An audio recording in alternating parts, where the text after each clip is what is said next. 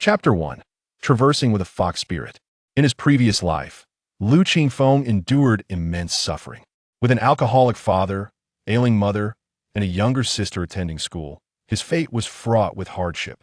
From a young age, the burdens of financial strain pressed heavily upon him, compelling him to enter the workforce immediately after graduating high school. Day in and day out, he toiled relentlessly, yet the famine at home only grew more dire. He was burdened with debts: his father's drinking expenses, his mother's medical bills, and his sister's educational costs, each weighing upon him like an insurmountable mountain, leaving him gasping for breath.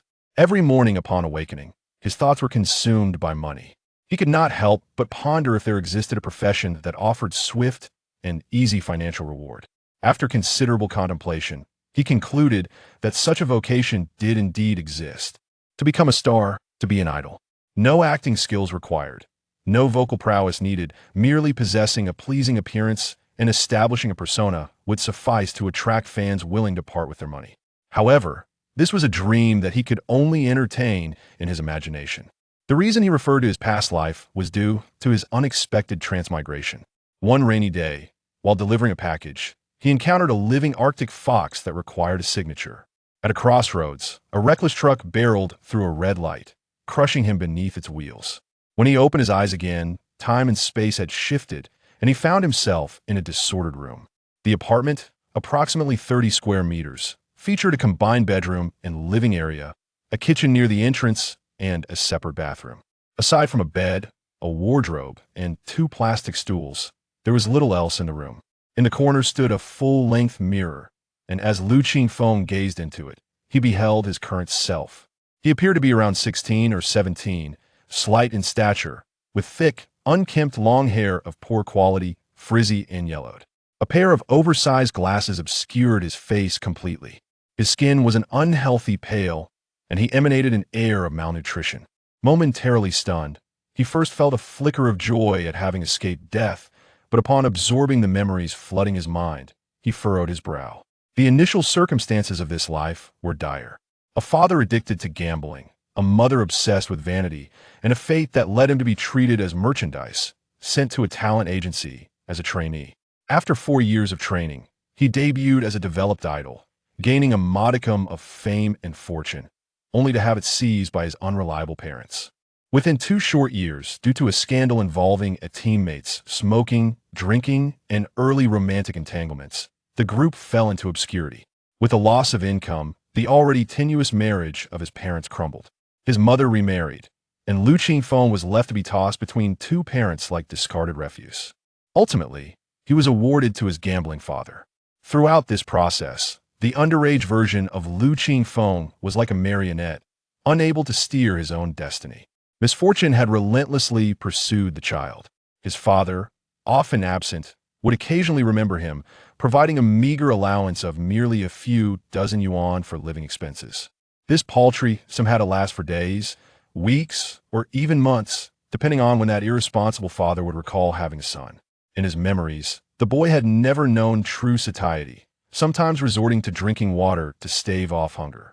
Before Lu Qingfeng's arrival, this child had perished from starvation. "Father, mother, please return. I will be good, and I will help you earn money," he exhaled softly as he opened his eyes. This was the final thought of a child desperate for familial affection, only to be ensnared by the very emotions he craved, a sentiment Lu Qingfeng deeply understood from his previous life. How infuriating! To have experienced such misery before and to find myself in a similar plight. Now has my transmigration been in vain? He gazed at the squalid surroundings, clenching his fists, resolved to effect change. First and foremost, he would ensure that his parents would be as far removed from his life as possible. In his previous life, while perusing novels, he often encountered protagonists claiming to inherit the desires of their former selves. Lu Qingfeng dismissed such notions as utter nonsense. He was himself, and no mere reading of another's memories would alter his personality or emotions. Next, he would pursue a career as an idol, determined to amass wealth. He was genuinely terrified of poverty. However, there remained certain obstacles. The most pressing issue was that he now bore the stigma of a tarnished artist, having fallen from grace. To re-enter the entertainment industry would prove challenging. Lu Qingfeng scrutinized the memories he had inherited. Fortunately, It appears to be a matter of no significant consequence. Upon concluding his review, he felt a wave of relief wash over him. The original self had initially signed with a small agency named Banyan Tree Entertainment. The company had assembled him with 4 other youths to form a developmental idol group called Dreamers. This type of idol, akin to TF Boys, allowed fans to witness their growth from obscurity to brilliance on stage. This immersive experience endeared them to many fans, particularly mothers and older sisters. While men might not comprehend, they could liken it to the various characters in Genshin Impact. In essence, these idols debuted at a tender age, and their personas could not be crafted in the same manner as adult idols.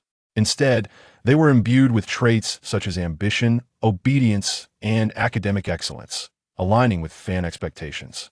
The downfall of Dreamers had stemmed from this very aspect. The other 4 members were caught in scandals involving smoking, drinking, and romantic escapades at a young age, which devastated their devoted fans. The original self had, in fact, been somewhat implicated. The company had fashioned him into an honor student, yet his academic performance was dismal. On the day he dropped out, he was the one who lamented the most. It was hardly surprising no one could excel academically while juggling the demands of an idol career. At the very least, the original self was not such a prodigy. It's not a serious issue. The primary concern was that fans lost their composure, amplifying trivial matters. Given the time that has elapsed, it's likely that no one will care anymore. The current predicament is that this ghastly visage hardly resembles that of an idol. He approached the mirror, removing his glasses and parting his bangs. His cheeks were sunken, cheekbones protruded, his eyes lacked luster, and his pallid complexion made him appear lifeless. Lifting his shirt revealed a skeletal frame, with ribs clearly visible. He could easily pass for a zombie without the need for makeup. Although Lu Qingfeng had never been part of the entertainment industry, he understood that while idols could lack many things, a pleasing appearance was non-negotiable. This body should not have manifested in such a wretched state, especially not one capable of debuting as an idol. Yet, a year of irregular eating and malnutrition had obliterated any favorable foundation. To think of these negligent parents, Lu Qingfeng expressed his disdain for them. I wonder if it's even possible to restore this body. As these thoughts lingered in his mind, a sudden jolt of awareness surged through him, and a fragment of knowledge unexpectedly emerged in his consciousness. What is this? Lu Qingfeng gasped in astonishment.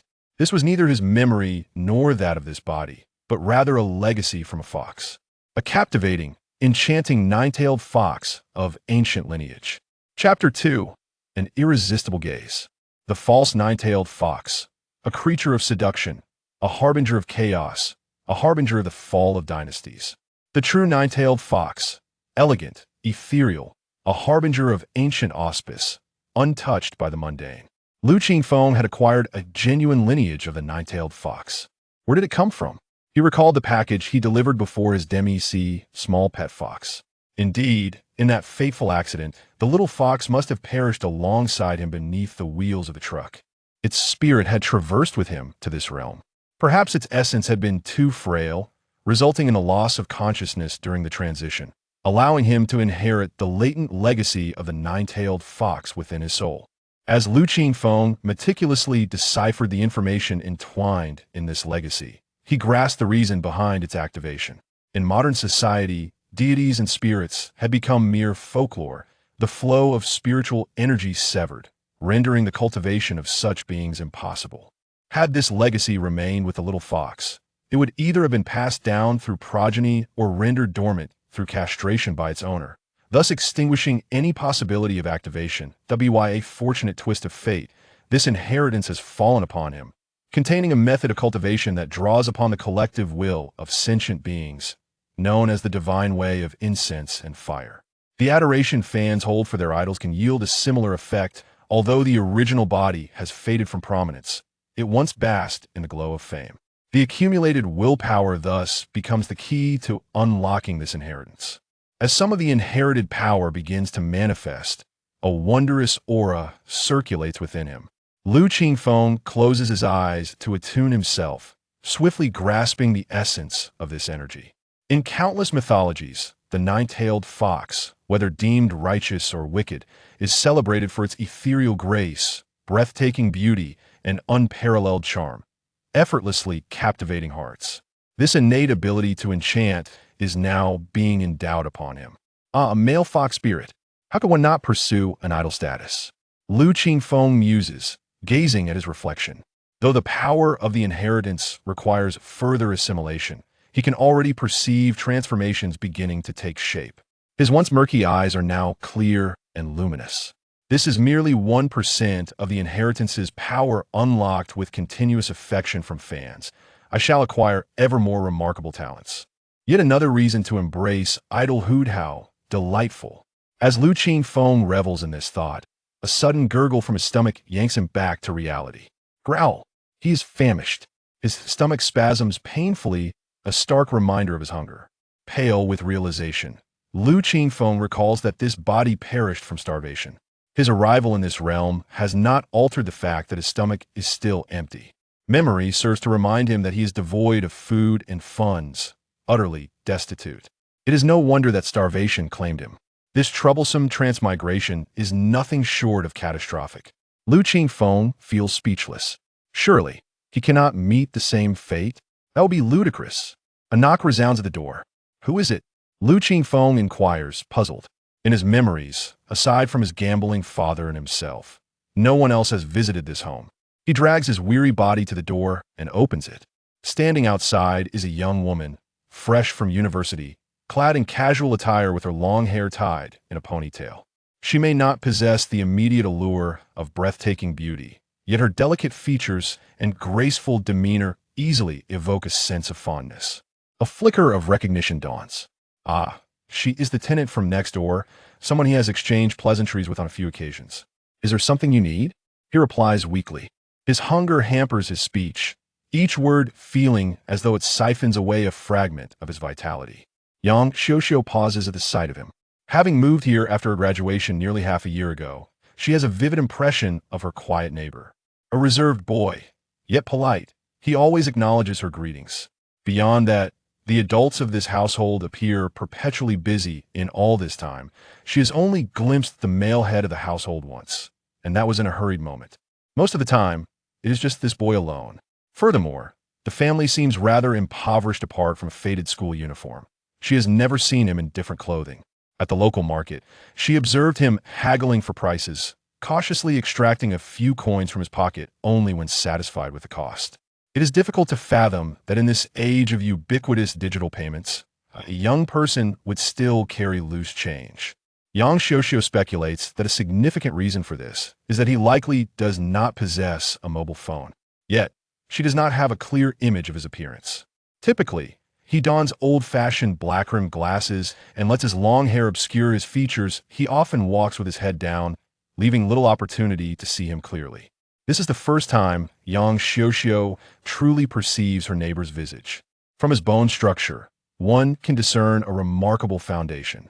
Beautiful brow bones, a straight nose, and a full forehead. The proportions of his face are pleasing, particularly in the central section, providing a solid base for an attractive countenance. However, he is far too gaunt. Sunken cheeks, pallid skin, and a despondent aura mar this promising foundation.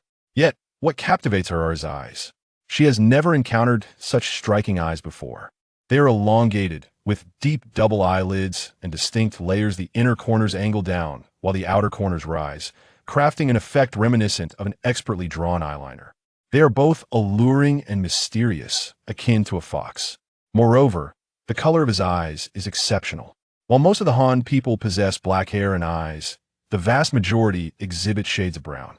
The boy before her has eyes like obsidian glass, devoid of impurities, clearly conveying his inner turmoil and uncertainty. In that moment, Yang Xiuxiu feels as though her heart has been struck. The spring sunlight filters through the curtains, casting beams of light that dance among floating dust motes. The boy, smaller and thinner than his peers, stands quietly at the door, fragile and pitiable. He resembles a kitten abandoned on the street, evoking a sense of compassion. Yang Xiuxiu initially intended only to borrow some soy sauce, but for reasons she cannot comprehend, an impulse drives her to ask, "Have you eaten?" Lu Qingfeng is momentarily taken aback. Is this what prompted her knock? They hardly share such familiarity. Yet he's indeed starving. The door to the neighboring apartment stands ajar, and he catches a whiff of the aroma of cooking. He can almost envision the rice joyfully tumbling within the rice cooker, soaking up water and expanding as it heats. At the moment the lid is lifted, steam infused with the fragrance of rice will waft toward him. He can almost taste the plump, glistening grains, ready to be served alongside a dish. It is too much. He can feel his mouth watering. Not yet, Lu Qingfeng admits candidly, casting aside modesty. He simply wishes to satiate his hunger. Perfect timing. My meal is nearly ready. If you don't mind, come join me, Yang Xiuxiu warmly invites. Is that appropriate? I feel like I'm intruding, Lu Qingfeng responds. Yet as he speaks, he has already closed his own door and is heading next door. Chapter 3. Being an idol, I am professional. The layout of Yang Xiuxiu's home was not dissimilar to that of Lu Qingfeng's, but the decor was significantly more refined. The overall ambience was clean and minimalist, yet infused with the delightful whims of a girl of her age, exemplified by the decorative cushions on the bed and the scenic paintings adorning the walls. Beside the head of the bed stood a modest bookshelf, laden with numerous books that appear to have been frequently perused. To display courtesy, Lu Qingfeng refrained from lingering too long on the surroundings and, at Yang Xiuxiu's invitation, took a seat at the dining table. However, no sooner had he settled down than he inadvertently created a rather awkward moment. His stomach rumbled audibly. Despite Lu Qingfeng's thick skin, he couldn't help but flush crimson. Yang Xiuxiu offered a gentle smile, retrieving a box of biscuits and a bottle of water. Dinner will take a while. Please have a little something to tide you over. Feeling increasingly embarrassed, Lu Qingfeng shyly adopted a cute demeanor. Thank you, sister. Yang Xiuxiu returned a reassuring smile and headed to the kitchen. Perhaps wary of his discomfort, she busied herself while striking up a conversation. My surname is Yang, and my name is Yang Xiuxiu. What about you? Lu Qingfeng suppressed the urge to devour the biscuits ravenously, taking small bites as he replied, I'm Lu Qingfeng, sister. Qingfeng, that is a lovely name. Your name is even more beautiful. It was worth noting that the two had just met, leaving little to discuss. Nevertheless, Yang Xiuxiu was warm and patient, adept at engaging in conversation. They exchanged amusing anecdotes from the neighborhood, discussed recent trending news, and shared the trials and tribulations of high school life, topics relatable to today's youth. Although Lu Qingfeng was not a true high school student, he couldn't help but admire the girl's attentiveness and emotional intelligence. They avoided discussing family matters, as their acquaintance was still fresh, which could lead to awkwardness. Likewise, they steered clear of topics such as gaming, novels, or short videos, mindful of his sensitivity regarding not having a phone. It is indeed challenging for ordinary young people to notice such subtle details. At least Lu Qingfeng, at his age, would not have been capable of it. He had only learned these nuances after years of navigating the complexities of society. Consequently, he felt at ease and consciously adapted to her demeanor. For a time, their conversation flowed pleasantly, and their mutual address became increasingly endearing. Dingling. In the midst of their dialogue, the phone on the desk rang. Qingfeng, I can't step away right now. Could you please grab my phone? Yang Xiuxiu's voice floated from the kitchen. Lu Qingfeng complied, retrieving the phone and connecting it on speaker for Yang Xiuxiu, who was stirring a pot. She glanced at the screen before speaking. Hello, Editor Wang, it's me. A middle-aged voice responded from the other end. Xiuxiu, there's a manuscript that needs your proofreading. Please send it to my email once you're done. Yang Xiuxiu, unfazed, readily agreed. Certainly, Editor Wang. Once the call ended, Lu Qingfeng curiously inquired, Sister Xiuxiu, are you an editor? Yes, does it not seem like it? Lu Qingfeng shook his head. Not at all. It's just my first encounter with someone in this profession. Are you an editor for web novels? Male or female genre? Neither. I'm a magazine editor. Yang Xiuxiu smiled as she plated the dishes. Lu Qingfeng was taken aback. A magazine editor? Are there still physical magazines around? Having been born in the 90s, Lu Qingfeng was well aware that the late 20th century was the golden age of magazines. Many familiar titles, such as Yilin, Readers, and Story Club, emerged during that era, along with a plethora of outstanding literary works. However, with the rise of the internet, the first decade of the 21st century marked the decline of magazines, leading to their eventual disappearance. The once ubiquitous newsstands on city streets had transformed into small convenience shops selling tobacco and alcohol. From what Lu Qingfeng had gleaned, the technological landscape in this world bore a striking resemblance to his past life, featuring video calls, mobile payments, short videos, and live streaming. He found it hard to fathom how many people could still muster the patience to read an entire magazine in this era of entertainment overload. It seems Qingfeng isn't the type to enjoy reading, Yang Xiuxiu remarked with a playful smile. Lu Qingfeng sheepishly scratched his head, conceding the truth of her observation. He had never been academically gifted in either life. Yang Xiuxiu did not mock him. Instead, she explained, although the physical magazine market has dwindled, there remains a substantial audience for literary works. Thus, major magazines have adapted to the changing times by transitioning online and launching digital versions. For instance, the Children's Literary Society I'm part of has many parents subscribing for their children's sake. For popular works, we actively develop copyrights for merchandise, animated shorts, and so forth. Only then did Lu Qingfeng understand. Indeed, even if literary magazines had vanished in his previous life, literature itself would never perish. Each year, new outstanding works continued to emerge. While the advent of smartphones had altered reading habits, many still cherish the experience of purchasing physical books. He pondered this notion deeply. All right, let us wash our hands and eat. Yang Xiuxiu interrupted his reverie with the enticing aroma of the freshly prepared meal. Too eager to contemplate further, he was resolute in his decision to indulge in the feast before him. After a hearty meal, his once empty stomach now felt content. Lu Qingfeng assisted in tidying up and washing the dishes before returning home. Lying on his bed, he felt the functions of his body gradually reviving, and sleepiness began to envelop him. A yawn escaped his lips as he closed his eyes. No, it was not yet time to relax. However, he soon opened his eyes again, rising to wash his face, before fetching paper and pen to begin crafting a plan. The foremost objective was to re-enter the entertainment industry and continue pursuing the promising career of an idol. He needed to assess his current situation. It had been a year and a half since his former bandmates fell from grace, and according to his understanding of the entertainment world, he was likely a forgotten entity. Although he had experienced a surge of popularity, it had been confined to a small circle, never reaching a broader audience. The challenge of making a comeback would be formidable. Not only did he lack the ability to write lyrics or compose music, but he couldn't even read sheet music. Otherwise, he could have easily released a song like Blue and White Porcelain. Given the current speed of online dissemination, it could have quickly garnered acclaim, perhaps even earning him the title of a musical prodigy. Yet, in his present condition, even if he managed to compose something, inquiries about music theory or melody would expose his lack of expertise. Lu Qingfeng understood that establishing a persona as an idol was quite typical.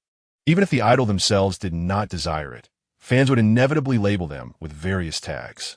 This was an inherent characteristic of the profession, unavoidable. Thus, to avoid any potential downfalls, it was essential to remain consistent with one's established persona. If one was to be seen as a musical savant, then a genuine understanding of music was paramount.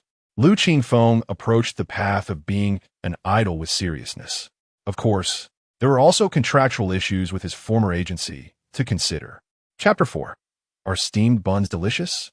He had initially signed a trainee contract with Rongshu Rong Agency, essentially a form of child labor agreement. The terms of the contract lacked any semblance of equality, featuring an excessively lengthy duration, with a majority of benefits appropriated by the company.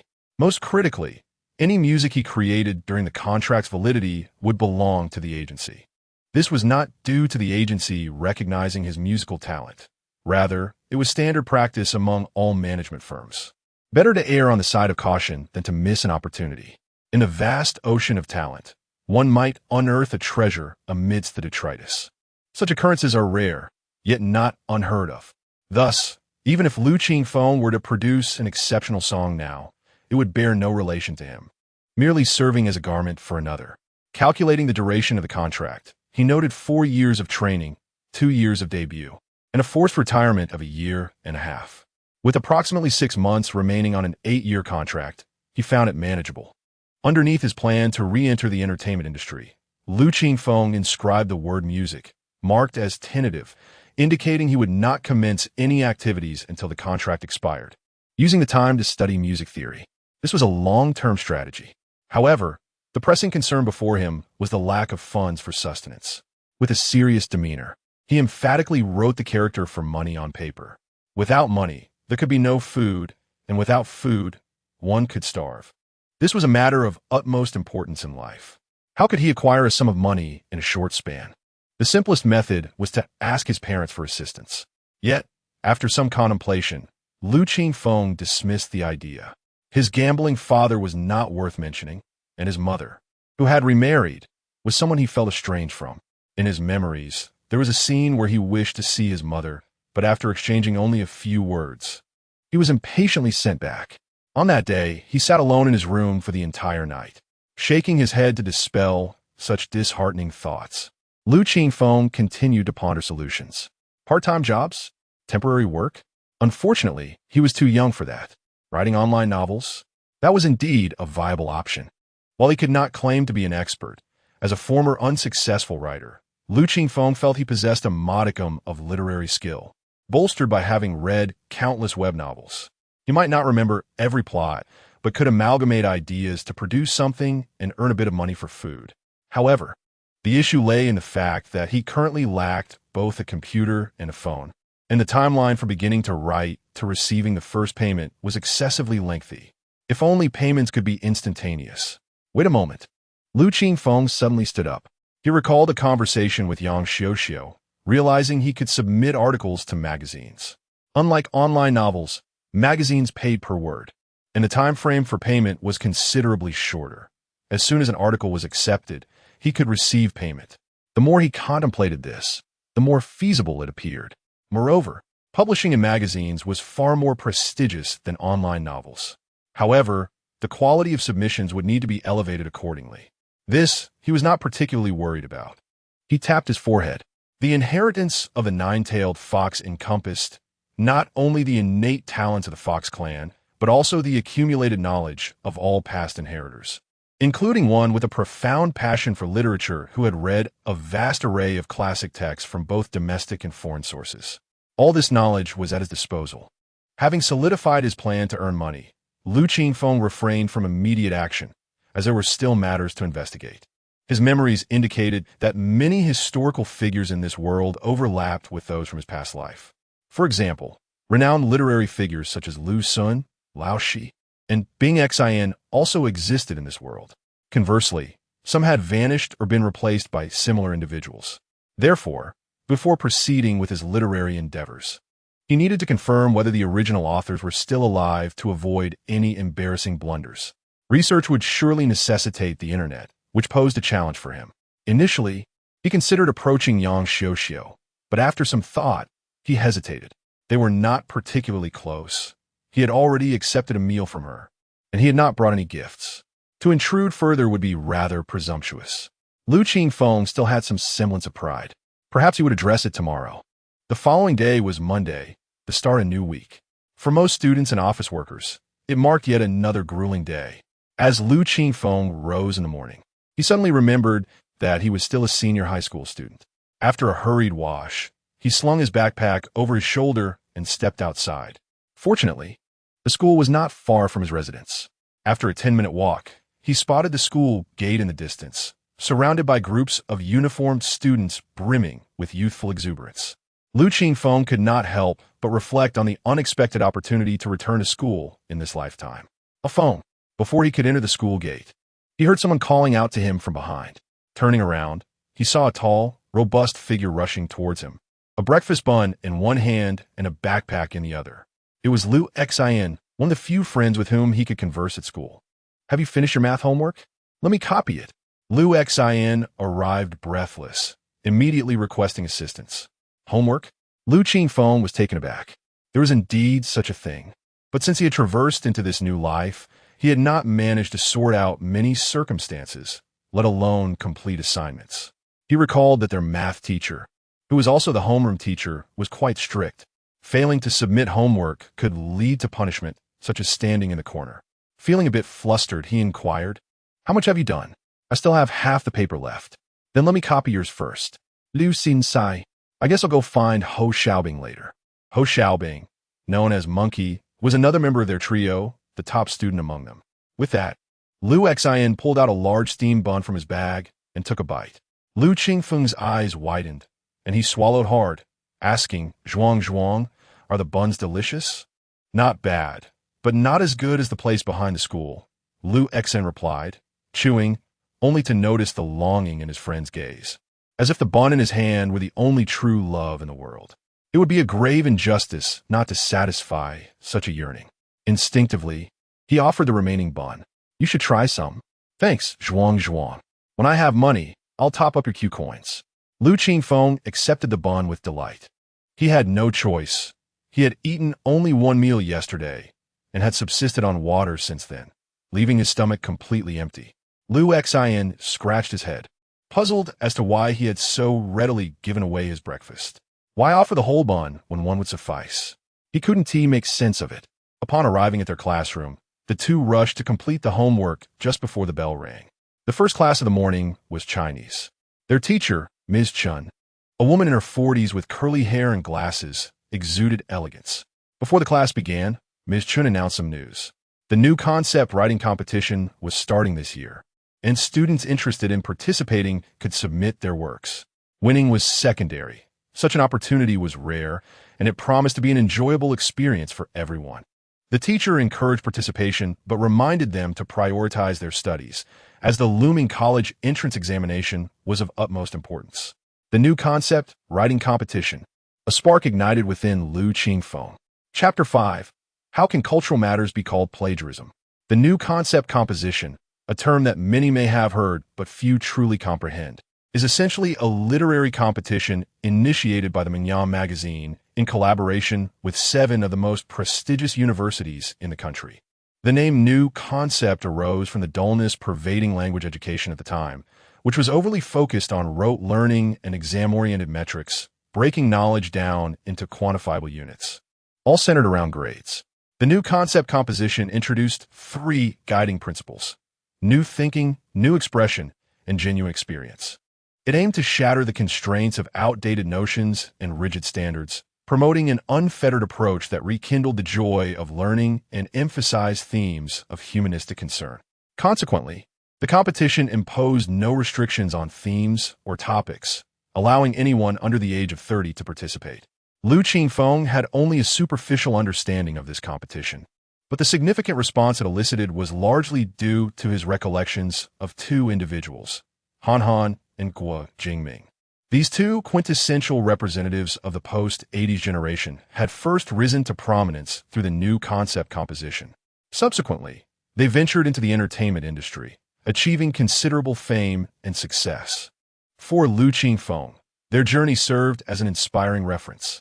He began to contemplate his own circumstances.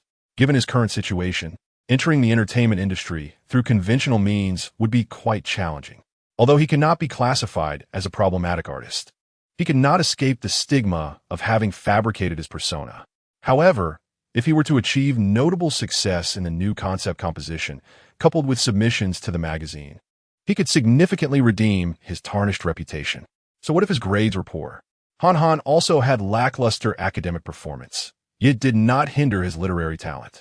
A singular point of brilliance could easily overshadow shortcomings in other areas. With this as a springboard, entering the entertainment industry would place him on a much higher pedestal than merely being an idol. Perfect. Lu Qingfeng felt a sense of satisfaction with his plan. Thus, as soon as class ended, he followed teacher Chun into her office. Lu, do you need something? Teacher Chun inquired, noticing the young man trailing behind her with a hint of surprise. She was not the homeroom teacher for the 3rd-year class, but also taught a class of roughly 100 students, making it impossible to recognize every individual. Yet, Lu Qingfeng left a lasting impression on her. Firstly, he was an art student admitted through special recruitment, and at that time he had already debuted and garnered some popularity, making him quite unique within the school. Although she paid little attention to the entertainment industry, she had witnessed firsthand the adoration he received from his peers. Unfortunately, time had passed, and with the collapse of his group, this once vibrant boy had become increasingly reticent. His previous brilliance faded into obscurity, and the admiration he once enjoyed had vanished, replaced by disdain from fellow students who, in light of the scandal, began to look down upon him. The hurtful remarks he endured were something even an adult like her found difficult to bear, let alone a young boy. Her inherent kindness made her apprehensive that this boy, who had experienced such drastic ups and downs, might develop harmful thoughts. Thus, she paid him extra attention. Secondly, his academic performance had plummeted, landing him at the bottom of his class. Teacher Chen understood that, given his circumstances, he would hardly be in the right mindset to focus on his studies. Thirdly, she sensed there might be issues at home, evident from his faded school uniform and the cheap canvas shoes that were peeling at the sides. However, something about Lu Qingfeng seemed different today. Despite still sporting a wild mane of hair, he no longer appeared so gloomy and disheartened. Rather, he seemed rejuvenated, as if life had been breathed back into him. The manner in which he spoke to her was no longer characterized by a lowered head. He even dared to approach her directly. This was a behavior she had never witnessed before, and while she was uncertain of what had transpired, she found this change to be a positive one, bringing her a sense of comfort. "Teacher, I wish to participate in the new concept composition competition," Lu Qingfeng stated, revealing his purpose for following her. "That's wonderful. I wholeheartedly support you," Teacher Chen replied with a warm smile. She was aware that with Lu Qingfeng's language grades, his participation was more about the experience than the outcome. Yet, she would not dampen his enthusiasm. Such a nationwide competition offered students a valuable learning opportunity, and the process was just as significant as the result. "If you have any questions or need guidance on topic selection, feel free to reach out to me anytime," she encouraged him. Lu Qingfeng, slightly embarrassed, responded, "There's nothing much else. It's just that I lack a phone or computer to type and submit my work. So I was hoping to borrow the school's computer room. Would that be possible?" This request took Teacher Chen by surprise. It was neither a trivial nor a monumental matter. The key to the school's computer room was held by the sole information technology teacher. She was amicable and had good relations with all the other teachers, so borrowing the key would likely not pose an issue. However, allowing a student to access it independently would certainly breach school regulations, even if there were justifiable reasons. Not to mention, if any technical issues arose, it would be considered damaging school property. Nevertheless, as a responsible teacher, she genuinely wished to assist the young man before her. "Teacher, the assignments have been collected," a girl with braided hair approached, holding a stack of assignment books. Upon seeing Lu Qingfeng, she cast him a peculiar glance. He noticed but chose to ignore her. The girl, feeling indignant, shot him an angry glare before placing her work down and turning to leave. Meanwhile, after a moment of contemplation, Teacher Chen resolved to help in her own way. "While the school's computer room is unsuitable for private use, I can lend you my own computer. Starting tomorrow, I'll bring it for you to use here." What did Lu Qingfeng say? Although it deviated from his original plan, he still expressed his gratitude to the kind-hearted teacher. "Thank you so much, Teacher Chen. It's no trouble at all," she replied, her smile radiating warmth. Then, recalling something, she took out her phone and handed it to him. "You can browse the Minyan magazine to familiarize yourself with the new concept composition competition and gather some basic information. In a couple of days, I will also bring 2 selected volumes of new concept compositions for you to read and prepare." Lu Qingfeng's eyes lit up as he gratefully accepted the phone. "Thank you so much, teacher." Teacher Chen smiled, not responding further, and turned back to her work. With the phone in hand, Lu Qingfeng eagerly began to explore the information about renowned authors in this world. The convenience of the internet allowed for precise searches, and the information he sought unfolded before him. Excellent. The 3 titans of the mystery genre were still present, yet Arthur Conan Doyle and his Sherlock Holmes series were conspicuously absent. The monumental works of fantasy, The Lord of the Rings, and A Song of Ice and Fire remained, but the Harry Potter series had vanished. Among the 3 great masters of short stories, Henry was missing. Yet, the works of Japanese authors such as Adagor Rampo, Natsume S. Seiki, and Osamu Dazai persisted, while Yasunari Kawabata and Kigo Higashino were nowhere to be found. On the Chinese front, prominent figures in science fiction like Lu Cixin and social crime fiction representatives such as Zi Jinchun had also disappeared. This was intriguing. Lu Qingfeng gained a clear understanding of his literary aspirations. No, how could one refer to cultural matters as mere plagiarism? This should be termed as inspiration. Chapter 6 having yet to reclaim the thoughts that had been lost in the realm of novels, Lu Qingfeng diligently committed the valuable information to memory. He then proceeded to investigate the schedule for the new concept writing competition, which turned out to be even more straightforward than he had anticipated. The competition is divided into two phases, the preliminary round and the semifinals. For the preliminary round, participants submit essays of no more than 5,000 words directly to the Mengyang magazine, with no limit on the number of submissions. If one possesses the talent, they could submit 10 pieces if they wish. However, simultaneous submissions are strictly prohibited, and it is a fundamental requirement that the works have not been published on any other platform. The review period for the preliminary round lasts 3 months, during which some outstanding pieces will also be featured in Mengyang magazine, earning their author's remuneration. The semifinals will select the top 2 contestants from each region to attend the live event in the metropolis. Notably, Han Han's essay, Peering into the Cup, was a piece from the semifinals. While researching this information, Lu Qingfeng stumbled upon delightful news. Achieving recognition in such a prestigious national competition could significantly enhance one's chances of being specially recruited by universities. For him, this was undoubtedly a glimmer of hope amidst adversity. He was acutely aware that, under normal circumstances, his prospects for attending university were bleak. In his previous life, he harbored regrets in this regard, and thus, if given the opportunity, he aspired to rectify this minor shortcoming. Resolute, he decided to add another goal to his mid to long-term plans, to gain admission to a university through writing. Setting this new objective, Lu Qingfeng returned his phone to Teacher Chun. If you have any questions, feel free to reach out to me later. I believe in you. Keep going. Teacher Chun encouraged him with a warm smile. What a wonderful person Teacher Chun was, Lu Qingfeng mused silently as he took his leave.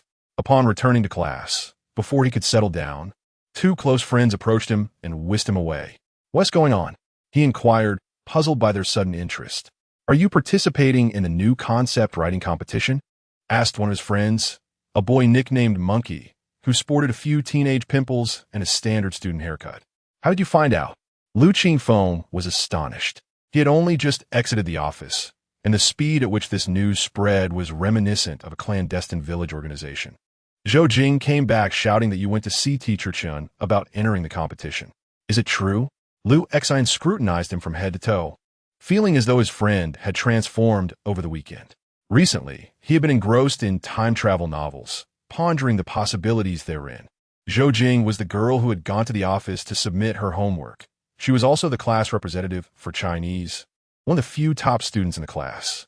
Memories flooded Lu Qingfeng's mind. Delving deeper, he unearthed some astonishing revelations. This girl had once been a small leader among the fan group for the original body before its downfall, a quintessential little fan. She had brought him breakfast, saved up to give birthday gifts, and offered free tutoring. It was understandable, as the youth often make fervent admirers. Although the original body did poorly academically, its appealing looks and the halo of celebrity made it a figure of prominence in school. However, as the glow faded in the second year of high school, Zhou Jing and her entourage became the harshest critics. Perhaps it was love turned to hate, or perhaps it was an attempt to deny their past as fans. The original body's unfortunate social standing and isolation could largely be attributed to this group. Lu Qingfeng felt quite helpless. He had not intended to conceal his participation in the new concept writing competition, yet he also did not wish for it to become common gossip. It was clear that with his abysmal academic record, anyone who learned of his intent would only mock his audacity.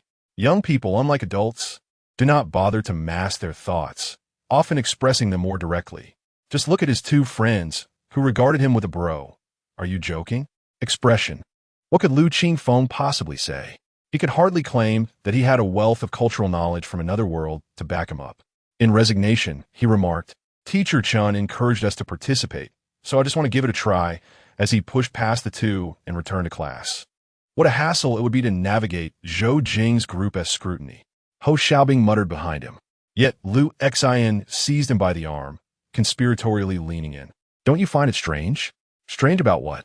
Ho Xiaobing asked, puzzled. Given A Feng's personality, would he be the type to enter the new concept writing competition? Ho Xiaobing pondered for a moment. He definitely wouldn't. They had all risen through the ranks together since middle school, so they understood him well. The former Lu Qingfeng would not have participated due to a lack of time. The current Lu Qingfeng would not because he had lost all motivation. What are you trying to say?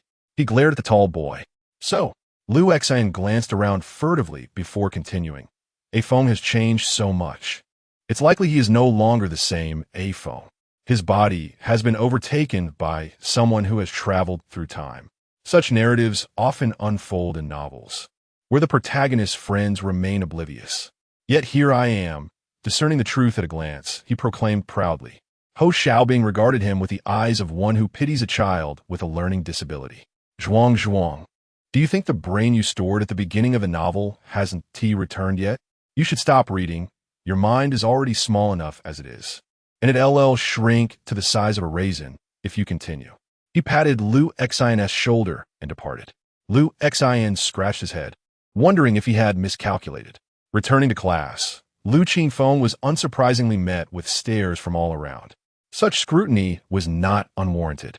The third middle school was not a prestigious high school, and its college admission rate was mediocre. Consequently, there were no exceptional students, such as those who excel in Olympiad mathematics or hold city-wide titles.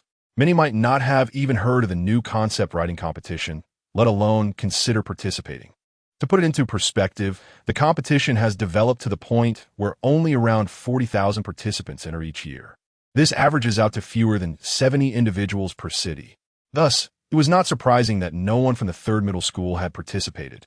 In this context, for a student with the lowest academic standing to express a desire to try was met with skepticism, rather than admiration. People were inclined to view him as overstepping his bounds, seeking to attract attention. Adding to this, the already established atmosphere of isolation in Class 2 only compounded the situation. Lu Qingfeng cared little about this and felt no anger. He was merely executing his plan meticulously. Whether he succeeded or failed was not dictated by others' opinions of him.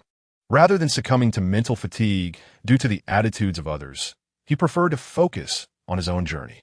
Calmly, he sat back down at his desk. Some individuals truly had thick skin. If it were him, being at the bottom of the class would surely deter him from entering the new concept writing competition. And speaking such intentions aloud would only invite ridicule. In the front row, Zhou Jing's voice carried as she chatted with others, dripping with sarcasm. Lu Qingfeng glanced over and caught her triumphant gaze. He smiled, "Thank you for the breakfast and tutoring back then. I still have the birthday gift you gave me." Zhou Jing's expression froze. She viewed those memories as part of her past she wished to forget. Before she could respond, the bell for class rang. The second period was English, but Lu Qingfeng paid little attention to the teacher at the front. Instead, he was preoccupied with contemplating the manuscript he intended to submit to the magazine. Chapter 7. A brief sharing of snacks during class. Having grasped the disparities between two worlds, the art of transporting the classic works from his mind into reality requires finesse. Traditional literature and online novels exhibit distinct differences, even within the realm of fantasy. The expectations regarding prose, thematic depth, character development, and narrative structure are considerably elevated, not to mention the demands placed on realism in literary works. It is a considerable challenge for the author. It is not sufficient to merely cast an article into the world and expect universal acclaim. To illustrate simply, if Lu Qingfeng were to publish To Live in his current circumstances, he would likely face skepticism rather than admiration. To Live is steeped in the backdrop of a great era, traversing a vast timeline from civil wars to the 3 anti- and 5 anti-campaigns, the Great Leap Forward, and the societal upheavals of the Cultural Revolution. The author himself has lived through that historical context, allowing him to write with intricate understanding. How then could Lu Qingfeng present such a work? Thus, the chosen piece must align with his current literary journey at this age. Lu Qingfeng has already contemplated this matter. Fairy tales are the most suitable genre for him at present. Moreover, he considers that his neighbor, Yang Xiuxiu, is an editor at a children's literature magazine. A manuscript completed can be conveniently submitted for her review, making the process swift and efficient. This spares him the trouble of typing on a computer, sending it via email, and enduring a lengthy wait for a response. With this idea in mind, he picks up his pen and begins to jot down his thoughts in his notebook. He cannot dive straight into the main text. He must first record fragments of inspiration that come to mind. He writes several different openings, maintaining the same content but varying the phrasing. All of this effort is to demonstrate that this is a work entirely his own, though it may be somewhat tedious. Such diligence is essential. From what Lu Qingfeng understands, Han Han has faced accusations of using ghostwriters online, while Lu Qingfeng has been firmly established as a plagiarist. Once a person rises to fame, scrutiny from the public intensifies. Lu Qingfeng aspires to be an idol who never falters. Thus, he must prepare in advance against potential doubts. After half a class period of writing, he finally completes the preliminary tasks. With the original text in his mind for reference, the process is not particularly challenging, though his hand does ache from prolonged writing. He sets down his pen to take a brief respite when he suddenly catches a whiff of something sweet wafting in from the neighboring desk. Turning his head, he spots his deskmate huddled behind a fortress of textbooks, stealthily holding a packet of open snacks beneath the desk. As the English teacher turns away to write on the blackboard, his deskmate quickly ducks down, pinching a morsel of the treat and savoring it with delight. Lu Qingfeng glances over to see that the snack is a red, stringy confection, varying in length. He recalls that it is called radish shreds, made from figs, with a sweet and tangy flavor that is quite delightful. Unbeknownst to him, saliva begins to pool in his mouth. His deskmate, plump and with unkempt hair that resembles a frayed broom, sits beside him in the back row by the window, and naturally, his academic performance is not stellar. Lu Qingfeng remembers his name is Hui, and despite sitting together for so long, they have seldom spoken. He wonders if it would be inappropriate to ask for some at this moment. As he contemplates this, Hui notices his gaze. Initially indifferent, he suddenly feels a twinge of guilt for indulging alone, adhering to the unwritten rule that those who see should share. Hesitating for a moment, he extends a snack packet slightly, asking, "Would you like some?" "Huh? Thank you." Overjoyed, Lu Qingfeng reaches out and pinches a bit of the snack, mimicking his deskmate's actions as he pops it into his mouth. Perhaps it is the ambience that enhances the flavor, but he finds the humble snack exceptionally delectable. "I saw you writing in your notebook just now. What were you working on?" Perhaps sharing the snacks has fostered a sense of camaraderie, prompting Hui to inquire out of curiosity. Nothing much, just some short stories, trying to submit them to a magazine. Lu Qingfeng shows his notebook to Hui, revealing a flurry of scribbled words like the little match girl, grilled meat, and grandma. Hui cannot comprehend the content and lacks interest, yet he feigns admiration. "You're impressive. Let me know if you get published. I'll buy a copy to read." Sure. Whether Hui's words are sincere remains uncertain, but Lu Qingfeng commits them to memory. For a high school student, having one's writing published in a magazine is indeed a remarkable achievement. This is not something to be concealed, nor does he wish to appear aloof, as if one day he might say, "Oh dear, how did you discover my secret?" His actions are all directed towards a prosperous future. "I will let you know the moment it gets published," Lu Qingfeng assures him. Hui beams, feeling valued, and tears a page from his notebook, offering half of the radish shreds to Lu Qingfeng. The two share their snacks joyfully during class. However, not long after, Lu Qingfeng senses an unsettling shift in the atmosphere. A chilling gaze, laden with an ominous aura, suddenly pierces through him. Turning his head, he sees a face by the window, coolly observing them. His scalp prickles in alarm. It is none other than their math teacher and homeroom instructor, Mr. Xiong.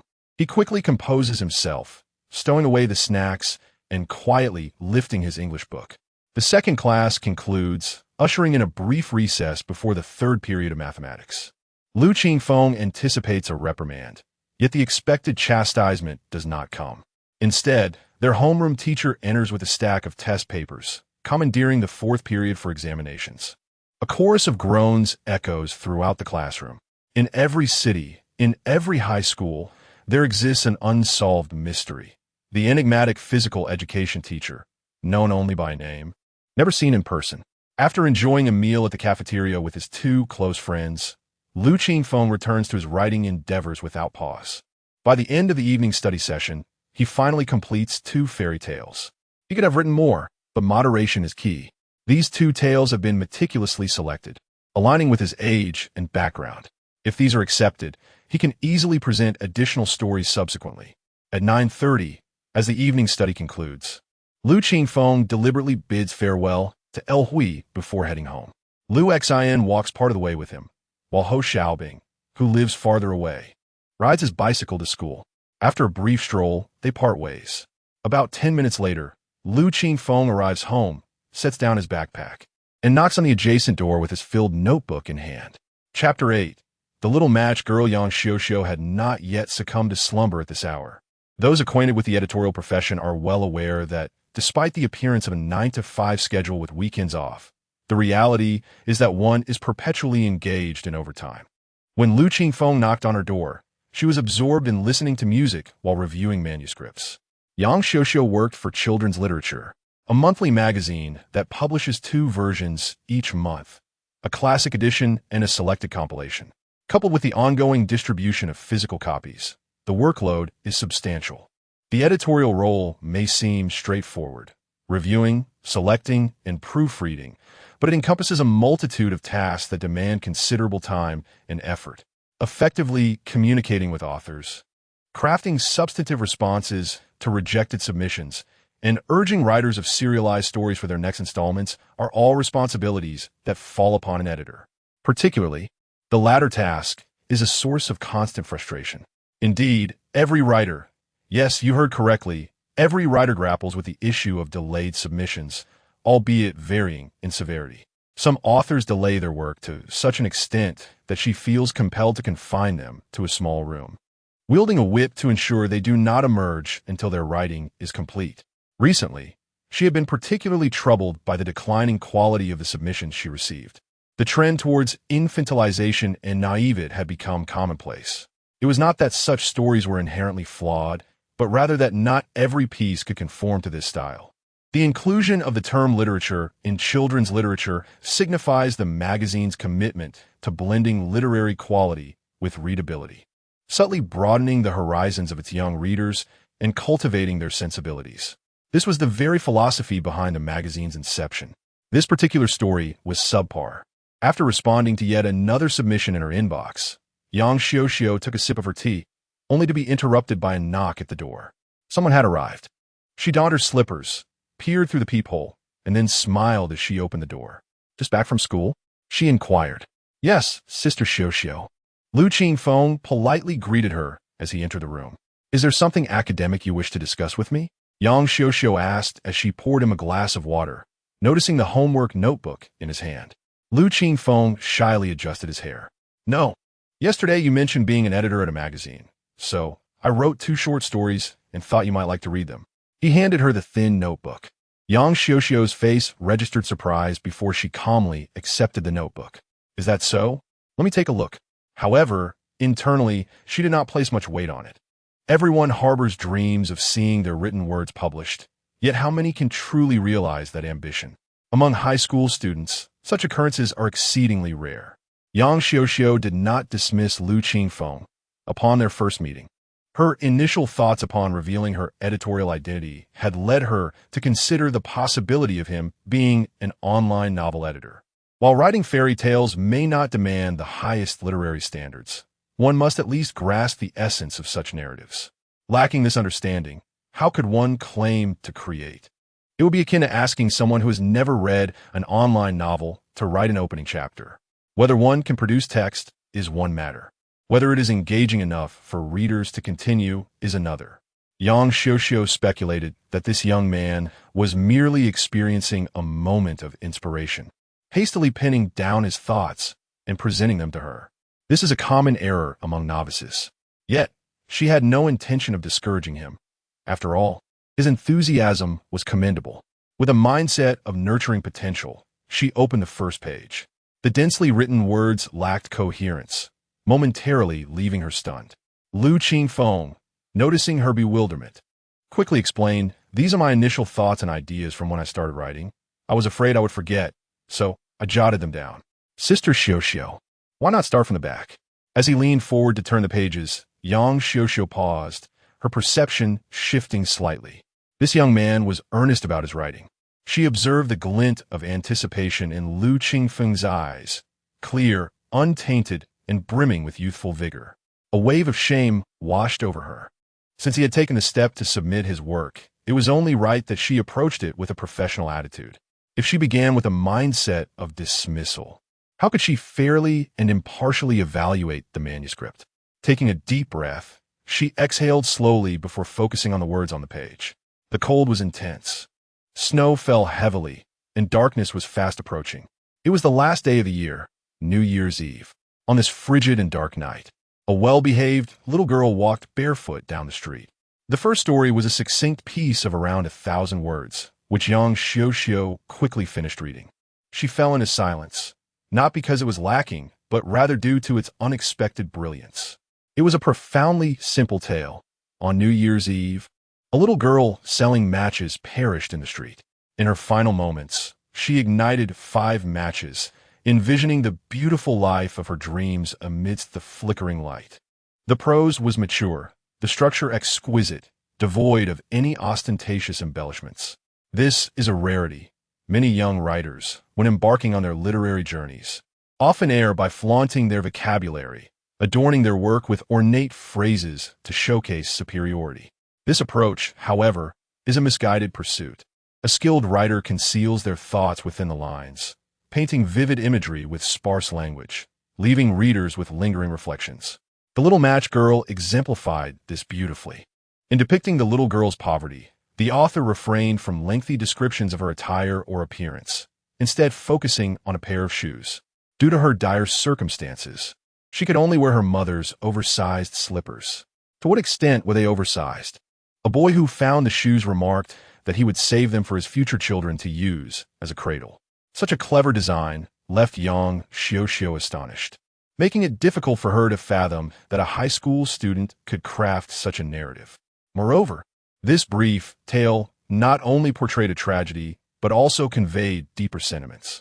It reflected the indifference between individuals and the yearning for beauty, ultimately dependent on the reader's perspective. Suddenly, an idea struck Yang Xiuxiu as she recalled the young man's family situation. Perhaps it was due to yesterday's events that she had taken a greater interest in Lu Qingfeng. Upon returning home from work, she had exchanged a few words with some neighbors downstairs. Although she did not grasp the full context, she gleaned some insights into his circumstances, a single-parent household with a father often absent, financial struggles evident in their daily lives, clothes and shoes that rarely changed, meticulously comparing prices while grocery shopping, and occasionally salvaging discarded vegetables from vendors. A deeper understanding suggested that the Little Match Girl may indeed reflect the author's own experiences. Yang Xiuxiu was convinced that this was unequivocally Lu Qingfeng's original work. The narrative resonated profoundly. A poet of talent is often fated to meet with misfortune. A line from Du Fu's poetry speaks to the notion that classic literary works frequently intertwine with the author's lived experiences. It seems that only through experience can one write with such depth and resonance. To validate her thoughts, Yang Xiuxiu posed a question: what inspired you to write such a story? Lu Qingfeng's response was refreshingly candid. I just wanted to earn a little money to eat. Chapter 9. Even the gutter, one must look up at the sky. Qingfeng, is your family in dire financial straits? Yang Xiuxiu, a person of remarkable empathy, had sensed from the onset that there were issues within Lu Qingfeng's household, and thus avoided discussing such topics. For many children of their age, coming from unfortunate families is a source of profound shame. Observing that he did not seem averse to the inquiry, she allowed her curiosity to surface. I'm not sure about my family situation, but I am in need, Lu Qingfeng replied with a smile, uttering words that left Yang Xiuxiu astonished. To be honest, Sister Xiuxiu, I haven't eaten for several days since the day we met. What about your parents? They are divorced. I was placed in my father's custody, and I haven't seen my mother much since she remarried. As for my father, there's no need to elaborate. He stated matter-of-factly, devoid of any significant emotional upheaval. He harbored no affection for his estranged parents, merely recounting the reality faced by his original self. Yet to Yang Xiuxiu, this was far from ordinary. What manner of person could speak of their parents without the slightest hint of emotion? There is no greater sorrow than a heart that has ceased to feel. Only a complete despair in the actions of one's parents could lead one to sever the bonds of familial affection and recount their experiences as an observer. The choice to end a relationship is not born from hatred, but rather a serene acceptance. Hatred implies a glimmer of hope. Lu Qingfeng's demeanor resembled that of someone regarding his parents as mere acquaintances. What had his parents done? Leaving aside his remarried mother, what of his father? Yang Xiuxiu had previously assumed that the boy's father was often away due to work. However, it was now evident that this was not the case. She felt an urge to delve deeper into the matter, but skillfully suppressed the thought. After a moment of silence, she inquired, "Have you eaten dinner yet?" "Yes." Lu Qingfeng beamed, his fox-like eyes narrowing slightly as a radiant smile illuminated his face. "The food at the cafeteria is decent. Our school's admission rate isn't great, but the meals are quite satisfactory." Yang Xiuxiu found herself warmed by his cheerful smile, which prompted a soft chuckle from her. Even in the gutter, one must look up at the sky. She perceived within Lu Qingfeng an astonishing vitality. It seemed only natural that someone like him would pen such enchanting tales. "Sister Xiuxiu, I have another story." The youth's voice interrupted her reverie, bringing her back to the present. She smiled and flipped back through her notebook. The second story was considerably longer, nearly 7,000 words. Following her usual practice, Yang Xiuxiu skimmed through it before beginning a meticulous line-by-line reading. In contrast to the succinct and poignant The Little Match Girl, this rendition of The Ugly Duckling possessed a more cohesive narrative structure. The flow of the story was seamless, with enhanced storytelling and readability. Comparatively, Yang Xiuxiu favored this tale. Furthermore, the author conveyed a broader array of thoughts within it. The cognitive dissonance between parents and children was evident. The newly hatched duckling exclaimed how vast the world was, to which its mother responded that the world was even larger than it could perceive. The duckling's understanding of the world was limited to the farm's confines. There were also clashes of ideology between the older and younger generations. Within an old woman's home, the ugly duckling encountered a short-legged hen and a gentlemanly cat. The hen asked the duckling if it could lay eggs. The duckling replied in the negative. The gentlemanly cat inquired if it could meow or generate electricity, to which the duckling again answered no. The two animals informed the duckling that, in the presence of wise individuals, it was unqualified to voice an opinion. The duckling then resolved to venture into a broader world. Ultimately, when the ugly duckling transformed into a swan, everyone hailed it as the youngest and most beautiful of all. The old swan bowed before it, yet the duckling felt shy and buried its head in its wings, unsure of how to react. It felt happiness but not pride, for a good heart is never boastful. It remembered how it had once been persecuted and ridiculed, and now it heard everyone proclaim that it was the most beautiful among the lovely birds. The entire story culminated in a poignant elevation, evoking thoughts of Lu Qingfeng himself. After finishing, Yang Xiuxiu exhaled deeply. It had been a long time since she had read such a splendid fairy tale. "Sister Xiuxiu, what do you think?" Yang Xiuxiu smiled. "I will accept both of these pieces." Lu Qingfeng's eyes sparkled with delight. He had confidence in these stories, considering them classics in Andersen's fairy tales, all of which had graced the pages of literature textbooks. However, the versions found in textbooks had been abridged. He had presented the original texts with only minor vocabulary adjustments to align with local reading habits. Since the submission had been accepted, it was natural to discuss the matter of remuneration. Yang Xiuxiu did not shy away from this topic. After some contemplation, she articulated, "The minimum payment for children's literature is 180 per 1,000 words, with a maximum of 250. Since this is your first submission, you won't receive the top tier. But given the quality of these two pieces, I can request a payment of 200 per 1,000 words. Would that be acceptable?" Lu Qingfeng readily agreed, feeling quite satisfied. The remuneration offered by the magazine was fair, especially considering that writers from the 70s and 80s often found it insufficient to sustain themselves. Many readers would send money directly to authors, hoping to provide a conducive environment for creative work. While the bulk of an author's income typically stemmed from printing royalties and various media rights, these earnings were often long-term and not immediately accessible. The immediate cash flow came solely from submissions.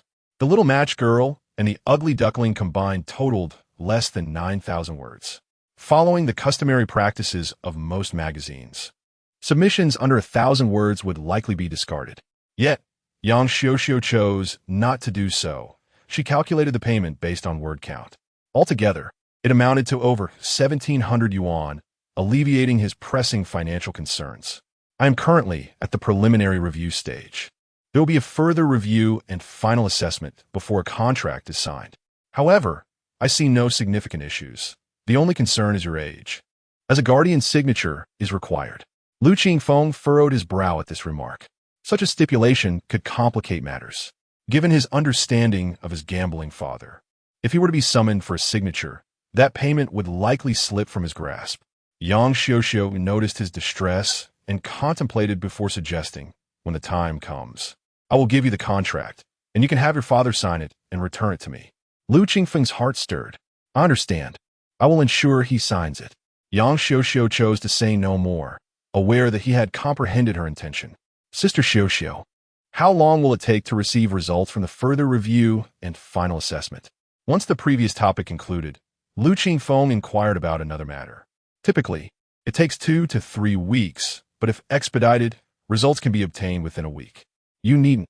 Yang Xiaoxiao attempted to reassure him not to fret, but her thoughts shifted back to his earlier comment about not having eaten in quite some time. Clearly, he was awaiting this payment to satiate his hunger. Her heart ached slightly. Coming from a reasonably well-off family, she could not fathom what it must be like to go hungry each day. Observing the disappointment in the youth's eyes, she inhaled softly, a gentle smile gracing her face. How about this? I can guarantee that these 2 pieces will face no issues. Given your circumstances, we will make special arrangements and advance your remuneration. Really? Thank you so much, Sister Xiaoxiao. Lu Qingfeng could hardly decline such kindness. He desperately needed this money. Yang Xiaoxiao asked him to wait in the room while she donned her coat and stepped out with her phone in hand. Upon returning, I handed him 1,765 yuan, a mix of notes and coins. Lu Qingfeng joyfully accepted it, tears welling up in his eyes. At last, he would no longer face the pangs of hunger. Chapter 10. Lu Qingfeng's writings were featured in a magazine, and I cleared the restroom. By the way, Sister Xiaoxiao, I hope there is no issue with what I've noted down. Suddenly recalling something, Lu Qingfeng inquired after receiving his payment. The current era is no longer like the past when submissions were made on paper. Writers once utilized a type of grid paper akin to a composition notebook, and back then, they humorously referred to writing as crawling the grids. This was a nostalgic reminiscence. Now, however, electronic submissions have become the norm. While this offers convenience, it seems to have stripped away the romantic essence that once belonged to writers. No witties. Yang Xiaoxiao replied as she organized the fairy tale Lu Qingfeng had penned his notebook, smiling. Even with electronic submissions, we still need to reformat and proofread. I am now your editor, and it is my duty to assist with these tasks. So, you needn't feel any psychological burden, Teacher Lu. With a playful wink, she added. Lu Qingfeng was momentarily taken aback, feeling a tinge of embarrassment as he chuckled. It was remarkable to think that someone was calling him teacher, a notion he had never dreamed of in his previous life. Then, I shall trouble you, Editor Yang. After exchanging smiles, they shared a moment of camaraderie. The following morning, Lu Qingfeng rose early, taking his freshly earned manuscript fee to the breakfast shop beneath his apartment complex, where he indulged in a hearty meal. He even treated himself to 2 extra eggs and a carton of milk to replenish his body's nutrients. Upon arriving at school, he continued to copy his homework from 2 close friends, Lu Qingfeng and Ho Xiaobing, who had grown accustomed to this practice. After finishing the assignments, with a bit of time before self-study commenced, the 2 friends gathered around Lu Qingfeng's desk to chat. My dad told me last night to enroll in a vocational college for automotive repair, so I can take over the family business, Lu Qingfeng said glumly. He was a student whose grades were far from stellar, often spending class time engrossed in novels. He even purchased an outdated MP4 player to download books. As the school prohibited mobile phones, Lu Qingfeng expressed his curiosity. Do you really need to attend a college for automotive repair? Can't your father just teach you directly? My dad believes that the future belongs to new energy vehicles and automotive technology must evolve. He insists I specialize in this area. Your father seems to have quite a visionary perspective, Lu Hui interjected, chewing on a piece of fruit leather. Ever since their conversation the previous day, he felt a sense of friendship with Lu Qingfeng. But I don't want to pursue automotive repair. I want to write novels, Lu Xian lamented. He had no interest in the family business, but feared defying his father's wishes. After all, mastering automotive repair could lead to a lucrative career. Lu Qingfeng was astonished. He hadn't anticipated that his friend harbored aspirations of becoming a writer. Reflecting on his past life, he recalled writing online novels for a time, only to be harshly criticized by readers, with the meager earnings failing to compensate for the emotional toll it took. You could attend college while simultaneously writing novels. If you manage to produce something remarkable, you can discuss it with your father later, Ho Xiaobing suggested. Being the best student among the four, he believed that with effort, Lu Xian could gain admission to a prestigious university. However, given his family's modest means, he had developed a mature mindset and often served as the intellectual backbone of their group. That essay plan, Lu Xian's frown gradually lifted, and he joyfully embraced Ho Xiaobing. And you, Afeng, what are your plans after the college entrance examination? Ho Xiaobing released him and turned to Lu Qingfeng. The college entrance examination marked a pivotal moment in life, compelling adolescents to contemplate their futures, especially those with poor academic performance, as they faced the reality of entering society upon graduation. As for me, Lu Qingfeng lifted his gaze, having always been clear about his aspirations. He desired a job that was easy, close to home, ideally one where he could earn money while reclining in comfort. Dream on, came the chorus of mocking gestures from his friends. At that moment, the bell rang, signaling the start of morning self-study. Shortly thereafter, the Chinese teacher arrived, holding 2 hefty volumes and making her way directly to Lu Qingfeng. The previously noisy classroom fell silent as various gazes turned towards him. It was typical for teachers to check on their students during self-study, but it was unusual for one to approach the student with the lowest grades. Lu Qingfeng had been admitted through a special quota for art students, so teachers typically paid him little mind despite his poor performance. This was the first instance of a teacher addressing him directly. They recalled the news circulating about Lu Qingfeng's participation in the new concept composition contest. Indeed, Teacher Chun had come for this very reason. She handed him the 2 volumes of selected works from past contests and said, "Take a good look at these over the next couple of days." Although there are no specific themes for the new concept composition, the judges have their preferences. These volumes contain exemplary works from previous winners, which can provide you with insight. She added that she had brought a computer and that he could come by during lunch break anytime. After giving his shoulder a reassuring pat, she left. The classroom atmosphere became somewhat peculiar, akin to the sensation of, look, there's an obvious standout. Lu Qingfeng. Once self-study concluded, a boy resembling a hippopotamus approached him. The reason for this comparison was his notably large mouth. Lu Qingfeng recognized him as Huang Qingyang. In class, there were 2 students who disliked him. One was Zhou Jing, and the other was Huang Qingyang himself. Zhou Jing had transitioned from a fan to a critic, while Huang Qingyang's disdain appeared somewhat ambiguous.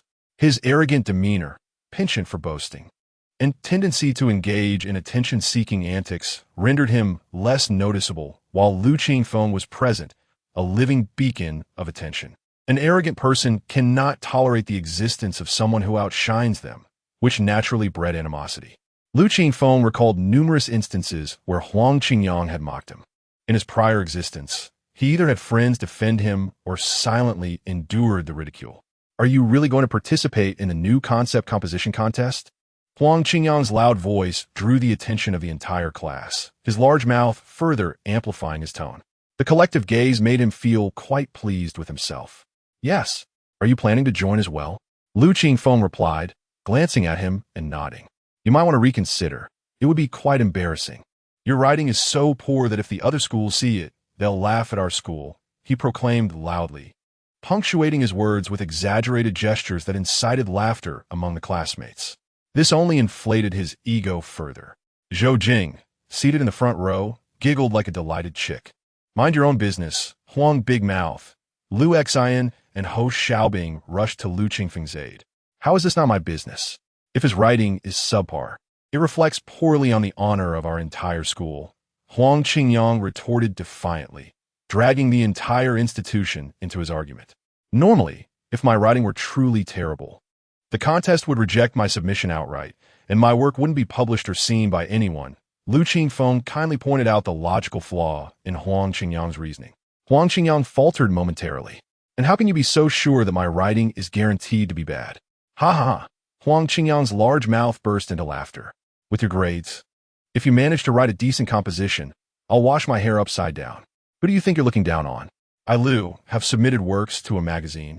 Lu Qingfeng retorted, and at that moment, Lu Hui interjected with a statement that captured everyone's attention. What? Submitting to the magazine.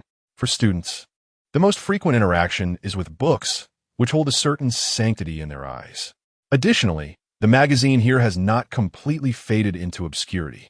In daily life, parents may prohibit their children from reading novels, but will not impede their access to literary magazines. Even schools encourage students to engage with extracurricular reading materials. Thus, should you mention to your classmates that you are composing an online novel, they might jest at your expense. However, if you were to reveal that your article has been published in a magazine, they would regard you with admiration. Consequently, Lu Hui's words invited a fresh wave of ridicule directed at Lu Qingfeng. Haha, if what Lu Qingfeng writes ever graces the pages of a magazine, I, Huang Qingyang, will consume everything in the school restroom. Lu Qingfeng let out a sigh. Why bother? At such a tender age, one should not squander time on deceitful pursuits. Meanwhile, Yang Xiuxiu stepped through the doors of the magazine office. Chapter 11. The story of the editorial department. The journal Children's Literature is one of the subsidiaries under the auspices of the Huaxia Youth and Children's News Publishing House, which primarily caters to the cultural needs of the youth demographic. In addition to periodicals, the publisher also produces children's books and audiovisual materials. Many of the early programs aired on CCTV's Children's Channel were co-produced by them, evoking nostalgia for many. Within this vast organization, children's literature occupies a pivotal role, dedicated to generating high-quality content, thus maintaining its significance even in times of dwindling magazine sales, as evidenced by the entire floor it occupies in the office building. Yang Xiuxiu arrived 10 minutes earlier than usual, diligently wiping down all the desks before watering the office plants in succession. Once these tasks were completed, she brewed herself a cup of tea. Before long, her colleagues began to arrive. Xiao Yang, you're as industrious as ever, making us all feel a bit embarrassed, remarked Chu Hongmei, the senior editor nearing 50. Her advanced age and lingering in the editorial position largely stem from her limited professional prowess, which has kept her from dismissal, though the reasons behind this remain unspoken. Relying on her seniority, Chu Hongmei often enjoys asserting her authority, frequently beginning her remarks within my time, and concluding with comments on the younger generation. Having recently graduated from university, Yang Xiuxiu started her career as an editor. Naturally, Chu Hongmei disapproved of this new talent and often put her in difficult situations. Upon entering, her first remarks were laced with sarcasm. Un fazet, Yang Xiuxiu meint net a calm smile. Responding, as a newcomer, it is my duty to work harder. This statement drew a TSK from Chu Hongmei as she approached her desk, placing her bag down and tracing her finger across the surface. Upon inspecting it, her expression soured. Xiao Yang, did you not wash your cleaning cloth properly? Look at the filth, she exclaimed, displaying her finger to everyone. This is what I mean about the younger generation. You excel in superficial tasks. But if you choose to clean, you should do it well. All right, it's not a major issue. No need to make such a fuss, interjected Qian Yoxin, the affable veteran in his late 30s, whose premature graying has made him particularly protective of his remaining hair. Chu Hongmei glared at him, ready to launch into a lengthy diatribe when the chief editor, Wang Weimin, entered. It seems everyone is in high spirits. I have an announcement, he declared, clapping his hands and summoning the editors. Everyone knows that the rise of the internet has significantly impacted traditional publishing, altering readers' habits. Our primary audience for children's literature consists of children aged 5 to 15, which has fared slightly better. However, the decline in article quality over the past 2 years is undeniable.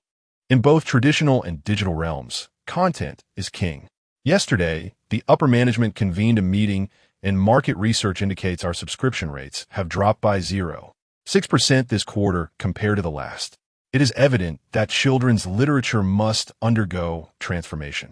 We have decided to launch a brand new column featuring a selection of exquisite fairy tales, alongside introducing several emerging writers. The upcoming issue will serve as a trial run, so the responsibility of our editorial department is substantial. In the next few days, please solicit contributions. If you encounter promising content, bring it to me. Time is short, and the task is weighty, so let us all put in our best efforts. As Wang Weimin concluded, Chu Hongmei was quick to support him. The chief editor is right. We cannot lag behind. I happen to have 2 news stories from the young writer Qiu Ji. This young talent is quite impressive. Perhaps you could provide some guidance. Chief editor. Wang Weimin smiled politely, well aware of Chu Hongmei and her connections, yet holding a respectable position himself. He regarded her largely as a tolerated presence. After encouraging the team with a few more words, he retreated to his office. The editors discussed the situation while lamenting the impending overtime. Yang Xiuxiu retrieved her notebook from her bag, glancing at Chu Hongmei as she entered the chief editor's office. Upon hearing about the premium column and the emerging writers initiative, she immediately thought of Lu Qingfeng and the manuscript in her possession. Although she had faith in her own evaluative skills, her recent entry into the editorial world left her feeling somewhat uncertain. Despite the chief editor's assurance that commendable manuscripts could be brought directly to him, she still desired a second opinion. With this in mind, she approached Qian Yoxin. Upon hearing her request, he readily agreed, smiling, "Sure, send it to my email. I'll take a look." Yang Xiuxiu placed her notebook before him. After a moment's pause, he chuckled, "Xiaoyang, the author you're submitting is quite the character. Using a student notebook for submissions is a first for me." Yang Xiuxiu smiled knowingly, recalling Lu Qingfeng's eyes. For reasons unknown, they formed the deepest impression of youth in her heart. Qian Yoxin began to peruse the notebook, noting the scattered concepts at the beginning. As he delved into the main text, he fell silent, immersing himself in the reading. The first tale, The Little Match Girl, was brief and quickly finished. Instead of flipping forward, he reread it, closing his eyes for contemplation before moving on to the next piece. The Ugly Duckling, being lengthier, warranted a more meticulous examination. It took him half an hour to complete both stories. At that moment, Chu Hongmei emerged, radiating satisfaction, her demeanor suggesting she had successfully recommended her manuscript. "Qianbian, what do you think?" Yang Xiuxiu inquired. Qian Yoxin lifted his teacup for a sip, reclining in his chair with an air of contentment, simply stating, "Go ahead." He offered no further comment, yet Yang Xiuxiu's face lit up with joy. The editorial team was well aware of Qian Yoxin's habits. Whenever he encountered a remarkable story, he exhibited this particular reaction. According to his own words, it was a matter of promoting tea with literature, a refined pleasure of life. His discerning taste was evident. Having mentored numerous renowned children's authors, and it had become increasingly rare to witness such enthusiasm from him in recent years. When it appeared, it signified assurance. "Thank you for your assistance, Qianbian," Yang Xiuxiu said, taking the notebook to the chief editor's office. Meanwhile, Chu Hongmei was boasting to others about the excellence of her recommended article. Noticing Yang Xiuxiu's movement, she called out, "Xiaoyang, do you have a manuscript? Let me take a look." Don't waste Chief Editor Wang's time with an inferior submission. Yang Xiuxiu smiled gently. "No need. I've already had Qianbian review it." With that, she politely bowed her head and entered the chief editor's office. Chu Hongmei's expression soured, and she muttered discontentedly about the younger generation's lack of respect for their elders and their inability to appreciate kindness. The editorial team had long grown accustomed to her temperament, choosing to ignore her. 10 minutes later, Yang Xiuxiu emerged, her face aglow with happiness, clearly having received affirmation for her manuscript. Chu Hongmei's discontent deepened, though she plastered on a smile, saying, "Congratulations, Xiaoyang. It's quite an achievement for a newcomer to secure a spot in the premium column." Yang Xiuxiu humbly replied, "It has little to do with me. The essence lies in the writer's story." Upon hearing this, Chu Hongmei immediately retorted with a hint of condescension. "Xiaoyang, your perspective is misguided. While it is true that exceptional writers are not rare, The presence of a discerning editor is indeed uncommon. Even the most talented authors may not have their opportunities unfold without our endorsement. She then shifted her tone. I heard from Chief Editor Wang that a new column will be launched featuring audience preference surveys. Let us compete and see whose submissions garner the most acclaim. What do you say? Xiaoyang felt there was no need for such competition and was about to voice her thoughts when Old Qian interjected. I believe Old Chu's suggestion is commendable. A healthy rivalry could indeed foster our creativity, and the establishment of a quality column would bolster our enthusiasm as editors. Xiaoyang, why not engage in a friendly contest with your elder sister Chu? With Old Qian's endorsement, Chu Hongmei felt elated. Thus, matters were settled. Xiaoyang, though reluctant, nodded in agreement. Chapter 12. Let the bullets fly. For a while, Lu Qingfeng was unaware of the events unfolding at the magazine office. As he grappled with his own dilemmas, the news of his participation in the new concept writing competition and his submission to the magazine circulated within a small circle, albeit not unexpectedly. Such occurrences were quite the topic of discussion at the third high school, which was not renowned for its academic prowess. Furthermore, the protagonist of this narrative was none other than the student who ranked at the bottom of his grade, adding an extra layer of intrigue. Have you heard? Lu Qingfeng from Class 2 of the third year is entering the new concept writing competition and has submitted a piece to the magazine. Who is Lu Qingfeng, you ask? Ah, he is the one with abysmal grades, the very last in his class. Can you believe the audacity? Our classmate Dai Tingting, who aces every assignment, once submitted work too, but it was rejected. How ironic. After the third period, while heading to the restroom with Lu Xian and others, Lu Qingfeng overheard this banter. He listened intently as his peers dissected the gossip surrounding him. You're unaware, but there's more to this story. A student, not particularly tall and clad in sneakers, adjusted his glasses with a flourish, the lenses gleaming in the sunlight. With one hand tucked in his pocket and a smirk adorning his face, he appeared to be the mastermind behind the intrigue. This gesture and expression reminded Lu Qingfeng of a certain infamous elementary school detective. The two classmates beside this detective egged him on. What is this hidden truth? Do tell. With a playful flick of his bangs, the student posed another question. Do you know who the senior was before? The classmates shook their heads in unison. He was once a star in the entertainment industry. Lu Qingfeng internally scoffed. Feeling overly exalted, he had merely been a second-rate artist, indulging in self-absorbed antics within a small circle.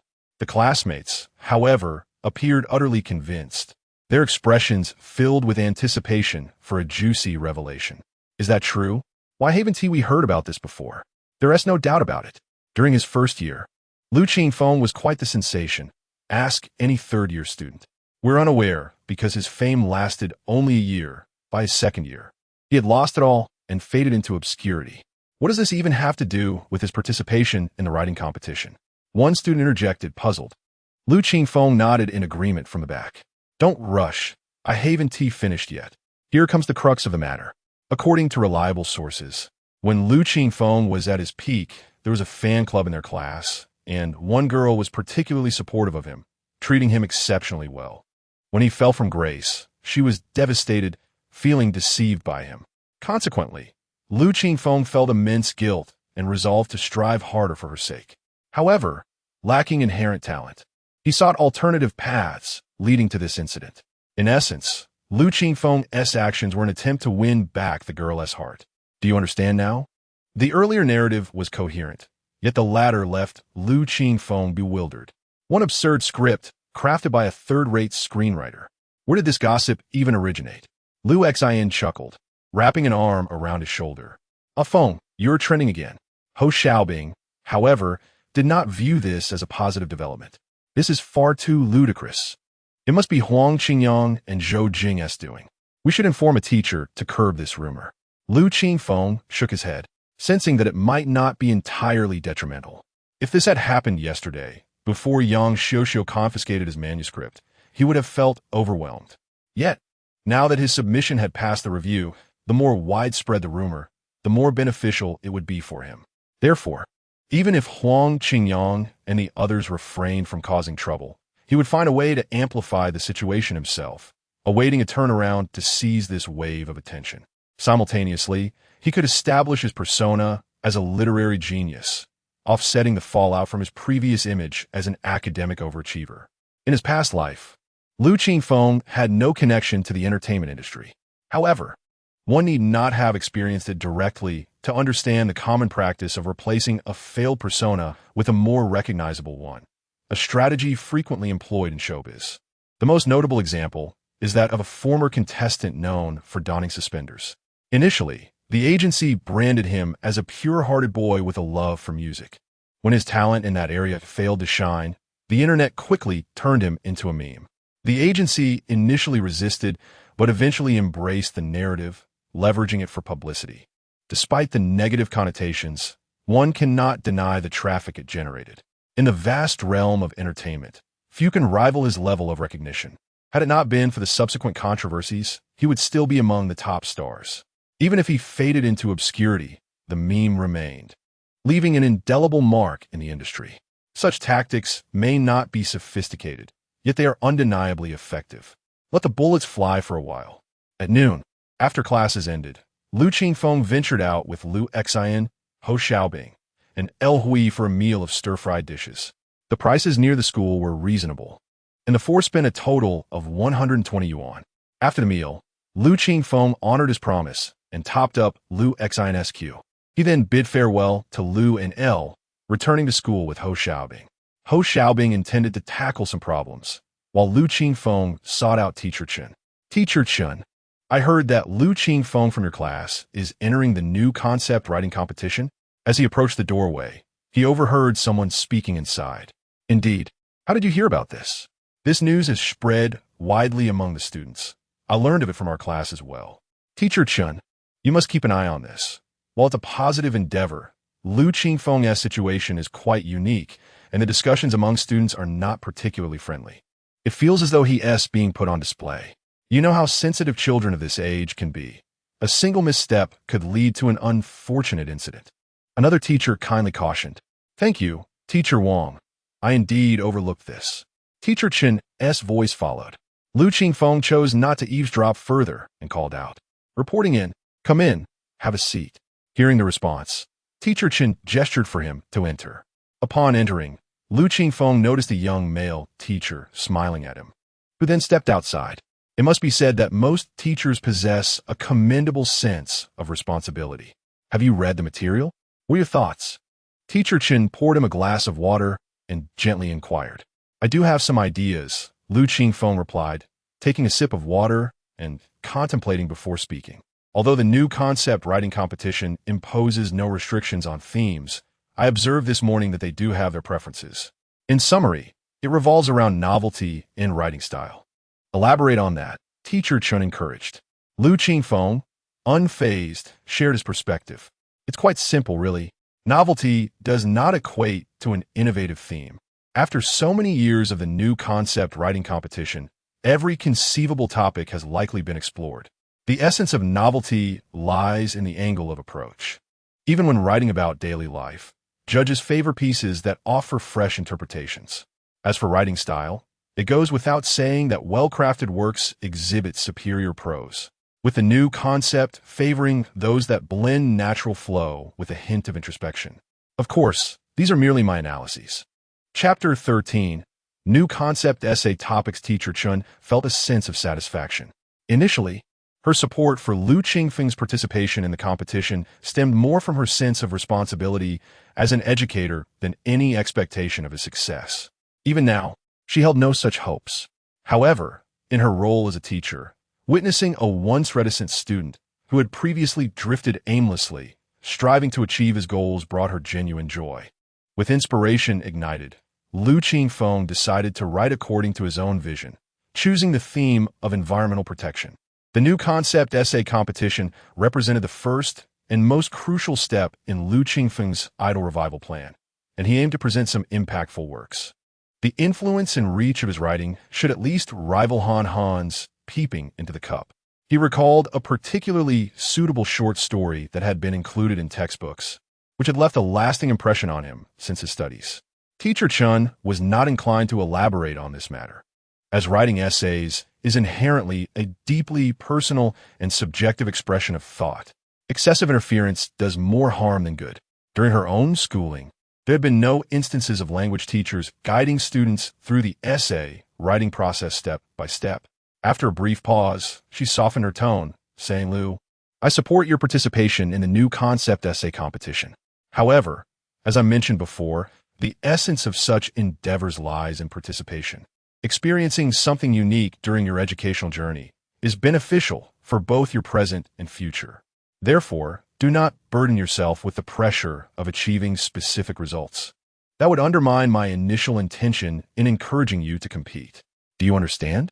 Lu Qingfeng naturally recognized the reason behind her words and felt no need to share his thoughts with this diligent teacher. For now, he would simply play the role of an obedient student. "I understand, teacher." Later that evening, upon returning home from school, Lu Qingfeng assessed his financial situation. He had spent 10 yuan on breakfast and had not spent much on dinner at the school cafeteria.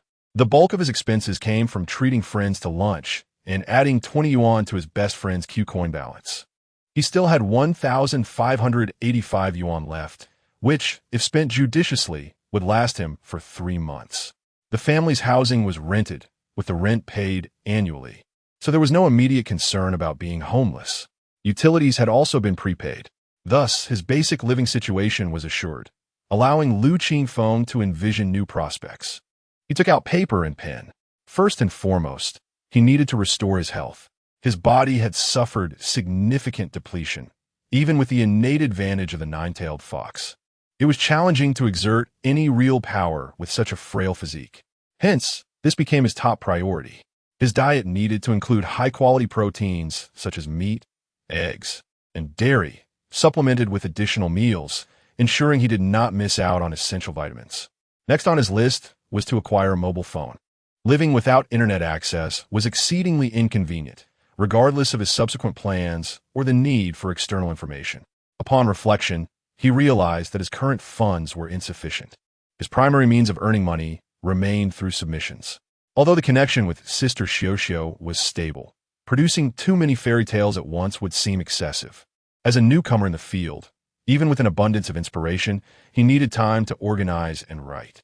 He contemplated this, determining it was time to expand his submission avenues. Just as he resolved to tidy up and seek out young Xiao, a knock on the door interrupted him. Upon opening the door, he was greeted by a graceful girl in casual attire. "Sister Xiao, I guess you would be getting out of school around now. So I timed my visit perfectly."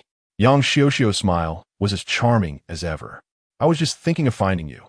Come in and have a seat." Lu Qingfeng welcomed her inside, but felt slightly embarrassed about the state of his home. There was little to offer in terms of hospitality, and he had not even boiled water. He brought over the only piece of furniture, a plastic stool.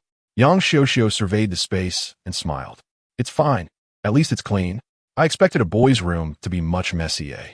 You don't need to fuss over me. I came to share some good news. Your 2 submissions will be published in this month's magazine." "Congratulations, Teacher Lu. How could it be so soon?" Lu Qingfeng asked, astonished. After submitting his work, he had learned that children's literature was released on the 10th of each month. The entire process, from soliciting submissions to layout, publication, and finally distribution, was quite elaborate. Typically, all articles would be confirmed before layout, and with 3 days already past this month, the magazine should have entered the final stages of publication. The rapid turnaround felt almost miraculous. Although it was indeed good news for him, this month was particularly special as a new column had been added within the magazine structure. Yang Xiao explained the details of the premium section to him, then added, "Qingfeng, this is a wonderful opportunity for you. Your writing talent is exceptional, and you could easily become a professional author in the future.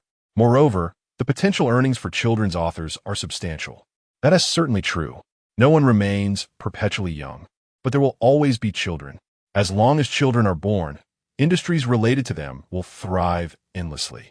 Renowned children's authors never have to worry about financial stability. He recalled a famous fairy tale writer from his previous life, Zheng Yuanjie, who had consistently topped wealth rankings through his beloved characters. Of course, quality is paramount in writing. "Have you had any inspiration recently? Write a few more pieces for me." Yang Xiao looked at him expectantly, as this was the primary reason for her visit.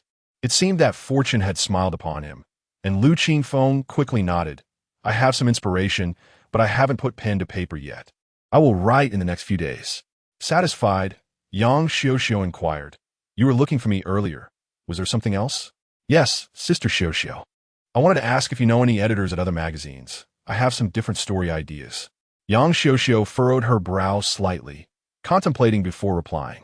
I do know a few editors at other magazines, but Qingfeng, 1's energy is limited. You've demonstrated remarkable talent in fairy tales. It might be wise to focus on that for now and consider branching out once you've established yourself. Her intentions were well-meaning, and her advice was grounded in reality. Typically, new writers would not leap across genres at the outset. Yet, Lu Qingfeng's circumstances were not typical. I understand, Sister Xiaoxiao. I just want to give it a try. He offered a casual justification, and upon hearing this, Yang Xiaoxiao ceased to object. However, she secretly resolved that if his current submission did not succeed, she would guide him back to applying his talents in the right direction. After providing him with the contact information and email addresses of several editors, Lu Qingfeng diligently noted them down. Once they concluded their discussion, Yang Xiaoxiao said, all authors who contribute to this month's magazine will receive a copy of the issue. Would you like me to bring yours back for you? Lu Qingfeng's eyes brightened. No, Sister Xiaoxiao. Could I trouble you with one more thing? He then elaborated on his thoughts. Yang Xiaoxiao found it amusing, but ultimately agreed. This boy was finally displaying some semblance of a high school student. Chapter 14. A sample issue of children's literature arrives at school time, flows at a leisurely pace. And a day in the life of a senior high school student stretches endlessly. Each day is consumed by examinations or the journey towards them, with academic pursuits remaining the perennial focus. While a select few academic prodigies navigate the vast ocean of knowledge with ease, the majority find themselves struggling to stay afloat. Lu Qingfeng, however, possesses a remarkable talent. He merely dips his toes in the water at the shoreline. He is acutely aware that he lacks the prospects of gaining admission to university through conventional study, having resigned himself to this truth early on, choosing instead to immerse himself in writing.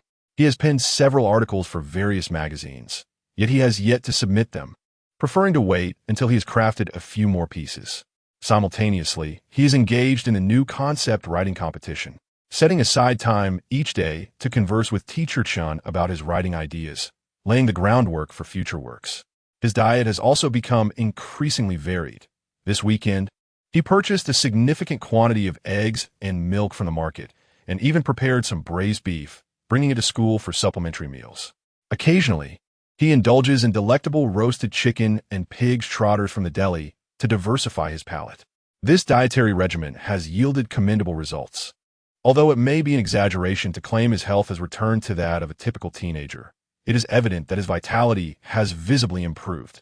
His complexion is no longer sallow, and his once gaunt face has begun to fill out. When Lu Qingfeng gazes into the mirror, he finds himself far more agreeable to the eye than when he first traversed into this world. In due time, he intends to incorporate exercise into his routine.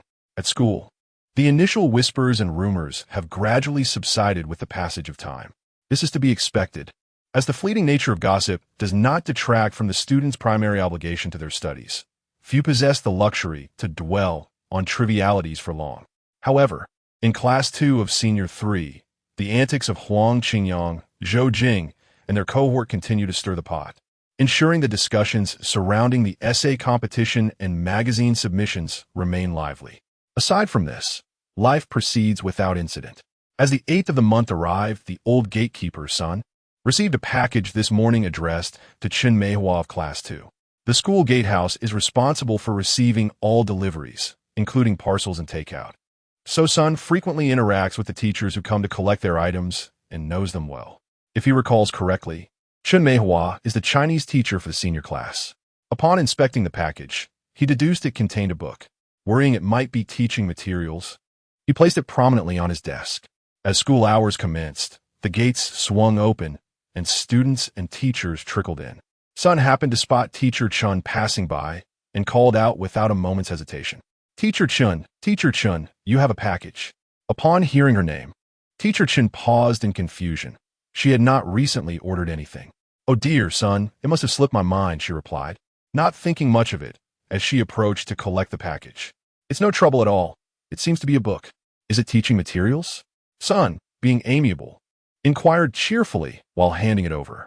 It should be, Teacher Chen replied, equally uncertain of its contents. After a brief exchange of pleasantries, she departed. Returning to her office, she intended to utilize the first period of self-study for her 7th class to conduct a quiz, leaving no time to inspect the package. After the exam concluded, she returned to her office to grade assignments, momentarily forgetting about the package. It was not until the 2nd period ended, her mind still swirling from reviewing exam papers, that she noticed the package. What is this? She wondered, setting down her pen to unwrap it.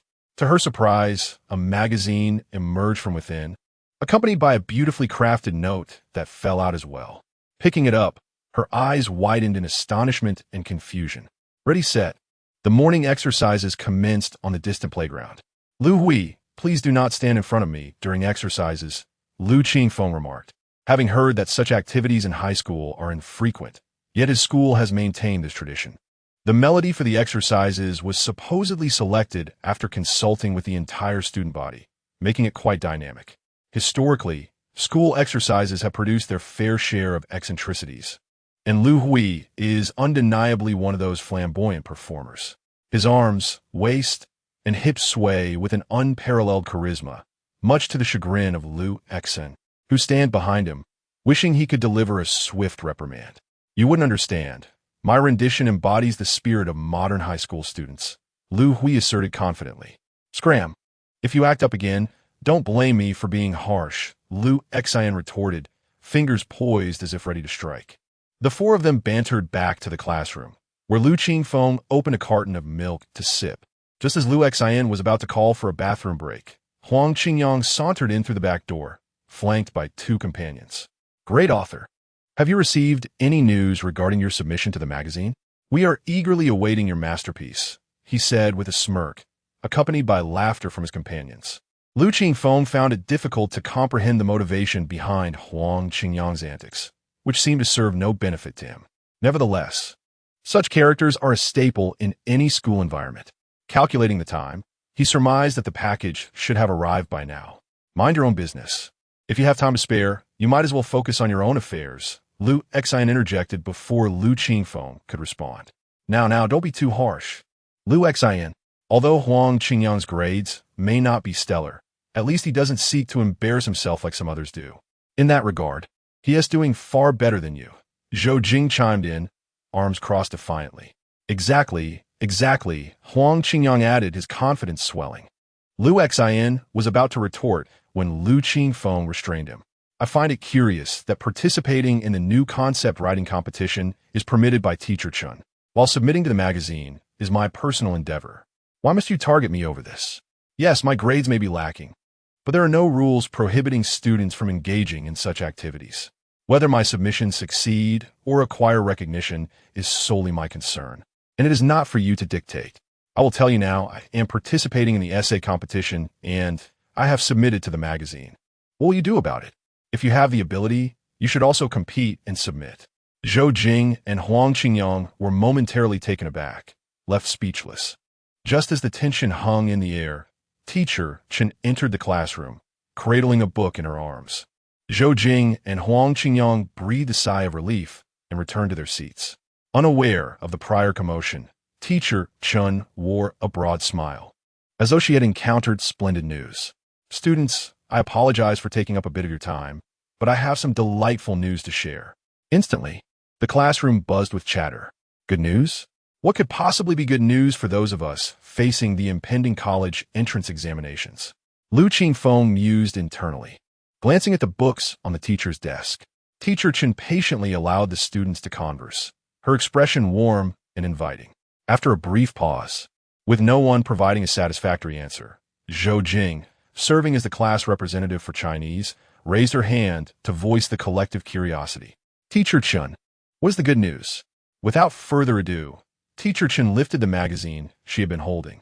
One of our classmates has had their article published in Children's Literature magazine. Chapter 15. The reason why the ugly duckling can transform into a beautiful swan. Class 2 of the senior year suddenly descended into an unusual silence. Someone instinctively turned to glance at the corner of the back row. while Zhou Jing and Huang Qingyang were still stirring up trouble over this matter. Teacher Chen announced the magazine publication, making it hard not to draw associations. Lu Qingfeng remained calm. Everything was proceeding according to plan, even more perfectly than anticipated. He even mentally added flair to his performance. Step aside, I am about to impress. Among the crowd, the most complex emotions naturally belonged to Zhou Jing and Huang Qingyang. Huang Qingyang's face flushed slightly, embodying a sense of helplessness as if a storm were brewing, perhaps recalling the bold proclamation he made days ago. Zhou Jing held onto a flicker of hope. Teacher, which student is it? Her voice trembled with a mix of indignation and anticipation, yearning for the truth to be unveiled while secretly wishing it was all just a dream. Teacher Chen beamed, his voice resonant. It is Lu Qingfeng. A flash of realization struck, and Zhou Jing shrank into herself, speechless. Huang Qingyang began contemplating how to extricate himself, hoping everyone had forgotten his prior boast about clearing the toilets. At that moment, the classroom erupted like a pot of boiling oil, bursting with excitement. Wow, impressive. He usually keeps a low profile and his grades aren't stellar. Who knew he had this talent? I suspect it's one of those low-quality magazines. Regardless, it's still remarkable. What does it matter? No points for the college entrance exam. I'm more curious about what he wrote. The students fervently debated, each contributing their thoughts. Teacher, Lu Xan exclaimed, stepping onto a chair, arm raised high. Read it to us. Many echoed his enthusiasm. Someone posed a pivotal question. Teacher, what children's literature magazine are you referring to? Zhou Jing, previously despondent, suddenly perked up. Indeed, even a random pamphlet from a men's clinic could be considered a magazine. The quality of the publication matters. For those students indifferent to such distinctions, discerning the value of these magazines was challenging. What if Lu Qingfeng carelessly submitted to a disreputable magazine and got accepted? Zhou Jing felt compelled to clarify this matter. Ding dong. The class bell rang. Teacher Chen gestured for quiet, calming the restless classroom. Since everyone is interested, let us turn this into a relaxing extracurricular lesson. Cheers erupted from the students. Teacher, you should introduce the magazine to us. Yet, Zhou Jing was eager to confirm her suspicions. All right, let me introduce it. I only learned about it after receiving the magazine myself. Teacher Chen held up the magazine for all to see. The cover featured a whimsical, colorful drawing, with children's literature boldly inscribed in red at the top. There were several logos indicating the publishing unit, with the publication number at the bottom. This magazine was the foremost children's literature publication in our country, founded in the 1960s, boasting a history of 60 years. Many well-known fairy tales, such as The Magic Brush and The Flying Antelope, were serialized within its pages. Notably, some esteemed authors like Yi Shangtao, Bing Xian, and Mao Dun were involved in its inception. Thus, having an article published in it was an extraordinary achievement. Wow, the crowd exclaimed. While students might not grasp the significance of other authors, tales like The Magic Brush and The Flying Antelope appeared in textbooks, and the listed authors were among the most revered in the nation. Such comparisons illuminated the importance of children's literature. No wonder it excited a language teacher like her. Zhou Jing, however, fell completely silent. She wished for nothing more than to disappear. A fresh wave of discussion swept through the classroom, with glances directed at the boy in the back row. Lu Qingfeng maintained a composed facade, yet internally, he reveled in the success of his initial plan to rehabilitate his tarnished reputation. His meticulous plotting was not in vain. Next, there would be a collective appreciation of his literary work, guided by Teacher Chen. In truth, pride mingled with embarrassment, akin to the experience of a budding author whose family discovers their online novel and boasts about it. However, this was legitimate literature. It was not so severe, and he could adapt. Teacher Chen read with passionate expression, while the students listened intently. Yet, their inner thoughts remained unknown. After all, the little match girl and the ugly duckling were merely two fairy tales. The original author, Anderson, wrote in a simple style that might not captivate high school students. They had outgrown fairy tales and might even consider them less interesting than online novels. Nonetheless, Teacher Chen praised the work, prompting Lu Qingfeng to stand. Lu Qingfeng, share the inspiration behind these two stories. It was a common practice, When a student achieved unexpected success, teachers would encourage them to share, hoping to ignite a spark of enthusiasm in their peers. The effect was undoubtedly temporary, lasting perhaps only for the duration of the class. Lu Qingfeng, unfazed, stood and spoke. The inspiration for the little match girl came from Du Fu's poem, "The stench of wine and meat in rich homes, while frozen bones lie on a road." As for the ugly duckling, he paused for a moment. It reflects my own beautiful fantasies. The classroom fell into a brief silence. The ugly duckling, shunned by surrounding animals from birth, was forced to leave home, enduring numerous trials before finally blossoming into a magnificent swan. Teacher Chun could discern that Lu Qingfeng was writing about his own experiences, though the other students might not grasp the depth of it. When he spoke, some began to realize that their actions mirrored those of the animals in the story, prompting reflections on their own behavior. Huang Qingyang's eyes widened as he recalled a passage from the ugly duckling. The ugly duckling expressed a desire to swim, only to be chastised by the short-legged hen for daydreaming instead of learning to lay eggs. The ugly duckling retorted, "You do not understand me." The hen, infuriated, argued, "Go ask the gentleman cat if he wishes to go into the water, or if the owner of the cottage would allow the water to reach above his head. Can you be wiser than us? We only wish the best for you." This was akin to his own dismissive remarks toward Lu Qingfeng, as if he were a less talented version of the boy. Teacher Chen sensed the sudden somber shift in mood. However, she did not want this sentiment to linger. Clapping her hands to regain attention, she said, "Everyone, Lu Qingfeng's personal journey teaches us that even if you feel ordinary now, as long as you harbor dreams, one day, you too can transform from an ugly duckling into a beautiful swan." Just as her words concluded, the bell rang for the end of class. Teacher Chun promptly announced dismissal. Lu Qingfeng took his seat, and Lu Hui, curious, inquired, "Was that truly the message you intended to convey?" As Teacher Chun suggested, Lu Qingfeng shot him a glance, his expression inscrutable. "Nonsense. The reason the ugly duckling can become a swan is that it was originally a swan egg." Lu. Chapter 16. The Shift in Persona. The proficient writer Teacher Chen departed, leaving behind the sample magazine and a letter for Lu Qingfeng, patting his shoulder as he exited the classroom. The moment Teacher Chen left, all 43 students of Class 2, Year 3, stirred. The sounds of desks and chairs scraping against the floor filled the room as they surged towards Lu Qingfeng's desk. The once overlooked student had suddenly transformed into the center of attention. Zhou Jing, sitting quietly, felt a twinge of nostalgia, recalling how popular Lu Qingfeng had been in their first year. Huang Qingyang initially intended to slip away unnoticed, returning to the classroom just before the next lesson began. But Lu Xin caught him in the act. "Huang Qingyang, do your previous words still hold weight? You claimed that if Ah Feng's article were published in a magazine, you would eat everything in the restroom. The magazine is here now. It's time for you to uphold your promise." Huang Qingyang's face turned crimson, yet he feigned bravado. "Of course it counts. Let us go to the restroom, and I'll eat." As he spoke, Lu Xin seized him, dragging him towards the exit. Huang Qingyang was unwilling, beads of sweat forming on his brow in the chilly spring air. "What's wrong, reluctant?" Lu Xin continued to pull him along, surrounded by classmates who were thoroughly entertained by the spectacle. In a moment of cleverness, Huang Qingyang retorted, "Who said I'm unwilling? You go fetch it, and I'll eat." A chorus of disgust arose from the crowd. "That's revolting." Huang Qingyang, feeling smug, placed his hands on his hips. "You go ahead. If you dig it out, I'll eat." "Fine, just wait." Lu Xin, unable to tolerate Huang Qingyang's arrogance, insisted on the challenge. Huang Qingyang's expression turned pale. As the situation escalated, Lu Qingfeng intervened, grasping his friend's arm. Enough. He's just trying to fool you into eating." The surrounding students fell silent for a moment, then erupted into laughter. Huang Qingyang felt humiliated, wishing to vanish.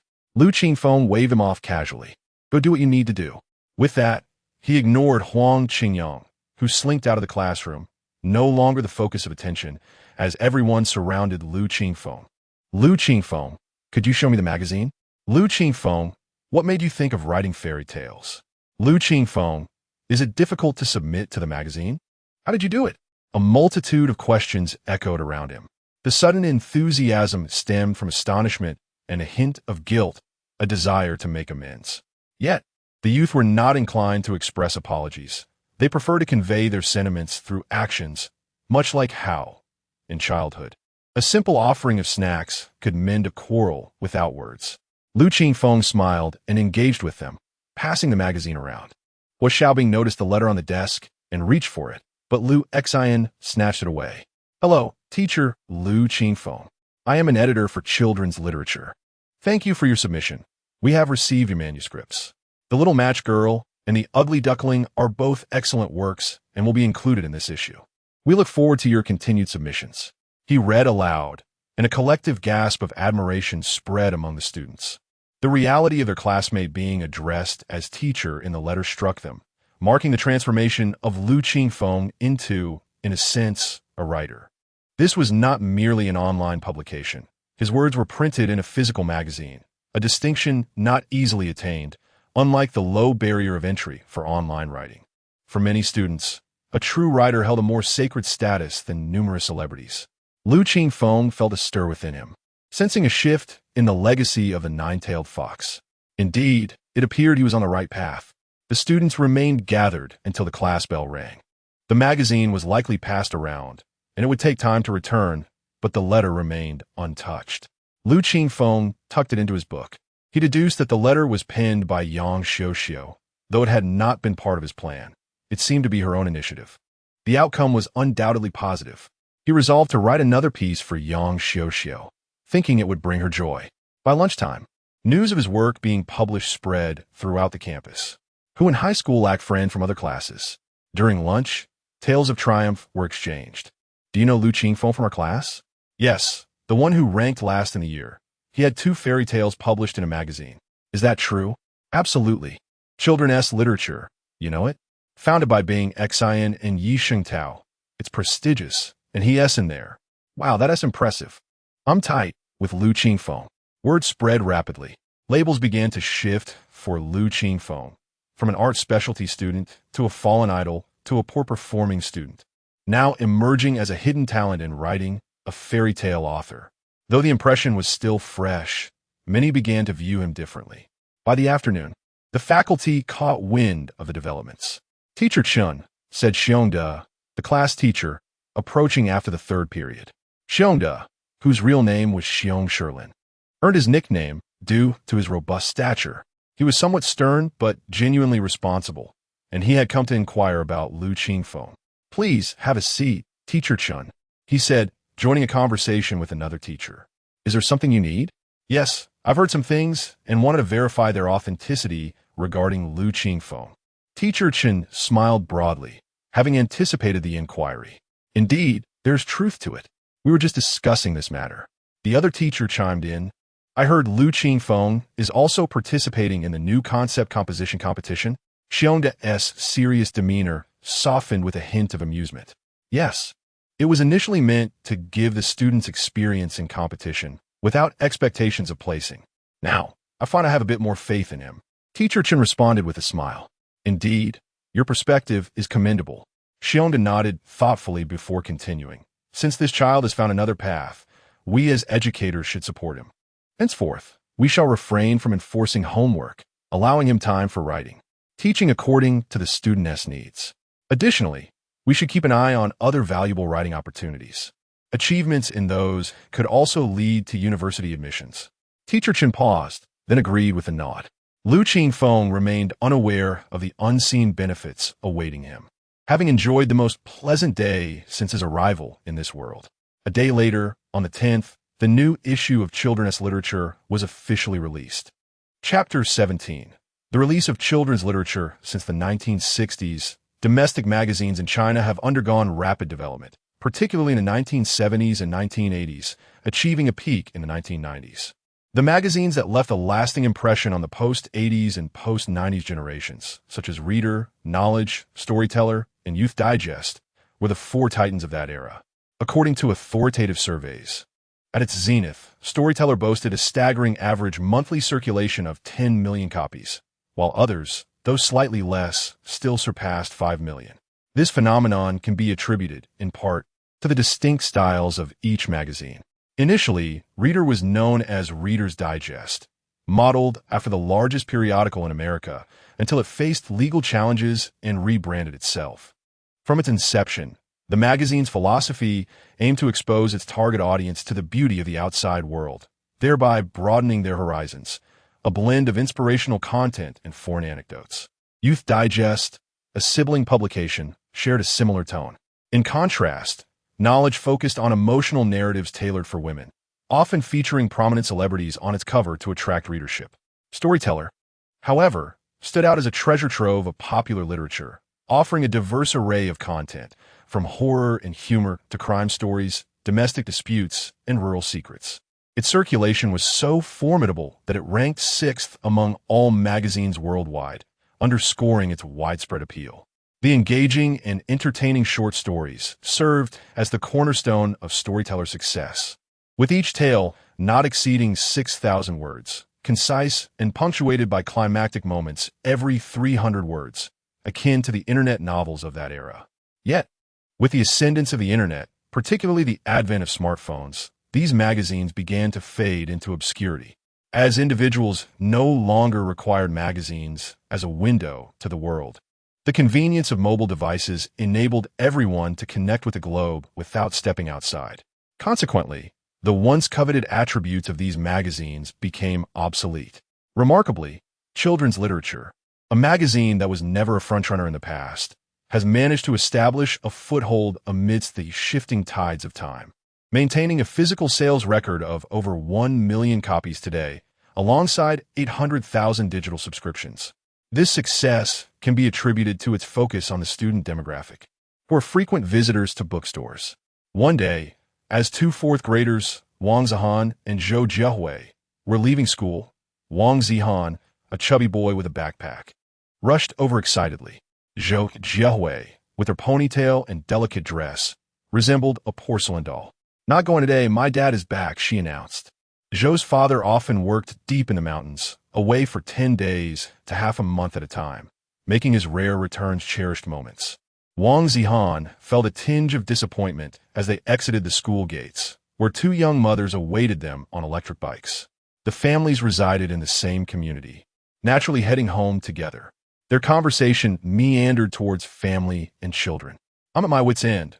Wang Zihan's vocabulary and reading comprehension have become a significant challenge.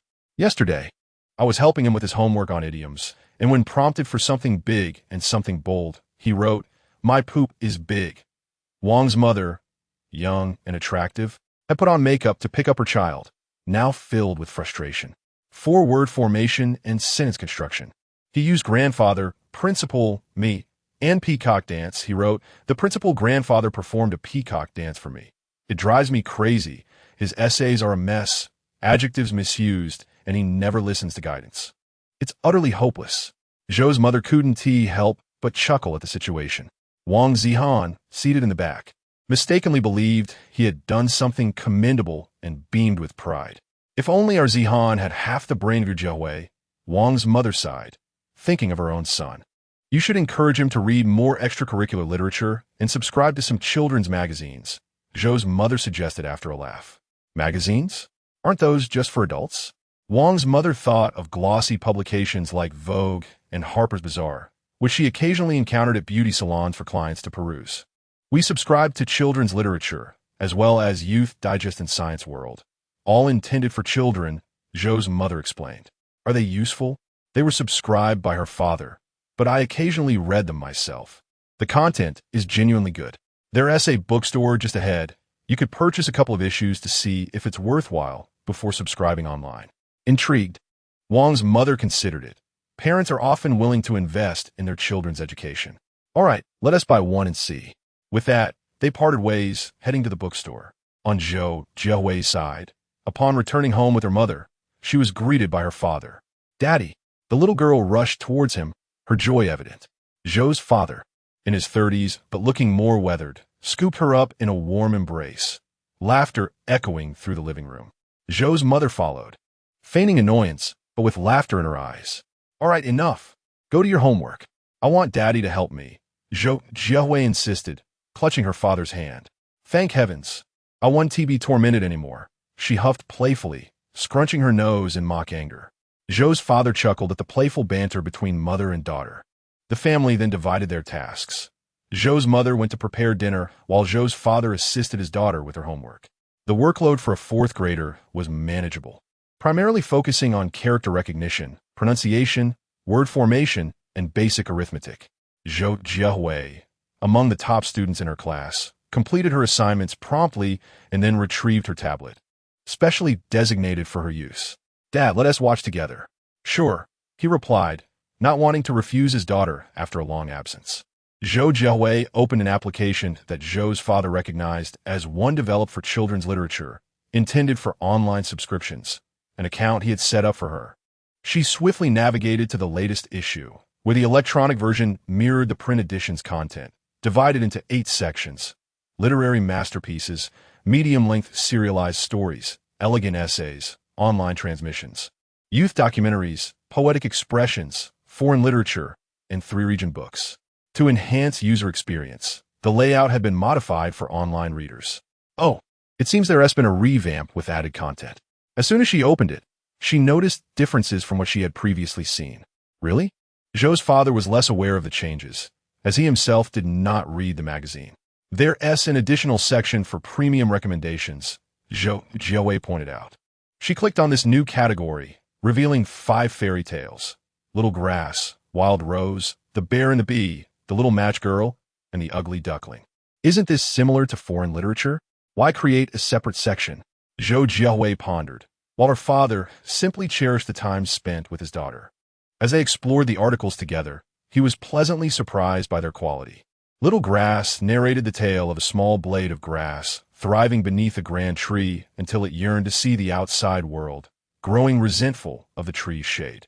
However, when the tree was removed, the grass had to face the external elements alone. The story explores the relationship between children and their parents. Wild Rose delves into a similar theme, and Zhou's father noted that both pieces were penned by the same author. Title: Bear and Bees. This tale is imbued with childlike whimsy, evoking a knowing smile upon its reading. However, its depth of thought is somewhat lacking. If given a choice, he would prefer the preceding 2 stories, not due to personal inclination, but because he perceives greater educational value within them. With 2 more stories remaining, one can only anticipate their quality, as Mr. Zhou finds himself harboring a subtle sense of expectation. Chapter 18. Reader Feedback and the Anomalies of the Nine-Tailed Fox Legacy. The Little Match Girl, from its title, offers little insight into the nature of the story. Zhou Ba habitually checked the author's background, a small quirk he maintained while reading. In his school days, he had harbored a dream of becoming a writer and would collect works from authors he deemed skilled, attempting to emulate their styles. Lu Qingfeng. No recollection of this name came to him, unlike the authors of the previous 2 stories, Qiuji, whose collection of fairy tales he had noticed while purchasing books for his daughter. Naturally, this thought flitted away without further contemplation. There are countless children's authors in the country, and aside from a few renowned ones, most remain obscure. As his daughter, Zhou Jiahui, opened the text, he focused on the words before him. The narrative began with a poignant premise. On the eve of the Lunar New Year, a destitute little girl, clad in ill-fitting slippers, sold matches on the street. Passers-by hurried by, indifferent to her plight. Cold and hungry, the girl sought refuge between 2 houses, believing it a sheltered spot, and struck a match. In its flickering light, the forlorn child beheld everything she yearned for.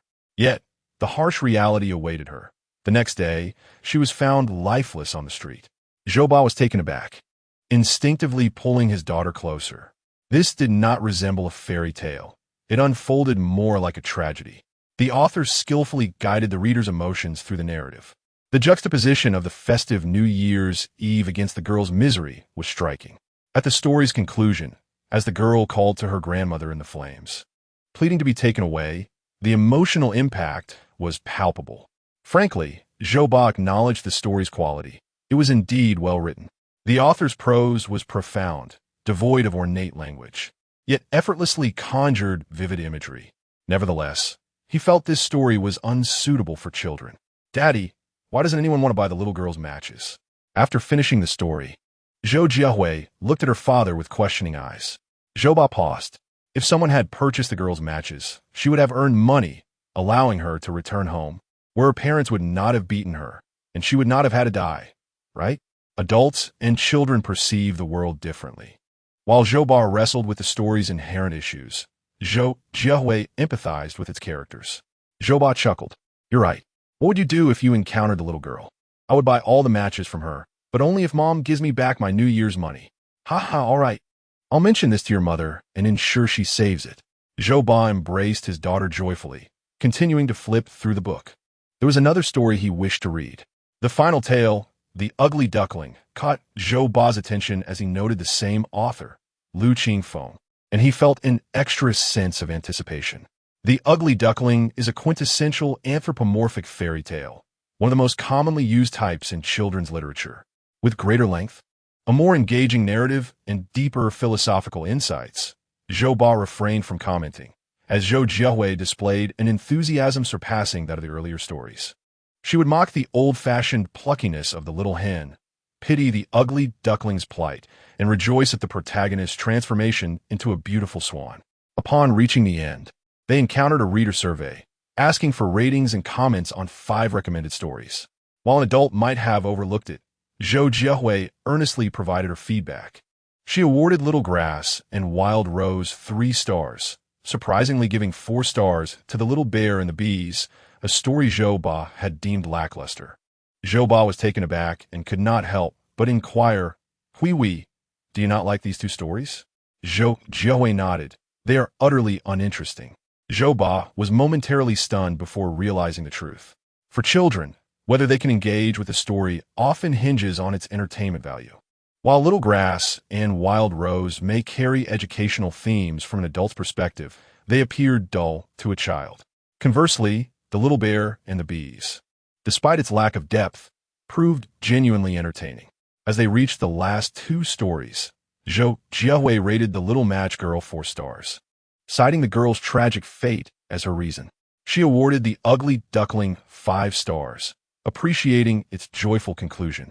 With a click, she submitted her ratings, exclaiming with the satisfaction of a small adult, as if she had accomplished something significant. Just as she was about to explore articles in other sections, Zhou Ma's voice called out, Wash your hands, dinner is ready. The father and daughter then left the desk. Instances like Zhou's family are rare. Most children read independently. The readership of children's literature primarily consists of upper-grade elementary and middle school students who have begun to develop their own aesthetic sensibilities. Feedback regarding new quality articles consistently flows back to the magazine. In about half a month, the club week would arrive. Have you prepared anything for your club? After evening study, Lu Qingfeng, along with Lu Xan, Ho Xiaobing, and El Hui, bought fried snacks from a stall near the school gate. El Hui broached a currently popular topic among students. What is there to prepare? It's always the same. Just put on a show, invite reporters for an interview, and call it a day. Ho Xiaobing chewed on a fried chicken strip and grumbled. Lu Xian nodded in agreement. The third high school is not a prestigious institution. Its admission rates do not rank highly in the city. However, it still offers the requisite activities. For students, high school clubs hold little significance. Participation occurs, but there is scant time for engaging with club activities. After all, education in the country is not akin to the joyous learning experiences found in Japan or America. School ends at 2:30 p.m., allowing time for students to partake in club life. Thus, Club Week was instituted. Each semester, one afternoon is designated for students to fully engage in club activities. While the initiative is commendable, few schools can implement it effectively. Having a single day free is already a feat, let alone an entire week. Furthermore, typically only first and second-year students participate. Third-year students have their own responsibilities. This is the harsh reality. Schools, teachers, and parents are all focused on students' grades, with no one willing to shoulder the responsibility of declining performance. For instance, Ho Xiaobing did not join a club, as he lacked the time. Liu Xin, on the other hand, did not mind the lack of structure. Lu Xian, tall and robust, joined the basketball club, while El Hui participated in the table tennis club. Lu Qingfeng only recently discovered he was a member of the film club. The basketball club is hosting a 5-on-5 competition. The table tennis club is doing something similar. What about you? Still making shorts in the film club? Huh? I don't know. Lu Qingfeng absent-mindedly chewed on a fried fish, his mind far removed from the conversation. Since the news of his article's publication in the magazine had spread through the school 2 days prior, he had felt the stirring of the nine-tailed fox legacy within him intensify. Today, with the release of children's literature, he sensed these occurrences becoming increasingly frequent and potent. By evening, he felt he was on the brink of the second activation. Chapter 19. New talent. 2 days passed until the morning of the 13th, during the third period, when Lu Qingfeng felt a tremor deep within his consciousness, originating from the nine-tailed fox inheritance. Soon, a refreshing aura spread from the depths of his mind, enveloping his entire being. He sensed a sudden enhancement in his perception of the external world, particularly his sensitivity to sound. He heard the whisper of the wind rustling through the treetops outside, the smacking sound of his deskmate, El Hui, indulging in Tang Seng's meat, the fidgeting noises of Lu Qingfeng shifting restlessly on his chair, and the focused scribbling of Ho Xiaobing as his pen danced across the paper. The English teacher was lecturing at the podium, while students below exhibited various postures. These myriad sounds converged in his ears, creating a harmonious melody of distinct yet interwoven tones. With a mere thought, Lu Qingfeng realized this was his newfound bloodline talent, absolute pitch. In reality, absolute pitch is not as exaggerated as it sounds. It is the ability to discern the intervals and pitches of sounds without a reference note. In contrast, relative pitch involves identifying sounds with a reference point, a skill that most people can acquire through practice, particularly those engaged in music. Absolute pitch, however, is quite rare. The talent he obtained from his inheritance resembled a plus-max version, not only amplifying his sensitivity to sound, but also endowing him with an unimaginable aptitude for music. He could swiftly master various instruments and grasp music theory concepts with ease. What a remarkable gift! Lu Qingfeng pulled out his planning notebook and retrieved a pen. He did not believe that being an idol necessitated singing ability, yet with so many classic songs in his mind, it would indeed be a waste not to utilize them. Furthermore, producing albums and holding concerts could easily generate income. During this time, he had also learned that the music market in this world was relatively prosperous, with the public willing to pay for good songs, a lucrative opportunity not to be missed.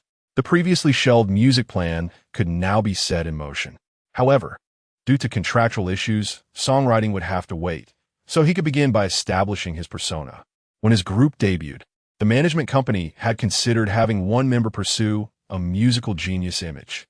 However, as a small company with limited resources, they could not find a reliable ghostwriter, and thus the idea was abandoned.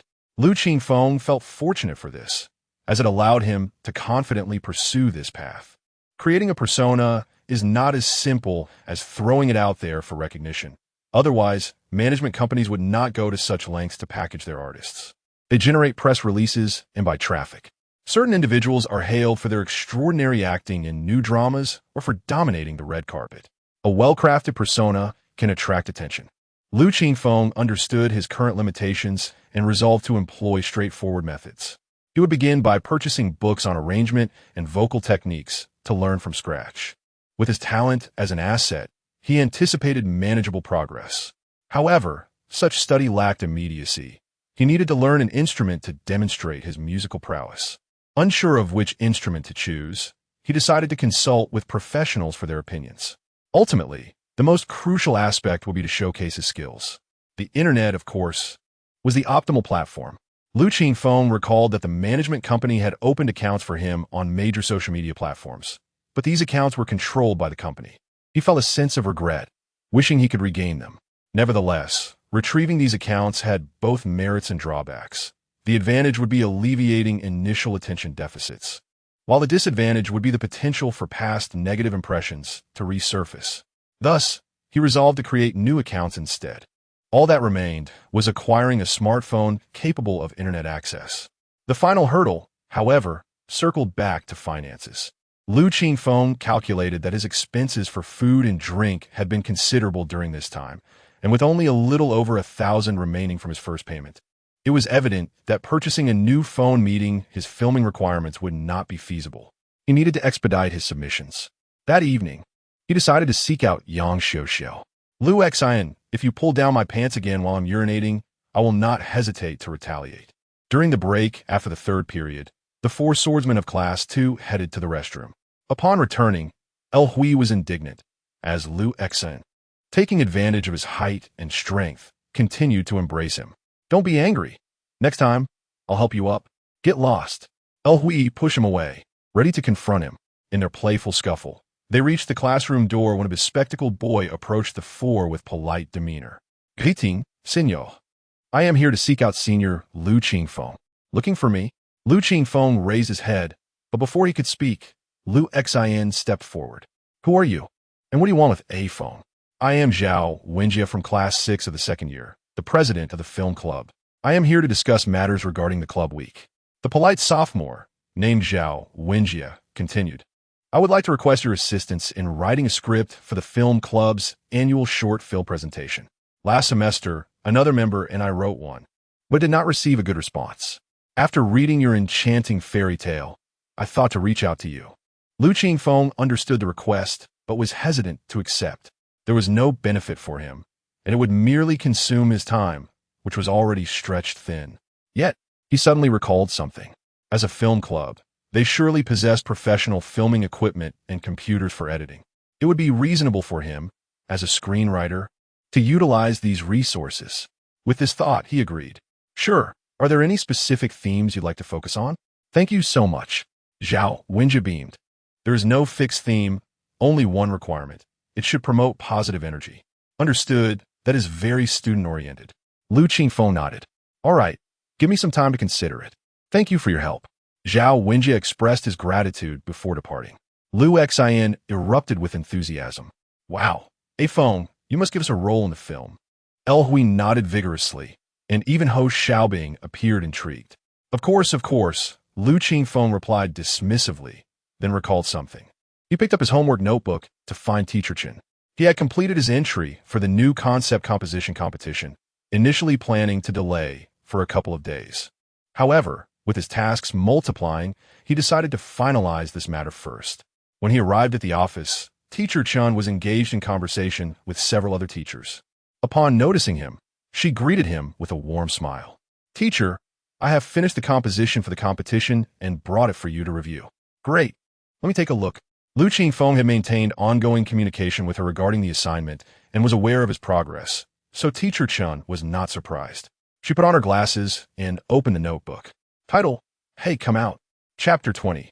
Hey, Come Out. The title seems somewhat peculiar, appearing at odds with Lu Qingfeng's original intention of writing an environmental-themed piece.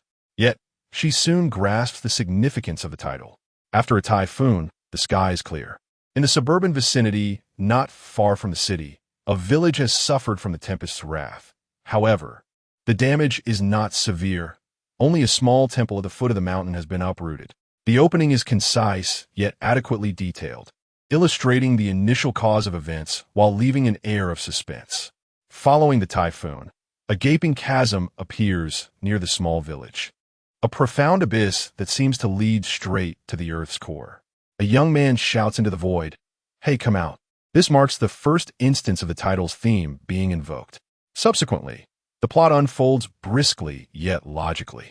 The existence of the chasm becomes known to the outside world, attracting journalists, experts, and businessmen alike.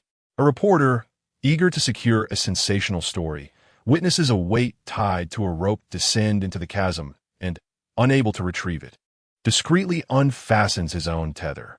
Experts, after various studies yielding no conclusive results, propose to fill the chasm to safeguard their own authority. Ultimately, the chasm is exchanged for a brand new temple complete with a plaza, courtesy of the businessmen. They establish a company that utilizes the chasm for waste disposal, casting refuse into its depths.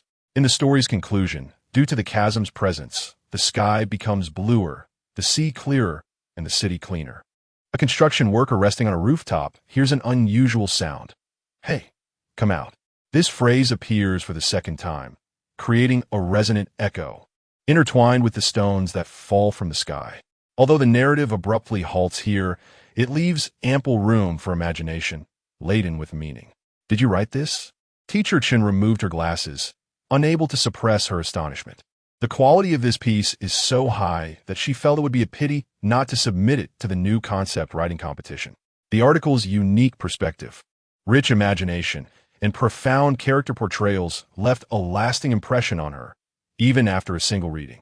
While the beginning seemed to stray from the environmental theme, the twist at the end is intricately woven and undoubtedly the most breathtaking aspect of the entire work.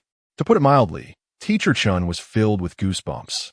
It's mainly due to your insightful guidance. I always gain a lot from our discussions, Lu Qingfeng remarked with high emotional intelligence, feeling fortunate to have been well prepared.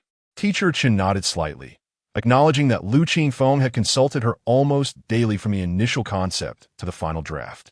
Thus, there was little room for doubt. However, the effectiveness of the piece ultimately depends on the author's skill in penning it down.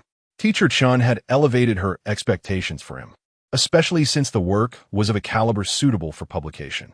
Yet, she did not anticipate that he would produce such an exceptional piece. This kind of work would have no issues in either the preliminary or semi-final rounds. Come to my office today at noon, transfer it to my computer, and we'll submit it directly, Teacher Chen instructed. All right, Lu Qingfeng readily agreed. There's one more thing. Just as he was about to take his leave, Teacher Chen called him back. Your homeroom teacher visited me previously to discuss your writing.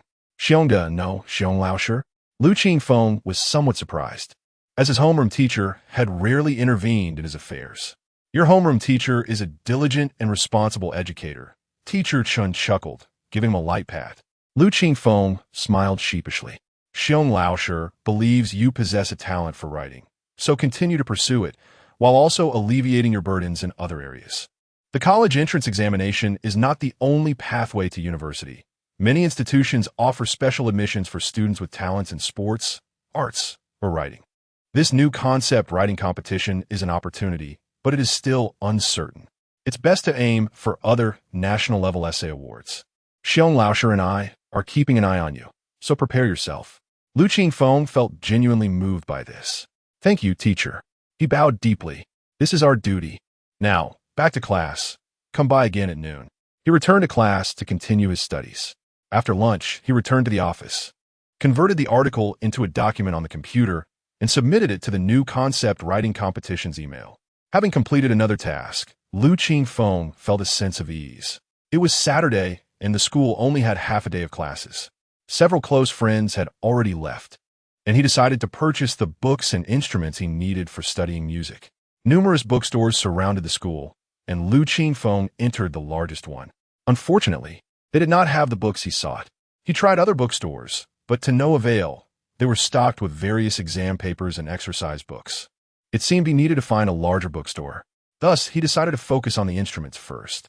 Interestingly, there were plenty of music shops near the school, likely due to the many art students attending the school. He stepped into a shop named Tianyi Musical Instruments. According to the sign, they sold instruments and provided lessons. Inside, a young woman was idly playing on her phone. Upon hearing the entrance, she quickly stood up. Welcome, classmate. How may I assist you? I would like to choose an instrument, something like. Lu Qingfeng gestured, uncertain of what he wanted. Guitar, harmonica, or ukulele. The woman, likely not yet 30, recognized that Lu Qingfeng was probably inexperienced and had only recently developed an interest in music rather than being a professional art student. Thus, she suggested these options, as they were easy to learn and popular among enthusiasts. No, what is the most difficult instrument to learn here? Lu Qingfeng specified his request, adding, but should it be too expensive or too large?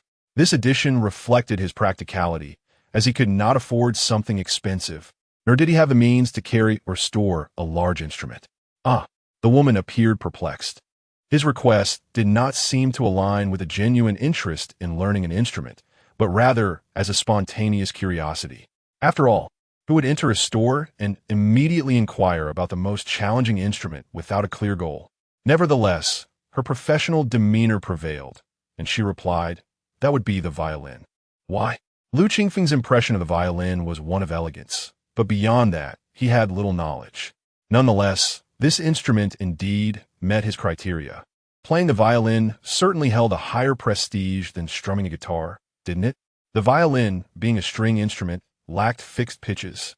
The sound produced required one to discern it through ear training, a feat many could not achieve. Moreover, mastering the bowing technique and the coordination between the left and right hands necessitated prolonged practice. Achieving even a basic level of proficiency could take an ordinary person about a year, whereas other instruments might only require 3 months. Chapter 21. Bargaining to the artery, is it truly that challenging? A year to grasp the basics seems rather exaggerated to Lu Qingfeng. Had he not possessed the gift of absolute pitch, he would have certainly refrained from wasting his time. Yet, now he has resolved to take on the challenge. Moreover, the more difficult it is, the more it showcases his musical talent. Indeed, if one merely pursues it out of fleeting interest, I would not recommend the violin, as the lack of positive feedback from prolonged practice can easily lead to abandonment. To be frank, it might be a bit late for you to start now, making significant achievements quite difficult. The girl assisting him is rather conscientious, choosing honesty over flattery for the sake of business. All right then, I would like to purchase a violin. Lu Qingfeng states, growing increasingly convinced that the violin is a commendable choice. The girl in the instrument shop rolls her eyes, realizing her previous comments were in vain. However, since he is eager to buy, it would be unreasonable to turn away potential business. What are you looking for? She asks, assessing his apparent lack of knowledge about violins. Tell me your budget. Affordable, functional, suitable for a novice like me, Lu Qingfeng replies. In other words, good cost-performance ratio. Follow me, she beckons, leading him to a display of violins. She hands him a deep red instrument, stating, "This is the Vlinus TL408, an entry-level violin crafted from spruce wood for the body, with a patterned maple back, ebony fittings, hand-painted and meticulously inlaid. Although it is a domestic brand, it offers remarkable value and can also serve as an intermediate instrument." Lu Qingfeng examines it closely, yet cannot discern its qualities and immediately inquires about the price. How much is it? The official price is $10.99, but since it's your first visit, I can offer it to you for $10.50. Lu Qingfeng gasps. That price is exorbitant for me. I would have to spend my entire savings. He recalls seeing cheaper options online and begins to negotiate. The violins priced at a few hundred or even over $100 are made from inferior materials and exhibit poor craftsmanship. They are hardly distinguishable from firewood. For a novice, starting with such an instrument would be disastrous. The quality of sound and tone is crucial in violin playing, and a subpar violin will only hinder a beginner's ability to assess these qualities accurately. If you genuinely wish to learn, it is best to invest in a good instrument. Convinced yet financially constrained, Lu Qingfeng gazes earnestly at her. "Sister, I truly want to learn the violin, but as a student, my funds are limited. Could you perhaps offer me a discount?" The girl instinctively prepares to refuse.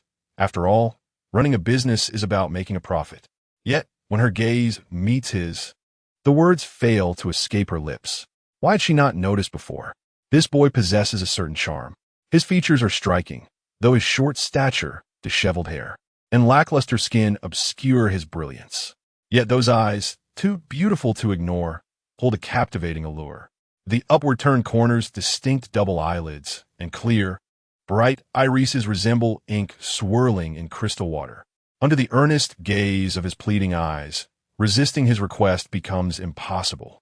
Fine, I can lower it by another 950. It truly cannot go any lower. The girl resolutely sets the bottom line. While effective, Lu Qingfeng is still unsatisfied, feeling there remains room for further negotiation. "Sister, I genuinely lack the funds, yet my passion for the violin is immense. Surely, you do not wish to stifle a child's musical dreams? 900 is the absolute lowest. I'm not making a penny off that." The girl clenches her teeth. "Sister, stop right there. I can throw in 2 trial lessons." She closes her eyes, as if battling tears. Her inner self questions, what am I doing? But, unable to resist that gaze, she finds herself wanting to acquiesce to his plea. "Thank you, sister. I shall take this one." He realizes he must not push too far, lest she refuse to sell altogether. After completing the transaction, the girl, somewhat disheartened, packages the violin for him. "The violin is rather delicate. You should buy a case." "Sister, do not even think about it. I will not be giving you a case. Lu Qingfeng barely opens his mouth before she shoots him a wary glance. Amused, he chuckles softly. No, I meant to ask your name. I am Lu Qingfeng. Dia.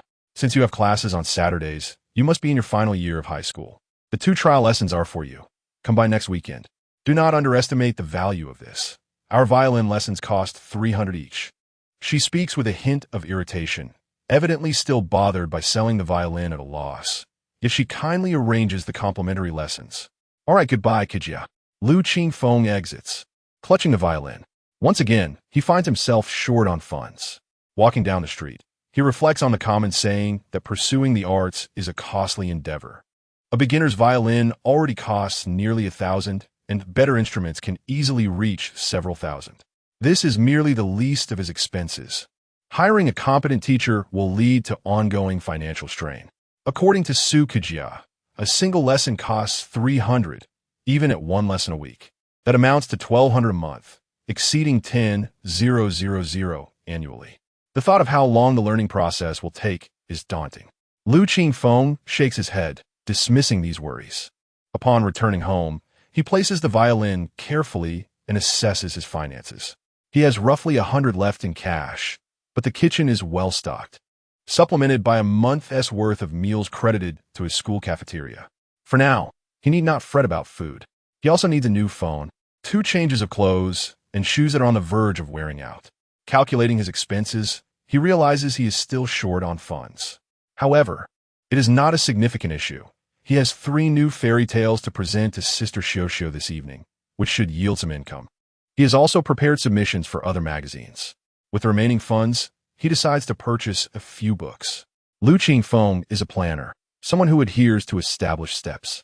Therefore, despite his dwindling funds, he intends to acquire what he needs. After tidying up, he ventures out, inquiring about nearby bookstores, eventually arriving at the largest one in the area, Sanwei Bookstore. The selection is extensive, and he quickly finds the books he requires: Basic Music Theory, Fundamentals of Composition, Insight Singing, and Ear Training, totaling 78 yuan. With his funds nearly depleted, Lu Qingfeng feels a sense of accomplishment having fulfilled his goal. He treats himself to a fried chicken cutlet before heading home. Not in a hurry, he meanders along, intentionally taking a longer route through a city park.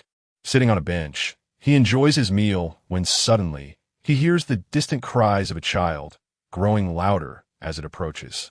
Chapter 22, Mother, are you selling my brother? Lu Qingfeng turned his head and observed an elderly woman in her 50s approaching along the park path. She cradled a child in her arms, swathed in clothing to shield him from a cold. The child's cries were muffled beneath the layers. Initially, he had no intention of interfering, yet the woman's behavior struck him as peculiar. As she hurriedly walked closer, she hesitated upon noticing him, instinctively taking 2 steps away from him. Tightening her grip on the child, she then veered onto another path. Lu Qingfeng first assumed she was a grandmother out for a stroll with her grandson, who was now unwell, prompting her to hasten home. This route was indeed the shortest to the park's exit. However, the sudden change in direction seemed odd, especially as the child cried so pitifully without the elderly woman offering any comfort. Though a flicker of doubt crossed his mind, he dismissed it, reasoning that such occurrences were unlikely in broad daylight. Clang!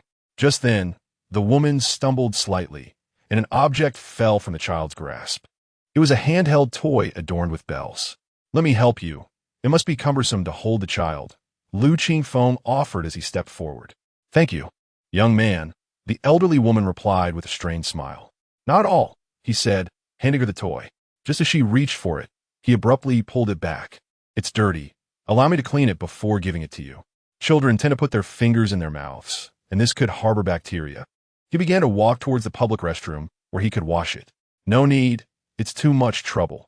Just hand it over, she insisted. Not at all. It won't take long. Do you live nearby, Andy? Lu Qingfeng replied, striking up a casual conversation. Yes, young man.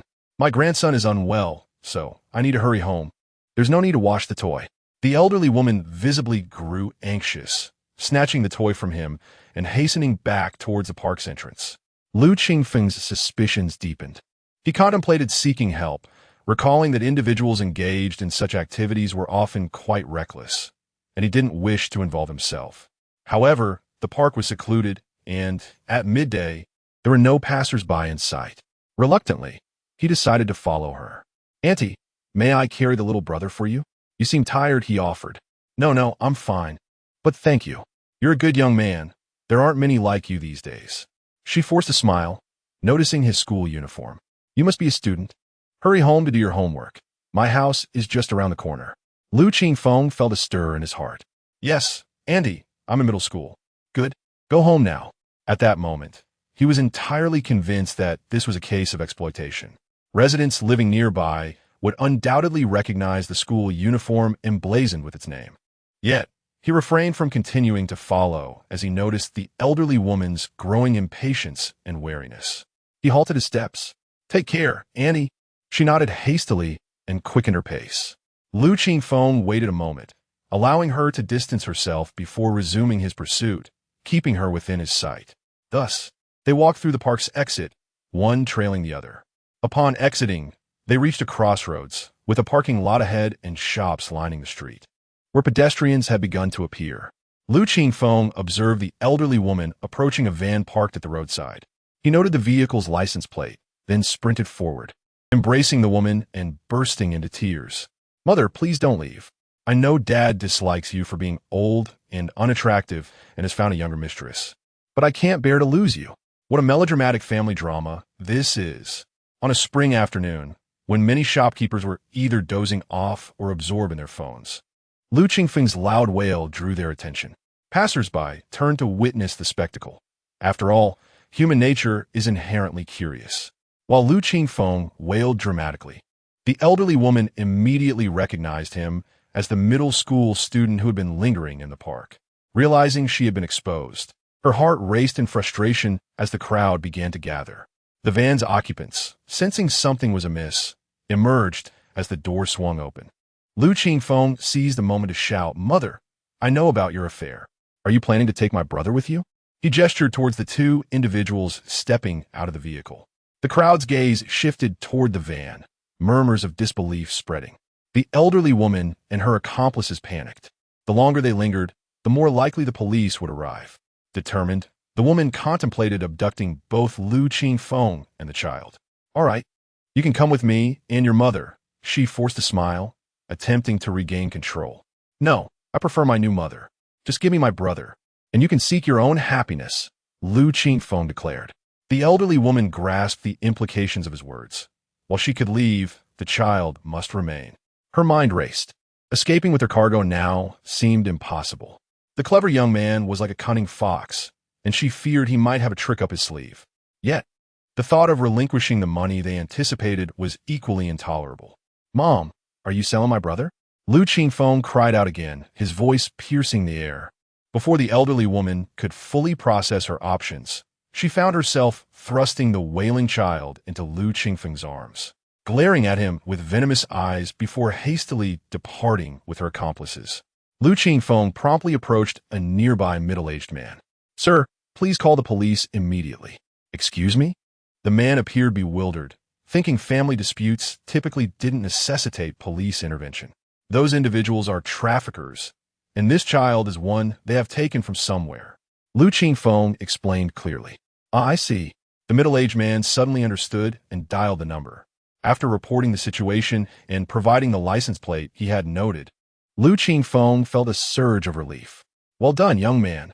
The man praised as he ended the call. Around them, several bystanders expressed their admiration and denounced the traffickers with fervent disdain. Lu Qingfeng accepted their accolades with a sense of pride, but then remembered something crucial. "Sir, could you please check the park for the child's parents? I suspect they might be in the fitness area, and they must be frantic about their child going missing. The police told me to wait here, but I cannot leave." "Of course, I'll head there right away," the middle-aged man replied without hesitation. Before the child's parents could arrive, the police were the first to show up. Chapter 23. They all say I am foolish, but in truth, I possess a remarkable wit. Upon receiving an urgent report regarding a grave case of child trafficking, the authorities responded with utmost seriousness. The nearby police station dispatched officers without delay. The sirens blared as the police vehicle raced to the scene. After parking, a man with a pronounced stubble approached, flanked by 2 officers. "Hello, who made the report?" he inquired. "Officer, we're the ones who called," replied Lu Qingfeng. As more onlookers gathered, they began to chatter excitedly before Lu Qingfeng could utter a word. The bearded man, clearly annoyed by the commotion, raised his voice to restore order. "Enough. Let the person who reported speak. Others with pertinent information may share it with my colleagues." At last, the crowd quieted down, allowing Lu Qingfeng, who was soothing a child, to step forward. Out of professional habit, the bearded man scrutinized the youth from head to toe. He noted the faded black and white school uniform and the inexpensive canvas shoes that, despite being relatively clean, bore cracks on the sides due to prolonged wear. A closer inspection revealed remnants of glue, suggesting past repairs.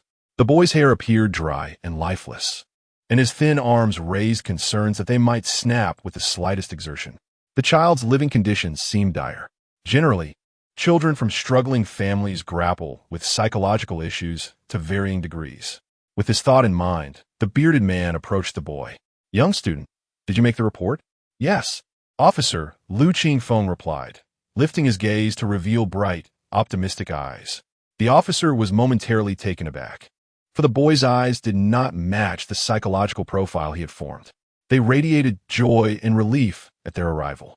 He softened his tone, saying, "Young student, I am Wu Ming, the chief of the nearby police station. What is your name, and could you please share with me what you know in detail?" "Well," Lu Qingfeng began, recounting how he had noticed something amiss with an elderly woman in the park, approached her, followed her here, and subsequently managed to keep her engaged. He concluded with, "By the way, officer, the trafficker drove away. Did you pursue them?" His concern stemmed primarily from the unsettling look in the elderly woman's eyes. "Rest assured, our team is in pursuit. The information you provided was exceedingly accurate. They cannot escape." "That's a relief," Lu Qingfeng said, feeling reassured that once apprehended, the culprits would likely face justice. Just then, the child's mother arrived, accompanied by a middle-aged man. Upon seeing Lu Qingfeng cradling her infant, she cried out in joy. The child, not yet a year old, had ceased crying under Lu Qingfeng's gentle coaxing. He handed the baby back to the young mother, who embraced her recovered child tightly, repeatedly expressing her gratitude to the middle-aged man. "Don't thank me. Thank this young man here, for he is the one who saved your child," the man insisted, pushing Lu Qingfeng forward. Thank you, little brother. I truly do not know how to repay you," the young mother sobbed, overwhelmed with emotion. Lu Qingfeng smiled shyly. "It was nothing. Anyone who witnessed such a thing would have acted." "Well done."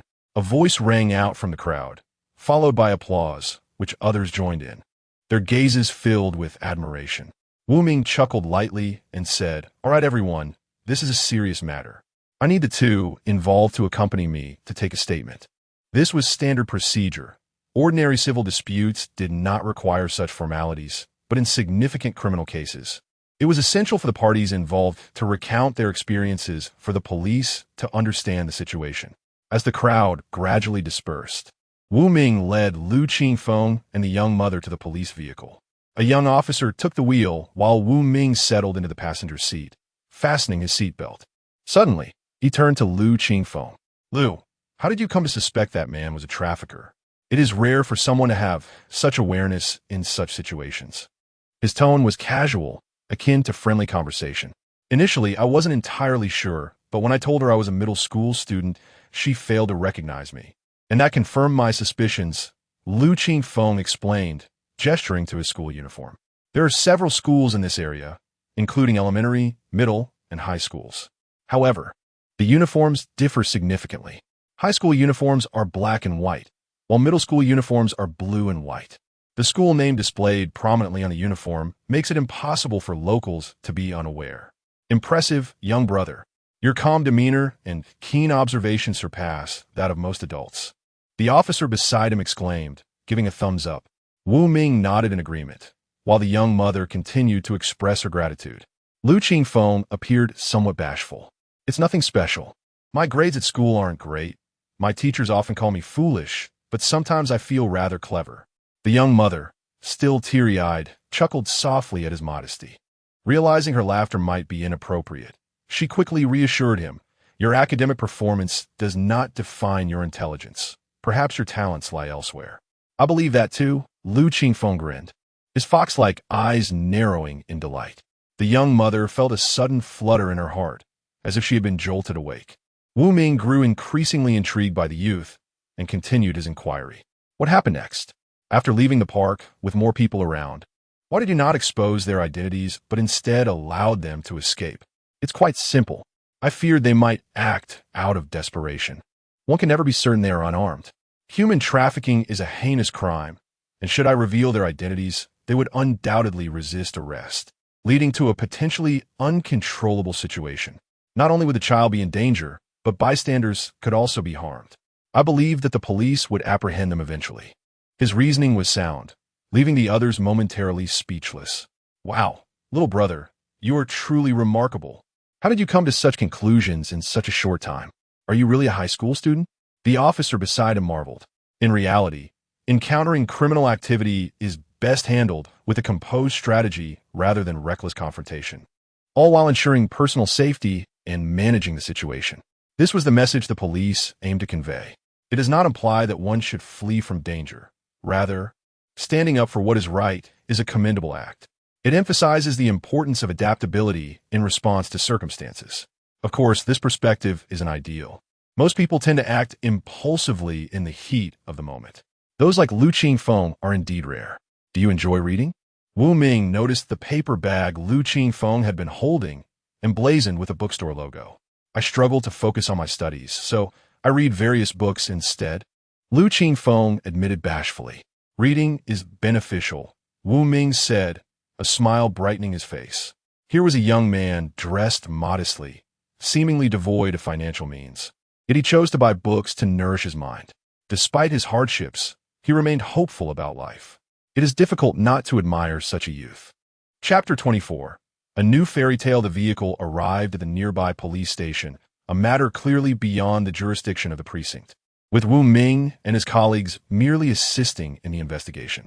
Upon arrival, Lu Qingfeng recounted the details once more, and shortly after he finished giving his statement, news arrived. The gang of traffickers had been apprehended. How swift!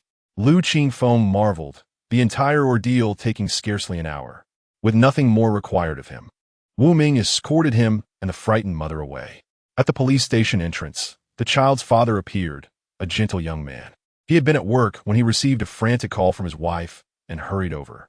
The young mother burst into tears upon seeing her husband, collapsing into his embrace. Such incidents inevitably leave a psychological impact on anyone involved. The husband softly consoled her, and after a considerable time, they approached Lu Qingfeng. Thank you so much, he said, bowing deeply. Lu Qingfeng quickly helped him to his feet. After introductions, Lu Qingfeng learned the couple's names, the husband, Tao Xiaoting, and the wife, Zhou Qianli. Their professions were quite intriguing, one a lawyer, the other a screenwriter. Words cannot express our gratitude.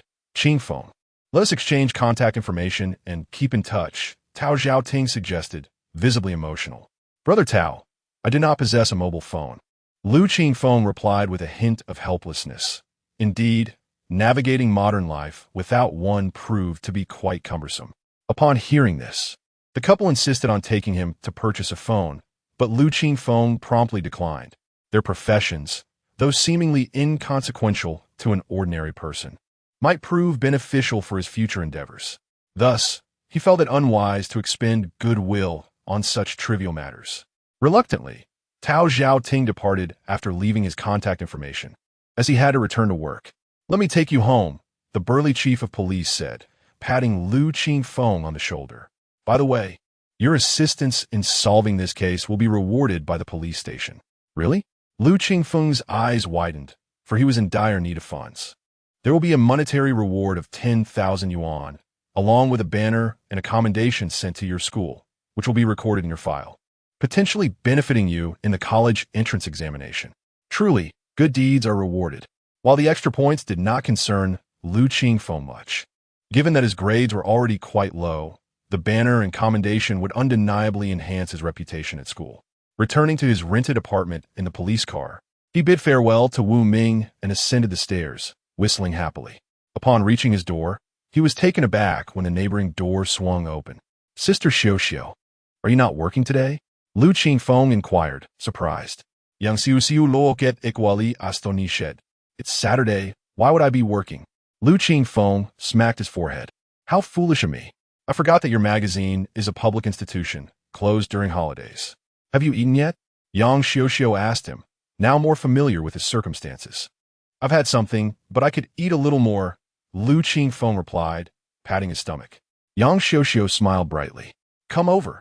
I bought some cake for us to share. Not one to refuse, he followed her into the room, setting his book bag aside after taking a seat. Yang Xiuxiu emerged from the refrigerator with 2 small cakes. Noticing the bag adorned with the logo of Sanwei Bookstore on the table, she asked, did you buy books? Yes. A few titles that piqued my interest, he replied. Is my money sufficient? If not, do let me know. Their growing familiarity allowed Yang Xiuxiu to speak more freely. Knowing Lu Qingfeng was unconcerned about such matters. You're still growing. Don't overexert yourself. At this, Lu Qingfeng felt a pang of frustration. His current height barely reached 7 meters, which left him dissatisfied. The prime years for growth are typically between the ages of 10 and 16, and he was uncertain if he would grow any taller now. If not, he could only place his hopes in the inheritance of the 9-tailed fox. Oh, by the way, after taking a bite of the Black Forest cake, Lu Qingfeng suddenly remembered something. He stood up, returned to his apartment, and came back with his homework notebook. The new story is finished. I had intended to give it to you tonight. Yang Xiuxiu's eyes sparkled with excitement as she set aside her cake, eagerly flipping through the pages. The content retained Lu Qingfeng's unique style, featuring initial inspirations and outlines, followed by various openings leading to the final draft. She began with the first story, The Emperor's New Clothes. Once upon a time, there was an emperor who adored new garments, spending every moment pondering exquisite attire, neglecting all else. One day, 2 individuals arrived in the emperor's kingdom, claiming they could weave a marvelous garment visible only to the wise, while the foolish would remain oblivious. Thus, the entire realm feigned the ability to see the garment, until a child exposed the ruse. A perfect satire. What dad does is always right. In a humble village lived a poor elderly couple. The wife urged her husband to trade their soul horse for something of value. But what should he exchange it for? You never make mistakes. To see what you can get, she said. The husband traded the horse for a cow, the cow for a sheep, the sheep for a goose, and the goose for apples. 2 wealthy gentlemen learned of this and wagered the husband would be scolded by his wife. However, when she received the apples with delight, she kissed him instead. Though impoverished, their joy was invaluable. This last line prompted Yang Xiuxiu to glance up at the boy across from her, who was savoring his cake with a look of blissful satisfaction. What is it? He asked curiously. Nothing, she replied, smiling gently before turning her attention to the final piece. Thumbelina. Unlike the previous tales, this one was whimsical and imaginative, yet equally high in quality. After finishing all 3 stories, she exhaled deeply. Well? Lu Qingfeng inquired after finishing his cake. They're all masterpieces. I'll keep them. We have a discussion meeting for a new column next week, and with these 3 pieces, I can speak with the editor about securing additional promotional resources for you. Yang Xiuxiu beamed with happiness. As an editor, her primary role was to connect with writers, and being newly employed, she had limited resources. The higher the quality of Lu Qingfeng's work, the more advantageous it would be for her. Putting away the homework notebook, she noticed Lu Qingfeng watching her intently and instantly understood. These 3 pieces amount to about 15,000 words, with a fee of 3,000 yuan. How about I give you part of the payment now? Yang Xiuxiu said, a hint of shyness in her voice. Writer fees are typically not disbursed by editors, and she had previously covered the last payment herself. She had only recently started working, likely earning a modest salary, and with expenses for living and rent, she might need to ask her family for assistance. Lu Qingfeng understood this, and, while disappointed, felt no resentment over such trivial matters. No need, Sister Xiuxiu, it's my issue. He then shifted the subject. Sister Xiuxiu, when you're not using it, could I borrow your computer? Of course, no problem at all, Yang Xiuxiu readily agreed, not questioning his intentions. Lu Qingfeng intended to utilize the computer for submitting additional works. The article has been completed. It merely awaits a computer to transform it into an electronic document for submission. Chapter 25. Commendation and speech. 3 days have swiftly passed. Unlike a novel, reality is replete with significant events, and Lu Qingfeng's life continues in its routine manner. He attends school each day and returns in the evening to borrow Yang Xiuxiu's computer for his writing endeavors. Notably, he is finally free from the burden of homework and has liberated himself from the daily torment of copying assignments each morning. It is often said that the third year of high school represents the pinnacle of a person's intelligence and knowledge. He believes that his energy mirrors this sentiment. Otherwise, it would be impossible to complete such a multitude of assignments while still managing to rise early and maintain a vigorous state for school. In the time he has freed up, he has immersed himself in the absorption of musical knowledge. It is undeniable that the legacy of the nine-tailed fox is formidable. Upon first encountering theories related to music, he found that even without external explanations, he could effortlessly absorb and understand the concepts. Everything felt as simple as drinking water. Lu Qingfeng was bewildered, yet profoundly impressed. This inexplicable and domineering talent allowed him to experience a sensation exclusive to top students. One can only imagine that those genius students who solve problems with the ease of a leisurely stroll share similar feelings. Indeed, having talent allows one to act with impunity. Enthralled by the world of music, he was not interrupted until Wednesday. The second period on Wednesday morning was history class, and the teacher, an elder nearing 60, spoke with a resonant voice and clear enunciation. Occasionally, he would share anecdotes from his past, making the class lively and engaging. This was the only lesson Lu Qingfeng found intriguing. Just a few minutes into the lesson, the homeroom teacher, Mr. Xiong, knocked on the door, interrupting the class.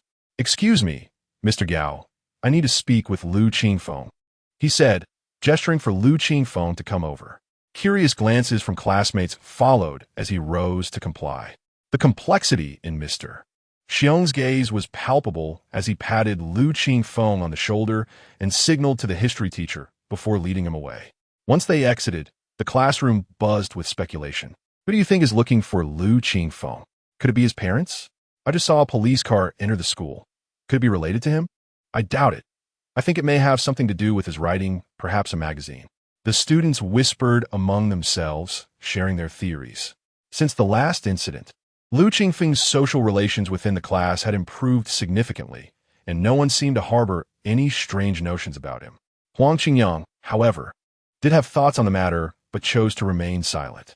"All right, everyone, let us return to our lesson," the history teacher urged, calming the restless students. "Police officers have arrived, claiming you assisted them in solving a major case. What is the story?" Mr. Xiong inquired curiously as they walked through the corridor. He now viewed this previously indifferent student with newfound respect. First, an article published in a magazine, then participation in a new concept writing competition, and now he was involved in aiding the police. The transformation of this once troubled youth into a commendable individual seemed almost magical. Lu Qingfeng succinctly recounted the events of the previous days. "So, while on my way to buy books, I passed through a park and encountered a child trafficker. I managed to rescue the child." Mr. Xiong was taken aback, his words stumbling over themselves. "That was after you purchased the books," Lu Qingfeng clarified. Mr. Xiong found the situation utterly ludicrous. He had expected mere assistance, perhaps a call to the police, but instead, Lu Qingfeng had actively participated in the case. Now Mr. Xiong was not merely impressed, he was astounded. As they arrived at the principal's office, they knocked on the door, and a calm voice beckoned them to enter. Upon entering, Lu Qingfeng was greeted by the familiar visage of the principal, Mr. Jin, alongside another police officer. Mr. Jin, in his 40s, was in the prime of his life, and upon seeing the two enter, he rose with a warm smile. "Is this Lu Qingfeng? Excellent. Truly commendable for a student of our school. Displaying such composure at a young age. A role model for the youth." Mr. Jin's praise was as pleasing as it was genuine. Lu Qingfeng respectfully greeted the principal. "Gome, let me introduce you," Mr. Jin said, gesturing towards the officers. "This is Mr. Wu Ming, the chief of the Pinggu Road Police Station, and Mr. Wang Chuan, a detective from the Hongbing District Police Department. They are here to commend you, Lu Qingfeng." Mr. Wu and Mr. Wang presented a banner and a certificate of honor. saluting Lu Qingfeng. We appreciate your contribution to maintaining public safety. Lu Qingfeng promptly returned the gesture. Following the formalities, there were inevitable photo opportunities and handshakes. In a few days, our media will want to interview you, Lu Qingfeng. Please prepare yourself, Mr. Wang mentioned. It will be our own media platform, and we will communicate the questions in advance, so you need not worry, Mr. Wu added. The story of your actions deserves to be widely shared, and we will certainly respect your schedule as a third-year student, ensuring it does not interfere with your studies. Lu Qingfeng could hardly object. Such an opportunity to cultivate a positive public image was one he eagerly welcomed. Wonderful, wonderful. Mr. Jean beamed. Your spirit of bravery and altruism should be disseminated widely. As it happens, it is time for the school to engage in morning exercises. Lu Qingfeng, you should take the stage and share your thoughts with all the faculty and students. Just like that, I'm suddenly expected to give a speech without any preparation? Lu Qingfeng was taken aback. The homeroom teacher shared his concerns. Principal, is this too abrupt? Shouldn't we wait a couple of days? Mr. Jean waved his hand dismissively. It's not a formal speech. Just share your thoughts and set an example for the students. Lu Qingfeng has experience on stage and can write. So it should be no issue, right, Lu Qingfeng? Mr. Jean was a meticulous individual, having gathered information on Lu Qingfeng beforehand. Thus, he had a decent understanding of the student's capabilities. What could Lu Qingfeng say? He acquiesced, recognizing there was nothing to fear. He was not concerned about the attention this would garner. He was more worried about any potential detriment to himself. This school-wide speech presented a splendid opportunity to enhance his personal narrative. It was the perfect moment to showcase his true talents. As he mentally scoured relevant material, the history class concluded and the students prepared for morning exercises. Lu Qingfeng had not yet returned, which piqued the curiosity of his classmates. Didn't Feng's parents used to neglect him? Who could possibly be looking for him now? Lu Xin queried, turning to Ho Xiaobing and El Hui. Who knows? With the homeroom teacher here, it's probably not someone suspicious, Ho Xiaobing reassured, suggesting they proceed with the exercises and inquire upon Lu Qingfeng's return. The others nodded in agreement. At that moment, Huang Qingyang sauntered over with a mischievous grin. Did anyone see the police car enter the school? And then Lu Qingfeng was taken away by the homeroom teacher. Do you think it's related? Upon hearing this, the trio sensed mischief brewing. Lu Xin shot him a glare. Get lost. We don't converse with those who deceive for food. Huang Qingyang's expression faltered for an instant, but he quickly recovered. It is evident that he has been caught after stealing. Just look at his wretched appearance. His shoes are tattered. Upon expressing his fear of being beaten, he immediately fled. Lu Xin, filled with anger, was about to chase after him when he was restrained by Ho Xiaobing. That incessant gossip of his is tiresome. Let it be, Ho Xiaobing remarked. Lu Xin then relented. As they assembled on the playground, the music had yet to play, but they noticed a makeshift platform had been erected in front, adorned with a microphone. Soon after, Ho Xiaobing and the others spotted their dear friend arriving at the stage alongside the principal. Chapter 26. Read books. He noticed two uniformed police officers alongside the head teacher, Xiongda. Ho Xiaobing felt a twinge of curiosity, but observed that his close friend appeared calm, as if nothing significant was amiss. The students of Class 3 in Grade 2 also took note of this peculiar assemblage, whispering among themselves. Thump, thump. At that moment, Principal Jean stepped onto the stage to test the microphone. The amplified sound resonated through the loudspeakers, echoing across the playground. Good morning, students of Sanzhong. I am your principal, Jean Wenyu. Today, I stand before you to share some uplifting news.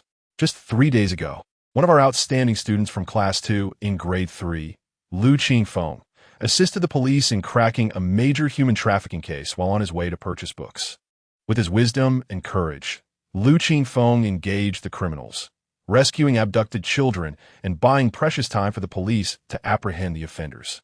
This not only exemplifies Lu Qingfeng's remarkable qualities in the face of danger, but also stands as a testament to the exceptional education we provide at Sanzhong. He then invited Lu Qingfeng to the stage to share his experiences from this incident, prompting a round of applause as he moved to the other side of the platform. The crowd erupted in excitement. Isn't Lu Qingfeng the one from the magazine article? They say it's class 2 in grade 3. It must be him. How did he manage something so incredible? I want to know how he stumbled upon such a situation. I've read about human trafficking online. This guy is going to get major points for the college entrance exam. What's the use? His grades are terrible. In that moment, the playground, filled with over 1,200 students organized into class formations, buzzed with chatter and speculation. Such events are exceedingly rare on a national scale, let alone at a small school like Sanzhong. The students' eagerness for gossip was palpable. Thankfully, prior to the event, the news had been dispatched to each class's head teacher, who were now present on the playground to maintain order. What's going on? Feng is too much of a brother to keep us in the dark about such a significant event. Lu Qingfeng exclaimed as he dashed from the back row to host Xiaobing's side, bubbling with excitement. Would you even believe it if he told you? That's true. It feels almost surreal. Xiongda approached, urging, you should head back now. Once this is over, we can ask him for the details. Lu Qingfeng promptly returned to his place. The playground soon fell silent as Lu Qingfeng ascended the platform. In Sanzhong, the name Lu Qingfeng was familiar to many, as a variety of events had made it known. However, few had actually seen him in person. This was the first time anyone had laid eyes on him after hearing his name. He wore the same unchanging school uniform, the zipper pulled up to his chin, his slight frame appearing frail, with tousled hair and sunken cheeks, his canvas shoes showing signs of wear. Standing there, he seemed almost solitary and somewhat pitiable. All eyes were upon him, some filled with curiosity, others with disappointment, as they found his appearance did not align with their imagined image of a crime-fighting hero. Doubt began to creep into many minds. Wasn't he an idol once? Why does he look like this now? I feel like I could do it too. This sentiment intensified when they noticed him struggling to reach the microphone, prompting a few to chuckle. The principal hurried over to adjust the microphone's height. Lu Qingfeng offered an awkward smile, clearly feeling the weight of attention. Yet perhaps it was his resilient spirit or a fondness for the spotlight. He quickly composed himself and prepared to speak. With the gaze of thousands upon him, he began slowly. Hello everyone, I am Lu Qingfeng from class 2 in grade 3. This incident was quite unexpected. The principal asked me to share my experiences, but to be honest, I'm not quite sure what to share. His opening was somewhat stuttered, but as he found his rhythm, he began to flow more smoothly. I believe that any student in my position could have done the same. This statement was met with murmurs of disbelief. Yet the students of Sanzhong felt a sense of comfort in his words. This kid knows how to play the game. But since I am here, I might as well introduce myself. Principal Jean, beaming, shifted slightly at the mention, but decided to remain patient for the moment. The faculty and students below exchanged puzzled glances, wondering what there was to introduce, as they were already familiar with him. Unfazed, Lu Qingfeng continued, my name is Lu Qingfeng. Prior to this, I was known as the idol Lu Qingfeng. Perhaps some of you for grade 3 still remember that I debuted in a group called Dreamers.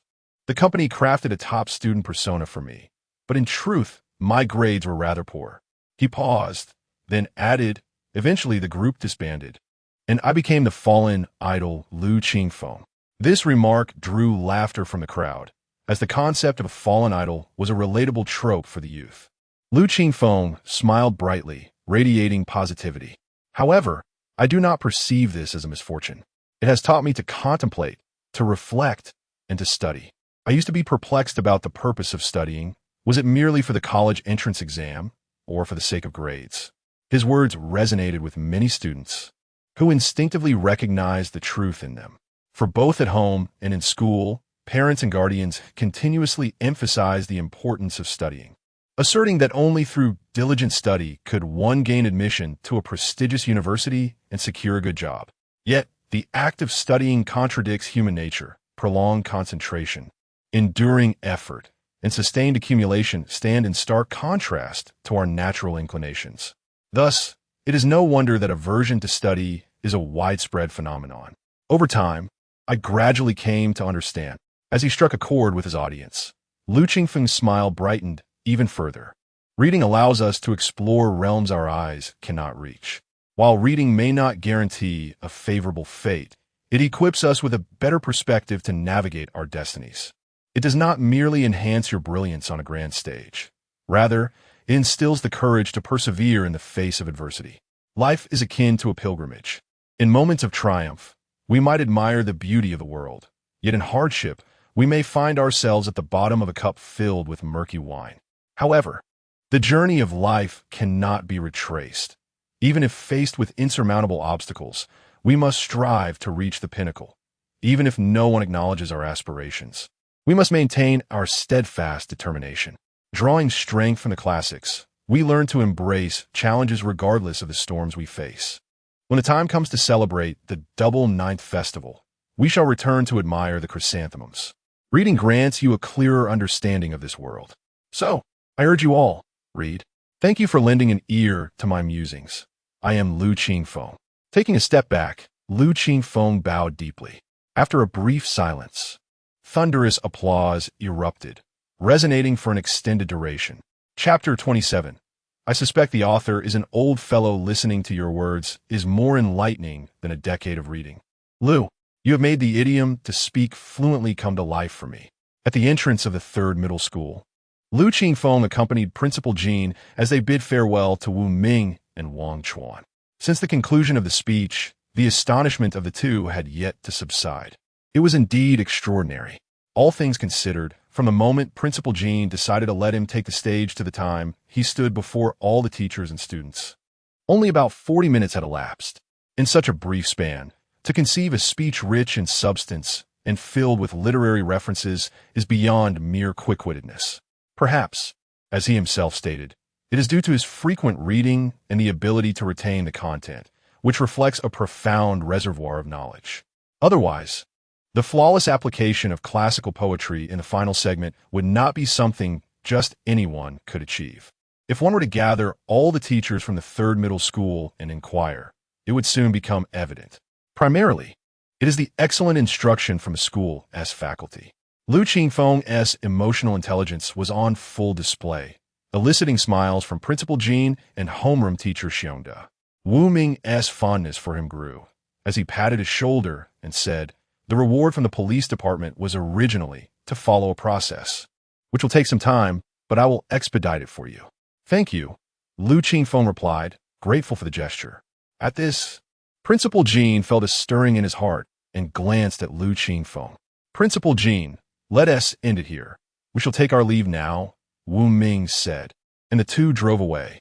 Once the vehicle had distanced itself, Principal Jean turned around and kindly remarked, this behavior exhibited by Lu, as a student, serves as a monumental example for society, our campus, and all of us at the third middle school. To honor such conduct, the school shall bestow a proper reward. Xiong, please submit an application for a scholarship for Lu Qingfeng. Oh, what a delightful surprise. Lu Qingfeng hastily expressed his gratitude. Thank you, Principal. Very well. Return to your classes now. Principal Jean smiled warmly.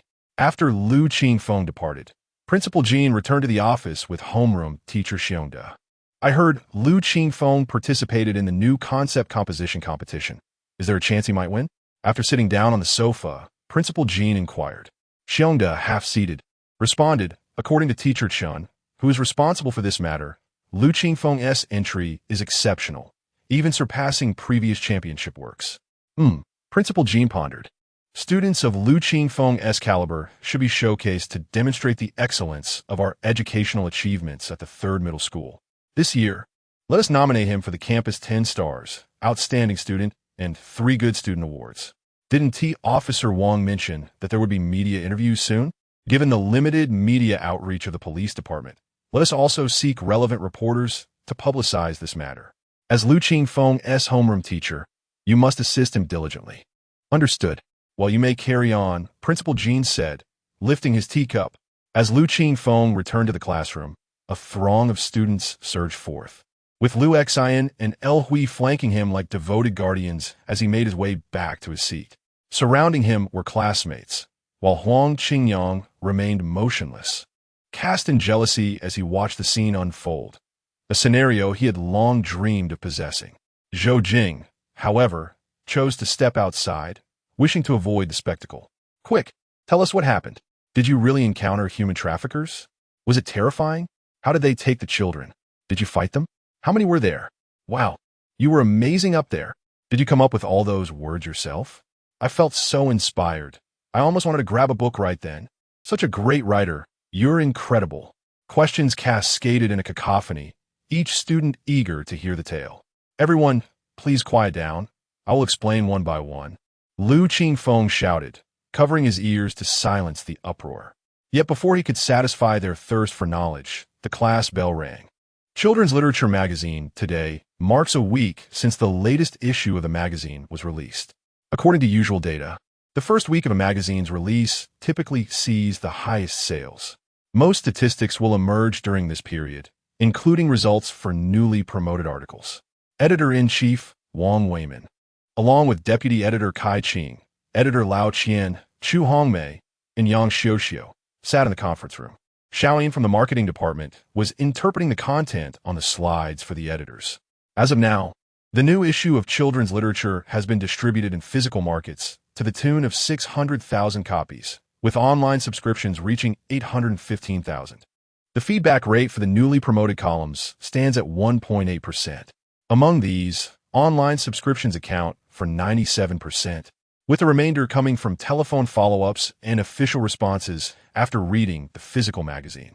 A total of 18,000 survey responses yielded the following insights. As he spoke, he flipped to the next page. A plethora of data left the audience with headaches, but the subsequent information was straightforward. A summary of ratings for the 5 articles in the new premium recommendation section was presented, with 5 stars as the maximum score, alongside the number of ratings and written comments. As soon as the scores were revealed, the expressions of the 5 editors brightened. Lao Qian and 2 others wore playful smirks, while Chu Hongmei, an experienced editor, appeared less pleased, though Yang Xiuxiu maintained a neutral demeanor, occasionally smiling, indicating her good spirits. Unaware of the differing sentiments among the attendees, Xiaoyin continued. The ratings for the 5 articles were as follows. Little Grass received 3.5 stars. Wild Rose 3 stars, The Bear and the Bee 4 stars. The Little Match Girl 4 stars, and The Ugly Duckling 4.5 stars. The main criticisms for Little Grass and Wild Rose centered around their dullness and lack of engagement. The strengths of The Bear and the Bee were noted to be its enjoyable narrative and depiction of friendship. Conversely, The Little Match Girl, while deemed well-written, received criticism for its tragic story, which young readers did not favor. The Ugly Duckling faced minimal disapproval, standing as the highest rated of the 5 tales. After delivering this information, Xiaoyin concluded his presentation and exited the room. As the lights in the conference room turned on, Wang Weimin turned his chair. Now let us share our thoughts. Deputy Editor Kai Qing, who is slightly older than Wang, with distinctive bushy eyebrows and a perpetually somber expression, was the first to speak. The new column has performed quite well, as evidenced by reader feedback, which surpasses that of previous columns. In literary magazines, content is king. If the stories are well-crafted, readers are more inclined to engage. Wang Weimin nodded in agreement. At that moment, Lao Qian interjected. I have read all 5 articles in the new column. The story about the bear was my recommendation. I will refrain from commenting on it. As for Little Grass and Wild Rose, I am familiar with their author, Qiuji. His literary ideas are sound, possessing depth and discussion, yet his writing style leans too heavily toward adult perspectives, resulting in a lack of appeal and narrative engagement. A critical flaw in children's literature. Without modification, it is unlikely to ascend to the pinnacle of success. However, the author, Lu Qingfeng, is intriguing. Look at how he crafts his stories. His choice of words is remarkably adept, and he creates vivid imagery. The thematic depth of his writings is quite profound without imparting a sense of didacticism.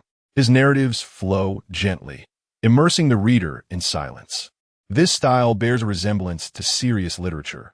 Such a voice is quite rare among children's authors, leading me to suspect that an old master may have transitioned into this realm. As he concluded, he glanced at Yang Xiuxiu. Among all, she was the only one who had established contact with the author. Chapter 28.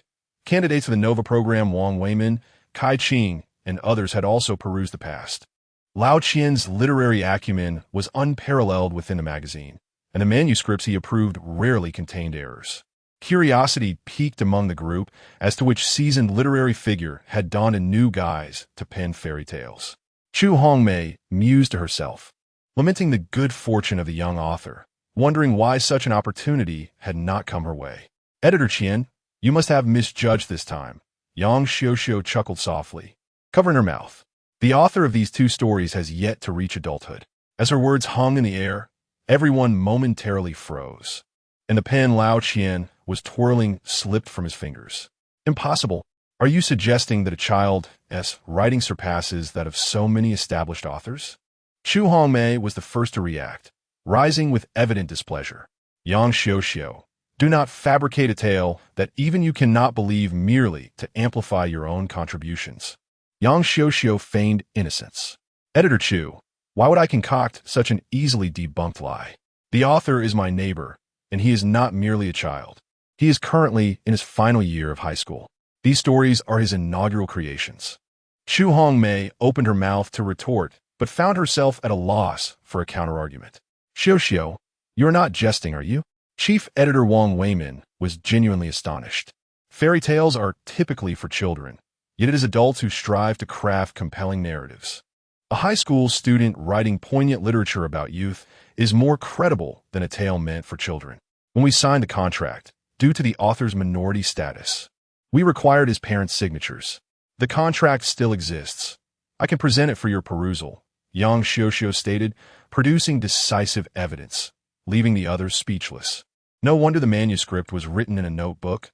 I initially thought it was merely an authorial quirk.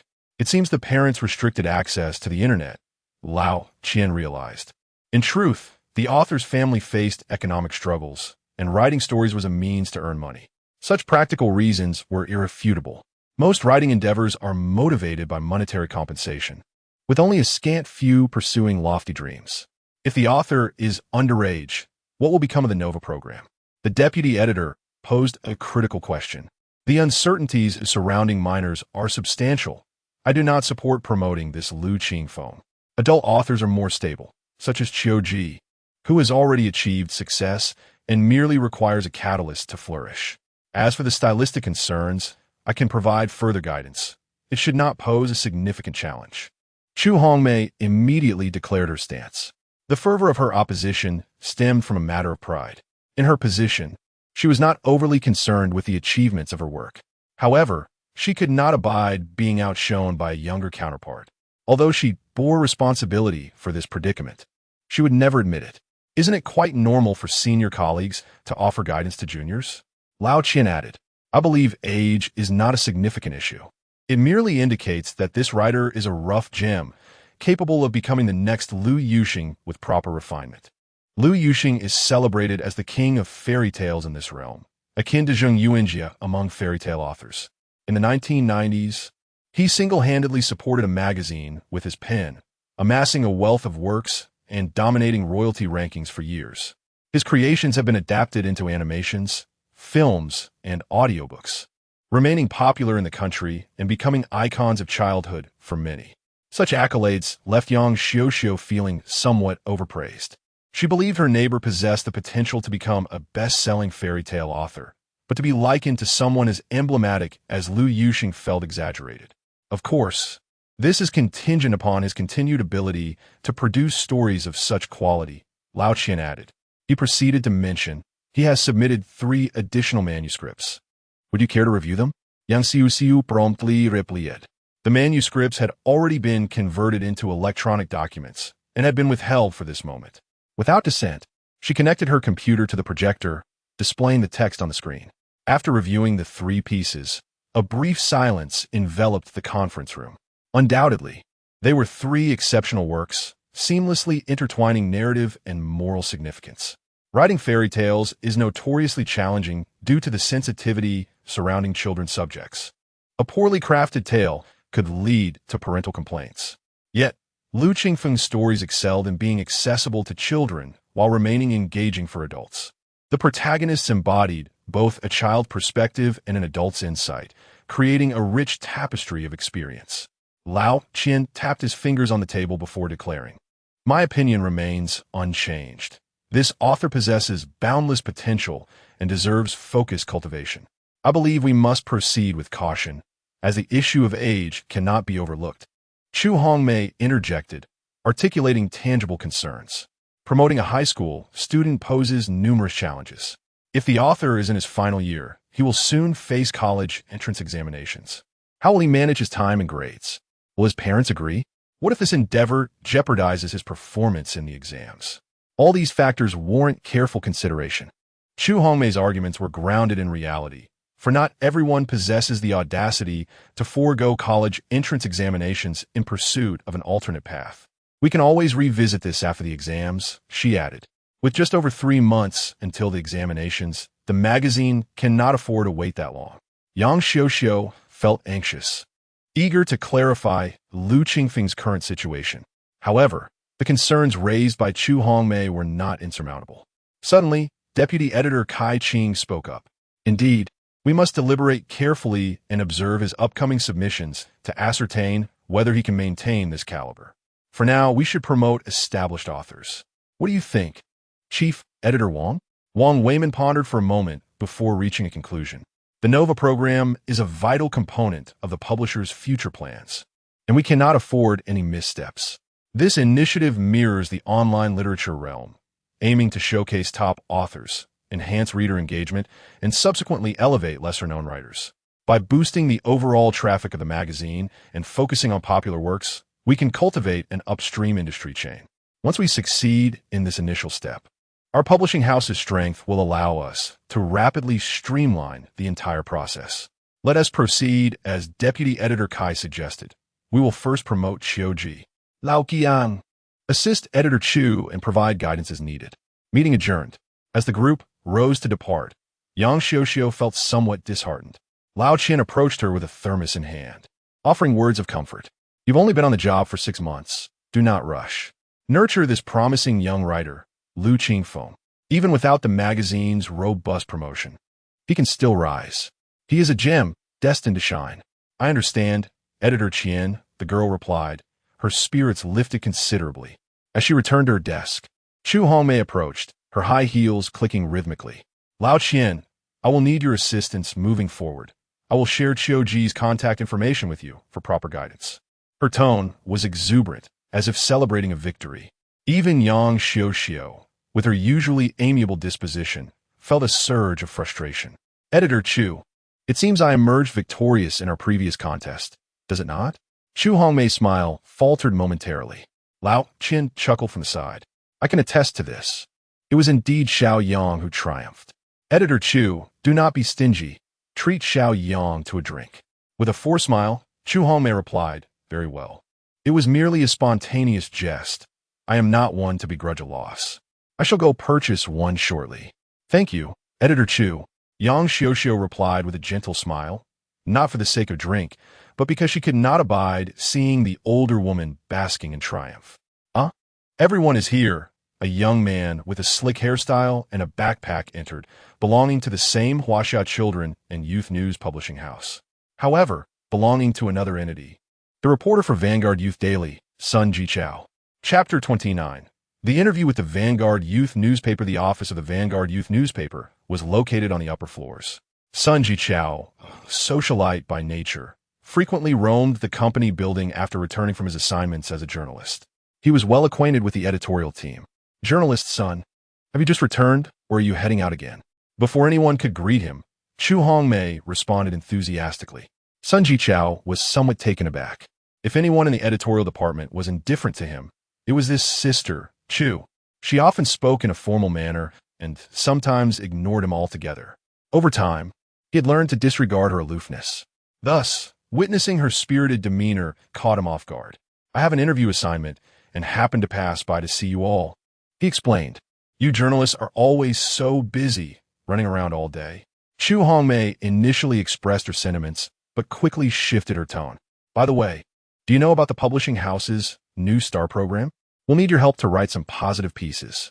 Sun Jichao, with a quick mental calculation, understood the reason behind her sudden change in attitude. The publishing house aimed to cultivate leading children's story authors, which required collaboration among various departments. Interview, discussion, illustration, audiobook, merchandise development, animation production. These were not tasks the magazine could accomplish alone. The exposure would undoubtedly involve the Vanguard Youth newspaper, and arrangements had already been made. Naturally, Sun Jichao was aware of this initiative, realizing that it was Chu's authors they were promoting. Congratulations! However, I am not the only journalist at the newspaper. Perhaps others will collaborate with you. Understanding the matter at hand, he chose not to engage with her enthusiasm. Chu Hongmei's smile nearly faltered. Lao Qian, observing nearby, shook his head discreetly. He noted that those who had not shown interest before were now suddenly eager, driven by ulterior motives. What interesting news do you require from your ace journalist? He interjected, changing the topic. Interestingly, a human trafficking case was recently cracked in Hongping district, with a high school student playing a crucial role. Yang Xiuxiu was taken aback. Hongping district? Isn't that where I live? Her curiosity piqued. Presumably, this high school student had called the police. What was so newsworthy about that? Chu Hongmei, sensitive to the mention of high school students, interjected sharply. Actually, it was not that. Sun Jichao glanced at her, uninterested in debating. I verified it myself. This high school student was instrumental in apprehending the criminals. Had he not identified the traffickers and restrained them while recording key information, it could have turned into a very different story. The police department has even recommended him for an award, and his school is considering nominating him for this year's 3 Good Students title. The youth of today are truly remarkable. Lao Qian Zima? What is this high school student's name? A rather distinctive name. His surname is Lu, Sun Jichao replied, retrieving his phone. Yes, it's Lu Qingfeng. Suddenly, all eyes in the editorial department turned toward him. What is the matter? He asked, feeling uncomfortable under their scrutiny. Are you certain his name is Lu Qingfeng? Chu Hongmei's tone sharpened, the last few words almost distorted. Of course, is there a problem? Sun Jichao was bewildered by the question. Don't mind it. We have a children's author named Lu Qingfeng, and it seems to be a coincidence, Lao Qian explained. Sun Jichao, intrigued, thought that a casual visit could yield a significant scoop. If they were indeed the same person, it would undoubtedly be a sensational story. The Lu Qingfeng I mentioned is a student at Sanzhong, currently in his senior year, he added eagerly. The others glanced at Yang Xiuxiu, as she possessed the specific information about the author. Her eyes sparkled. Indeed, is the same person. Everyone was astonished. What a remarkable coincidence. Lao Qian could not help but laugh heartily. Now, this is interesting. Lu Qingfeng, please step outside. Not long after the first class began, Lu Qingfeng was called out by his homeroom teacher to meet the visiting journalist. The reporter, no more than 30, was dressed in a windbreaker and jeans. Esporting a estrangeiro. Sun Jichao observed him with keen interest. His initial impression was striking. Although his attire suggested a background of hardship, he lacked the gloom that often accompanies such circumstances. Though slender, his bright eyes sparkled with vitality, as if a vast reservoir of energy resided within his not-so-robust frame. This energy propelled him to confront adversity with enthusiasm and optimism, a portrayal that resonated with the descriptions he had heard from Yang Xiuxiu. He sensed that he was on the verge of uncovering a major story. Hello, allow me to introduce myself. I am Sun Jichao, a journalist from the Vanguard Youth newspaper. Here to interview you, Lu. Hello, journalist Sunday. Is this about the case? Lu Qingfeng appeared relaxed, courteous, and composed. Yes, besides that, I would also like to learn more about you as an individual. About me? Lu Qingfeng looked somewhat puzzled. At that moment, Xiongda interjected. Journalist Sun, this location may not be ideal. Perhaps we can find a more suitable place. No need, Teacher Xiong. Would it be possible for me to speak with Lu Qingfeng alone? Sun Jichao politely requested. Well, Xiongda hesitated, having received instructions from the principal. Teacher Xiong, you may return. I can manage alone, Lu Qingfeng chimed in. Very well. After some contemplation, Xiongda acquiesced, trusting Lu Qingfeng's judgment. Journalist Sun, let us find a place to sit and chat, Lu Qingfeng suggested, pointing toward the nearby playground. Sun Jichao glanced at the area. The wind is rather strong. Perhaps we should look for a quieter spot. Is there a CAF nearby? All right. Lu Qingfeng hesitated briefly before nodding. I still have 30 yuan.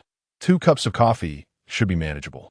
He led Sun Jichao to a private CAF at the back entrance of the campus, which also offered milk tea and snacks at student-friendly prices. It was Lu Qingfeng's first visit to this CAF. He glanced at the menu and sighed in relief. Not bad. He ordered the cheapest item. And Sun Jichao made a casual selection as well. They subsequently found a table to sit at. With students still in class, the CAF was empty. Sun Jichao retrieved his recording device and camera from his bag. Please, do not feel pressured. Think of it as a casual conversation. If there are any questions you prefer not to answer, just let me know, and I will stop recording. You may also inform me of any topics you wish to avoid, and I will respect your wishes during the interview. Lu Qingfeng contemplated for a moment before shaking his head. He had no subjects he was unwilling to discuss. Thus, the interview commenced. Chapter 30, Suffering is Suffering. Not worthy of praise, let us commence. Lu Qingfeng took a sip of coffee, grimaced slightly, and remarked that it was good. Had he known, he would have refrained from ordering it, opting instead to save the money for half a pound of pork. The topic of this interview revolved around the assistance rendered in solving a case, which Sun Jichao initiated. Lu Qingfeng responded fluidly, having recounted the same tale numerous times. After the morning's recess, not only his classmates inquired, but even students he encountered during lunch at the canteen posed questions. The repetition was becoming almost instinctual.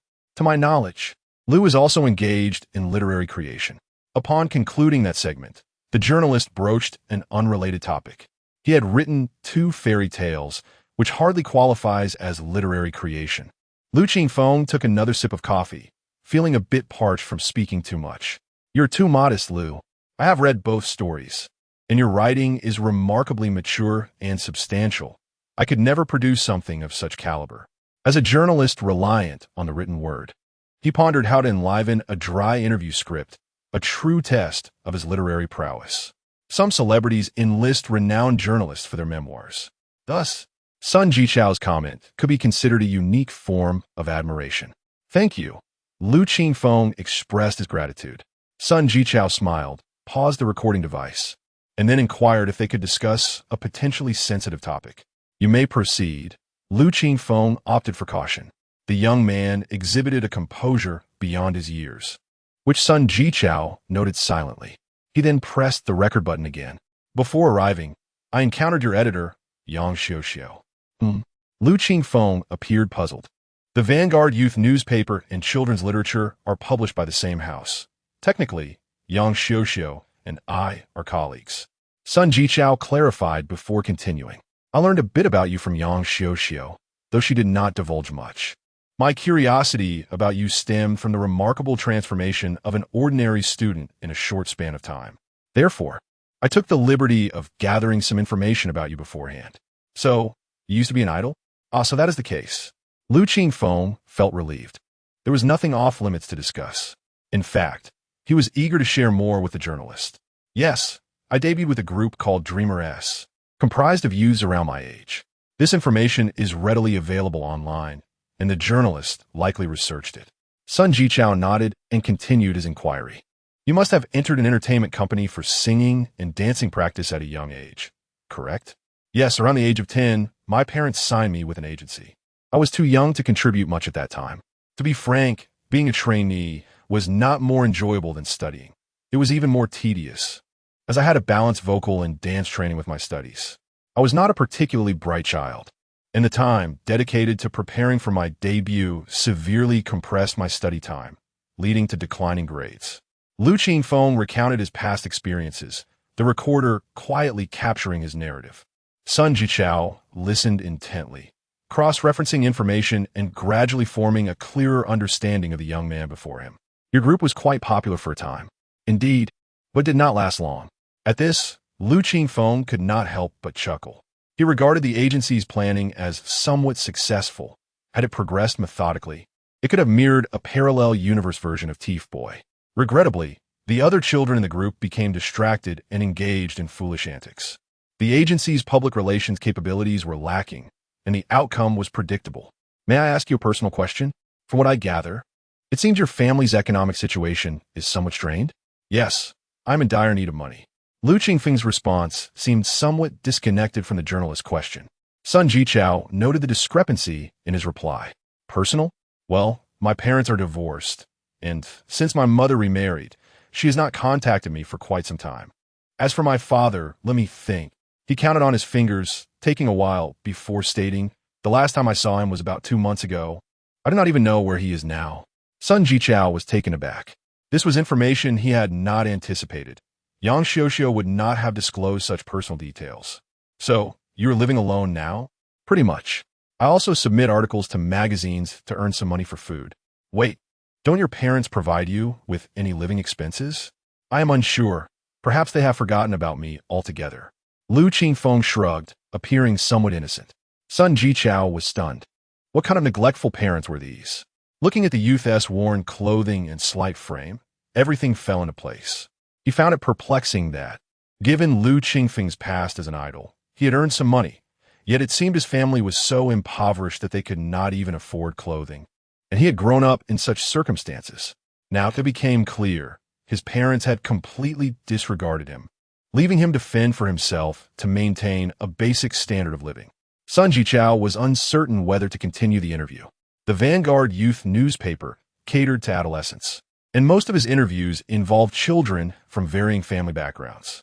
However, Lu Qingfeng's situation was unprecedented.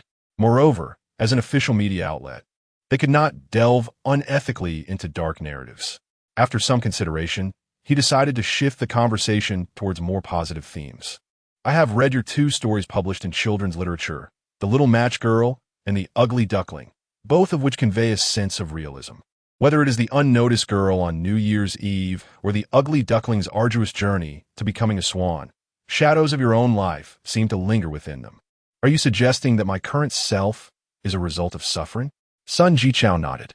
"No." Lu Qingfeng shook his head with a smile. "Suffering is simply suffering. It does not lead to success, nor is it worthy of praise. The trials of suffering exist solely because we cannot escape them." Sun Jichao was once again astonished. Upon reflection, these words held a profound resonance. Ding-dong, the school bell rang from the nearby 3rd middle school, signaling the end of the interview. Lu Qingfeng proceeded to the counter to settle the bill. Coming back to reality, Sun Jichao quickly stood up. "Allow me to take care of it." Lu Qingfeng stopped him. "No, you have traveled a long way. It is improper for a guest to pay." With that, he retrieved a small black drawstring pouch from his pocket. Producing the last 30 yuan he had to hand to the proprietor. The 2 cups of coffee totaled 22 yuan. Lu Qingfeng's was 8, while Sun Jichao's cost 14. Suddenly, Sun Jichao felt quite foolish. How could he have ordered such an expensive coffee? At that moment, Lu Qingfeng accepted the 8 yuan change, carefully placing it in his pouch. "Thank you, Mr. Sun. I must return to class now." The 2 parted ways at the CAF entrance. Sun Jichao watched as Lu Qingfeng's figure disappeared into the school gate before he himself departed. The following day, Lu Qingfeng participated in an interview with the Suttering Police Media Center. On the 3rd day, which happened to be Saturday, both reports were simultaneously published across social media platforms. Chapter 31. It had been a while since they last met, and now he had made it to the legal news. Naturally, the story did not explode overnight. Its popularity surged gradually. The Sioux City Police News Media Center and the Vanguard Youth newspaper were both local government outlets, garnering only a limited audience. With the internet inundated with daily trending topics, unless something was officially pushed or sparked societal discourse, the majority of people often overlooked such news. The 2 reports were published in the morning, and by the afternoon, the comments on Weibo beneath these articles remained scarce. It wasn't until the evening, when social media buzzed with activity, that things began to shift. Xin Meng was a devoted mother. Her child had just turned 2, and she was merely 26, marking her as an early bride. She and her husband had met during their school days, progressing from university to the working world, from school uniforms to wedding gowns. However, to be frank, it was not as romantic as one might envision. Marriage was a process of mutual adjustment, fraught with trivial disputes that inevitably arose in daily life. Moreover, since they married due to an unexpected pregnancy, they faced the stress of an unstable pregnancy during hospital visits. Xin Meng had to withdraw from her job to nurture the baby. The young couple, having just begun to stabilize their lives, felt overwhelmed by the pressures of impending parenthood. Fortunately, both families provided support, and her husband proved to be diligent, allowing them to eventually establish a foothold in the city. Currently, she had taken on a role of a full-time mother, responsible for caring for their child and managing the household, while her husband worked to provide for the family. Raising a toddler was labor-intensive, especially at this age when children are bursting with energy and curiosity about the world. At 8 in the evening, after finally coaxing her son to sleep, Qingfeng finally found a moment for herself. The latest episode of Mist Rain had updated, and with her husband working late, she felt a tinge of excitement. Quietly closing the door behind her, she felt invigorated, almost as if she had been reborn. She hurried to the kitchen, gathered snacks and drinks, and settled herself onto the sofa, ready to indulge in her own slice of happiness. Suddenly, her phone on the other end of the sofa began to ring incessantly. Using her foot, she slid it closer and unlocked the screen, revealing a group chat that had been silent for quite some time, now bursting with new messages. The group was called Guarding Dreams Launch Group 8. Did I forget that I had exited this group? She murmured to herself, recalling the myriad of groups she had joined previously. She clicked on it. In such a short span, the chat had accumulated dozens of messages, with new ones continuously appearing. Strawberry dumpling. Is this for real? For dream's sake, look outside. It's from the official media. How could it be false? Strawberry dumpling. I mean, is this person really Qingfeng? I can't tell at all. Surprised face. Su Yixuan's wife. You can still see some resemblance in his features, though he looks so gone it's hard to tell. Heartbroken. Woe is Qingfeng. What on earth? Qingfeng was utterly perplexed and sent 3 question marks in response. Fang Yabelfao. Strawberry dumpling. Go check the news link above. Curiously, she scrolled to the top, where 2 news links had been shared about 10 minutes ago. Clicking on the first link, she found an article from the Sioux City Police News Media. The report detailed a significant case of human trafficking solved by the local police, prominently thanking a citizen named Lu Qingfeng for his assistance. Various accolades followed, praising his intelligence and bravery, extolling the virtues of a new generation of youth. But she felt no need to delve into those details. Qingfeng was astonished. Had she not seen the chat messages beforehand, she would never have connected this Lu Qingfeng to the person she knew. Yet, it was unmistakably the same individual. Lu Qingfeng. A striking face flashed through her mind. He was an exceptionally handsome boy, though not particularly eye-catching in their 5-member group, as he was quiet and not very active in events. Among the fans, his dedicated supporters were the fewest. She recalled that during the collapse of Dreamer's group, this boy had not been heavily criticized. The specifics eluded her, as time had dulled those memories, and the idol scene was now filled with new faces. It had been so long since she last heard of him. And now, he was making headlines for a positive reason. Wait, something was amiss. The news did not include any photographs. How could they be certain that this was indeed him? Why were they expressing pity? Qingfeng detected inconsistencies. The answers likely lay in the second article. She exited and found the second news link. This article was much more detailed, containing not only text but also video. Qingfeng began with the written content.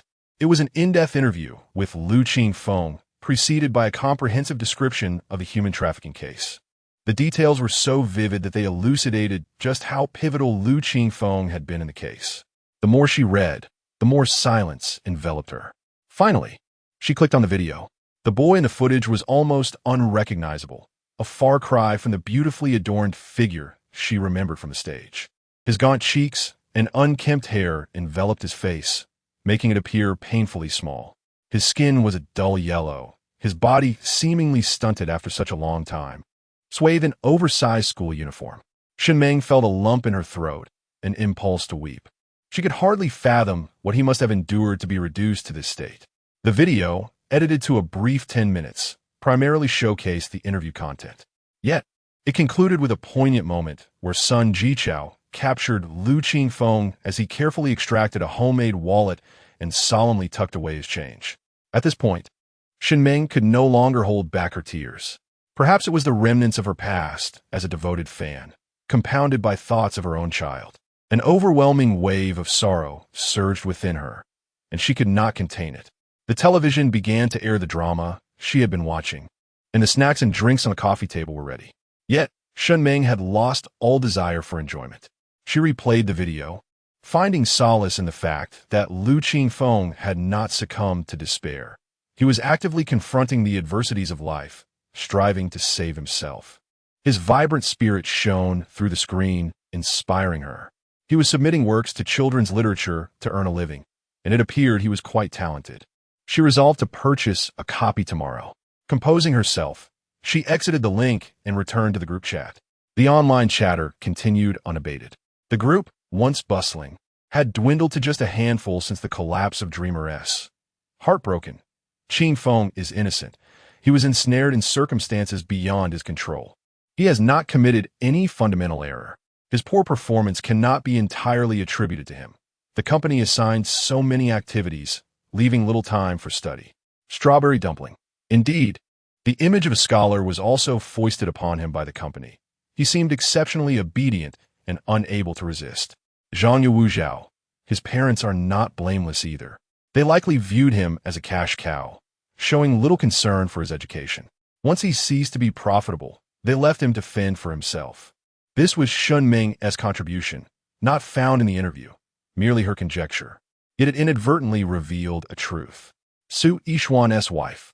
This child is truly unfortunate. For Dream's sake, what use is there in saying this? Dreamer-S is no different from being disbanded now. Our discussions here cannot aid him. Her words plunged the group into silence. Shunming stared at her phone for a while, and suddenly an idea struck her. Zhang Yuuzhao. That may not be the case. He is currently creating works, and we can reach out to former fans to help promote him. If we rally support, it could enhance his visibility and perhaps increase his earnings. For Dream's sake, that makes sense. Heartbroken, we can certainly pursue that. With enthusiasm and fervor. The news was promptly shared across other fan groups, as there were still some members to engage with. In an instant, the group was once again abuzz with activity. A multitude of individuals fervently discussing a common objective. Chapter 32. The boy with fox eyes at last. It was accomplished. On Saturday evening, Lu Qingfeng finally organized the 5 manuscripts he intended to submit using Yang Xiuxiu's computer and sent them to the designated email of the magazine editor. Which magazines did you submit to? Yang Xiuxiu inquired as she brought him a cup of milk. Years of Reasoning and World of Science Fiction. Lu Qingfeng replied after expressing his gratitude. Both of these are among the top in their genre, with stringent quality requirements. Are you certain there are no issues? During the time Lu Qingfeng was organizing the articles on her computer, she had not perused those documents. It is considered taboo to casually browse unpublished stories. Pretty much. I still have a bit of confidence, Lu Qingfeng said, taking a sip of milk. His mind was a vast expanse of classic literary works. Yet deciding which to draw from was a matter that required careful contemplation. Pure literary works were beyond his reach, especially for a high school student like him. Youthful pain literature was an excellent theme and currently one of the most favored genres in the market, possessing great potential for adaptation.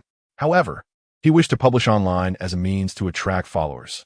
The remaining options were limited, and after much deliberation, Lu Qingfeng ultimately chose the realms of reasoning and science fiction. Firstly, these two fields did not necessitate extensive life experience. He could write with just relevant knowledge and imagination. Secondly, the audience for these genres was vast, with a considerable number of enthusiasts for reasoning and science fiction in the country. Lastly, and perhaps most importantly, both Years of Reasoning and World of Science Fiction magazines still enjoyed commendable sales, unlike many others struggling to survive, having lost readers to online novels. The breadth of knowledge required for reasoning and science fiction was substantial, making it difficult for average online novelists to excel. The core audience for these two genres was also notably loyal. All right, but you must not neglect fairy tales, Yang Xiuxiu reminded him. She would not interfere too much, knowing that if he could not write well, he would simply abandon it. The recent interview with the Pioneer Youth Report was quite timely. The editor-in-chief is placing significant importance on your 3 stories for the next issue, and is preparing to allocate some resources for proper promotion. If the response remains positive, they may sign you for a special contract, allowing you to prepare for a long serialized work. Serialized? Lu Qingfeng was taken aback. Yes, you haven't considered that angle? Not exactly. It just caught me off guard, he admitted, scratching his temple. You've already traversed the path of other writers for 2 to 3 years. Yang Xiuxiu Chuklet Li. Magazine serialization is a prerequisite for publication. while there are instances where a completed manuscript astonishes a publisher, leading to high royalties and immediate market release. Such occurrences are reserved for established authors. Newcomers should temper their expectations. Publishing a book is a risky commercial venture. If the printed book fails to sell, it becomes mere waste. The vast majority of authors first serialize their works in magazines, and only after achieving a certain popularity will publishers consider releasing them. Works like You Was to Live and Lu Qingfeng's The Three-Body Problem followed this path. Then you can start contemplating stories suitable for serialization now, she suggested. All right. Lu Qingfeng agreed, fiddling with his hair again. Noticing this, Yang Xiuxiu asked, "Do you have time tomorrow? I can accompany you to get a haircut and perhaps buy some clothes and shoes. The weather is warming up, and you can't keep wearing what you have." Lu Qingfeng acknowledged that his unkempt hair was bothersome, but he was short on funds. "I have plans tomorrow, perhaps in a couple of days. The school has applied for a scholarship for me, and there's also a reward of 10,000 from the police station. Once the funds arrive, I'll take care of it." Lu Qingfeng spoke the truth. He indeed had plans to learn the violin at Tian Musical Instruments tomorrow. The next morning, Lu Qingfeng awoke to delightful news. The latent power of a nine-tailed fox heritage within him stirred once more. It seemed the interview report had been published and garnered attention. He had forgotten to check the documents using Xiuxiu's computer yesterday. He wondered what kind of talents this would bestow upon him. Lu Qingfeng felt a swell of anticipation. With a buoyant mood, he hummed a tuneless melody as he prepared breakfast, consisting of 2 boiled eggs, a box of milk, a small plate of marinated beef, and an apple, nutritious and healthy, though regrettably devoid of vegetables, as they do not store well. With only 8 yuan left, he needed to stretch it until the next influx of funds. Perhaps he should lower his dietary expenses a bit. After calculating his food reserves, he concluded that there should not be any major issues. After breakfast, he rested for a while before heading out with his violin. Arriving at Tian Musical Instruments around 9 o'clock, he found the owner, Su Kajia, seated at her desk, seemingly preoccupied. "Good morning, Kajia," he greeted politely. Su Kajia was in a rather low mood due to reduced income this month, coupled with increased expenses. Upon closer inspection, she realized that her frequent orders of spicy hot pot takeout had inflated her spending. Spicy hot pot was indeed expensive, yet undeniably delicious. Feeling somewhat dejected, she turned at the sound of his voice and was met with the gaze of the high school student who had purchased the violin at a bargain. A flicker of joy illuminated her features, as the warmth in his eyes conveyed a delightful emotion that lifted her spirits unexpectedly. "Good morning, fox-eyed boy," she teased. Lu Qingfeng was momentarily taken aback, touching his eyes. "Kajia, why you call me that? Do I not look like one?" Su Kajia felt a sense of pride, reminiscent of her school days when she would bestow nicknames upon classmates. "All right, enough with the details. Follow me. The teacher is already waiting," she said, leading him to the second floor. It was a spacious area, already filled with several young children learning the violin, ranging in age from 5 to 10, all accompanied by their parents. The violin instructor was a graceful woman with long, flowing hair, dressed in a long pleated skirt and a chic jacket. Li Laosher, here, a student coming to experience 2 lessons. Su Kajia introduced Lu Qingfeng, who received a warm nod from the teacher. After Su Kajia departed, Li Laosher smiled. "You can sit for a moment. Class starts in half an hour." "Okay," Lu Qingfeng replied and settled into a row of chairs against the wall. Many children glanced at him with curiosity, while the parents soon returned to their conversations. "Has your Yaya passed the level 4 violin exam?" one parent asked. "Almost. The teacher said she still needs to master the double notes and Liszt piece," came the response. "Yaya is doing well. Our Xiaoduan hasn't even passed level 3 yet. I'm starting to wonder if I should let him continue. It seems he has no talent for the violin." The parents chatted about their children. Lu Qingfeng did not eavesdrop intentionally, but their conversation provided him with insights. It turned out there were indeed levels for violin proficiency. Chapter 33. Could he truly be a genius? As all the students gathered, Teacher Li commenced the lesson a few minutes early. There were a total of 9 students, including Lu Qingfeng, who was the eldest among them. His learning pace diverged from the others, prompting the violin instructor to separate him for individualized attention. Before the class began, they revisited the 5th piece of the K's exercise, I trust everyone practiced diligently at home, right? Yang-su, you may begin. Amidst the assembly, a young girl of around 10 grasped her violin and bowed, commencing her performance. Lu Qingfeng remained seated with the parents, observing with curiosity. As a novice, he was unfamiliar with the intricacies of the K's exercise, nor did he comprehend the nuances of bowing technique. Yet, one thing he could discern: the pitch produced by the young boy was incorrect. Here, a note was raised improperly. The notes due in FA should be sharper, yet they were not played correctly. Drawing upon his self-taught music theory knowledge and innate perfect pitch, he effortlessly identified the mistakes in the performance upon first hearing the piece. He muttered softly to himself, while nearby parents cast curious glances, unable to catch his words. However, they found him, clearly not well off, to be of interest. Classmate, it is rather uncommon for someone your age to learn the violin. Is this your own ambition, or do your parents support you? Immersed in the novelty of his talent, Lu Qingfeng was startled by the sudden inquiry. Turning to the middle-aged man beside him, the only male among the parents, clad in a leather jacket and casual trousers, with a watch adorning his wrist, he appeared quite put together, a quintessential representation of the middle class. Not at all. I merely wish to cultivate a hobby, he replied politely. Ah, that is a commendable notion, nurturing an artistic inclination from a young age. The middle-aged man crossed his legs. However, learning the violin is arduous. My daughter began at 5, and after 3 years, we have spent tens of thousands annually on lessons, instruments, and competitions, with parents accompanying them every step of the way. But alas, it is all for the sake of the child.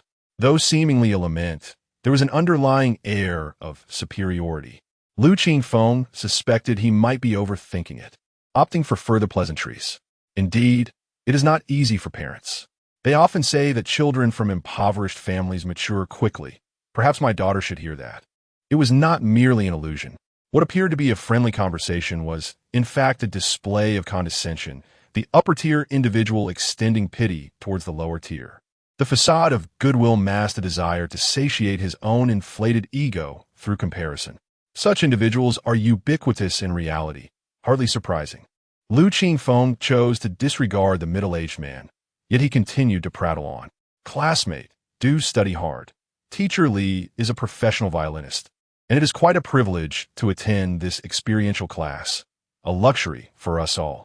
If you excel, it could become not just a hobby, but a means to improve your family's circumstances, which would surely delight your parents. However, you must put in the effort. The violin is genuinely challenging. Look at these children. They have been under teacher Li's tutelage for quite some time. Unable to endure any longer, Lu Qingfeng interjected. Which one is your daughter? Ah, that one. He pointed to a girl preparing to play.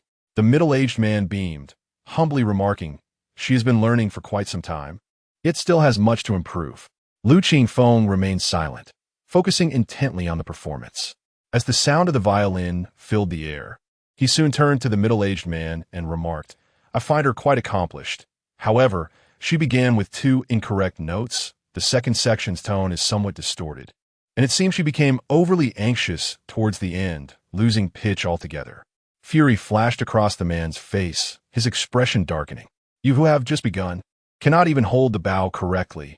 Do not speak out of turn. Teacher Li, Nye Junshin, what was that performance? You started with 2 wrong notes.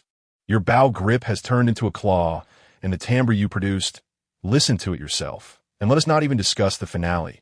It was entirely off-key. The middle-aged man fell silent. Lu Qingfeng shrugged, and a calmness enveloped the space. Once the children were instructed in a new exercise and allowed to practice freely, Teacher Li finally approached Lu Qingfeng. She first inquired whether he understood the fundamentals of music theory and staff notation. He nodded. These were lessons he had taught himself. Excellent. With that foundation, the learning process will be significantly easier. More than just a foundation, the middle-aged man interjected, unable to contain his irritation. Teacher Li cast a curious glance at him, but thought little of it, proceeding with the formal instruction. It is said that the violin is quite challenging. Yet Lu Qingfeng had no concrete understanding of this until now. He began to grasp the intricacies clearly. The violin comprises 4 strings, labeled G, D, A, and E from left to right, corresponding to the solved G syllables, sol, re, la, and mi. This arrangement reflects the progression from the thickest to the thinnest string. The scale of a piece relies entirely on these four strings. As a fretless instrument, precise pitch depends on the interplay between the musician's ear and fingers. However, the violin possesses an expansive range, spanning 4 octaves from low G to high E, with each string capable of producing 2 octaves. This design, while enabling a diverse expression of emotions, from soft and delicate to passionate and soaring, places immense demands on the performer's skill and innate talent. Observers of violinists often note the rapid movement of their hands across the strings. This is the means by which they adjust pitch. Mastering the 4 strings and 5 positions alone requires years of diligent practice. Furthermore, one must master bowing techniques, bow control, the hold of the violin, and the impact of hand positioning on pitch, alongside the coordination of both hands. Accomplishing these fundamentals is crucial for enhancing musical expression. Observe my hand. The bow hold must neither be too relaxed nor too tense. The thumb and middle finger grip the bow. The little finger rests at the end, and the index finger lies on top. Do you see my hand? The proper bow hold resembles a staircase. As a complete novice, Teacher Lee commenced instruction from the very basics. You must practice holding the bow at home. Each finger's position and function, the rotation of the wrist, and the bending of the arm are all crucial. Next is the hold of the violin. Draw on your abdomen, lift your chest, and expand your shoulders. The violin should rest in the nook of your shoulder, secure by your chin.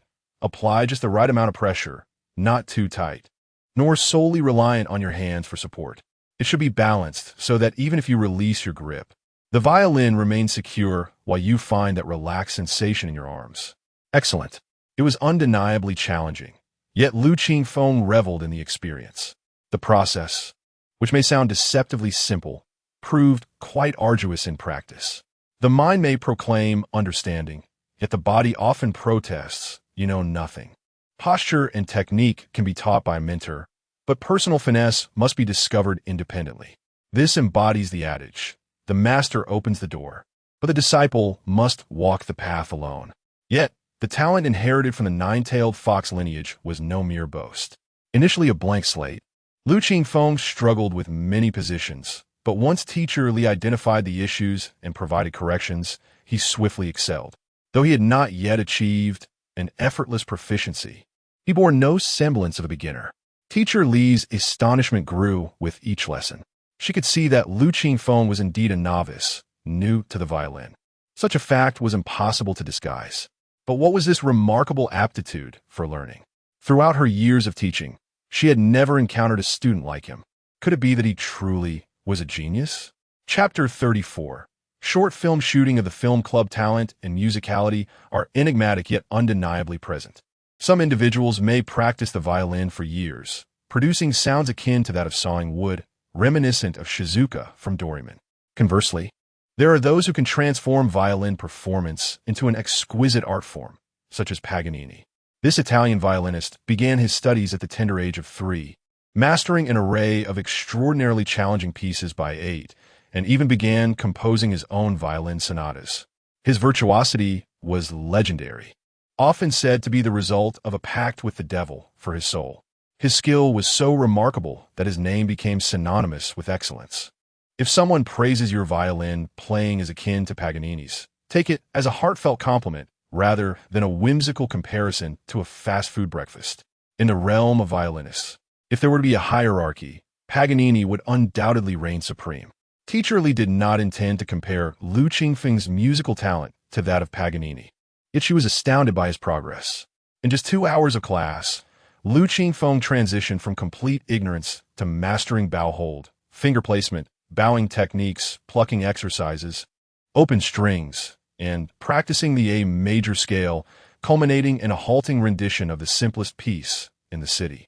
Remarkably, despite the rudimentary execution, his intonation was flawless. While ordinary individuals require relentless practice to achieve such feats, for him, it was as effortless as breathing. What defines a genius? This is the quintessence of true genius. With over 20 years of experience, Teacher Lee has witnessed her share of prodigies. If evolving from diligent practice in her youth to becoming the second violinist in a provincial orchestra. Yet, in comparison to the young man before her, they pale in insignificance. Upon concluding the lesson, Teacher Li grasped his hand earnestly, her gaze filled with warmth. Lu, your talent is extraordinary. If you persist in your studies, you will undoubtedly ascend to greater heights. Lu Qingfeng suspected that Teacher Li might be attempting to sell lessons, given that he was currently attending a free trial class. Though he yearned for professional guidance, financial constraints loomed large. Thank you, Teacher Li, but I'll return for the next class, he replied, gathering his belongings and departing. Teacher Li felt a twinge of disappointment, pondering why he failed to grasp her intentions. If he were to enroll for more lessons, she was confident she could cultivate him into a competent violinist. As for altruistic teaching, that was a jest. Artists, too, need to earn a living. During the lesson, a middle-aged parent remained fixated on the proceedings, unable to appreciate the significance of Lu Qingfeng's talent, only recalling the encounter with the impoverished youth who had defied him, leaving him disgruntled. Teacher Li cast a glance at him, mindful that he was a potential benefactor, and merely smiled. If he had started practicing sooner, perhaps he could become the Lu Qingya of the violin world. Lu Qingya, an internationally acclaimed pianist, is known for her prodigious talent, her name recognized by all parents aspiring to introduce their children to the arts. The middle-aged man scoffed at the notion. Teacher Li chose not to elaborate. Who could tell? Quickly, we mustn't be late. Emerging from the music store, Lu Qingfeng hurried toward the third high school. Although the entire school was on break for the weekend, he had other commitments. He had delivered a short film script to his junior, Zhao Wenjie, earlier that week, which had been accepted for filming that afternoon. To ensure the quality of the shoot, Zhao Wenjie had invited him to assist. As a member of the film club, albeit infrequently engaged, Lu Qingfeng agreed, knowing he would need to borrow equipment from others. The shoot required a considerable number of participants, and arriving late was not an option. After a brisk journey, he finally arrived at the school's entrance before noon. Zhao Wenjie, along with fellow film club members Lu Qingfeng, Ho Xiaobing, and LV Hui, were already present. Apologies for the delay, Lu Qingfeng exclaimed. No worries, we just arrived as well, Zhao Wenjie replied, approaching him. Look, as per your request, I've brought our dog, and the monkey has brought his sister. Lu Qingfeng walked over, leading a robust golden retriever. This dog was exceptionally well kept, and Lu Qingfeng affectionately patted its head. The dog, unafraid, licked him playfully. Others gathered around, including the monkey's younger sister, a third grader with large, twinkling eyes, full of mischief. With the main cast assembled, Lu Qingfeng inquired of Zhao Wenjie, how did the negotiations with the backdoor vendors go? All smooth sailing. Once they learned they could showcase their products in front of the entire school, they were eager to assist us free of charge. Excellent. Let us proceed. The group made their way to the back entrance. The filming locations had been selected, and the necessary props were prepared. After inspecting the lush potted plants, Lu Qingfeng promptly pruned them to ensure they appeared pristine. Seeing no further issues, he signaled that they were ready to commence filming. All right, for our first scene, it's a Kai Sheng, Zhao Wenjie announced. Local shopkeepers gathered, intrigued by the unfolding spectacle. As the protagonist, Lu Qingfeng stood before the camera and the crowd, displaying an unexpected exuberance rather than shyness. However, Lu Qingfeng glanced at the footage on the monitor and abruptly called for a halt. Stop! Stop! Stop! Zhao Wenjie, acting as the director, was momentarily taken aback, unable to discern what was amiss. Yet, as the scriptwriter, Lu Qingfeng had the clearest vision of the intended effect, so he refrained from commenting further. Lu Qingfeng protect Lu Xin. Zhuang, why are you dressed so flamboyantly? The character in the script is a downtrodden office worker, not a showy figure. Your attire alters the essence of our short film. When it comes to student-made short films, one cannot expect professional quality. One must make do with what they have. Lu Qingfeng, though not an expert, could identify discrepancies by comparing the footage to the original. The script he provided was inspired by a Thai advertisement from a past life, rich in emotion and positivity, perfectly suited for student filmmaking. Since they were filming, it was imperative to do their utmost to achieve quality. While not every detail needed to be replicated meticulously, glaring inconsistencies must be avoided. After addressing Lu Xian's costume, Lu Qingfeng scanned the vicinity and spotted a shopkeeper of similar build, borrowing an outfit from him. The shopkeeper readily obliged. Once Lu Xian changed into the borrowed attire and tousled his meticulously styled hair, Lu Qingfeng positioned him back in front of the camera. Checking the footage again, it still seemed lacking, as Lu Xian's youthful features were too conspicuous. "This will have to suffice. We cannot set the bar too high," he concluded, and the filming resumed. Chapter 35. The Banyan Tree Agency. The filming process was, in truth, rather mundane. Many scenes that appeared captivating on screen were, in reality, quite tedious. At times, it bordered on the absurd. The positive energy short film, aptly named A Good Deed a Day by Lu Qingfeng, lasted a little over 3 minutes. Yet the actual filming extended far beyond that. With no professionals involved, a multitude of issues arose. Laughter breaks, disjointed expressions and movements, misplaced emotions, overlapping positions, and out-of-focus shots were all too common. There was even a rather embarrassing moment where an actor performed admirably, yet the recording device had not been activated. In short, the process was fraught with hiccups, but they managed to complete it before 6 o'clock. Zhao Wenjie, along with the members of the film club, departed first, while Lu Qingfeng and a few close friends chose to stay behind, deciding to dine before heading home. The group of 4, accompanied by a dog and a small radish-headed girl, found a nearby noodle shop. Being an actor is indeed exhausting. My face feels as if it might cramp up. The 5 of them found a table, and Lu Xian promptly lay down, rubbing his face while groaning. As the protagonist of the short film, he bore the heaviest load of scenes and, consequently, made the most mistakes.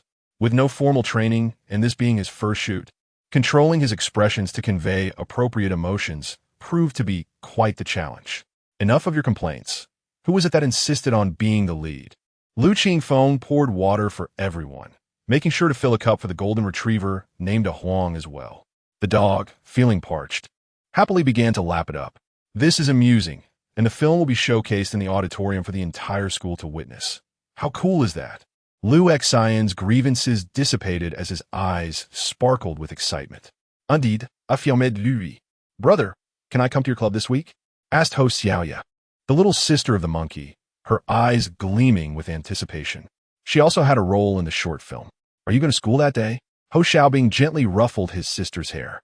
"Oh." The little girl, disappointed, wandered off to play with the golden retriever. "No worries. The finished film will be uploaded online. You can ask your brother to show it to you at home," Lu Qingfeng reassured her. "Really?" The girl suddenly looked up, her face alight with hope. Deep down, she didn't genuinely wish to visit her brother-esque school. She simply wanted her friends and classmates to know she had acted in a film. Lu Qingfeng nodded affirmatively, and Ho Xiaoya's spirits lifted once more. Zhuang, how is your novel coming along?" As they spoke, their meals arrived. Others had fried noodles and fried rice, while Lu Qingfeng ordered a bowl of wontons. Not particularly delectable, but rather inexpensive.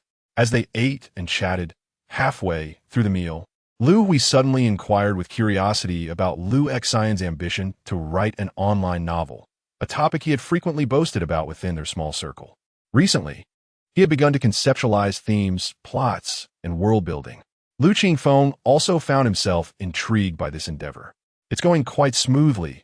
I've been bursting with inspiration lately, and my thoughts flow effortlessly. I have a feeling I could achieve great acclaim with my writing," Lu Xian declared confidently. This was a classic case of a novice's overestimation of their potential, assuming their ideas were extraordinary before even committing them to paper. When one observes the multitude of works, often riddled with kitsch, mediocrity, and lack of originality, the stark reality sets in. Once the novel is completed and published on a platform, and only a handful of readers engage with it, self-doubt inevitably arises. This often leads to bitterness and lamenting that audiences lack discernment. At this stage, enthusiasm typically wanes, and if one persists, diligently studies, they might finally navigate out of the novice phase. Lu Qingfeng understood this all too well, having experienced it himself. "I'm preparing to write the beginning. Online novels emphasize the importance of the first 3 chapters. Once I've drafted it, could you please take a look for me?" Lu Qingfeng signaled an okay with his hand, ready for his friend to create an impressive piece. Not necessarily. Perhaps this fellow is a genius, he mused. After their meal, the group parted ways for the night. The following day marked the commencement of a new week, and Lu Qingfeng plunged into a fresh cycle of busyness. His daily activities were now divided into 3 segments. The first involved practicing the violin. Starting this week, he brought his instrument to school daily, as he was an art student on special admission, and the teachers would not scrutinize him. Teacher Chun had spoken to him once, advising him to prioritize his studies. Essentially, she suggested that he possessed writing talent and should not squander it, but rather dedicate time to reading and writing to accumulate material. He readily agreed. Yet he understood his own circumstances. While writing could be merely copied, music, despite his innate talent, demanded considerable effort. During lunch breaks, he dedicated time to practice, focusing on the foundational skills he had learned at the music shop. Concurrently, he borrowed a handheld camera from the film club to document his practice sessions. The second segment of his day involved assisting with the editing of the short film at the film club. There was little to elaborate on in this regard. Lastly, he worked on preparing a fairy tale for serialization in children's literature. Whether he could extricate himself from his current financial constraints hinged on this piece. Beyond that, he awaited news from the new concept writing competition and 2 magazines. Having traversed this world for over half a month, transitioning from a state of hunger to establishing a routine, Lu Qingfeng felt a sense of relief. Time slipped by, and 2 days passed. In the heart of Sioux City, a 36-story office building housed the Banyan Tree Agency. The agency was relatively small, having been established for less than a decade, and boasted only 1 second-tier star under its banner. However, the agency's owner, Lu, was quite renowned in the industry. Formerly the department manager of the artist management division at the New Century Media Company in Shanghai, she was known for her considerable abilities and extensive connections. However, after a falling out with the leadership at New Century Media, she ventured out on her own and founded her current company. Initially, Lu was ambitious, eager to make a significant impact. Her vision was not fundamentally flawed. Having worked in the entertainment industry for many years, she had connections at all levels. It seemed plausible to cultivate a few leading stars, thus ensuring sustainable cash flow for the agency. However, she did not anticipate the rapid changes in the industry, as capital flooded in, igniting a frenzy while simultaneously altering the rules of engagement. Those new internet moguls entered the scene, wielding substantial sums of money with an unwavering resolve. Before she could adapt, the entire landscape had transformed. Traditional media declined while online platforms surged, with various social media, video, music, and short video platforms becoming the most direct connections between artists and fans. The whirlwind of traffic surged forth, rendering her previous methods of operating in the entertainment industry obsolete. Her inability to timely adapt to the shifting paradigm caused her to miss out on a wave of unprecedented wealth. Yet, as a professional agent, she possessed a keen instinct. Recognizing the lucrative potential in the rise of K-pop in the domestic market, she began recruiting talented individuals in this domain from the inception of her company, emulating the training systems of Korean agencies. This strategy ultimately proved successful. The only lament was that the agency lacked the strength to withstand public relations crises, leading to the downfall of the group she had painstakingly nurtured. Chapter 36. Securing the enigmatic Lu Qingfeng, Lu reflected on the reasons for her recent failure. It was her rigid mindset that had led her to underestimate the impact of the internet. With the evolution of the digital age, public attention has gradually shifted from newspapers and television to social media platforms. Celebrities have also recognized this as their primary battleground. Consequently, major talent agencies have established market data monitoring departments, whose main task is to track online public sentiment, enabling firms to manage emergencies and handle public relations adeptly. Additionally, these departments assist their artists in managing account data and nurturing marketing accounts, often referred to as water armies. About a year and a half ago, dreamers faced a barrage of negative online rumors orchestrated by rival companies. Lu even suspected the involvement of New Century Media. This incident served as a wake-up call, prompting her to outsource relevant tasks to a data team. This morning, a meeting convened at Rongshu Rong Company, with all 9 senior executives, including Hu Meiyan, in attendance. After summarizing the company's developmental data from the past fortnight, she introduced the most crucial project on the agenda. Everyone had performed admirably, and although the company was facing challenges, there remained immense potential across various sectors. Funding for the influencer department could be increased, as Yi Zimu exhibited promising talent. It was essential to keep Luo, who currently held the spotlight within the company, content, and any concerns should be reported directly to her. The most pressing matter was the planning of a new boy band. Hu Meiyan tapped her fingers on the table. At 48, she exuded vitality. Her cascading waves of hair and fiery red lips complemented by a double-breasted blazer, radiating authority. The project manager rose, and the projector flickered to life, casting images of 10 young men onto the screen. The initial exposure plan had been largely accomplished, and the selected individuals had garnered a foundational level of recognition online. The core of this initiative remained focused on development. The success of Dreamers had illustrated the broad market appeal of such groups, though mistakes had led to their downfall. The new plan innovated upon previous content, incorporating lessons learned from past experiences. This time, they would create a contrasting twin group under the theme of campus nights, maximizing benefits. The project was progressing steadily, aiming for an official debut this summer. Hu Meiyan nodded approvingly. Excellent, but we must not solely focus on the group members. We should also consider their parents. As if reminded of a nagging issue, she glanced towards a short, earnest-looking man. Ah Yao, has that peculiar individual caused any more trouble? Hu Yaoshu, whose name suggested a familial connection to the formidable Hu Meiyan, served as the critical manager of the agency.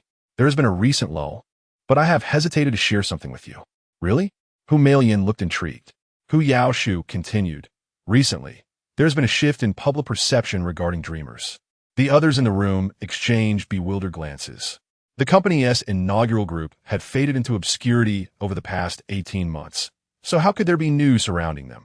Actually, it's not the entire group, but one member in particular. Who? Hu Meiyan inquired. Lu Qingfeng. His name elicited surprise from the CEO, as she remembered the boy. Not for his familiarity, but because his father often disrupted company affairs, primarily for financial gain. The situation is complicated. You should see for yourself. Hu Yaoshu approached the computer and retrieved relevant news articles, projecting them onto the screen. News regarding Lu Qingfeng's recent interviews and commendations from relevant authorities emerged before the audience, accompanied by related videos. After viewing the footage, the room fell into a contemplative silence, struck by the dramatic nature of the situation. I often liaise with the data team we outsourced, and upon learning of this, I had them investigate the prevailing public sentiment, uncovering something quite interesting. He maneuvered through the computer. Following Dreamers' disbandment, many fans exited our fan group, and we ceased our monitoring. However, recently, these fans have become active again. The trending topics on Weibo are fairy tales crafted by those earlier fans in support of Lu Qingfeng. Though the numbers are modest, their unity has drawn considerable attention from bystanders.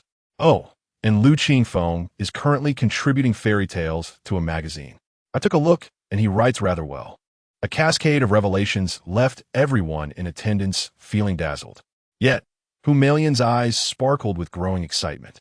Are you suggesting that due to this interview, public sentiment towards him has improved? Indeed, he stands alone in this regard. Fans believe the other 4 members have held him back. The academic persona we crafted for him, despite his poor grades, was not a significant issue.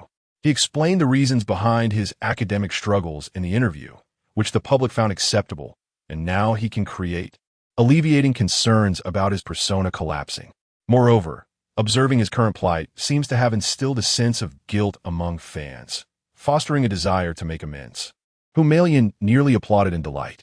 It was evident that the impoverished and powerless youth could not have orchestrated this resurgence on his own. Otherwise, this crisis management could serve as a case study within the entertainment industry. Yet, she discerned an opportunity within this scenario. Rising, she paced the room, finally declaring, "Ladies and gentlemen, we ought to seriously contemplate the return of our first-generation boy band. This is an opportunity, an extraordinary opportunity." She gestured towards the projected images. "We have witnessed the potential of Dreamers since their debut. Regrettably, They fell from grace due to our negligence. Now, we can reintegrate them into the public eye. But the new project is already in motion, and pursuing both will strain the company's finances significantly. The project manager interjected, visibly apprehensive. Let us pause the new initiative. The challenges of reviving dreamers will be far less daunting compared to the risks associated with the new group, whom Malian asserted decisively.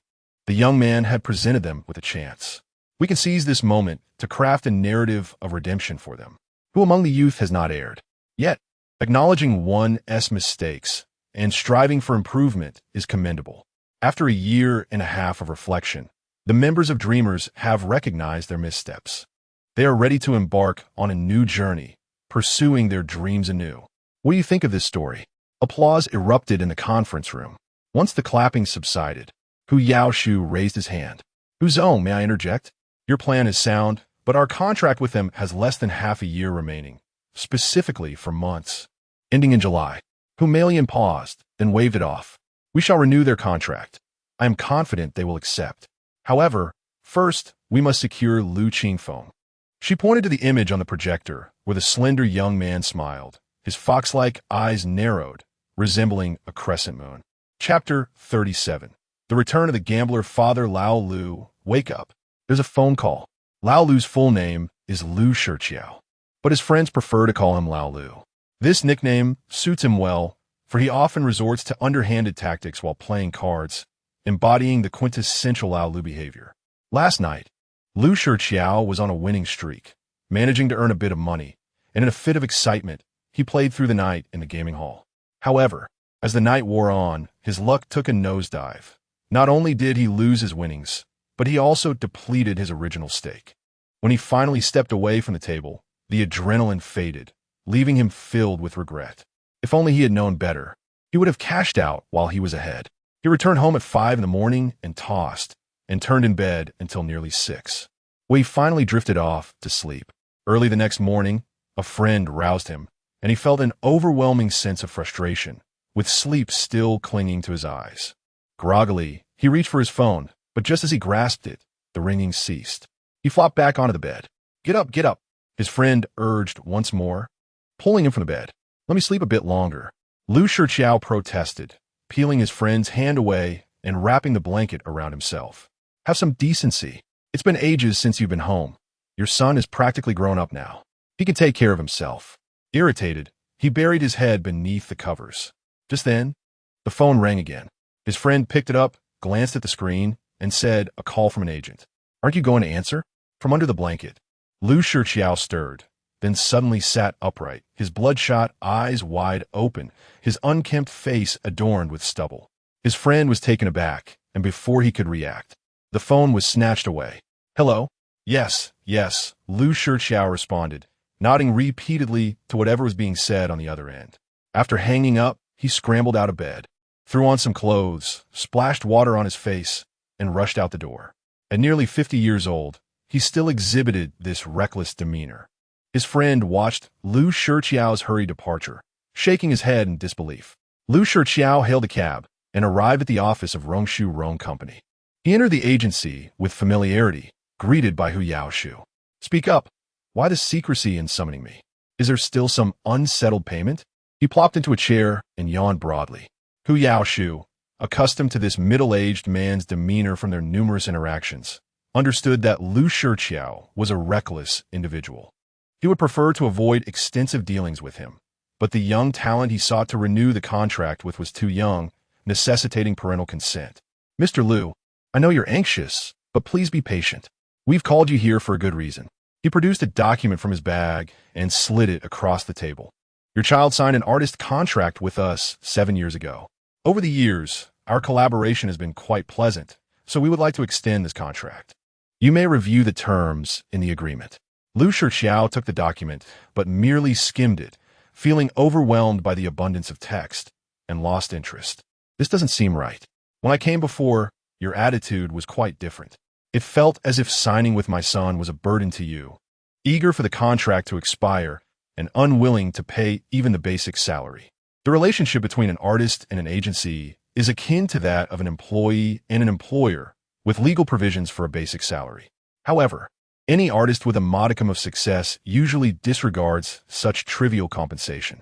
Lu Qingfeng may be unscrupulous, but he is not foolish.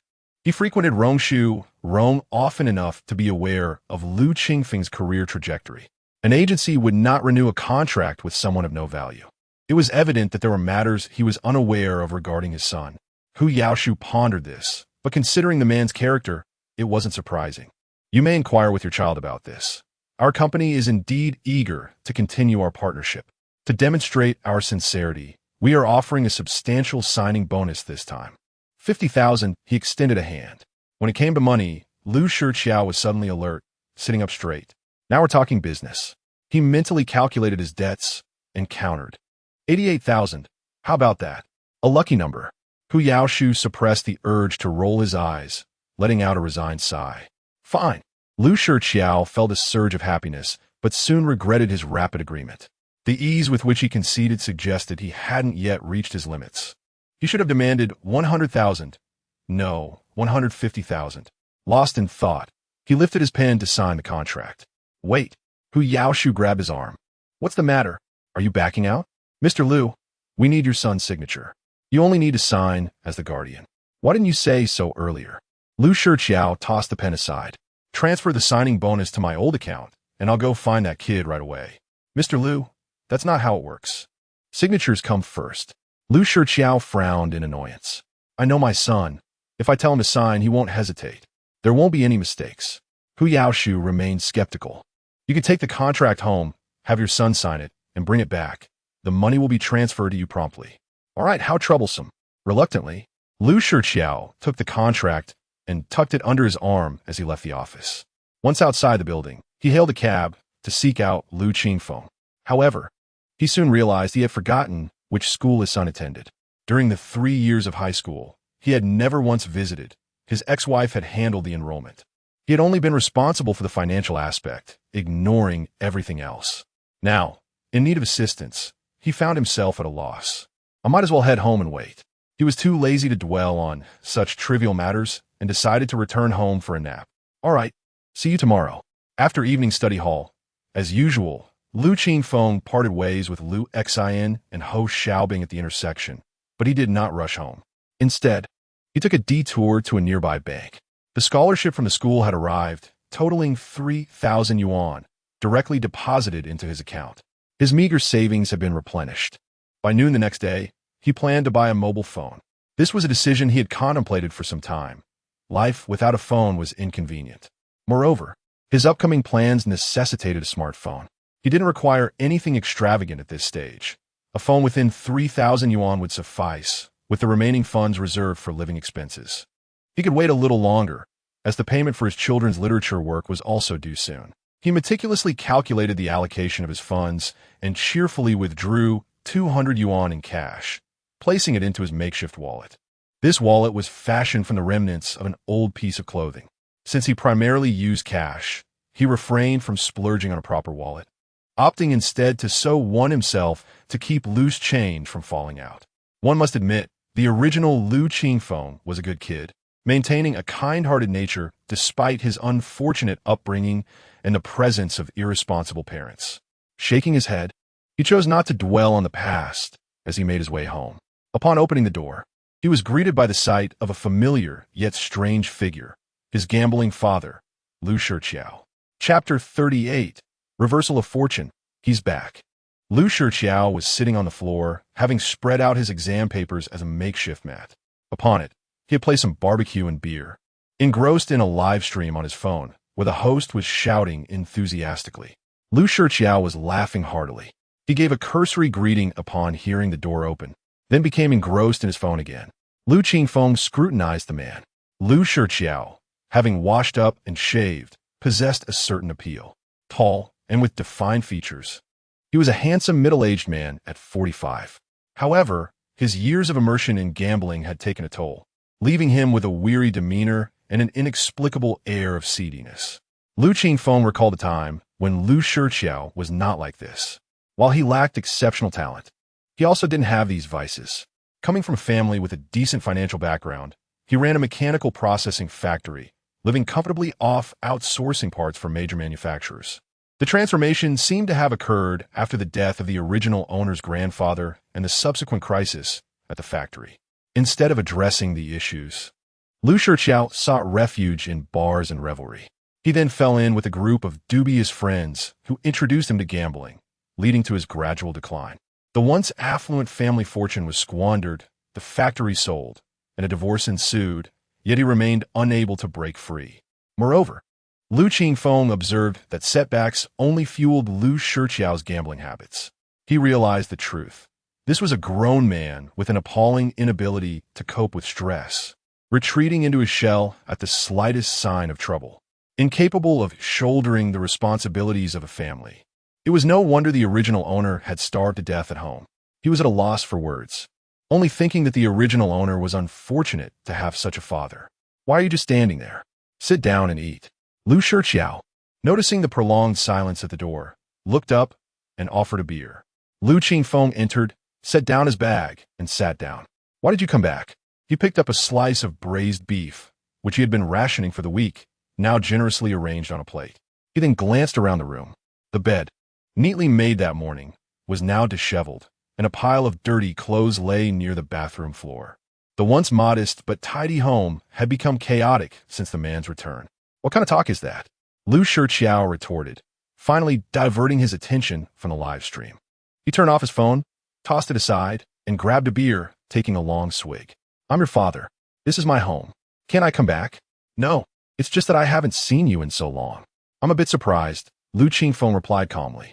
Lu Shiqiao was even more displeased. What do you kids know? If I wasn't working hard outside, what would you eat and drink? Astounding to utter such words. Lu Qingfeng couldn't tell if the man was simply shameless or delusional, perhaps even convincing himself of his own lies. Lu Qingfeng didn't want to argue. Parents often harbor a peculiar mindset, viewing their children as possessions. Throughout the formative years, they establish themselves as figures of authority, suppressing any dissent. While not all parents are like this, it is certainly prevalent. Therefore, he would not engage in pointless arguments about who is right or wrong. It was futile, a waste of breath. As long as Lu Shiqiao didn't cause trouble before he came of age, he was willing to coexist peacefully. You're right. I'm full. I'm going out for a walk. He planned to seek refuge at Yang Xiuxiu's house. Wait, Lu Shiqiao called out, producing a stack of documents. Sign this. Lu Qingfeng frowned, taking the papers to examine them closely. Lu Shiqiao impatiently urged, what's there to look at? I wouldn't harm you. Just sign it. Lu Qingfeng ignored him, carefully reading the contract. The contents made him scoff. Compared to the first exploitative labor contract, this one not only failed to offer better terms, but also extended the duration. Signing it would be akin to selling himself to Rongshu. So, you came back just to have me sign this servitude agreement? Lu Shiqiao was already annoyed that he hadn't immediately obeyed and signed the contract. Hearing the mocking tone in his voice, he flared up. Lu Qingfeng, how dare you speak to me like that? You have no respect. It seems you need to be disciplined. Lu Qingfeng rose slowly, looking down at his father. Firstly, although I am not yet 18, as someone over 16 with sound judgment and the ability to live independently, I have the right to decide whether or not to sign this contract. That is a legal right. Secondly, don't try to portray yourself as some kind of benevolent father figure. You know what you've done. You don't deserve the title of father. If you really want to make a scene, I won't hesitate to report it to the relevant authorities. Finally, I hope you won't bother me in the future. If you do, I will continue to show you outward respect until I go to university. Lu Shiqiao's eyebrows shot up. Insubordination. A son dares to lecture his father? He grabbed a half-empty beer bottle and stood up. Lu Qingfeng looked at him fearlessly, his gaze cold, resolute, and tinged with mockery. Lu Shiqiao was taken aback by the look in his eyes. He suddenly realized that he didn't recognize his son. He tried to recall what his son used to be like, but to his surprise, he couldn't quite remember. It seemed he had never really paid attention to his son. Looking at the slender teenager who barely reached his chest, with his thin frame and gaunt face, a sense of guilt arose within him. He hesitated for a moment, then finished the remaining beer. Lowering his voice, he said, if you sign this contract, the agent said they'd give a signing bonus 8,000 yuan. It would be good to improve our living conditions. It's all yours. I don't want it. Lu Qingfeng took the words with a grain of salt. I'm not going to sign the contract. If there's nothing else, I'll head out. He turned towards the door. All right, Lu Shiqiao called out. Why are you wandering around at night? Stay here. I have something to do. I'll leave the contract here for you to consider. As he spoke, he put on his coat and left. Watching the door slam shut, Lu Qingfeng shook his head and tidied up the house. He threw the dirty clothes in the trash, changed the bedding, and put the food in the refrigerator. Once everything was in order, he took a shower and lay in bed, contemplating the impact of this event. Chapter 39. A New Talent. Graceful elegance. Lu Qingfeng is a person who prefers to operate according to a plan, perhaps bordering on obsessive-compulsive tendencies. Since his arrival in this new world, he has accomplished his predetermined milestones and even exceeded expectations due to unforeseen circumstances. If he were to continue along this path, his prospects would only improve. However, life is rarely devoid of obstacles. The emergence of Lu Shiqiao was not entirely unexpected. Lu Qingfeng had always been on guard. Given the rapid dissemination of information via the internet, any interview by the Youth Pioneer newspaper could potentially attract the attention of his former management. The outcomes of such a situation are twofold. Either they remain indifferent, which would be the most favorable scenario for him, allowing him to await the expiration of his contract and sever ties with Rong Shurong, or the current predicament arises. Rong Shurong perceives a profitable opportunity and wishes to renew his contract. At his current age, independence in signing a new contract is unattainable, leading to the inevitable notification of his rather opportunistic father. With Lu Shiqiao's short-sightedness, one can only surmise that he would readily part with his son for a tempting sum of cash. Thus, Lu Shiqiao's presence becomes a nuisance for him. Why couldn't I have been orphaned? He pondered irritably as he sat up in bed. He envied the many novels where protagonists enjoy the freedom of an orphan background. Fortunately, Lu Shiqiao lacks a volatile temperament, exhibiting a degree of timidity. Were he a more unreasonable guardian, quick to resort to violence, Lu Qingfeng would have to contemplate abandoning his familiar surroundings and starting anew. However, Lu Shiqiao embodies the archetype of a cowardly bully. One need only exhibit greater resolve to intimidate him. After losing the advantages of his former identity, Lu Qingfeng is confident he can dominate the situation. It poses no significant challenge. As long as he remains steadfast regarding the contract, no one can impose their will upon him. With merely 2 months until he reaches adulthood and the imminent high school entrance examinations, he knows that once he enters university, he will fully extricate himself from his current circumstances. Feeling invigorated, Lu Qingfeng reclined once more. Time slipped away unnoticed until nearly 11 o'clock. Perhaps it was the weight of his thoughts that kept him awake, for he tossed and turned, unable to find rest. After a moment's consideration, he retrieved his mathematics book from his backpack. 5 minutes later, he succumbed to a baby-like slumber. The following morning, Lu Qingfeng awoke in accordance with his biological clock. As consciousness peeled away the remnants of sleep, he sensed something amiss within his body. His joints ached subtly, an odd sensation that resembled the physiological phenomenon associated with growth spurts rather than an injury. Deep within his awareness, a revelation dawned upon him. His new 9-tailed fox inheritance had been activated. Graceful elegance. The legendary humanoid form of the 9-tailed fox, regardless of gender, is said to possess unparalleled beauty, an elegant bearing, and a perfectly proportioned physique. Lu Qingfeng understood that this talent would facilitate his second growth spurt. With a disheveled head of hair, he chuckled to himself like a fool. This was precisely the talent he urgently needed. Height had always been a concern for him. In his previous life, he stood at a height of 1.75 meters. After his transition, he had inexplicably shrunk several centimeters, an intolerable fate for any man. Closing his eyes, he felt a faint energy coursing through him, merging with his flesh and bones. Growth is not an instantaneous event, but rather a continual process. The power of the inheritance did not release itself all at once, but rather stimulated his cells gradually. Awakening to good news countered the negativity of the previous night, and Lu Qingfeng rose cheerfully. After washing up and enjoying breakfast, milk being an essential staple for growth, he glanced at his reflection in the mirror. After indulging in nourishing meals, his complexion had improved significantly. Yet, long-term deficiencies cannot be remedied in a short span, and some aspects of growth, if neglected, cannot be salvaged for a lifetime. Thankfully, the nine-tailed fox inheritance would assist him. Placing his hands atop his head, he pressed down on his hair and scrutinized himself intently. Perhaps it was a trick of the mind, but he felt slightly taller than the previous day.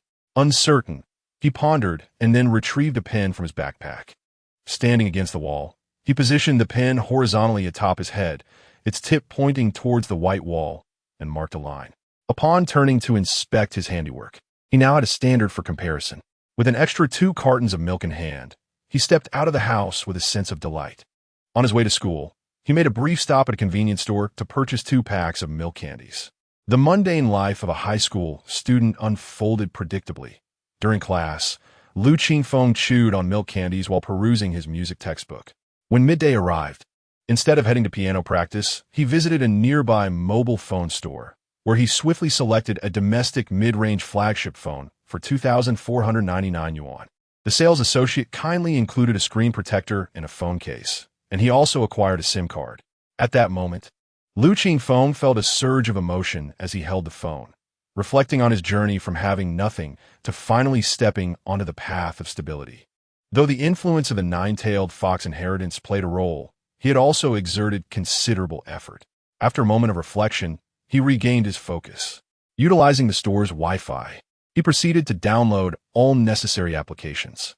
Subsequently, he registered accounts on various social media platforms: WeChat, Weibo, Kuaishou, Douyin, Bilibili, and QQ, all prevalent in this world, just as they had been in his previous life. Breaking news: Team Away reveals a secret romance involving a top-tier artist with the surname Z. To be unveiled on Monday, Su Yixuan's new drama ignites buzz even before its release. Clip from Sword to Chang'an reveals Su Yixuan's emotional performance. Rare bird species discovered in Ijue mountain swimmers excel at Asian Championships. Western entertainment industry faces turmoil as a renowned rapper is arrested after browsing through trending news across various platforms. He noted similarities to his previous life. The world now rested in the year 2020, with global dynamics remaining relatively unchanged. America still held dominance, yet its status was precarious. Meanwhile, China experienced an economic boom, fostering a renewed cultural confidence, leading to a flourishing entertainment industry. Korean pop culture maintained its foothold domestically, with fan culture well established. Japanese anime continued to captivate enthusiasts, and domestic animation showed signs of resurgence. The gaming industry remained dominated by a certain Penguin company, and Genshin Impact continued to be a popular phenomenon. Nevertheless, many things had altered. The world was devoid of the pandemic, and many celebrities and classic works had vanished, replaced by their counterparts. Previously, Lu Qingfeng had a vague understanding of these changes, but now he possessed a profound comprehension of the disparities between the two worlds. Excellent. A smile graced his lips. It was time to unleash his potential. Chapter 40. The Power of Combat. Segment 3. Lu Qingfeng opened Douyin and casually scrolled for a while. With a new account and a new phone, the algorithm had yet to grasp his viewing habits, resulting in a haphazard array of recommended videos. However, he believed that in just a short span of time, the software had begun to form a personal profile for him. In a few more minutes, the recommendations would align with his interests. In his previous life, Lu Qingfeng had never been fond of scrolling through Douyin, as it exacerbated his procrastination and undermined his carefully crafted plans. This illustrates the formidable nature of Douyin's algorithm. Most users become so engrossed that time slips away unnoticed. Launched in 2016, the app skyrocketed in popularity in 2018, and by 2020, it had already claimed a significant portion of his short video realm. With daily active users reaching a staggering 600 million, its scale was indeed daunting. Such a valuable platform should not be squandered. Upon returning to school, he sought out Zhao Wenjie, the president of the film club, and uploaded the recent videos of his violin practice to his phone. He then sequentially posted these videos on Douyin. In the clips, he made no effort to conceal himself, nor did he employ beauty filters or background music. Clad in his school uniform, he focused solely on playing the violin, the sound not particularly melodious. The titles were unremarkable as well. Yet, Lu Qingfeng felt a sense of satisfaction. This was precisely the unadorned style he desired, capturing the essence of his practice. Excessive embellishments would only detract from the authenticity. Naturally, such mundane videos would hardly garner significant traffic. Lu Qingfeng remained unconcerned. The true spectacle would unfold when people eventually began to take notice of his account. After completing these tasks, he returned to his practice. With a phone in hand, he no longer needed to borrow the film club's camera. Time, akin to the colored timer on Ultraman's chest, appeared ample at first glance, yet in the blink of an eye, it turned red. The academic demands of his senior year intensified, with major exams every 3 days and minor ones every 2. Teachers seemed eager to pry open students' minds and pour in knowledge. Their homeroom teacher, Xiongde, almost daily reiterated the classic phrase, "You're the worst class I've ever taught." The top students in class wore serious expressions, striving for every single point. The competition was no joke. Recently, Ho Xiaobing had also reduced his time for leisure with friends, claiming he now studied until the early hours, leaving little time for sleep. Lu Qingfeng did not fully understand, but he respected those who toiled toward their goals. In contrast, he and his friends Lu Xian and El Hui enjoyed a more leisurely existence. Lu Xian's father intended to send him to a vocational school for auto repair, while Lu Xian harbored dreams of becoming a web novelist. El Hui, from a well-off family with an uncle in import-export trade, planned to join his uncle's company after graduating high school. Lu Qingfeng found it perplexing that in novels he had read, protagonists often returned to their high school days determined to study hard, improve their grades, and ultimately gain admission to prestigious institutions. Yet here he was, surrounded by underachievers. It was decidedly lacking in positive energy. That weekend, the not-so-positive Lu Qingfeng attended his final violin lesson at a music store. After the class, Teacher Li fell silent. Observing the departing figure of the young man, he glanced back at the remaining students, finally grasping the meaning of the phrase about the vast chasm between people, greater than that between man and pig. If only such extraordinary talent had been nurtured earlier, Teacher Li lamented once more. A phone, take a look at this. As the weekend passed, time moved into the last week of March. Early Monday morning, as Lu Qingfeng entered the classroom, Lu Xian approached him. "What is up?" He yawned. Lu Xian glanced around furtively before pulling out a notebook from his uniform sleeve. "I wrote the beginning of a novel. What do you think?" "What genre?" Lu Qingfeng's interest peaked. "Fantasy." "Hee, it's my first attempt, so don't laugh at me if it's bad." Lu Xian wiped his nose, speaking humbly, yet his expression radiated confidence. Lu Qingfeng opened his proud creation. The Power of Combat, Segment 3. Upon seeing those bold characters, Lu Qingfeng's expression shifted dramatically. Could it be? Well, perhaps he was overthinking it. Lu Xian was not a fellow time traveler like him, while both were in the realm of underachievers. His protagonist was not named Xiao Yan and certainly did not possess a magical ring from an old man. The opening comprised 3 chapters, which he quickly read through. "How is it?" Lu Xian looked at him expectantly. Lu Qingfeng pondered how to delicately convey that it was a self-indulgent piece. "What are you two doing?" "Standing there like gatekeepers?" At that moment, Ho Xiaobing and El Hui entered the classroom. Lu Qingfeng waved the notebook in his hand. "This is the beginning of a novel written by Zhuang. I'm just helping him out." Lu Xian attempted to intervene, but it was too late. The two immediately lit up with curiosity and crowded closer. "Let me see." Lu Qingfeng handed the notebook to Ho Xiaobing, who placed it on the desk for a group read. At this point, Lu Xian dropped any pretense. Yet, after just a chapter, both Ho Xiaobing and El Hui could not continue. Without saying a word, Ho Xiaobing patted his best friend's shoulder and returned to his seat. El Hui was even more direct. "What is this?" Aside from the opening that introduces the protagonist as a failure, how did so many characters suddenly appear in the story? Lu Xian could no longer contain himself. "What do you know? This is called creating conflict and multi-perspective shifts to depict the protagonist's challenging situation. Right, a phone?" He turned to Lu Qingfeng, seeking affirmation. Lu Qingfeng replied, Zhuang, "For a first attempt, I think it's quite good." Upon hearing this, Lu Xian instantly beamed at El Hui. However, the tone quickly shifted. "But there are a few minor flaws. You see, this is just the first draft. I'm sharing it for suggestions so I can revise it." Lu Xian held Lu Qingfeng's writing skills in high regard. "All right," Lu Qingfeng said, no longer holding back. De livring à tout critique. Aside from the initial 300 words, the rest of the first chapter lacks significance. There is no need to rush the world building. You can summarize the protagonist's situation in a few sentences and elaborate gradually. It's crucial to keep the perspective centered on the protagonist, the current challenges, the emergence of the golden finger, and how to utilize it to overcome obstacles should be the focal point. Characters can be introduced one by one, allowing readers to keep track of who is who. Introducing so many characters at once is overwhelming. Moreover, the excessive scenery descriptions are unnecessary. A line or two suffices. Leaving some things unsaid gives readers space for imagination. The pacing feels off, as the golden finger doesn't appear until the end of the second chapter. If you can't build anticipation earlier, few will stick around to find out. As for the writing style, it's not a concern. Web novels don't emphasize prose. As long as the story is conveyed clearly. Having delivered his thoughts in one breath, he concluded, "Keep at it. It's still worth reading. Revise it when you get a chance." Feeling as though he had taken an arrow to the chest, the self-satisfied Lu Qingfeng trudged back to his seat. However, this state of affairs lasted only until the next day, as Club Week approached. Chapter 41. Club Week, come on. Reading all day can turn your brain to mush. One must take time to relax. You all go ahead. I will finish this paper and catch up with you.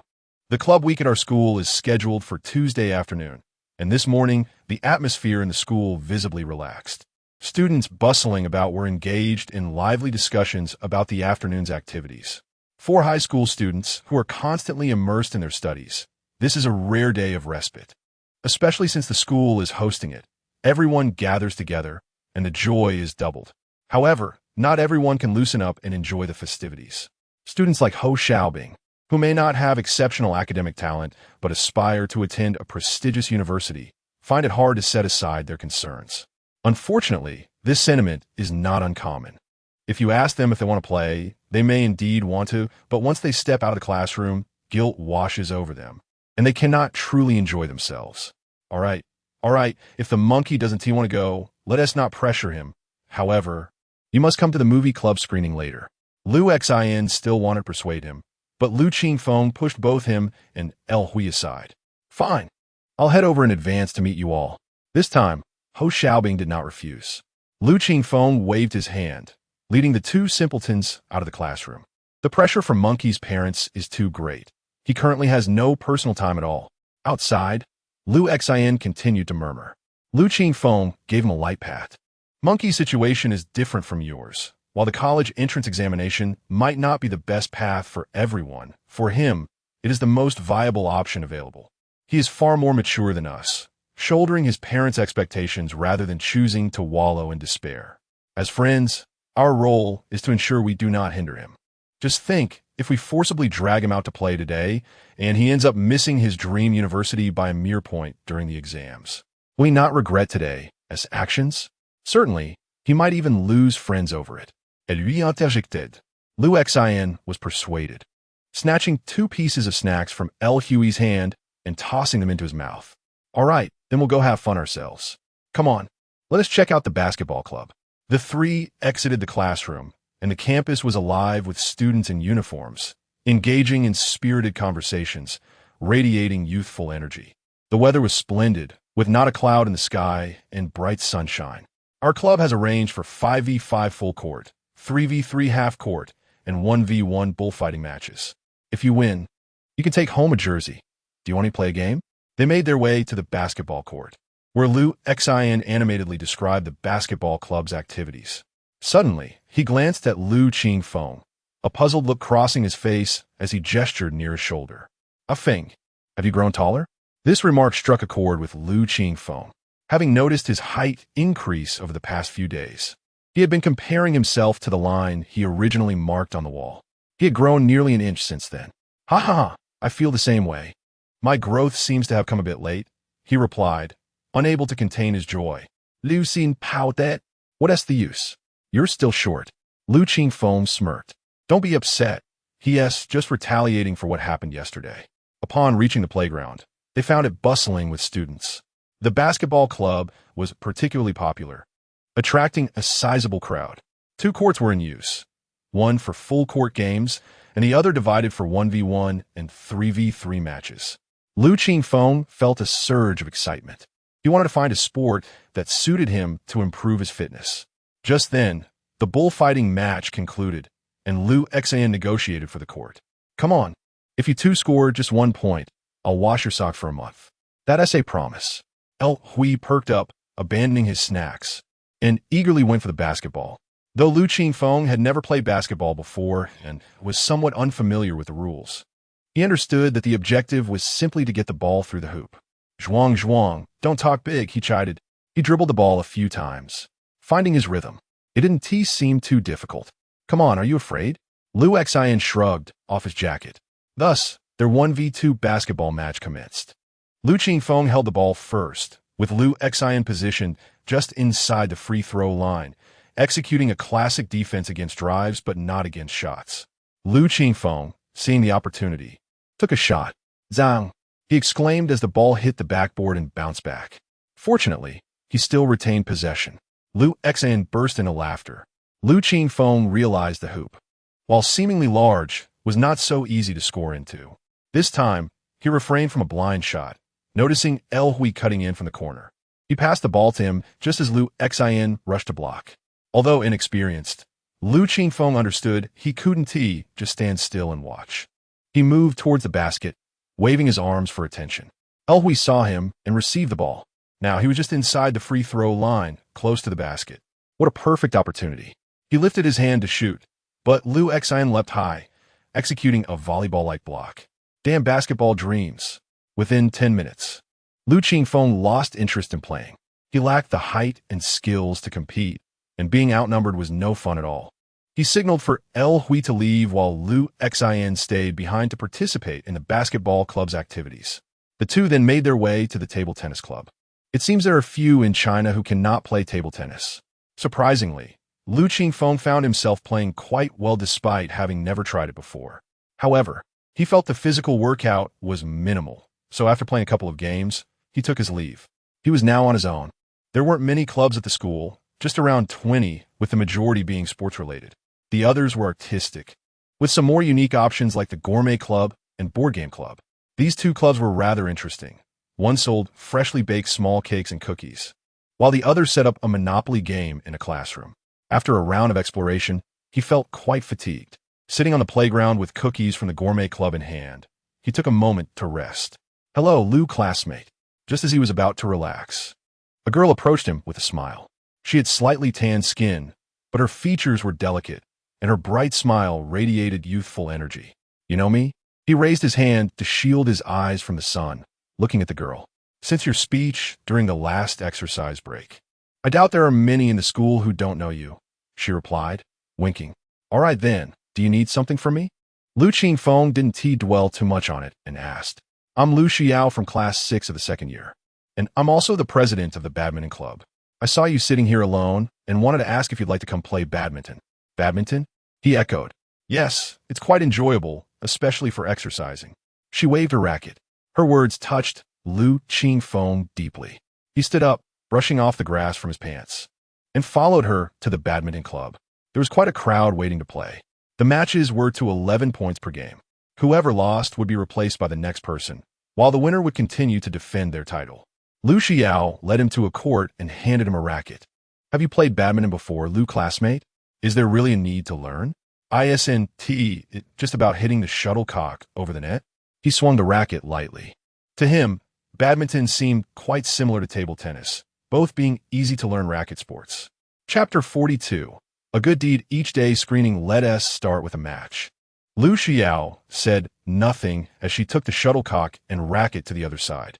She stretched her body, holding the racket in her right hand, her feet positioned in an L shape, 1 foot forward. As the shuttlecock descended to knee height, she released it from her left hand, her arm driving the racket forward. With a sharp crack, she executed a perfectly standard serve, the sound crisp and clear, sending the shuttlecock soaring. It presented no challenge. Lu Qingfeng accurately predicted its trajectory and swung his racket with great force, sending the shuttlecock back in a graceful arc. Indeed, it was quite simple. Just as this thought crossed his mind, a sharp sound sliced through the air. Lu Xiao leapt high, her form resembling a bow drawn taut, her ponytail dancing behind her as she struck the shuttlecock with the swiftness of the wind. The shuttlecock flew back like a bullet. Lu Qingfeng barely had time to adjust his racket before it zipped past him in a powerful smash. He was momentarily stunned. Impressive. The transition from stillness to explosive movement was remarkable. Even as a novice in badminton, he could discern that this girl possessed extraordinary skill. This was an entirely different realm from the casual games he was accustomed to in his neighborhood. "Are you a professional?" he asked, lowering his racket. Unable to contain his curiosity. "Allow me to reintroduce myself. I am a provincial-level badminton player." "No wonder," Lu Qingfeng mused. "Such skill could only belong to a professional athlete. You must be quite bored playing with an amateur like me." He set down his racket, no longer interested in continuing. "I apologize, truly. That was not my intention. I merely want to get to know you better, Lu. I really admire your stories."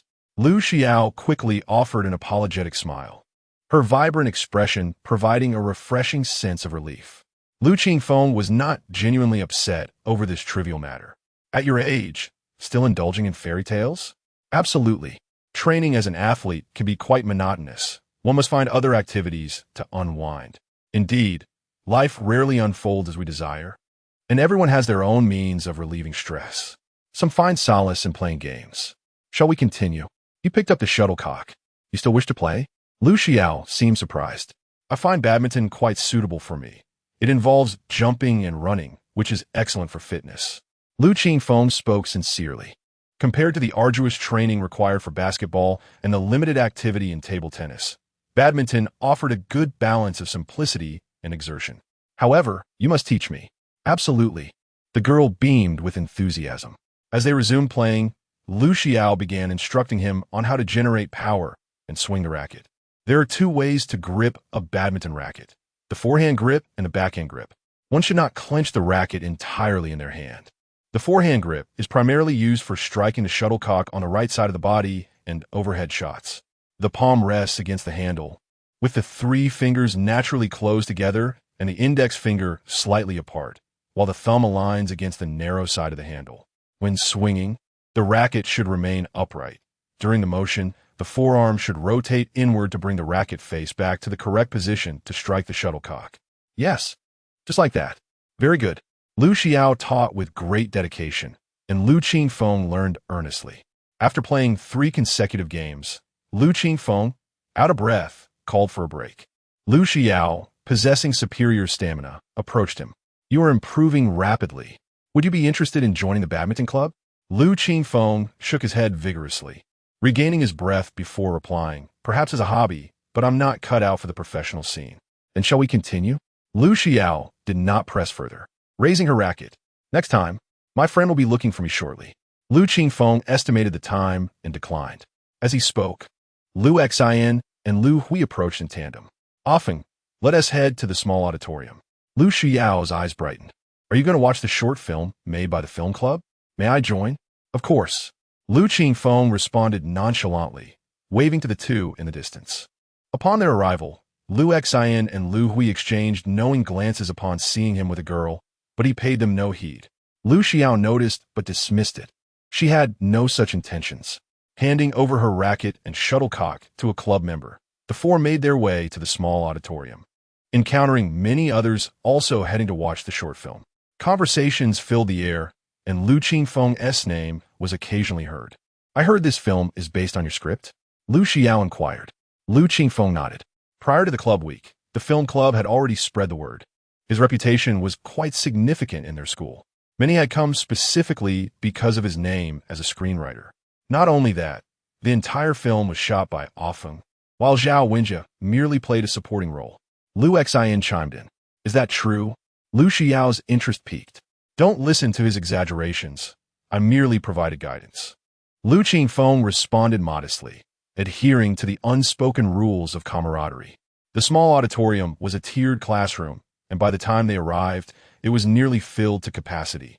At exactly 2 o'clock, the president of the film club, Zhao Wenjie, took the stage to thank the attending students, offering a few brief remarks before stepping aside. With the curtains drawn and the lights dimmed, the projector illuminated the screen. Amid everyone's anticipation, the title of the short film appeared, A Good Deed Each Day. Director, Zhao Wenjie. Lu Qingfeng screenwriter. Lu Qingfeng as the title faded, the main feature began. Chapter 43. The creator's thoughts are not important. The scene opens in a somewhat aged alley where a young man, dressed in a shirt and carrying a bag, strides confidently forward. Sun Jichao finds the figure somewhat familiar, and upon closer reflection, realizes that this is indeed the high school student who had just walked alongside Lu Qingfeng. With makeup applied and a beard added to obscure his youthful visage, the effect is limited as he still exudes a strong student aura. However, casting students in student roles is entirely appropriate. This must be the back entrance of the school. While he discerns these details, the other students present are far more perceptive. They immediately recognize the alley as the school's back entrance. The appearance of a familiar street on screen evokes a sense of wonder. As the screening begins in the small auditorium, a cacophony of chatter erupts. Lu Qingfeng, restless and fidgeting, seems on the verge of leaping to his feet to announce that he is the protagonist of the short film. Lu Qingfeng and Ho Xiaobing, seated beside him, restrain him on either side. The seasoned members of the film club skillfully quell the audience's discussions, and the short film continues. The young man walks through the alley when suddenly a jet of water cascades down from the second floor, startling him into retreating a step as he glances upward. The vintage building features a corridor designed to prevent water accumulation, now spewing water from a drain. He surveys the area and places a pot of withered plants beneath the water spout. At this moment, a soothing melody begins to play as the scene transitions. A breakfast cart is stuck on a step, and the elderly proprietor struggles to push it up. The young man jogs over enthusiastically to lend a hand. In the third scene, he dines at a fast food establishment when a large golden retriever approaches, resting its front paws on his leg and gazing longingly at the chicken leg on his table. The young man glances at the dog, picks up the chicken leg, while the fast food owner shakes his head in disapproval from a distance. The fourth scene presents a mother and daughter begging on the street, with a sign in front reading, "For Education." The young man retrieves his wallet, checks his balance, and takes out 2 bills, keeping one for himself. In the background, the small shop owner shakes his head. Upon returning home that evening, he hangs a bunch of bananas on the doorknob, knocks on the door, and turns to leave. The door opens to reveal an elderly man with graying hair peeking out. At this point, 40 seconds have elapsed, and the protagonist's altruistic image has been firmly established. Sun Jichao nods inwardly. Despite the amateurish filming techniques, the cinematography lacking finesse, and the acting being rather subpar, the director demonstrates a commendable grasp of shot composition and pacing. With not a single extraneous frame, the narrative unfolds layer by layer, effectively conveying the intended message to the audience. The short film, titled A Good Deed Each Day, adheres closely to its theme. However, if it were to end here, the story would feel rather mundane. The question of how to elevate the significance of this theme now rests on the subsequent developments. He gazes expectantly at the screen. A voiceover begins. "What do I gain from doing this every day?" The background music swells as the footage shows the young man repeatedly engaging in seemingly trivial acts of kindness, moving pots, assisting with the cart, feeding the dog, giving money to the little girl, and bringing food to the elderly. Not bad, Sun Jichao muses silently. He anticipates an uplifting conclusion, suggesting that a young man finds joy and that good deeds are rewarded. This conventional approach lacks any substantial surprises. Yet, given that the writer is Lu Qingfeng, he maintains a glimmer of hopeful anticipation. He receives nothing in return. However, the next voiceover catches him off guard. The young man eats alone, cleans his room alone, and waters the flowers he has planted. The voiceover continues relentlessly. He did not become wealthy. There would be no reports about him. He remains unknown and does not gain fame. The auditorium falls silent. At this juncture, each viewer's thoughts diverge. Some contemplate deeply, others find amusement, while some deem the protagonist foolish. Yet no one finds it tedious, and all are drawn to continue watching. Sun Jichao strokes his chin thoughtfully. This narrative approach is intriguing. Contemporary media often frames altruistic acts with an air of nobility, honesty, and selflessness. However, there exists another perspective. Do not dismiss small acts of kindness. Most acts of goodwill are performed casually, Once done, they do not alter one's life. No one will report on you, nor will anyone lavish praise upon you. The notion of a good deed each day has entered a new phase. So what comes next? As the story remains incomplete, he feels a renewed sense of anticipation for the conclusion. Just as he imagined, the imagery shifts. After feeding the dog another chicken leg, the young man gently pats its head, and as he departs, the camera captures the dog's gaze following him. In the next shot, the young man crosses the street, and the dog follows. In the third shot, he arrives at the usual spot where the mother and daughter beg, about to reach for his wallet, only to find the little girl missing. The music fades away. The young man stares blankly at the lone mother. This scene sends a jolt through the audience. It appears a trick has been played. Lu Qingfeng would not indulge in such cruel humor. The next moment, a clear child's voice rings out. "Mom?" The young man turns to see the previously dirty little girl, now clad in a school uniform, standing nearby with a backpack, smiling shyly. The music swells gently. The young man beams. The shop owner, astonished, removes his glasses. He has experienced an emotional awakening. He has witnessed happiness and gained a deeper understanding, feeling love. He has received something that money cannot buy. The world has become more beautiful. What does your life yearn for the most? The final shot reveals flowers blooming under the nurturing touch of water. The short film concludes here. Sun Jichao is the first to applaud, inspiring a thunderous ovation from the other students in the auditorium. As the lights brighten, Zhao Wenjie, along with the film club members, takes the stage to express gratitude. Following this, the audience exits in an orderly fashion, still engaged in animated discussions. Impressive. I felt no sense of significance during the filming, yet the completed piece moved me. Lui exclame, genuinely touché. Such is the allure of video. Words rely on the reader's imagination, requiring the author to build and guide emotions step by step. While video provides immediate visual stimulation, Lu Qingfeng explains with a smile. "You possess such insight," Lu Xiao praises from his side. "Damn, why doesn't anyone recognize me?" Among them, only Lu Qingfeng appears disheartened, strutting like a proud rooster, hoping to attract the attention of those around him. Unfortunately, no one pays him heed. "Do you think you're a movie star? Should I get a megaphone to promote you?" Ho Xiaobing chides, unable to bear his forlorn demeanor. "That's not out of the question." Scram! The group laughs as they exit the small auditorium. "Lu, wait." Sun Jichao approaches them as they stand outside the door. "Would you be open to a brief interview?" "Sure." Lu Qingfeng agrees readily. This short film is quite fascinating, innovative, and profound. What was your thought process while crafting the script? Honestly, I thought of nothing at all. Do you believe that? Huh. Sun Jichao is momentarily taken aback. Lu Qingfeng chuckles. The creator's thoughts are not important. When the work is presented to the audience, it is their interpretations that matter most. Just as you find this short film innovative. Some of my classmates may perceive it as tedious, while others might consider it insincere. Everyone harbors distinct perspectives. If indeed someone can glean any knowledge from it, I would be genuinely pleased. Sun Jichao was taken aback. Such words are profoundly insightful. Chapter 44. Review of the new concept essay competition after a week of club activities. The campus returned to its initial atmosphere of intense study. Sun Jichao's report made headlines in the Pioneer Youth Daily the following day. In the conclusion of his article, he praised the film club's work. "This is the finest short film I have witnessed in the past 2 years. Its level of completion is astonishing for a student production.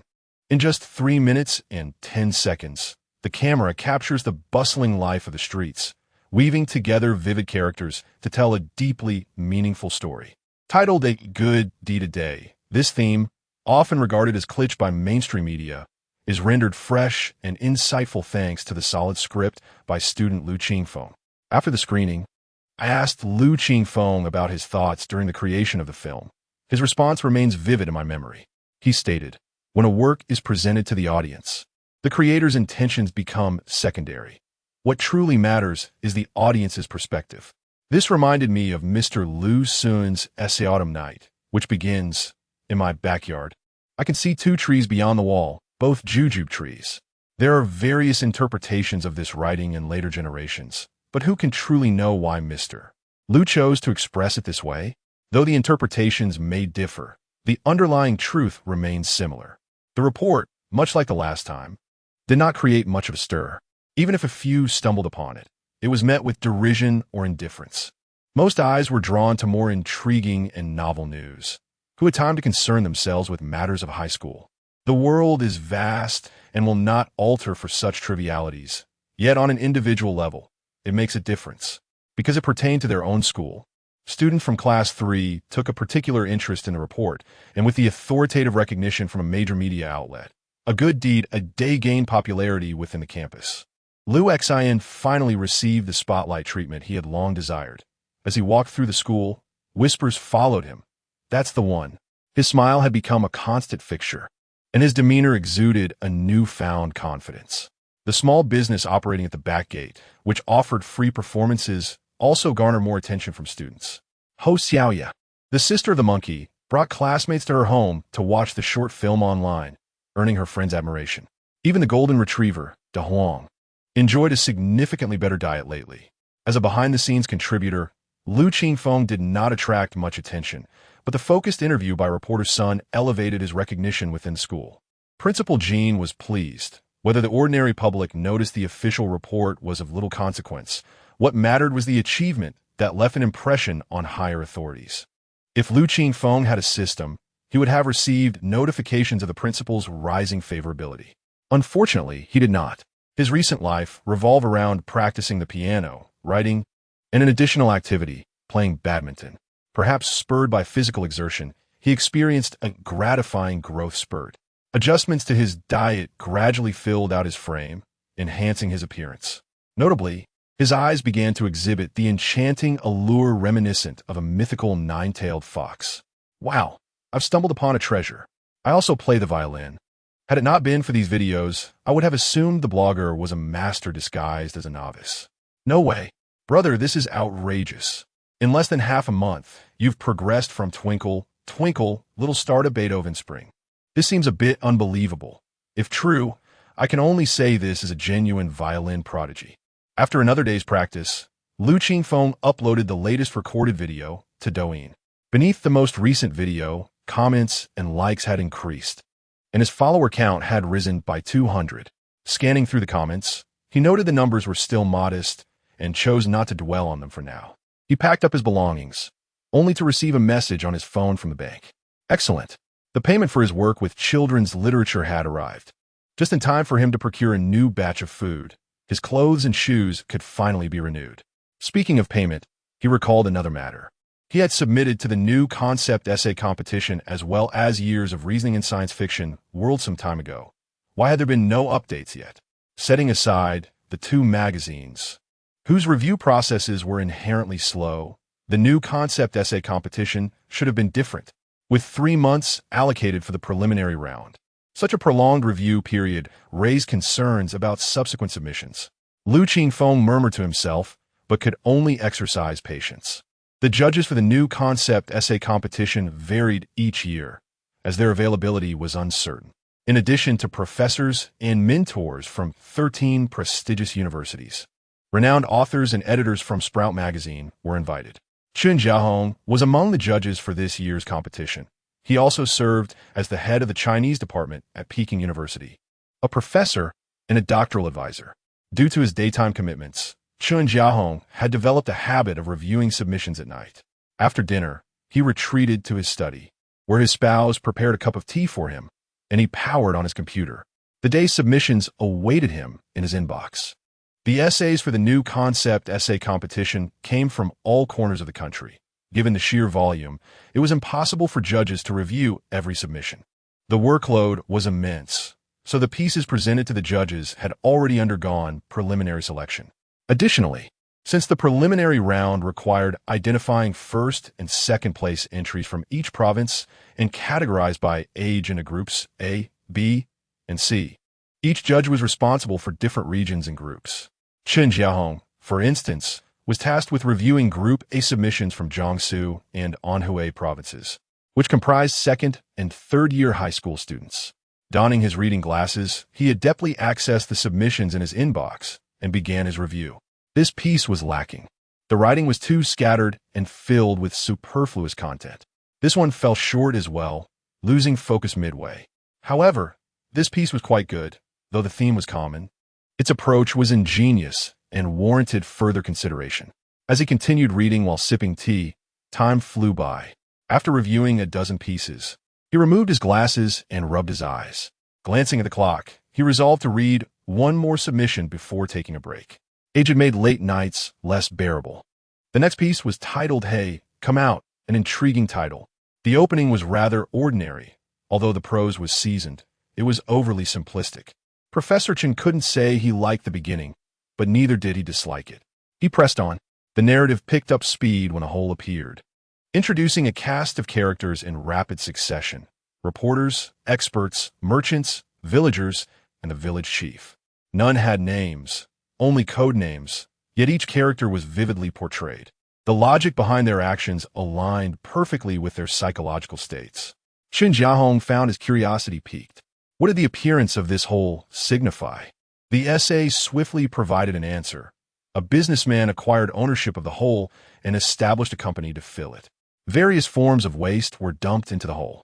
As the hole bore the brunt of the refuse generated by societal progress, the city became increasingly pristine.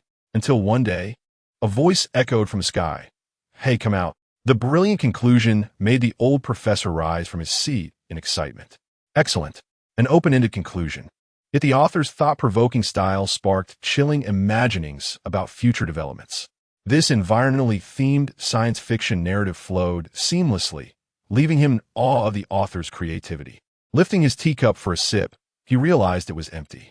Not bothering to refill it, he glanced at the author's name. Lu Qingfeng. Unbelievable. Such a piece. Rare among the submissions he had reviewed as a judge for the new concept essay competition over the years. Would be hard to find even in Group A, let alone among Group C adults. It is indeed impossible to produce such a piece. Without a moment's hesitation, he awarded the highest accolade to the first entry from Su Province, promptly returning the manuscript. Subsequently, other judges would conduct cross-examinations. However, in his estimation, this particular work could not possibly be relegated to a second-place finish. Once all was complete, his thoughts settled somewhat. He recalled the matter. This year's invitation list for the Peking University Literary Cup had yet to reach its full capacity. Perhaps he could offer this young talent a spot. Chapter 45. The invitation to the Peking University Literary Cup. By the time Lu Qingfeng received the official response from the new concept composition competition, it was already April. The morning exercises had just concluded when Lu Xin and El Hui, having found two sticks from who knows where, began to spar in the corridor on their way back to the classroom. Behold my myriad swords returning to their source. Today, let me showcase the might of Shimin El Hui, the celestial being from beyond. The clash of their makeshift weapons filled the air with a dazzling display, as if the heavens themselves had dimmed in the face of their duel. Lu Qingfeng couldn't resist joining in. Stop fighting, you two. The duo froze, shivers running down their spines, before turning to rush towards him. You little demon, today the monk shall subdue you. A cough interrupted their antics, revealing that Teacher Chun had approached without their notice. Day after day, instead of focusing on your studies, you engage in such childish frolics in the corridor. You all resemble mischievous monkeys. We understand our mistake, Teacher Chun, the three admitted, forming a line like chastised children, while Ho Xiaobing stifled a laugh nearby. Teacher Chin's gaze shifted to him. What are you laughing at? While they're causing a ruckus, you didn't think to intervene. He immediately fell silent. The four of them hung their heads, and Teacher Chun, suppressing a smile that threatened to escape, said, All right, enough. Head back to class. I have something to discuss. Feeling as if they had been granted a reprieve, they hurried back to class 2. Moments later, Teacher Chen entered the classroom. The students who had been drinking water, snacking, and chatting quickly settled down and returned to their seats. Teacher Chen placed her belongings down and glanced at her watch. With just a few minutes until class starts, I'd like to take this opportunity to share some news. Lu Qingfeng felt a stir of anticipation. Inexplicably, he sensed that this announcement might pertain to him. Could it be? His heart raced with expectation. Teacher Chen did not keep them in suspense. A smile softened her previously stern expression. Following Lu Qingfeng's successful submission to the magazine, the results of a new concept composition competition have also been released. She held up an envelope. Lu Qingfeng has achieved first place in the preliminary round in Jiangsu province. Let's give him a round of applause. The classroom erupted in cheers. Wow, amazing. Lu Qingfeng, you're incredible. The commotion was deafening. Although the new concept competition was not as prestigious as the Bingxin Cup or the Yixingtao Cup, it held a higher reputation among students. Over the past decades, countless young authors had emerged from this competition, who among them had not purchased a collection of new concept essays during their school years. Its influence within the student community remained significant. Thus, achieving success in the new concept competition held far greater weight than publication in a lesser-known magazine, creating a wave of excitement throughout Class 2. While Lu Qingfeng was delighted, he maintained his composure, gently pushing aside the face of his deskmate and meeting the gaze of his classmates with poise. Teacher Chun allowed the excitement to simmer down before continuing. Your essay will also be published in this month's edition of Sprout. Those interested may wish to take a look. The relevant certificates and the invitation to the semi-finals can be collected from my office after class. Understood, teacher, Lu Qingfeng replied, standing up. The bell rang, marking the end of the announcement. After class, Lu Qingfeng accompanied teacher Chun to her office. Upon receiving the certificate for his first place in the preliminary round along with the semi-finals invitation, teacher Chun added, "The reason I didn't present these in class is that I have another piece of good news to share with you." She opened her drawer and carefully retrieved an unopened letter. Curious, Lu Qingfeng asked, "Teacher, what is this?"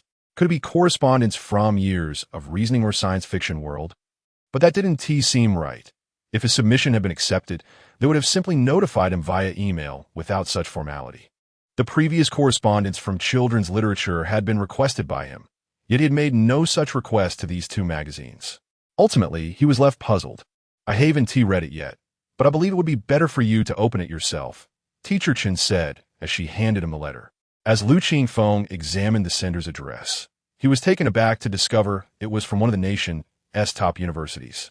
Upon opening it, he found an invitation and a brief letter within. The contents were straightforward: an invitation to participate in this year's Peking University Literary Cup, scheduled for May 21st. The Peking University Literary Cup? Lu Qingfeng was unfamiliar with this competition and looked at Teacher Chun with curiosity. Taking the letter from his hands, Teacher Chun glanced at it and smiled warmly. "The moment I saw the sender's address, I suspected it would be something like this. Lu Qingfeng, your path to university is now clearer." Lu Qingfeng remained puzzled. Teacher Chen explained, "The Peking University Literary Cup is hosted by the Chinese Department of Peking University and is exclusively for high school students. The competition is not publicly advertised. Only 30 students are specially invited, each possessing unique literary talent. Due to the stringent selection criteria, the number of invitees may not always be filled, but earning a place in the competition guarantees direct admission to Peking University's Chinese department." Really? Lu Qingfeng felt a surge of excitement, his eyes widening. Teacher Chen placed a reassuring hand on his shoulder, giving it a firm squeeze. "This is your opportunity. Make sure to seize it." Lu Qingfeng nodded earnestly. This was the first tangible step toward his long-term goal of entering a university through his writing.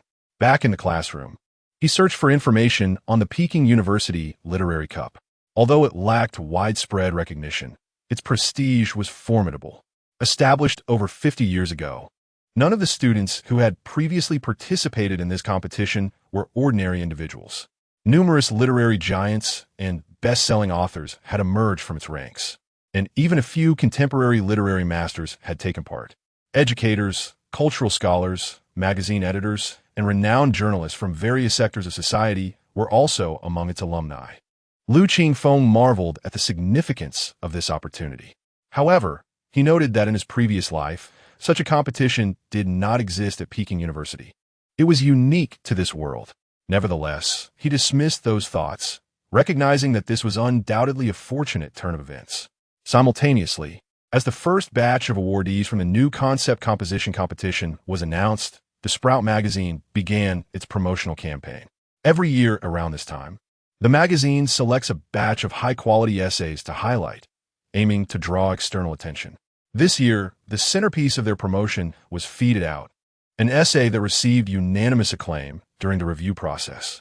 Established as a prestigious brand, the new concept composition has amassed considerable renown over the years. The announcement of the awardees captured the attention of both the cultural and educational sectors. The editors of children's literature, as fellow magazines, were also keenly observing this event. Chapter 46. Charlie and the Chocolate Factory. The editorial team regarded Old Qian as an eccentric. At over 40 years of age, he had joined the magazine at the same time as the chief editor, Wang Weimin. While Wang Weimin had ascended to the position of chief editor, Old Qian remained in a junior editing role. It was not that he lacked capability. On the contrary, he was a graduate of a prestigious university with a profound literary background and had mentored several best-selling authors. He possessed both qualifications and achievements, and logically, he should have received a promotion by now. However, despite multiple offers from above, he remained unperturbed, contentedly editing manuscripts, sipping tea, and taking his time, seemingly more relaxed than even the chief editor. At 2 in the afternoon, in the warmth of April in Sioux City, the sunlight streamed through the windows of the editorial office, creating a cozy atmosphere that invited drowsiness. After finishing a manuscript and providing his feedback, Old Qian stretched lazily. He performed a few eye exercises, got up to stretch, and then walked over to refill his teacup. During this process, he noticed the date on the electronic clock on the wall. The list for the new concept composition contest should have been published by now. He thought to himself as he returned to his desk, opened the official website of Budding magazine, and navigated to the new concept composition section. Indeed, the first batch of award winners had been posted, accompanied by a refreshing and artistic background image, listing the names and titles of the top 2 winners from each province in alphabetical order. The specific content of the compositions would not be revealed until the magazine's publication later this month. However, the magazine cleverly allowed readers to click on the titles to view the judges' comments, enticing external curiosity. Upon clicking, Old Qian discovered something that piqued his interest. There was indeed a grand prize this year. The grand prize refers to those works that stood out in the preliminary round of the new concept composition contest, awarded only when a piece receives unanimous recognition from the judges. The title of the work was Hey, Come Out, authored by Lu Qingfeng. What a coincidence! Could it be the Lu Qingfeng he knew from Sioux province? He clicked on the work's evaluation. Chun Jiahong, the head of the Chinese department at Peking University, commented, "Before reading the final 10% of this article, one might say, oh, so it's like that, but upon completing the last portion, one would be astounded. Oh, it can also be like this." Zhou Min, the vice president of Fuda University, remarked, "Short, straightforward, and impactful. This article embodies all the elements of an excellent piece." After reading it, I was left in awe of the author's writing technique. In just a few thousand words, a brilliant story was woven, with vivid character portrayals and an ending that lingers in the mind. Writer Fong Manhong noted, "A bold imagination, encapsulated in a science fiction exterior, yet containing a core of realism. Perhaps lacking in ornate prose, but in just a few words, it narrates a marvelous tale." Writer Ma Lu expressed, "I would describe this piece as akin to a jellyfish, simple in structure, yet profoundly mysterious." Goodness, was he inadvertently transported into a hyperbolic praise group? The evaluations were increasingly extravagant, a stark contrast to previous grand prize winners. Old Qian felt an itch of curiosity, eager to read the full text. For a moment, he lost interest in reviewing manuscripts. Suddenly, a thought struck him, and he called out in the office, "Xiaoyang." Yang Xiuxiu, who had been leaning on the table, her spirit dulled by the cold surface, stood up upon hearing his voice. "What is it, Qianbian? Come here. I need to discuss something with you." Zhu Hongmi, resting in her chair, mumbled something before closing her eyes again. Yang Xiuxiu approached Old Qian's desk, where he directed her attention to the computer screen. "What is this?" "The new concept composition contest." "Oh, isn't that the name Qingfeng?" Her surprise grew as she absorbed the contents displayed on the screen. "Yes," Old Qian replied, pointing to the province listed. "I also suspect it's the same person. What are the odds of sharing both a name and a province?" "Wait a moment." Yang Xiuxiu pulled out her phone. She had exchanged contact details with Lu Qingfeng not long ago, initially intending to call. She remembered he was likely in class and opted to send a WeChat message instead. Indeed, he was in class, and her message went unanswered. Old Qian stated, Xiao Yang, you've struck gold this time. This young man not only excels at writing fairy tales, but also shines in other genres. Yang Xiuxiu pondered the implications of this revelation and gasped in response. Old Qian then elaborated on the grand prize rules and the commendations from numerous literary luminaries. Given this situation, it seems he has written a science fiction piece, a genre that is quite underrepresented domestically, yet has a broad audience when executed well. No wonder he submitted works to Science Fiction World and Years of Reasoning recently. I thought he was merely testing the waters, but it seems he possesses confidence. Yang Xiuxiu exclaimed. Now that you mention it, I'm even more eager to meet this young talent. Just then, a notification pinged on Yang Xiuxiu's phone. She glanced at it and turned the screen toward Old Qian, revealing a positive response. Qian Bian, should we inform Chief Editor Wang about this? You wish to secure resources for this young man under the New Star program, correct?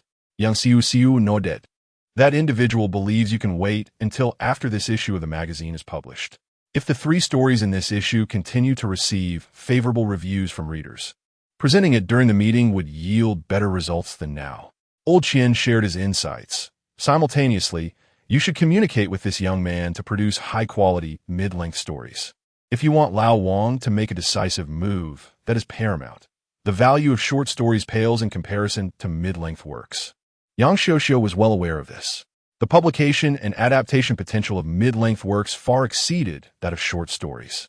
She recalled her previous discussions with Lu Qingfeng regarding this matter, uncertain of his current preparations. Mid-length fairy tales? Yes, after you mentioned it last time. I have been diligently writing, Yang Xiuxiu replied. Upon returning home that evening, Lu Qingfeng was swiftly brought to the office without even stepping into his house. Upon learning the purpose of Yang Xiuxiu's visit, he promptly opened his backpack and retrieved a notebook. As always, his handwritten style was familiar to Yang Xiuxiu, who eagerly accepted it. Skimming through the extensive article settings, she quickly turned to the main text. Charlie and the Chocolate Factory Chapter 1. Charlie, this house is far too cramped for so many people. The story begins with a young boy named Charlie. His family was impoverished, consisting of 7 members, grandparents, parents, and Charlie himself. Their livelihood relied solely on Charlie's father working in a toothpaste factory. Although they had food, it was insufficient. They could barely manage 2 meals on Sundays. For a growing boy, this paltry amount was far from enough. Charlie longed to satiate his hunger. Above all, he yearned for chocolate. What tormented him the most was that from his home, he could see a grand chocolate factory. Charlie dreamed of entering that factory. This encapsulates the content of the first chapter. The following 2 chapters depict conversations between Charlie and the 4 elderly residents of his home, indirectly introducing the chocolate factory and its owner, Mr. Willy Wonka. In the text, the 4 elderly individuals refer to him as the chocolate magician and share story after story about the greatest chocolatier in history, who could create chocolate ice cream that would not melt even under the scorching sun. Juicy, soft candies infused with the fragrance of violets. Hard candies that change color every 10 seconds. Chewing gum whose flavor seems everlasting, and colossal bubbles of candy. Such imaginative prose imbues this character with an air of mystery even before their appearance. At the conclusion of the 3rd chapter, a suspenseful revelation is made through the words of Grandpa Joe. No outsider has ever entered this chocolate factory, which is devoid of even a single worker. Chapter 47. The new issue of children's literature hits the shelves, receiving rave reviews. So, who is working in the chocolate factory? Setting aside her homework, Yang Xiuxiu glanced at Lu Qingfeng. This was a question posed by Charlie, the protagonist of the story, to the 4 elderly inhabitants of his home. Unfortunately, Charlie was called to bed by his parents, who deemed it too late, leaving the answer unwritten. How frustrating to be left hanging. Yang Xiuxiu ground her teeth in irritation, feeling a desire to bite someone. As a lengthy fairy tale, the first 3 chapters merely set the stage. However, the narrative, seen through the eyes of a young boy, is deeply immersive, complemented by the tantalizingly vague descriptions of the chocolate factory. This left her yearning to discover the direction the story would take next. Lu Qingfeng leaned in mysteriously, prompting Yang Xiuxiu to instinctively lean closer. Guess what it is? He teased. Smack. The girl playfully slapped him in annoyance. Lu Qingfeng chuckled heartily, amused by the rare display of mischief from the typically gentle and composed neighbor. With a little playful banter, he refrained from continuing to tease and instead retrieved 2 notebooks from his backpack. Yang Xiuxiu accepted them with utmost reverence. "Have you completed everything?" she inquired. "This contains the first 20 chapters, and I've also finished the remaining 10, but the wording needs some refinement." Yang Xiuxiu nodded in understanding. Traditional literary authors place great importance on their choice of words and sentence structure, which significantly differs from the realm of online literature. Typically, a traditional literary work of around 200,000 words is considered a lengthy piece, allowing for thorough revision before publication to ensure complete satisfaction. In contrast, online novels often exceed millions of words, with daily installments of thousands of words, where merely maintaining fluency is deemed satisfactory. Of course, Lu Qingfeng's approach was less cumbersome, as his work was essentially a transcription. He undertook this mainly to align with the character he had crafted. Yang Xiuxiu flipped through the 2 notebooks and remarked, "Based on your account, with 10 chapters remaining, the total word count should be under 100,000, right?" "Yes, around 70,000 words. That qualifies as a novella," she mused. "With over 70,000 words, it could be serialized for more than half a year, and given the story's premise, it holds significant potential for adaptation into a classic children's fairy tale." "All right, I will accept the manuscript. However, the remuneration for serialized works pales in comparison to short stories. But I will strive to negotiate the best possible terms for you." Lu Qingfeng acknowledged this with little reaction, knowing it to be true. Furthermore, this novel's revenue would not primarily derive from serialization fees, but rather from publishing royalties. Charlie and the Chocolate Factory, a masterpiece by the renowned British author Roald Dahl, is among the 18 fairy tales he penned throughout his illustrious career. Other notable works include the BFG, Fantastic Mr. Fox, The Witches, and James and the Giant Peach, with Charlie and the Chocolate Factory standing as his most celebrated work, familiar to readers in China, especially due to the film adaptation of the same name. Indeed, many of Dahl's fairy tales have been adapted for the silver screen by Hollywood, including the first 3 mentioned above. The book's sales figures are staggering. Since its publication in 1964, over 13 million copies have been sold worldwide, ranking 5th among the most beloved children's stories in the UK. This is a cumulative achievement over the years, and while Lu Qingfeng does not aspire to reach such sales figures, achieving even 1/10 of that would suffice to alleviate his current financial concerns. By the way, I almost forgot. Do you still have the original manuscript for the new concept writing competition? After tidying up her filled notebooks, Yang Xiuxiu suddenly recalled and turned to ask. "Yes. Why do you ask?" Lu Qingfeng replied. "A senior editor is particularly curious about your essay. Could I perhaps ask you to let him preview it?" Lu Qingfeng scratched his head. "Isn't that a bit inappropriate? After all, Budding Magazine has yet to officially launch." Yang Xiuxiu pondered this and realized it was indeed the case, so she refrained from pressing further. "I will inform him to subscribe once Budding is published." With matters settled, Lu Qingfeng returned home to rest. On April 10th, the new issue of children's literature was released. In this edition, only Lu Qingfeng and Qiu Ji remained in the premium column, each contributing 3 works. Since the magazine designated Qiu Ji, a post-90s fairy tale author, as a rising star, he received substantial exposure over the past month. Newspaper interviews, program discussions, live dialogues, endorsements from established figures in the industry, and even appearances on a variety show propelled his popularity to rival that of celebrities in the entertainment realm. The 3 stories in this issue were also crafted with significant resources, featuring audio readings, illustrated artwork, and prominent placement on the cover. This extensive promotional campaign led to a notable increase in the magazine's sales. What do you think? Personally, I find it lacking in appeal, far inferior to the previous author's work, let alone Lu Qingfeng's. Lu Xian stated as the quartet from Class 2 of senior year reconvened. After school, Lu Xian had purchased a copy of children's literature and shared his opinion. "It's not too bad, I think, but Lu Qingfeng's writing is truly exceptional. His rendition of the emperor's new clothes is delightful," replied Ho Xiaobing, maintaining an impartial stance. LV Hui struggled to articulate his thoughts, while Lu Qingfeng felt a sense of discomfort. Learning from Yang Xiuxiu about a competing author who had seemingly outpaced him, his interest in this Qiuji grew. He even sought out the man's previous works for examination. Setting aside personal bias, he found them commendable, rich in thought and depth. However, the integration of thematic elements with storytelling felt somewhat forced, giving off an air of heavy-handed moralism. In simpler terms, it bore a paternalistic tone.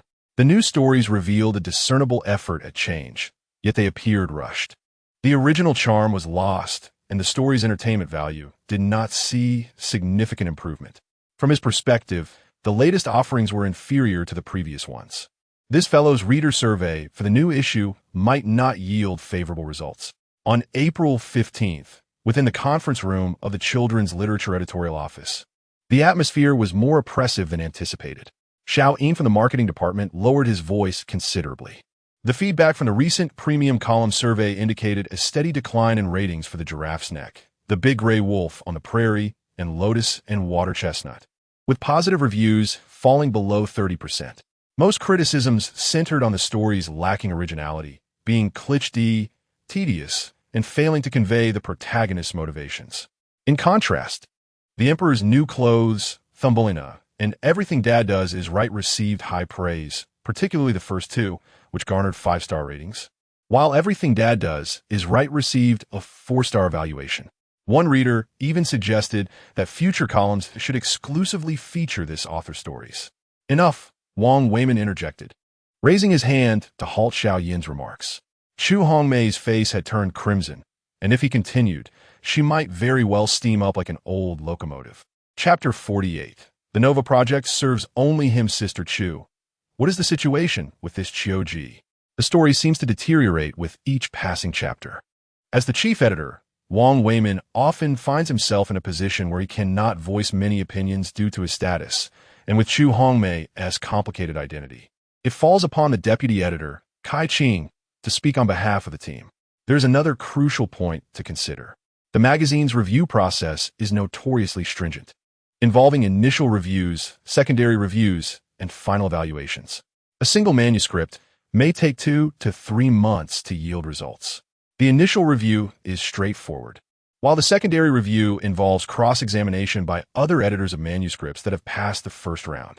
Consequently, the primary responsibility of the magazine's editors is to continuously read through these texts, not only their own, but also those of their colleagues. The assignment of manuscripts for secondary review follows a specific protocol, yet each editor harbors their own agendas. Given Chu Hongmei's influential position, none of the editors, save for the elder Qian, are inclined to offend her. Thus, if a manuscript is deemed acceptable, it is passed along. Only after passing the secondary review does it reach the chief editor for final judgment. The chief editor, burdened with numerous responsibilities, cannot dedicate time to meticulously scrutinize every manuscript. A cursory glance suffices if no glaring issues are evident. Therefore, in the matter of the disastrous promotion of the writer's latest work, the blame can be fairly distributed among all involved.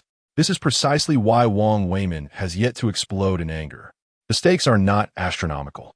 Had a substantial print run been released to the public and subsequently met with scorn, the consequences would have been dire. The editors would likely be obliged to replace all toilet paper with printed material, and their reputations would be at stake. Chu Hongmei, seething with frustration, seized the opportunity to voice her grievances. Chief Editor Wang, was it you who instructed Elder Qian to assist me in guiding Qiuji? Now, Elder Qian, why don't you tell us what you've accomplished over the past month? All eyes turned to Elder Qian, who had been engrossed in his phone since entering the conference room, a mysterious smile playing on his lips, leaving everyone puzzled about his activities. Yang Xiuxiu, seated beside him, gently nudged him with her foot. Elder Qian snapped back to attention, surveyed the room, and placed his phone down, his hands resting on his abdomen. Old Chu, your words are rather unfair. Did I not advise you from the outset against urging Qiuji to blindly alter his style? He is a mature writer, and expecting him to adapt in a short time frame is unrealistic.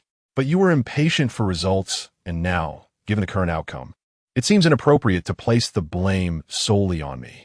Elder Qian was unwilling to shoulder the responsibility for this debacle. Chu Hongmei, exasperated and unable to refute his claims, still refused to let the blame fall upon her. Ultimately, it was Ji who faltered, despite my high regard for him. The resources and patience I extended were in vain. With that, she plopped down in frustration, embodying a sense of despondency. The attendees in the conference room could no longer endure the back-and-forth accusations. Elder Qian scoffed, "Old Ji has previously published a collection of fairy tales. His style simply leans more towards adult themes. You insisted on forcing him to conform to this new direction, and now, without your guidance, he might have fared better. Your intervention has led to his downfall, and, as the editor, such a critique of your own writer is disheartening." Enough. Chu Hongmei rose again, ready to argue. Is this truly the time for a quarrel? Wang Weimin interjected before tensions could escalate further. The primary responsibility lies with me. I failed to oversee the final decision appropriately. The deputy editor concurred, stating, "I share in that responsibility." Finally, the room fell silent. The focus shifted to how to ensure the continuation of the Nova project, as the headquarters had invested considerable resources that could not be allowed to go to waste. What if we encouraged Ji to revert to his previous style and give it another try? After a moment's hesitation, Chu Hongmei proposed. Impossible. Wang Weimin promptly rejected the notion. The limits of this writer's style have already been established. The repercussions of our previous attempts are evident. To repeat such a venture would require an astonishing level of obstinacy. The room lapsed into a brief silence. At that moment, Elder Qian nudged Yang Xiuxiu, who looked at him quizzically. He gestured toward the name Lu Qingfeng projected on the screen. The novice editor understood. He was suggesting she recommend one of her own authors. However, she hesitated, sensing the charged atmosphere. Elder Qian, resigned, spoke up, "We currently have a suitable candidate." The others looked at him in confusion, then turned toward the screen, displaying 3 highly praised stories, suddenly enlightened. Chu Hongmei immediately prepared to object, but paused, ultimately refraining from speaking. Elder Qian, not waiting for further reactions, continued, "Previously, we were concerned about the inconsistency of emerging writers, but based on the 5 stories submitted thus far, his quality remains consistently exceptional. If there are lingering doubts, I must point out that the latest issue of Minu was just released today, featuring the winning works from the new concept composition contest. This young author is not merely a writer of fairy tales." Elder Qian moved to the computer connected to the projector and began operating it, revealing the full text of "Hey, come out." "Are you saying this is by the same author?" Wang Weimin asked, furrowing his brow. "Indeed," Elder Qian affirmed. "Moreover, this is the first prize-winning work of this year's new concept contest. I need not elaborate on the significance of such an accolade. However, the real marvel lies in the fact that this piece is a micro-science fiction story. To be candid, I have never encountered such a profoundly insightful piece from someone of this age. His talent, his genius, and his potential are evident in this work. I assure you, selecting him as the primary author for the Nova project will not lead to disappointment." His praise captivated the assembly, yet remarkably, no one dared to refute him. After a moment of contemplation, Deputy Editor Kai Qing remarked, "As I mentioned earlier, this young author is still a high school student. And with just a month and a half until the college entrance examination, will he have the time to align with the promotional plans?" Elder Qian turned to Yang Xiuxiu, who excitedly stood up. "There's no issue at all. I've already spoken with him. He intends to pursue a recommendation route for university admission, and he has received an invitation to the Peking University Literary Cup.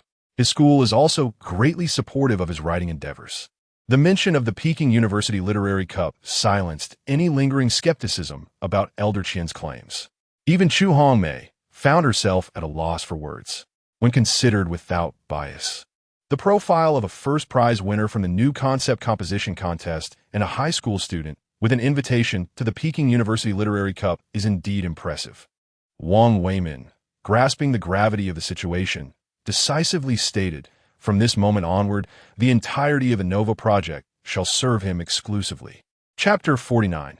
Time for a haircut. The following morning, Lu Qingfeng entered the classroom to find Lu Qingfeng surrounded by a group of animated individuals, all engaged in lively conversation. Upon noticing Lu's arrival, they waved a copy of the magazine Sprout and rushed toward him. "What is going on?" Lu Qingfeng pushed them aside to retrieve a few books from his drawer, stuffing them into his somewhat empty backpack. I know you're eager, but please take a moment to explain, he said. Lu Xin sensed something amiss in Lu's words, but, being straightforward, chose to ignore it and continued with his topic. I saw someone discussing your essay online yesterday. Oh, is that what you meant? Lu Qingfeng initially thought Lu had something more significant to share. I saw that too. Lu Xin suddenly faltered, having forgotten that his best friend had acquired a smartphone. The magazine Sprout had been released the previous day, and Lu had been keenly monitoring online reactions. Although traditional literature may not garner substantial attention in today's era, it certainly had not been entirely overlooked. The magazine's pre-release publicity, coupled with the allure of the first prize in the preliminary competition, had propelled the essay come out into the spotlight within relevant circles. Notably, fellow contestants were likely curious to see what work could overshadow all others and claim such an honor. The readership of Sprout, which included a segment of students and literary enthusiasts like Lao Qian, would undoubtedly be intrigued. After all, the judges had rendered exceptionally high praise. However, as is often the case in literary circles, once the work was publicly scrutinized, regardless of its merits, if the author was not deceased, controversy was inevitable. And when controversy arises, it cannot be contained. It must be discussed online. On the night of the magazine's release, related posts began to emerge across various social media platforms. And by the time Lu returned home from evening study, a considerable discourse had already formed. Interestingly, the highest level of engagement was found on Baidu Tieba. In the new concept essay competition forum, a thread titled, "What do you all think of this year's first prize essay come out?" had garnered over 200 replies. I don't get it. Let us see what others say. I don't understand either. Let us wait for the big shots to chime in. Honestly, enough already. Stop expecting us to be the big shots. Let me just share my thoughts. It's excellent, exceptionally so. The judges have said it all. I can hardly believe this is a groupie work. Today's kids are extraordinary. I think it's mediocre. The prose is overly simplistic, and the environmental theme is not explored in depth. It remains superficial. Aside from the twist at the end, which is somewhat interesting, the rest is unremarkable. I prefer the first place piece from Zhejiang Province, Lone Goose. Are you the author of Lone Goose? You have some nerve to criticize. It reeks of pretentiousness and exaggerated melancholy. Nowhere near hey, come out.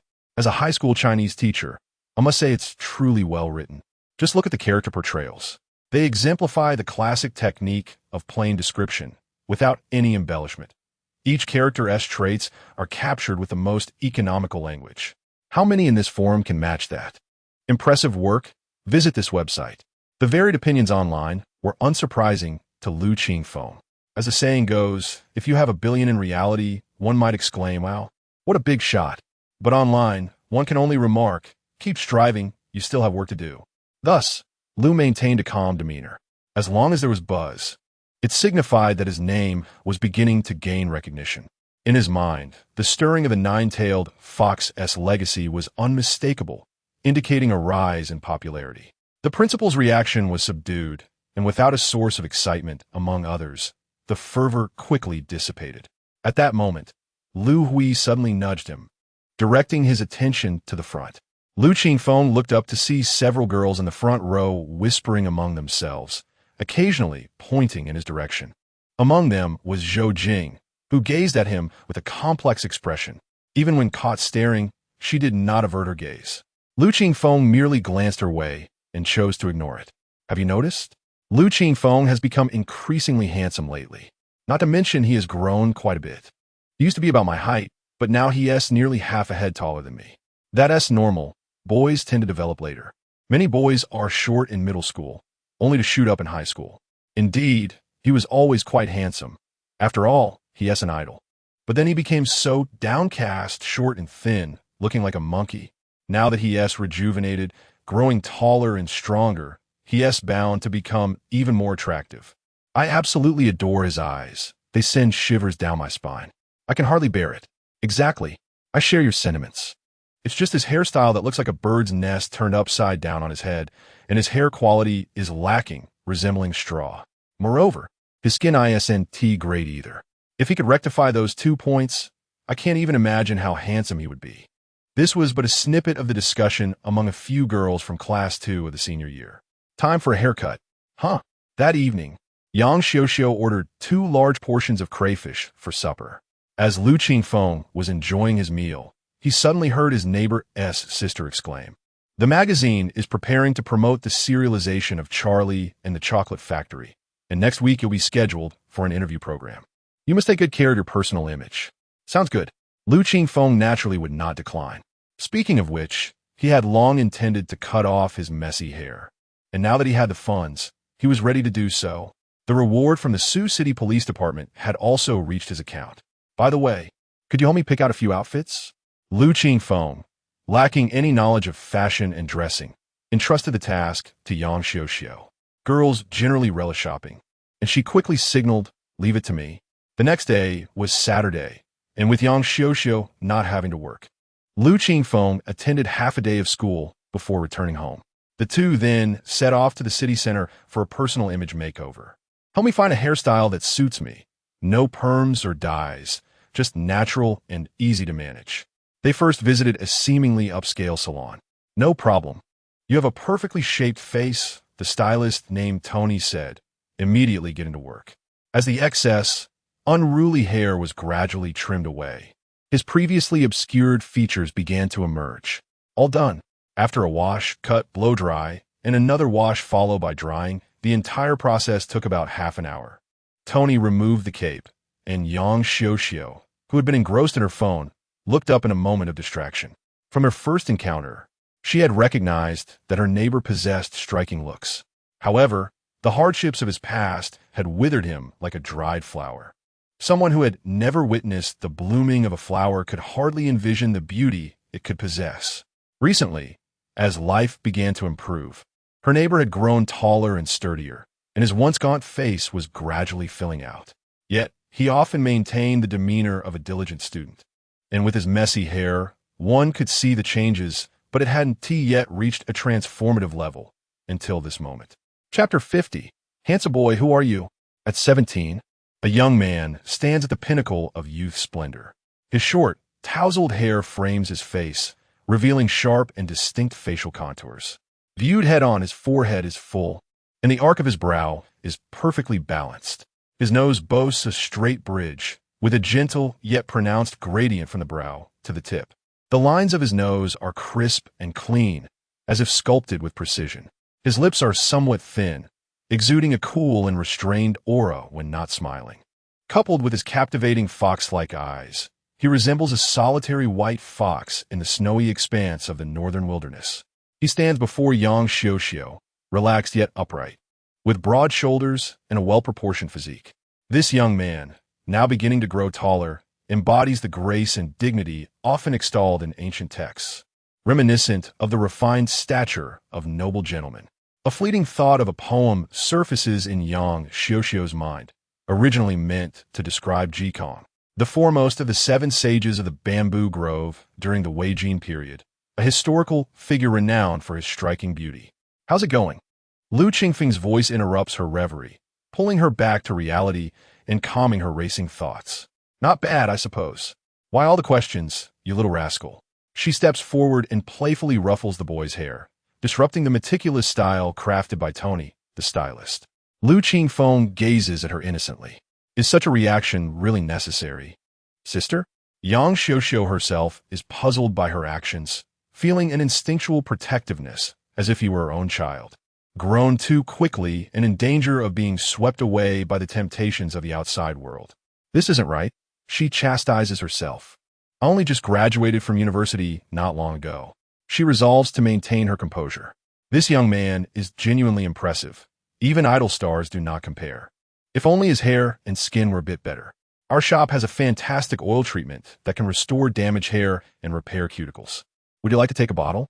A hairstylist who lacks salesmanship is not a good Tony.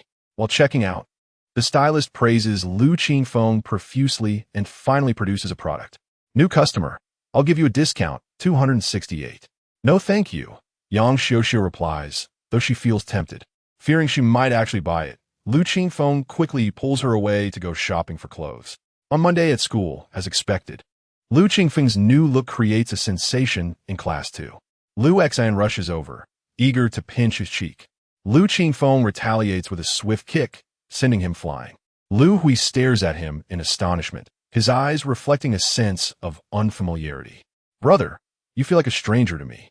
Ho Xiaobing's response is the most typical. After a thorough appraisal, he remarks, "You look much better now, even handsomer than in middle school." It's natural, he muses. Lu Qingfeng had developed late, and now he has truly come into his own. Lu Xan rubs his backside, returning with a grimace. "But your hair looks like a yellow mop." This time, without Lu Qingfeng's intervention, Ho Xiaobing kicks him away. While the boy's side settles down, the girl's side erupts into a frenzy. "Did you see?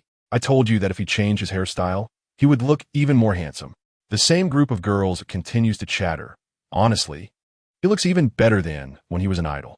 We all eat in the same cafeteria. How does he keep getting better looking?" "Jingjing, do you think we should reorganize our old fan club?" Someone asks Zhou Jing, who is resting her head on the desk. Zhou Jing pauses for a moment. "You all talk. I need to use the restroom," she states before walking out. Someone tugs at the girl who asked the question. "You know how awkward things are between Jingjing and Lu Qingfeng. Why would you say something like that to provoke her?" "I'm not doing it on purpose," the girl pouts, though she feels indifferent. Zhou Jing's past mistakes are not their concern. Even if they once participated in ostracizing Lu Qingfeng, they were merely accomplices. It is evident that humans are visual creatures. Lu Qingfeng feels that his previous accomplishments are far more impressive. Yet at school, the attention he receives pales in comparison to the current moment. The news of a handsome boy emerging from Class 2 spreads rapidly, and during the break, numerous students gather to observe him. Initially, he struggles to adapt to the scrutiny. However, he soon realizes that if he is to pursue a career as an idol, such situations are inevitable, and he quickly acclimates. Yet, troublesome situations persist. For instance, during bathroom breaks, he feels that being stared at is rather impolite. Lunchtime violin practice becomes impossible as students intentionally and unintentionally pass by, disrupting his focus. Eventually, he opts to practice in the evening and spends lunchtime playing badminton with a few close friends. This scenario continues for 3 days before it finally subsides. The children's channel of Sioux Province Television, known as Man Cartoon, may appear inconspicuous and lacking in fame. Yet it is one of the 5 major satellite animation channels in the country. Targeting a youthful audience, it broadcasts for 20 hours, with the majority dedicated to animated programming. Alongside news segments on current affairs, science, culture, and interactive educational content. Star Future is a talk show aired on this channel, primarily featuring notable figures from the education and cultural sectors. On a weekend morning, the children's literature program arranges transportation to take Lu Qingfeng to the broadcasting building. Yang Xiuxiu reassures him, "There's no need to be nervous.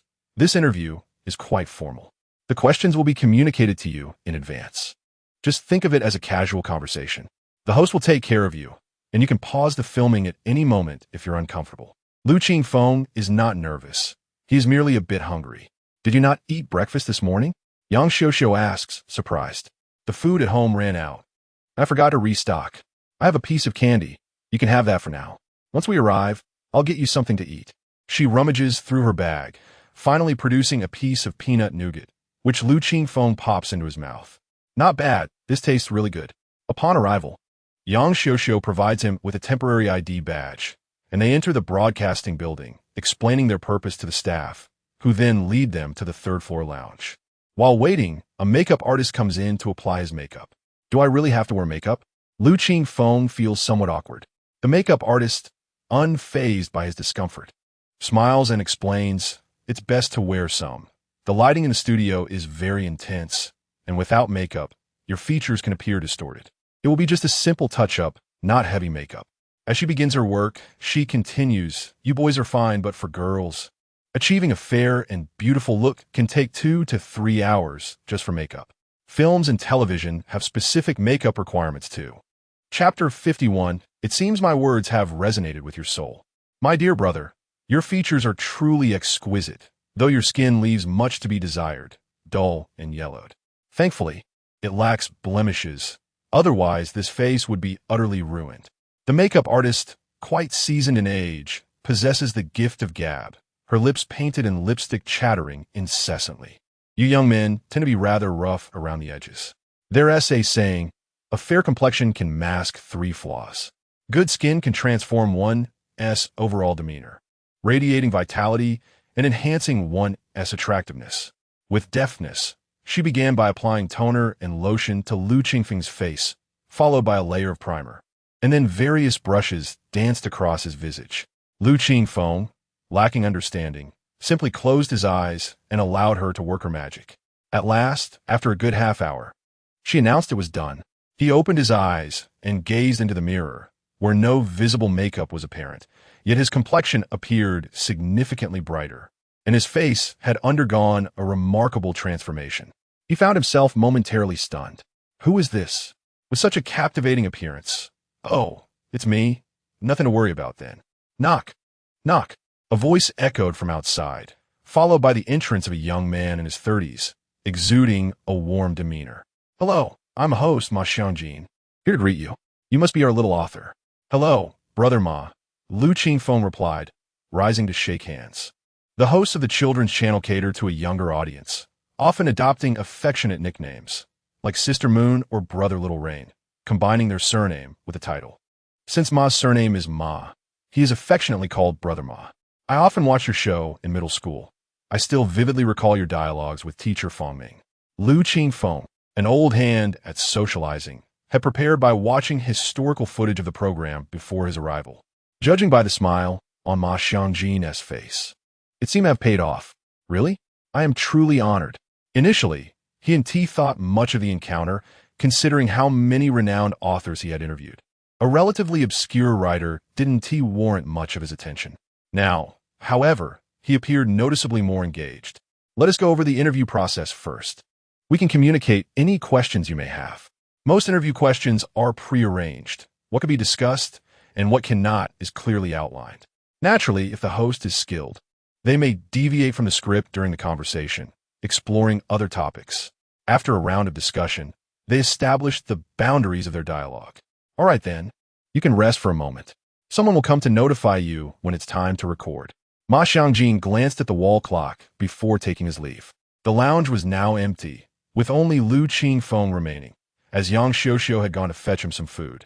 Feeling idle, he was about to take out his phone for a scroll when a thought struck him. The recording would be lengthy. He needed to address his physiological needs first.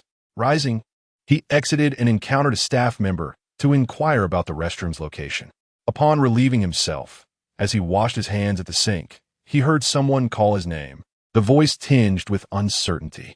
Turning around, he saw a middle-aged man of modest height and simple appearance, strikingly familiar. After a moment's reflection, he recognized him as Hu Yaoshu, the manager of his former group. Is it really you? Lu Qingfeng's reaction confirmed that Hu had not mistaken him, as he surveyed him in astonishment. I saw your recent interview. I didn't expect you to have changed so much since we last met. Hello, Uncle Hu, Lu Qingfeng greeted politely. He held no strong feelings towards Rong Shirong, neither affection nor disdain. The initial child labor contract had been a product of the prevailing environment. Otherwise, why would they invest in nurturing him? A business exists to generate profit, not for charity. They saw potential in him and believed he could become a star, thus signing him. It was that simple. Later, they sought to renew the contract with even harsher terms, driven by human greed. They thought they could manipulate Lu Shiqiao without incurring greater costs, aiming for maximum profit. This was hardly surprising. The only issue was that Lu Qingfeng had no intention of continuing to serve them like a beast of burden. It has been a while since we last met. Let me treat you to some milk tea, a perfect opportunity for a chat. Hu Yaoshu extended a warm invitation, even suggesting a drink favored by the youth. No, I have an interview shortly. I may not have the time. Perhaps next time. Their paths diverged in purpose. Lu Qingfeng politely declined and exited the restroom. Wait. Hu Yaoshu hurried after him. I spoke with your father about the renewal last time. Did he mention it to you? Since their last conversation, there have been no updates from that unreliable middle-aged man, who had attempted to reach out several times, but every attempt ended in evasion and insults. Eventually, he had no choice but to block the man's number, leaving him at a loss, especially since he could not locate anyone else. Having encountered Lu Qingfeng, he seized the chance to discuss the renewal matter thoroughly. I mentioned it. He told me to focus on my studies and forget about becoming an idol. Lu Xiao had returned twice since then, subtly broaching the contract issue, but Lu Qingfeng had skillfully deflected the topic. After April, he had not seen him again. However, he could not simply place the blame on his father. Hu Yaoshu paused, taken aback. Are you certain those were his words? Without concern for the truth, Hu hastily continued. Qingfeng, your talents are truly exceptional. The company holds great expectations for the future of your group and is willing to invest all resources into your development, undoubtedly positioning you as the center. Ultimately, isn't the purpose of education to secure a good job? Being an idol is glamorous and lucrative. Why would one choose to abandon that? Lu Qingfeng suddenly smiled and halted. Uncle Hu, in the time we've spent together, I've identified 3 issues. First, he raised a finger. You say you value my talent and want to elevate me to the center, yet why was I never approached before? Why now at this juncture? I believe the reason is quite clear. Secondly, he raised a second finger. You are more aware than I of the company's current situation. If you truly had strength, you wouldn't be unable to manage even this level of defamation. Thus, I remain skeptical of your claim to invest all resources. Lastly, he raised a third finger. You state that schooling is merely a means to secure a good job. Yet my ascent from the mire was entirely due to my status as a student.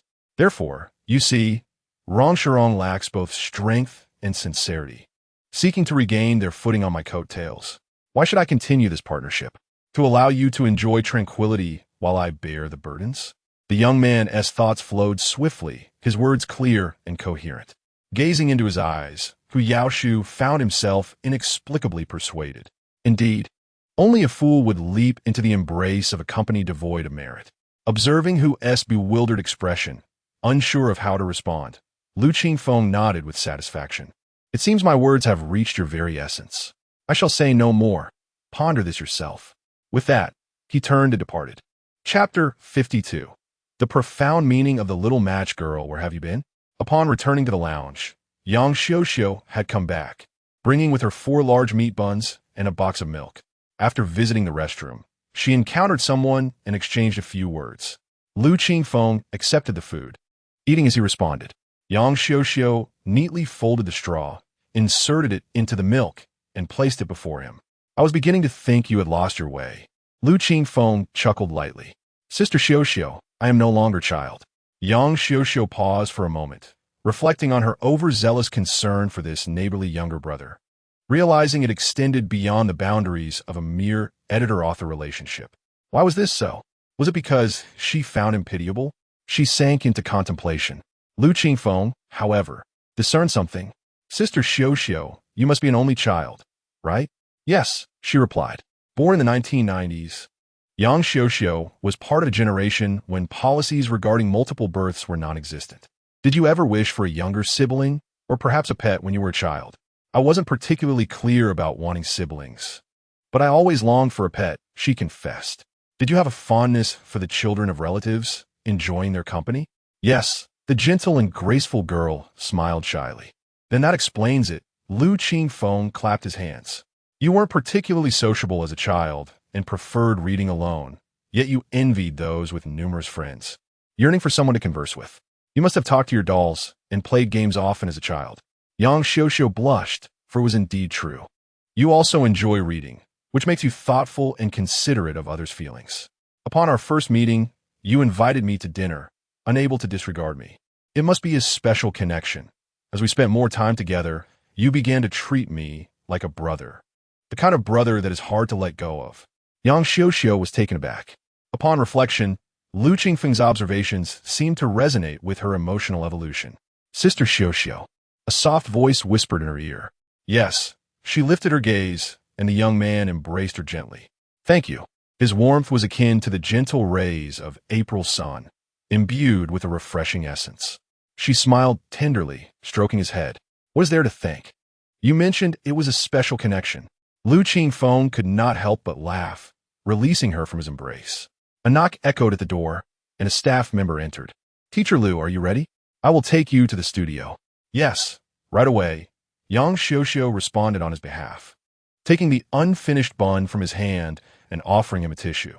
Finally, satisfied that everything was in order, She guided him and the staff toward the filming location. Upon arrival, after exchanging greetings, Ma Xiangjin approached. He had changed into a new outfit and directed Lu Qingfeng. When I call your name to start, you will enter from here, shake hands, and take your seat. No need to be nervous or pay attention to the cameras. There is a teleprompter directly in front of you. If you stumble, you can glance at it. If it becomes too challenging, we can take a break and edit it later. Lu Qingfeng listened attentively and nodded in understanding. It was indeed his first television appearance, and to claim he wasn't nervous would be untruthful. Yet, he consoled himself, maintaining composure. Filming commenced swiftly, with Ma Xiangjin stepping onto a stage filled with the playful essence of a children's channel, while Lu Qingfeng stood to the side. Hello, dear children watching at home. I'm your little brother Ma. The program star Future is here once again. After a brief introduction, he smoothly transitioned to the main topic. Please welcome our special guest today. Lu Qingfeng walked onto the stage, slightly stiff but managing to conceal any signs of nervousness. Yang Xiuxiu, observing from behind the monitor, let out a sigh of relief. The initial introductions went smoothly, and he took his seat. Lu Qingfeng clenched his fists, exhaling a breath of relief. So, you're still a student, right? The interview commenced with some simple warm-up questions. Yes, I'm in my third year of high school. How is life as a high school student? If I say it's not bad, I'm sure high school students across the country will disagree. Lu Qingfeng chuckled. To be honest, it's quite exhausting. My grades aren't particularly good, so my experience may be less intense, but I have a friend who excels academically. He spends over 2/3 of his day studying. He hesitated, knowing he couldn't dwell on negativity, especially since the audience comprised teenagers. Although it's tiring, it feels fulfilling as I learn new things every day. Ma Xiangjin, initially considering intervening, felt satisfied with how things were progressing. Given the heavy study load, why do you still pursue writing fairy tales? Due to the remuneration and family circumstances. My life is rather constrained. It's quite amusing. My editor is my neighbor. We had seen each other before, but never truly conversed until one day, when she came to borrow some seasoning for her cooking and noticed my plight. She kindly invited me to dinner. Yang Xiuxiu, listening from behind the monitor, recalled their initial interaction, remembering the pitiful boy standing at her door, his unforgettable eyes. Ma Xiangjin, sensing an interesting topic, decided to deviate from the script and continue the conversation. A remarkable twist of fate. So that was when you began to contemplate writing fairy tales? Yes. Living nearby made it convenient for me to receive feedback on my work. Ma Xiangjin nodded, continuing with his inquiry. Earlier, you mentioned financial struggles and going without food for a while. May I ask about your parents? Lu Qingfeng had previously addressed this topic, so he didn't mind recounting it again, providing an overview of his parental situation. Ma Xiangjin listened in astonishment, surprised by the underlying circumstances. However, out of politeness and the show's format, he refrained from probing further.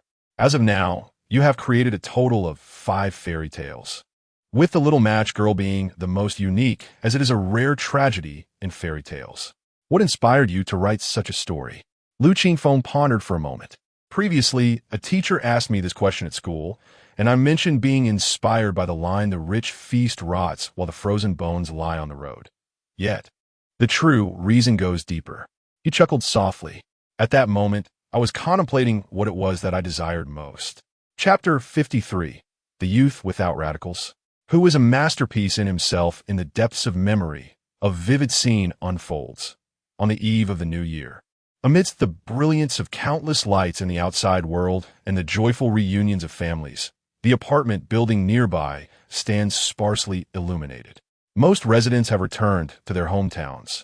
In the past, Lu Qingfeng would prepare 2 dishes for himself, a simple stir-fry of Chinese cabbage and a richly braised chicken leg. He would savor the cabbage during the New Year's Eve dinner, leaving the chicken leg untouched, nurturing the hope that his father might return that night. Then, he would lie in bed, allowing cherished childhood memories to accompany him through the long, solitary night. As Lu Qingfeng reflected on these moments, he spoke softly. An unrealistic fantasy of a child. There was a time when I felt profoundly insecure, with loneliness seeping into my very bones, compelling me to seek a source of support. Yet no one came to my aid to combat this tormenting sensation. I could only rely on the allure of beautiful imaginings to distract myself from the chaos of the outside world. The studio was imbued with an aura of tranquility as Ma Xiangjin gazed at him quietly. While speaking, the youth still wore a smile, though his eyes betrayed the scars left by past experiences. This host, who had interviewed countless celebrities and heard myriad life stories, nearly succumbed to emotion, almost letting out a long sigh. Fortunately, years of hosting experience enabled him to maintain composure. Moreover, as Shakespeare once noted, tragedy is eternal. Had the little match girl concluded happily, it would not have left such a lasting impression, would it not? Lu Qingfeng deftly shifted the topic, gently brushing aside the previous discussion. His life experiences taught him that incessantly recounting one's misfortunes yields little reward. Such matters should be touched upon lightly. The public's sympathy is finite, and when a story is retold too many times, it becomes tiresome. Furthermore, once one achieves success, reappearing in the public can easily be misconstrued as a calculated bid for sympathy. Lu Qingfeng was unwilling to adopt such a persona, knowing it was fraught with peril. The atmosphere in the studio noticeably relaxed. Ma Xiangjin exhaled, quickly redirecting the conversation. Do you enjoy reading, Qingfeng? Indeed, Lu Qingfeng affirmed with a nod, his face brightening with joy, instilling confidence in his sincerity. As I'm still young and lack extensive life experiences, reading allows me to broaden my horizons and accumulate writing material. Each person lives but once, yet through books, one can experience 1,000 different lives. Well said, Ma Xiangjin exclaimed, slapping his thigh. That is the finest interpretation of the significance of reading I have ever encountered. Lu Qingfeng smiled modestly. I have heard that you're not only writing fairy tales, but also exploring other genres. Did you submit a science fiction story to this year's new concept composition competition and win the top prize? Yes, Lu Qingfeng replied. I do not wish to confine myself to a singular realm. I strive to explore various possibilities. Recently, I submitted works to Science Fiction World and Years of Reasoning, but I have yet to receive a response. This seemed an opportune moment for further discussion, yet Ma Xiangjin hesitated, opting to adhere to the interview format. I also read your essay, Hey, Come Out. It was truly exceptional, addressing environmental protection with a clever approach. The use of plain writing rendered the piece succinct and impactful. And the final stroke of genius is something that lingers in the mind long after reading. As a reader, I am particularly curious about the author's thoughts while composing this piece, Ma Xiangjin inquired. After a moment of contemplation, Lu Qingfeng responded, environmental protection has long been a topic of discourse. The development of human society inevitably brings about damage to the natural environment. Until technology advances to the point where we can locate another habitable planet in space, Earth remains humanity's sole home. Thus, once society reaches a certain threshold, environmental protection becomes paramount. In this regard, I believe our country excels. From an early age, textbooks teach us to conserve water and cherish nature. The government is actively promoting greening projects and combating desertification. However, not every nation possesses such awareness, and this article was inspired by that reality. The interview progressed smoothly, and Lu Qingfeng began to feel increasingly at ease. After much of the filming time had elapsed, Ma Xiangjin introduced a new topic. Qingfeng, you're 17 this year? Yes. My birthday is in May, so I will soon be 18. Being part of the post-2000 generation, much has been said online about the difficulties your generation faces compared to the post-90s. What are your thoughts on this? This time, Lu Qingfeng pondered for an extended period. How should I put it? Each generation encounters its own challenges.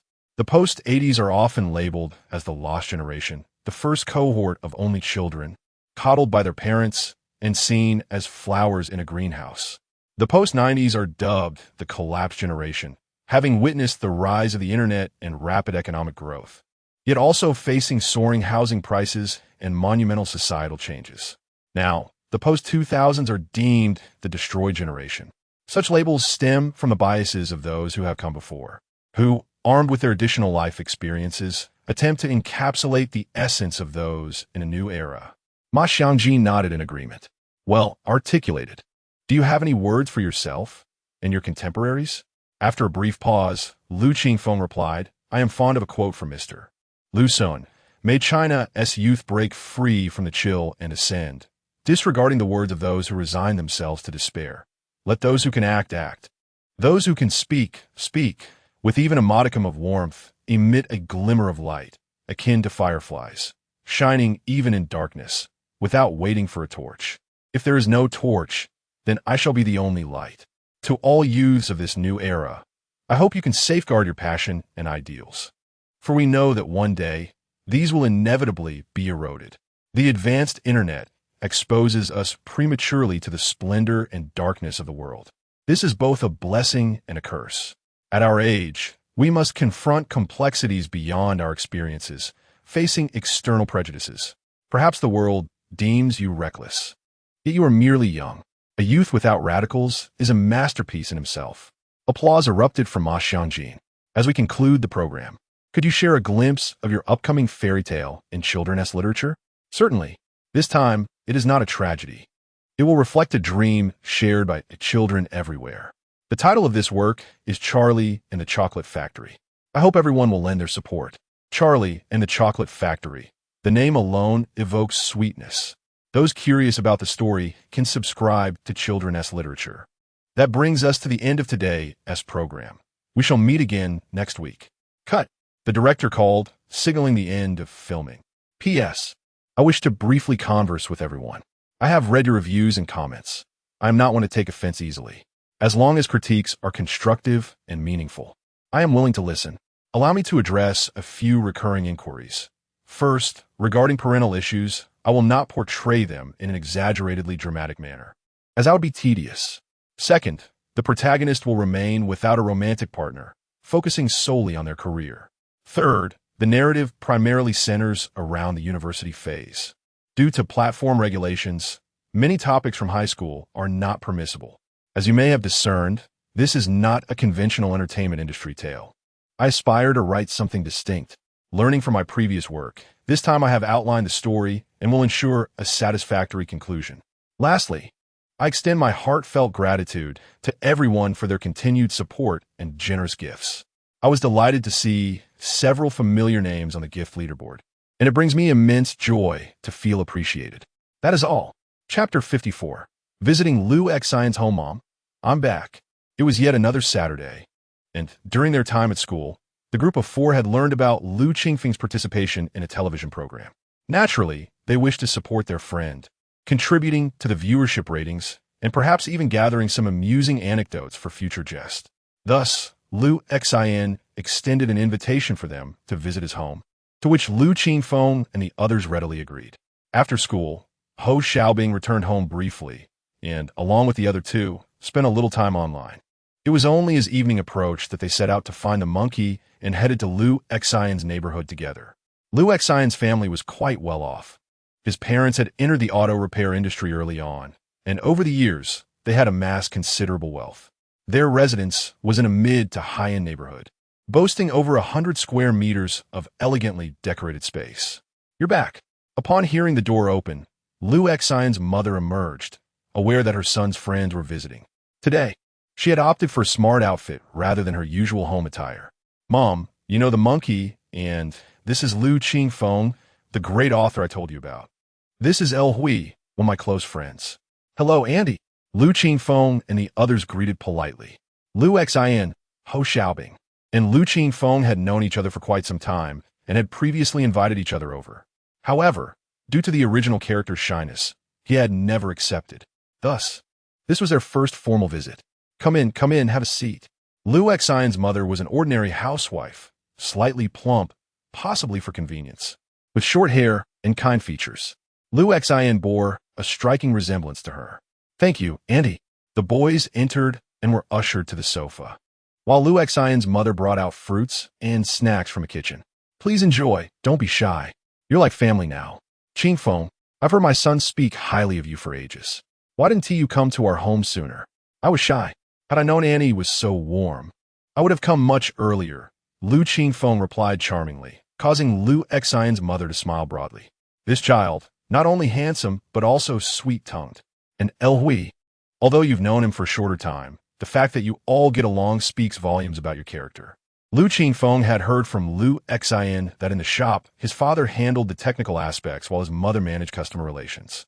It was evident from her demeanor that she played a significant role in the success of the auto repair shop. In business, personal relationships matter greatly. Sometimes, a good attitude can make all the difference. Auntie, why do you call Lu Xin Sanjin? Elle lui inquirait curiously. Oh, when this child was born, he weighed just over 3 jin and was quite frail. His father and I were so worried he wouldn't grow up. So, his father named him Xine, which means wealth, to signify his weight. Coincidentally, Xine is composed of 3 jin, and his aunt began calling him Sanjin, which eventually became his nickname.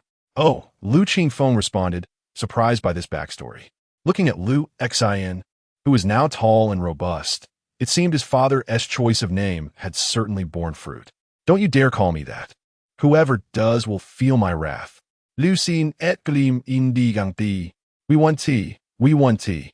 We're friends. We would never do such a thing. Lu Qingfeng and the others promised, secretly amused by the prospect of teasing Lu Xin about it for years to come. Dig in, everyone. Take some fruit. Lu Xin's mother encouraged, offering apples and bananas to the boys. You all play while I prepare dinner. Stay for a meal. Thank you, Annie, they chorused. Once Lu Xin's mother disappeared into the kitchen, the boys felt considerably more relaxed. Your mom is really gentle, El Hui remarked enviously. Lu Xin rolled his eyes. That's because you're a guest. You haven't seen her when she gets angry. Every parent possesses dual facets, one for outsiders and another for their family. This topic did not warrant further discussion. Feng, what time does that show start? Lu Qingfeng asked. 8 o'clock, he replied. That gives us some time. Let us play a game. With that, they turned on the television and pulled out a PS4 gaming console, while Lu Qingfeng called out to the kitchen, Mom, we're going to play some games. There was a brief pause from the kitchen before a response came back. Go ahead. Lu Xin boasted. My mom has always forbidden me from playing, saying I can only do so after I graduate high school.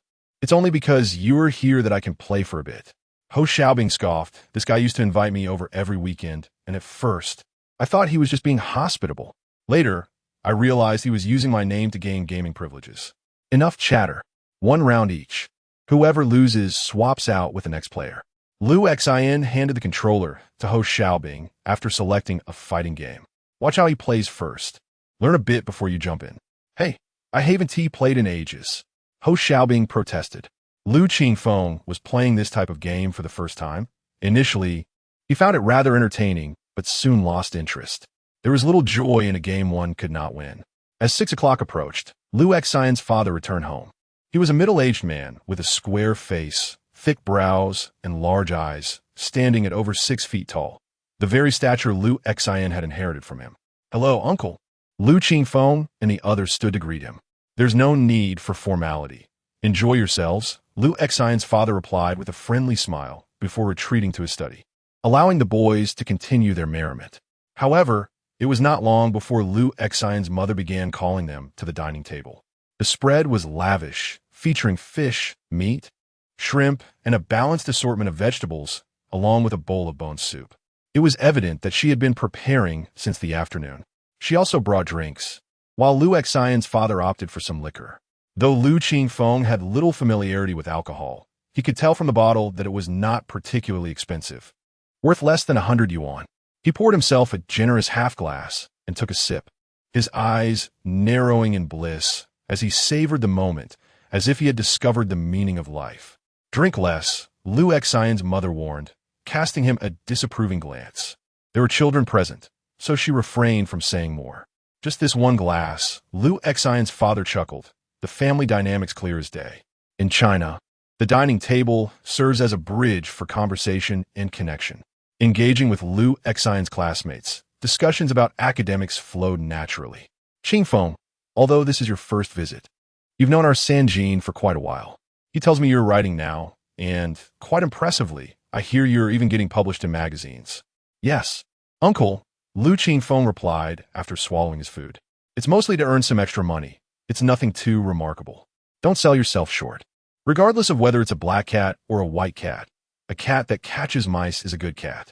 The fact that you can earn money at your age is quite an achievement. Keep it up and strive to publish a book in the future. Absolutely, uncle. Lu Qingfeng replied obediently. All right, enough of that. Just eat your meal. You don't need to be lectured. Everyone eat up. Lu Xian's mother busily served the boys more food. The meal was filled with joy and laughter, and Lu Qingfeng savored the best home-cooked meal he had had since his arrival in this world. It wasn't that Lu Xian's mother's culinary skills were superior to those of a restaurant. Rather, the flavor of home-cooked dishes was something a restaurant could never replicate. After the meal, Lu Xian's parents retreated to their bedroom, leaving the living room for the four boys. They settled on the sofa, chatting and eagerly awaiting the program to begin. Meanwhile, they were far from the only ones gathered in front of the television that evening. Chapter 55. The Invisible X. At the age of 38, Chang Tao, the editor-in-chief of the Reasoning of Time, undeniably stands as a figure of youthful accomplishment. He possesses a rather domestic disposition, eschewing the clamor of drinking gatherings. Thus, he often manages to evade such invitations from his colleagues at the publishing house. However, today proved to be an exception. A new leader had arrived, intent on fostering relationships with the heads of various departments. As the editorial department of the Reasoning of Time is the most pivotal within the publishing house, his attendance was imperative.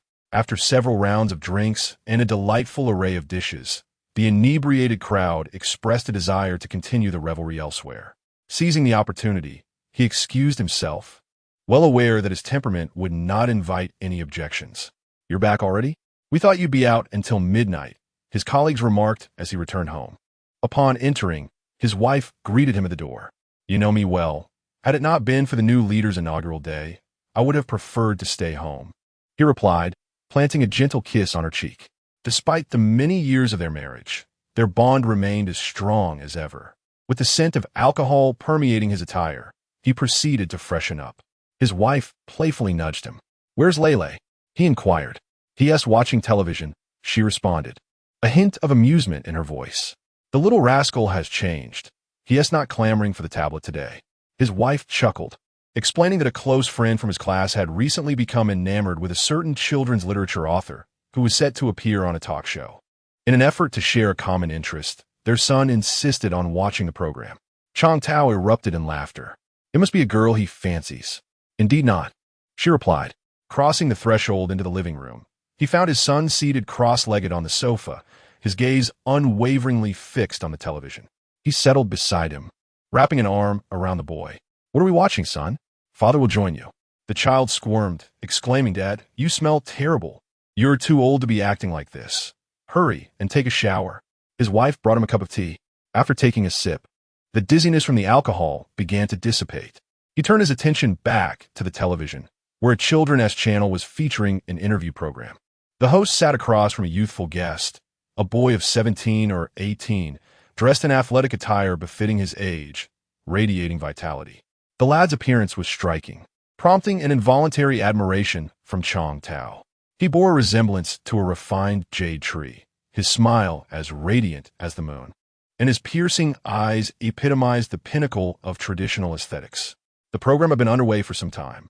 Such content held little allure for Chang Tao, and he contemplated retreating for a shower. Yet, the host's subsequent inquiry arrested his attention. "I hear you're not only writing fairy tales, but also exploring other genres.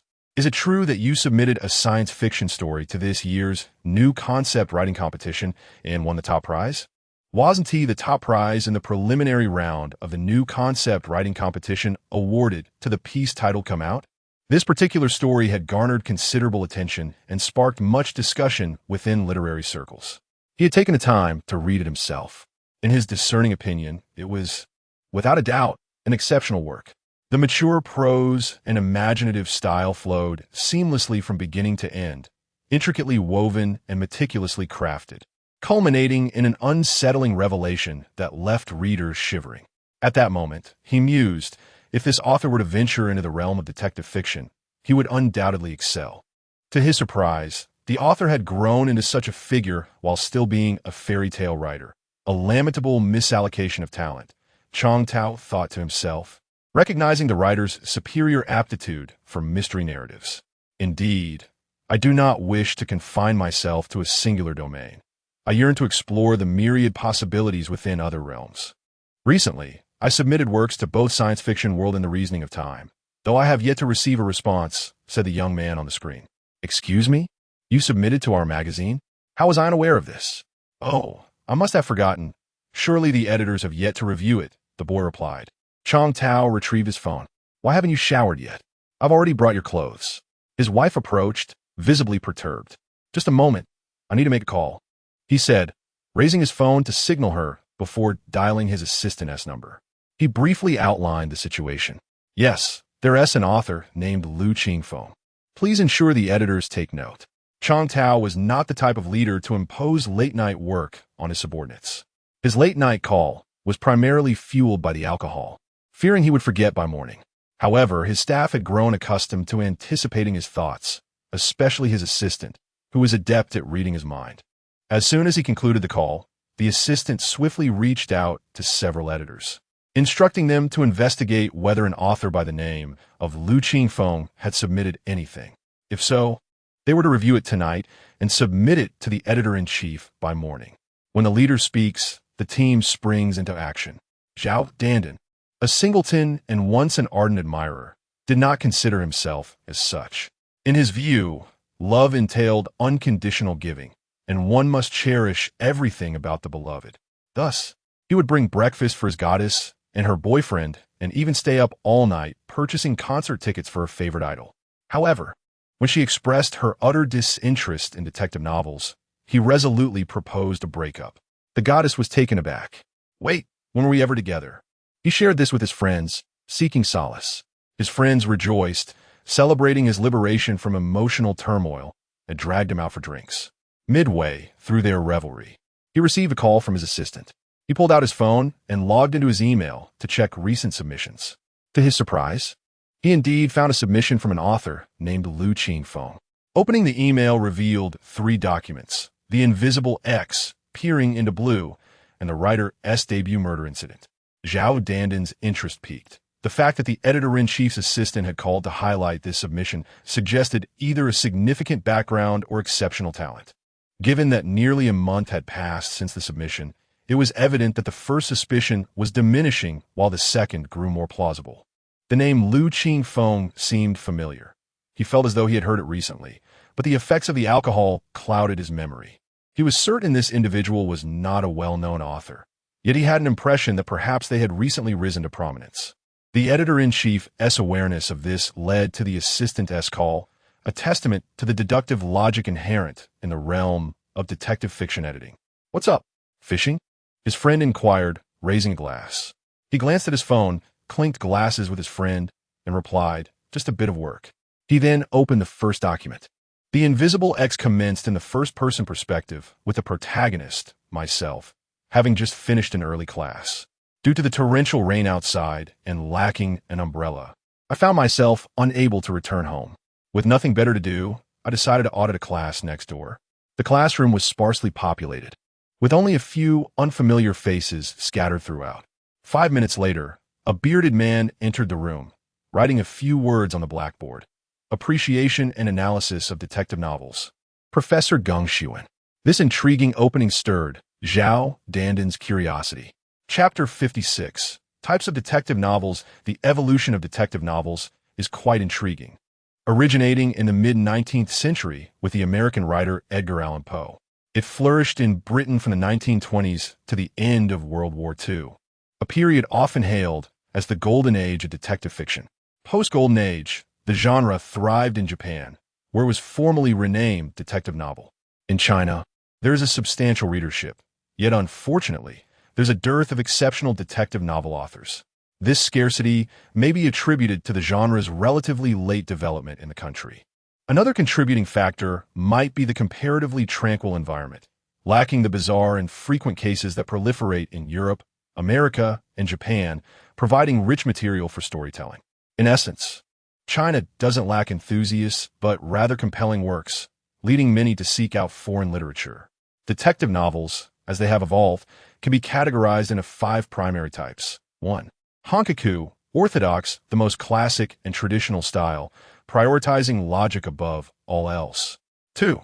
Social, originating in Japan, these novels invariably feature intricate social contexts, reflecting reality. 3. Courtroom, emphasizing evidence collection and deduction within a legal setting, often featuring prosecutors or lawyers as protagonists. 4. Suspense. This type focuses on atmosphere and detailed descriptions, with fewer clues revealed before the resolution. 5. Noir. Hard-boiled, characterized by minimal detective work and abundant action sequences. These 5 types can be further refined. After more than a century of detective fiction, fresh ideas are scarce, making originality a challenge. This is especially true for Hankoku mysteries, the quintessential and earliest form, which, having been shaped by numerous masterpieces, has elevated readers' aesthetic expectations to unimaginable heights. Without novelty, it's impossible to captivate them. Zhao Tantan was drawn to The Invisible X because of its relatability. The writing style immerses the reader in the protagonist's perspective, experiencing the events firsthand. This effect is achieved through the use of the first-person narrative. While challenging to execute effectively, it proves the author, Lu Qingfeng, possesses considerable talent. Zhao Tantan found himself completely absorbed. He continued reading. As a short detective story, it eschewed extraneous details, propelling the plot forward swiftly. Due to low attendance, the professor decided to alter the lesson, engaging the 7 students in a detective game called The Invisible X, mirroring the story's title. The professor declared that one of them was the culprit, codenamed X, and the others had to use deduction to unmask them. The heavy rain outside enhanced the atmosphere, prompting the professor to ask them to imagine being trapped in a manor. A locked-room mystery in the mind's eye. Increasingly fascinating, Zhao Tantan sipped his wine, pondering the situation. The locked-room mystery, also known as the isolated island setting, is a classic element in detective fiction. It involves a murder within a confined, isolated environment, where the protagonist must solve the puzzle through pure deduction, without external intervention or modern technology. Popularized by Agatha Christie's And Then There Were None, this element frequently appears in related novels and films. Continuing, the professor explained that an assistant would play the role of X, and to prevent the culprit from lying, each student received a piece of paper on which X would write their identity. Unexpectedly, another student arrived, introducing an unforeseen element into the game. The game commenced. 8 individuals, strangers at the start of the semester, were assigned codenames by the professor, such as Fatty for the overweight student, Monk for the bald one, and Coffee for Zhao Tantan, who had brought a cup of coffee. The group embarked on a game of werewolf. Zhao Tantan found it increasingly captivating. The revelation of the mystery and the protagonist's identity at the end left him astonished. Incredible. His friend looked at him, puzzled. What's wrong with you? Zhao Tantan, ignoring him, felt the emotional wounds of his heartbreak diminish. He recalled the details of the story, realizing the author had subtly planted numerous clues throughout. Without the ending, they were imperceptible. Only by connecting the details could one appreciate the depth of the author's foreshadowing. Brilliant. Absolutely brilliant. This is a classic misdirection narrative trick. He surmised that it must be the work of a seasoned master, perhaps under a pseudonym. He opened the next story, peeping at Azure Blue. His friend, annoyed by his constant attention to his phone, grumbled, "Are you going to drink or not? If not, let's go." Huh? Zhao Tantan looked up, then apologetically said, "Something came up at work. Let's call it a night and catch up another day." He paid the bill, bid farewell, and returned home. Back home, he eagerly turned on his computer and began reading the second story. This time, it was in the third person. The protagonist, Lan Yue, a programmer by profession, harbored a disturbing hobby, invading others' privacy. He had been following a girl named Xiao Lan online for 3 years. Following advice from an online forum acquaintance, he obtained a key to her home and entered.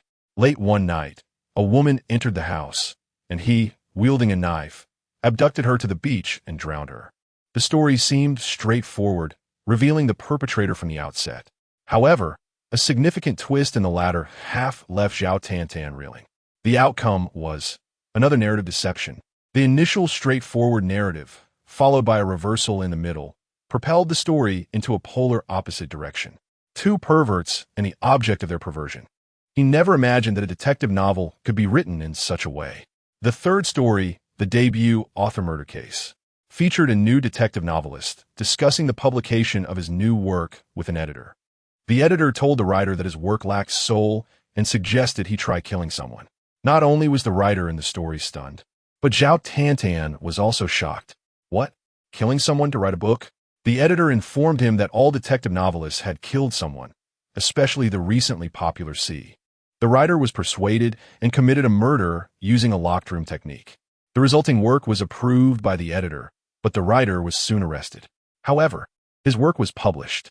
The reason being, Zhao Tantan was dumbfounded by the ending. Who could have seen that coming? Chapter 57, New Talent. Hair like black silk. The following morning heralded the weekend, a precious day for Lu Qingfeng to indulge in a leisurely slumber. Yet, the stirring of the nine-tailed fox inheritance within him roused him from his dreams. A gentle aura emanated from his forehead, swirling gracefully above his head. He savored the sensation, realizing that his new talent was named hair like black silk. In ancient vernacular, black silk refers to black hair, first appearing in Li Bai's poem Invitation to Wine. Do you not see the bright mirror in the high hall lamenting white hair? In the morning, it is like black silk. By evening, it has turned to snow. Thus, black silk became an elegant appellation for dark hair. As the name suggests, this newfound talent pertained to his locks. Energized by excitement, Lu Qingfeng leapt from his bed and approached the dressing mirror. His hair, still suffering from malnutrition, appeared dry and frazzled. However, as he tousled it upwards, he glimpsed the dark hue of his roots. A smile blossomed on his face. He had long found his yellowish hair displeasing and had contemplated dyeing it black. Yet, he dismissed the idea, realizing that such a remedy was superficial. Over time, the contrast between the dyed strands and the natural growth would be glaringly apparent. Now it seemed a permanent solution had finally arrived. Contentment swelled within him as he measured his height. Recently, he had purchased a wall sticker that recorded his stature, 176 meters. He had surpassed his previous height in his past life, and the enchanting talent continued to manifest, suggesting further growth was yet to come. Drawing back the curtains to let the sunlight flood in, Lu Qingfeng stretched his limbs, gradually awakening his sleepy body. In late April, the southern weather was mild, with daytime temperatures hovering around 20 degrees, neither hot nor cold, but pleasantly comfortable. After washing up in the bathroom, just as he squeezed toothpaste on his brush, his phone chimed from the bedside. Chewing on his toothbrush, he ambled over to check. It was a response from years of reasoning. His submitted manuscript had received news. Excitement surged as he opened the email. It was good news. His submission had been accepted, and the remuneration was quite generous, 240 yuan per 1,000 words. This was a respectable fee. The compensation offered by various magazines often correlates with their thematic focus and circulation. For instance, prestigious literary magazines like Harvest and October typically offer higher rates, ranging from 500 to 1,000 yuan per 1,000 words. Slightly less esteemed publications, such as Budding, which appeals to a broad audience and enjoys high sales, can still provide up to 600 yuan per 1,000 words. Lower-tier magazines usually offer between 200 to 300. Years of Reasoning found itself in an awkward position. Although there were many enthusiasts for detective fiction, the number of purchasers was limited, with most opting for published books instead. Consequently, its sales remained modest, and the payment was correspondingly constrained, peaking at 300 yuan. For a newcomer to secure such a rate indicated the quality of the manuscript was indeed commendable. Lu Qingfeng had submitted works by the renowned Hong Kong mystery writer Chen Haoji, celebrated as the foremost detective novelist in China. His magnum opus, 1367, stands as a pinnacle of Chinese detective fiction, having been published in various countries and winning prestigious awards in Japan. Chen is particularly skilled in the art of narrative misdirection, with acclaimed stories like Peering into the Blue and The Invisible X featured in his short story collection, The Diogenes Variations, which comprises 17 tales spanning both mystery and science fiction genres. These 3 stories were among the most lauded, and for Lu Qingfeng to receive such payment was only fitting. Had he not claimed it was his first submission, he might have received even more. Reflecting on these 3 tales, he recalled that in his past life, they had also been published in Years of Reasoning. Returning to his toothbrushing, he began to tally his finances. As he prepared for university, he needed to ensure he had sufficient funds for various expenses. The 10,000 yuan reward from assisting in a case, the 3 yuan from his previous submission to children's literature and the scholarship that had allowed him to purchase a mobile phone, coupled with the costs incurred from a recent haircut and clothing purchase, left him with just under 13,000 yuan. He had already submitted Charlie and the Chocolate Factory to the magazine, which would yield 180 yuan per 1,000 words, meaning a potential income of over 10,000 yuan for its 70,000 word length. Although the three shorter pieces for Years of Reasoning were brief, collectively they amounted to 50,000 words, translating to 12,000 yuan. Altogether, he was nearing 40,000 yuan in total. Moreover, he had two pieces submitted to Science Fiction World, for which he awaited a response. Spitting out the toothpaste foam and rinsing his mouth, he flashed a grin at his reflection. There was still much to strive for. If he could gain admission to Peking University through the Literary Cup, his intention was to live off-campus, allowing him the freedom to pursue various endeavors. However, the housing prices in Beijing were exorbitant, and he contemplated the possibility of staying in the dormitory temporarily until he could afford to move out. Ultimately, such considerations were premature. He would assess the situation when the time came. For now, focusing on earning money was undoubtedly the right course. After breakfast, with nothing pressing to occupy his time and the weather so splendid, Lu Qingfeng felt disinclined to remain indoors. He pondered briefly, then grabbed his violin and selfie stick, stuffing his backpack with snacks and drinks before stepping outside. He knocked on the neighboring door. "Xiao, are you awake?" A short while later, the door swung open, revealing Yang Xiao, her hair tousled and sleep still lingering in her eyes. This neighbor possessed a hint of introversion. "Why are you up so early? The weather is delightful today. Shall we embark on a spring outing to the park?" Lu Qingfeng suggested, displaying his violin and the backpack slung over his shoulder. "Give me a moment," she replied, yawning before retreating into her room. It was hardly a wait, as she soon emerged, having brushed her teeth, washed her face, donned a hat, and changed into sporty attire, exuding a fresh and unadorned beauty. "I've noticed you've been learning the violin for quite some time. I dabbled with it in my childhood, but it proved too challenging and I couldn't persist. How have you been progressing?" The two descended the stairs, purchasing breakfast from a vendor below, before heading towards a nearby park. Along the way, Yang Xiao inquired further. Lu Qingfeng had never concealed his violin studies from anyone. She was somewhat aware of his efforts, but had never heard him play, piquing her curiosity. "I believe I'm doing well. My previous instructor praised my progress," he replied earnestly. His dedication to practicing the violin had never faltered. He devoted 2 hours each day exclusively to honing his craft. With the advent of smartphones, countless instructional videos and master performances were at his fingertips. Thanks to his extraordinary talent, he had transformed from mere imitation to a unique interpretation of pieces. Lu Qingfeng considered his current skill level to be professional, surpassing even that of his former instructor from Tianyi Music Shop. "Is that true? How long have you been learning?" "I shall be sure to appreciate your performance," Yang Xiao remarked. Given her own experience with the violin, she understood its complexity. Lu Qingfeng, having studied for less than 2 months, would likely only possess the skills of a beginner, capable of playing complete pieces but lacking in tonal quality. Her words carried a playful undertone. Yet, Lu Qingfeng held a different perspective. He had invested significant effort into mastering the violin. Now that he had achieved a measure of success, he was eager to showcase his abilities. After practicing alone in front of his phone, the chance to perform for a live audience was an opportunity he could not forego. "Rest assured, I shall not disappoint you." Chapter 58. Music and Charm on this weekend. The park was bustling with visitors, many parents taking their children out for a spring excursion. A sizable lake adorned the park, bordered by a row of willows. Along the path by the water, some individuals leisurely walked their dogs. Nearby, several tents had been pitched on the grassy expanse, where adults chatted on cushions while children frolicked about, embodying the vivacious spirit of spring. Lu Qingfeng and Yang Xiao found a vacant patch of grass and settled down. He set down his backpack, adjusted the selfie stick, placed his phone on it, and switched to camera mode. Finally, he produced his violin.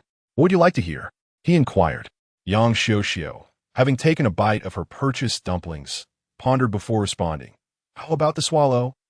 It seems quite fitting. Lu Qingfeng rolled his eyes. That's a children's song, with a simple melody. Without any musical foundation, one could probably grasp it in 10 minutes with a bit of guidance. Sister Xiao, perhaps you could elevate your expectations a tad. I am unsure of your current proficiency, so why not play something you are familiar with? Yang Xiu lo get innocent. And after a moment's thought, Lu Qingfeng suggested, then let us go with the Spring Sonata. More accurately, it is the fifth violin sonata in F major, composed by Beethoven in 1801, belonging to his early works. This piece is a duet for violin and piano, though a solo performance on the violin is equally feasible. It is of moderate difficulty among violin compositions, significantly simpler than Beethoven's other Kreutzer sonata. Of course, this is relative to professional violinists. Oh, that sounds good. Yang Xiao swallowed her dumpling and assumed an attentive posture, even if she inwardly doubted Lu Qingfeng's skills. Lu Qingfeng positioned the violin against his neck, raised the bow, and gently placed it on the strings. A gentle breeze swept through, the willows swaying gracefully, and the soft catkins danced across the grass. The young man's striking features were framed by a vibrant field of flowers, including hyacinths, sunflowers, and pansies, creating a picturesque backdrop against the clear lake and azure sky. Clad in a gray cardigan, Lu Qingfeng stood tall, resembling a beautiful painting. He pressed his lips together, focused intently, and an aura of purity and clarity emanated from him, like a spring. Yang Xiao momentarily drifted, catching a glimpse of the youth he once was. The transformation was indeed remarkable. Her previously indifferent demeanor instinctively shifted to one of anticipation. Don't wander off, come sit by mommy and listen to the older brother play. A voice called from the nearby crowd, drawing attention to their gathering. As the wind gradually ceased, Lu Qingfeng drew the bow across the strings, releasing a lyrical and gentle melody. The breeze seemed to stir again, gliding over the lake's surface, creating shimmering ripples. It was the sound of spring. Those around him were astonished to discover that they could grasp the emotions the performer sought to convey through the melody. It was a remarkable experience, as if the youth were painting a vibrant portrait of spring with musical notes, depicting the thawing ice transforming into rushing rivers, and the burgeoning seeds bursting forth from the earth, all joyously and powerfully reaching for the sky. Yang Xiao, being closest, felt the most profound impact. From a moment Lu Qingfeng began to play, a mysterious force seemed to awaken within him, radiating through the sound of the violin and influencing the emotions of those nearby. It is essential to note that music in itself lacks explicit meaning and imagery. Different individuals experience varied emotions, and hearing the same song can evoke disparate feelings. For instance, in sadness, even a rendition of Happy Birthday can feel mournful. However, Lu Qingfeng's music was distinct. It compelled every listener, immersing them in the sensory world he created. Strangely, there was no resistance in their hearts. They were naturally drawn into the experience. The enchanting sound of the violin flowed endlessly, known as the Queen of Instruments. The violin is among the most melodious and expressive of Western instruments, characterized by a timbre akin to human singing. Its high notes clear and bright, the mid-tones delicate and rich, and the low notes resonant and full. Lu Qingfeng closed his eyes, swaying gently to the rhythm. As the first section concluded, a brief connecting passage led to a lively and joyous melody.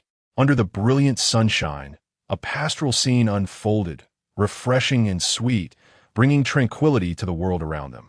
Birds perched atop the trees, and a group of children had unknowingly gathered around him. At approximately 2 minutes and 50 seconds in, a series of staccato bow strokes culminated in a long note, reminiscent of thunder and raindrops. The vitality of life surged forth, as notes danced like ethereal beings. At 3 minutes and 40 seconds, the music transitioned into the recapitulation, the melody softening once more. It concluded with 2 sustained notes, bringing the piece to a close. Silence enveloped the area as the final notes lingered. After a considerable pause, Yang Xiao emerged from the musical reverie, instinctively applauding. Others around her were awakened, beginning with the children beside her, followed by their parents. Enthusiastic applause resonated across the meadow. Lu Qingfeng, startled from his contemplation, bowed in gratitude to those surrounding him. The onlookers smiled warmly, refraining from interrupting. The children were called back by their parents. "You must have learned this from a young age," Yang Xiuxiu exclaimed as she approached. Astonished. "No, I only began learning last month. Look, I still have recordings of my practice on my phone." Lu Qingfeng retrieved the recent recordings and showed her the earlier videos. Yang Xiuxiu watched the initial segments, her eyes widening in disbelief. Is the violin really this simple? I took a couple of trial lessons, and the instructor claimed I had a natural talent. What you possess is far beyond mere talent. The emotional impact of your playing just now. Do you realize how extraordinary it was? I find myself at a loss for words to describe it. Yang Xiuxiu remained in awe of his recent performance. It was quite remarkable, as if a single individual had produced the effect of a full symphony orchestra. I wasn't that impressive before. It feels as though I have made a leap in progress just now, Lu Qingfeng remarked. He likened it to the moments in novels where one suddenly grasps an insight, leading to a surge in skill. What he described was the sensation he had experienced while performing, though it was not as mystical as it sounded.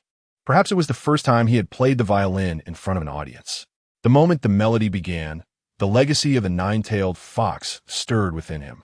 His innate charm seemed to awaken, its power amplifying with the music, influencing everyone around him.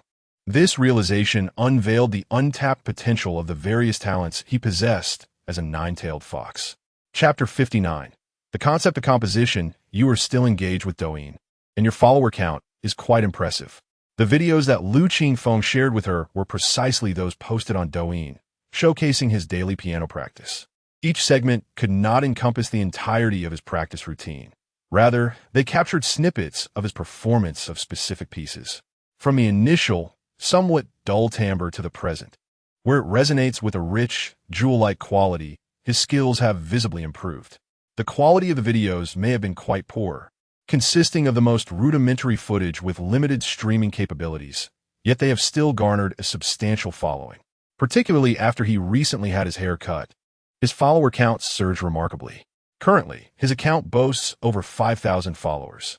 Interestingly, among these individuals, half are there to witness his piano practice, while the other half are captivated by his looks. This distinction is evident from the comments on his latest video. Family who understands. Watching a skinny monkey transform into a graceful young man brings an immense sense of satisfaction and joy that is simply overwhelming.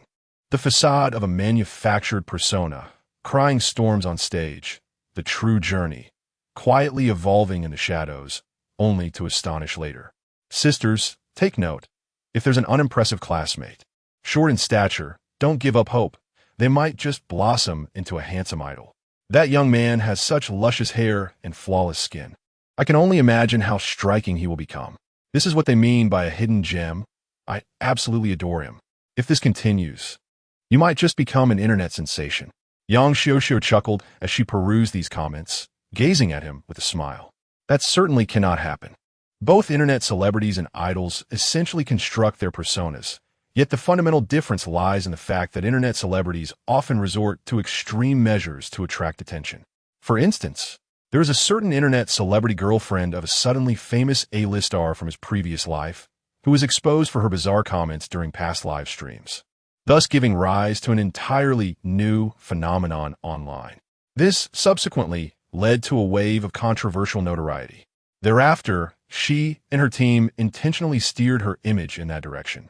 If previously her persona was authentic, following the backlash, a rational person would typically strive for discretion.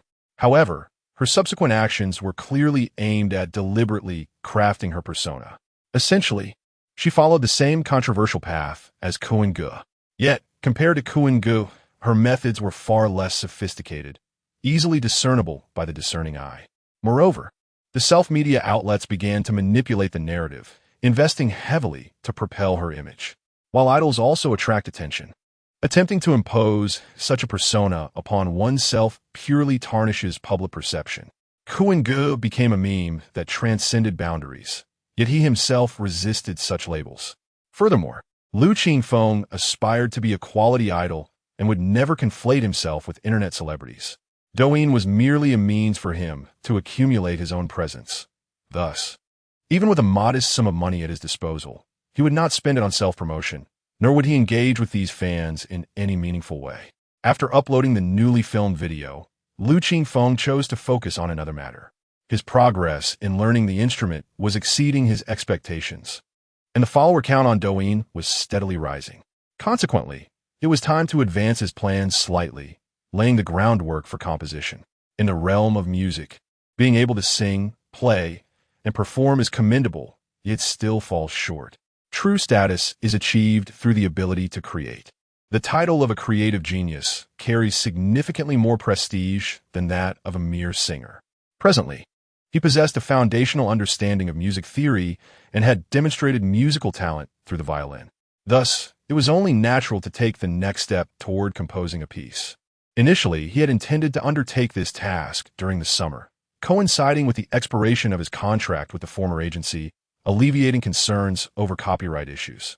However, advancing the timeline slightly posed no problem, provided he refrained from presenting a finished product before the contract's conclusion. Extending the timeline would also lend a sense of reasonableness to his endeavor. With this in mind, as he was currently learning the violin, it was only fitting that his inaugural composition would be a violin piece. He quickly set his sights on this goal. He reopened his phone, positioned the violin correctly, and began to play. The sounds were devoid of a fixed melody. He would play for a while, pause to contemplate, and then continue. This process continued for approximately 10 minutes before he paused again. Assessing the footage, he felt a sense of satisfaction. He titled the video composition Attempt 1 and uploaded it. Done. What are you doing? Yang Xiuxiu inquired with curiosity. Nothing much, just had a sudden idea and wanted to try composing a piece, Lu Qingfeng replied. Yang Xiuxiu was not surprised by his sudden burst of creativity. Artists, after all, can be quite spontaneous. When inspiration strikes, they can accomplish remarkable feats. She recalled an old editor from the editorial department mentioning a novelist who had been stalled on a plot point and could not write. One night, while dreaming, inspiration struck, prompting him to leap from his bed and begin writing, fearing that the fleeting spark would vanish. Music and writing share a similarity. Talent is crucial, but instinct is paramount. Have you ever considered pursuing a career in music? She asked suddenly as they sat on a bench by the lake after finishing his practice. Lu Qingfeng looked at her, puzzled. I believe your talent is too great to treat this merely as a hobby. It would be a waste. Moreover, writing and music are not mutually exclusive. You could certainly manage both. Yang Xiuxiu removed her hat and swept her hair back. I do have such thoughts, Lu Qingfeng admitted, briefly outlining his intentions. Compared to being a writer, achieving fame in the music industry holds greater brand value, enabling endorsement opportunities and higher earnings. This distinction is tied to the nature of the professions. Writers typically operate behind the scenes, while musicians stand in the spotlight. Like Lu Qingya, for instance, previously mentioned. Lu Qingya is a pianist akin to the renowned Lang Lang, who rose to prominence through her exceptional looks and playing skills. Her popularity rivals that of top celebrities in the entertainment industry, leading to numerous cross-industry collaborations, appearances on variety shows, and a plethora of endorsement deals. Notably, her status is significantly elevated compared to that of pop singers. The classical music realm naturally holds a disdain for pop music. Lu Qingfeng, however, was not contemplating such matters at present. Progress must be made step by step, and he had yet to reach that height. Moreover, he was uncertain whether he wished to pursue classical music exclusively or also delve into pop music. Additionally, he faced another challenge. His vocal skills and natural vocal quality were insufficient. Many mistakenly believe that high musical talent equates to excellent singing ability, which is a significant misconception. Vocal skills can be developed through practice, yet an individual's vocal quality is a physical attribute, inherently determined and unchangeable. Just as many musical geniuses can only work behind the scenes as producers, unable to perform on stage, their reluctance often stems from their inability to sing. Lu Qingfeng found himself in a similar predicament. Chapter 60. The trouble brought by Lu Qiuqiao. Perhaps this would awaken relevant talents in the future. Lu Qingfeng was not in a hurry. Sister Xiuxiu, what about you? Do you plan to continue working at the magazine? After sharing his thoughts, he turned to inquire about his neighbor. Me? Yang Xiuxiu gazed out at the lake, where a few paddle boats drifted lazily. Honestly, I'm not sure. After graduating from university, my parents used their connections to get me into the children's literature magazine. I don't particularly love or dislike this job. I just believe that since I'm here, I should put my heart into it. Yang Xiuxiu came from a well-off family. Her father was a doctor, and her mother was a teacher, placing her in a scholarly lineage. As the only daughter, she was quite cherished. She majored in classical literature, which her family fully supported. Typically, families like hers guided their children towards promising career paths. It was also her parents who arranged her job after university, allowing her to step directly into the role of an editor rather than starting as an assistant.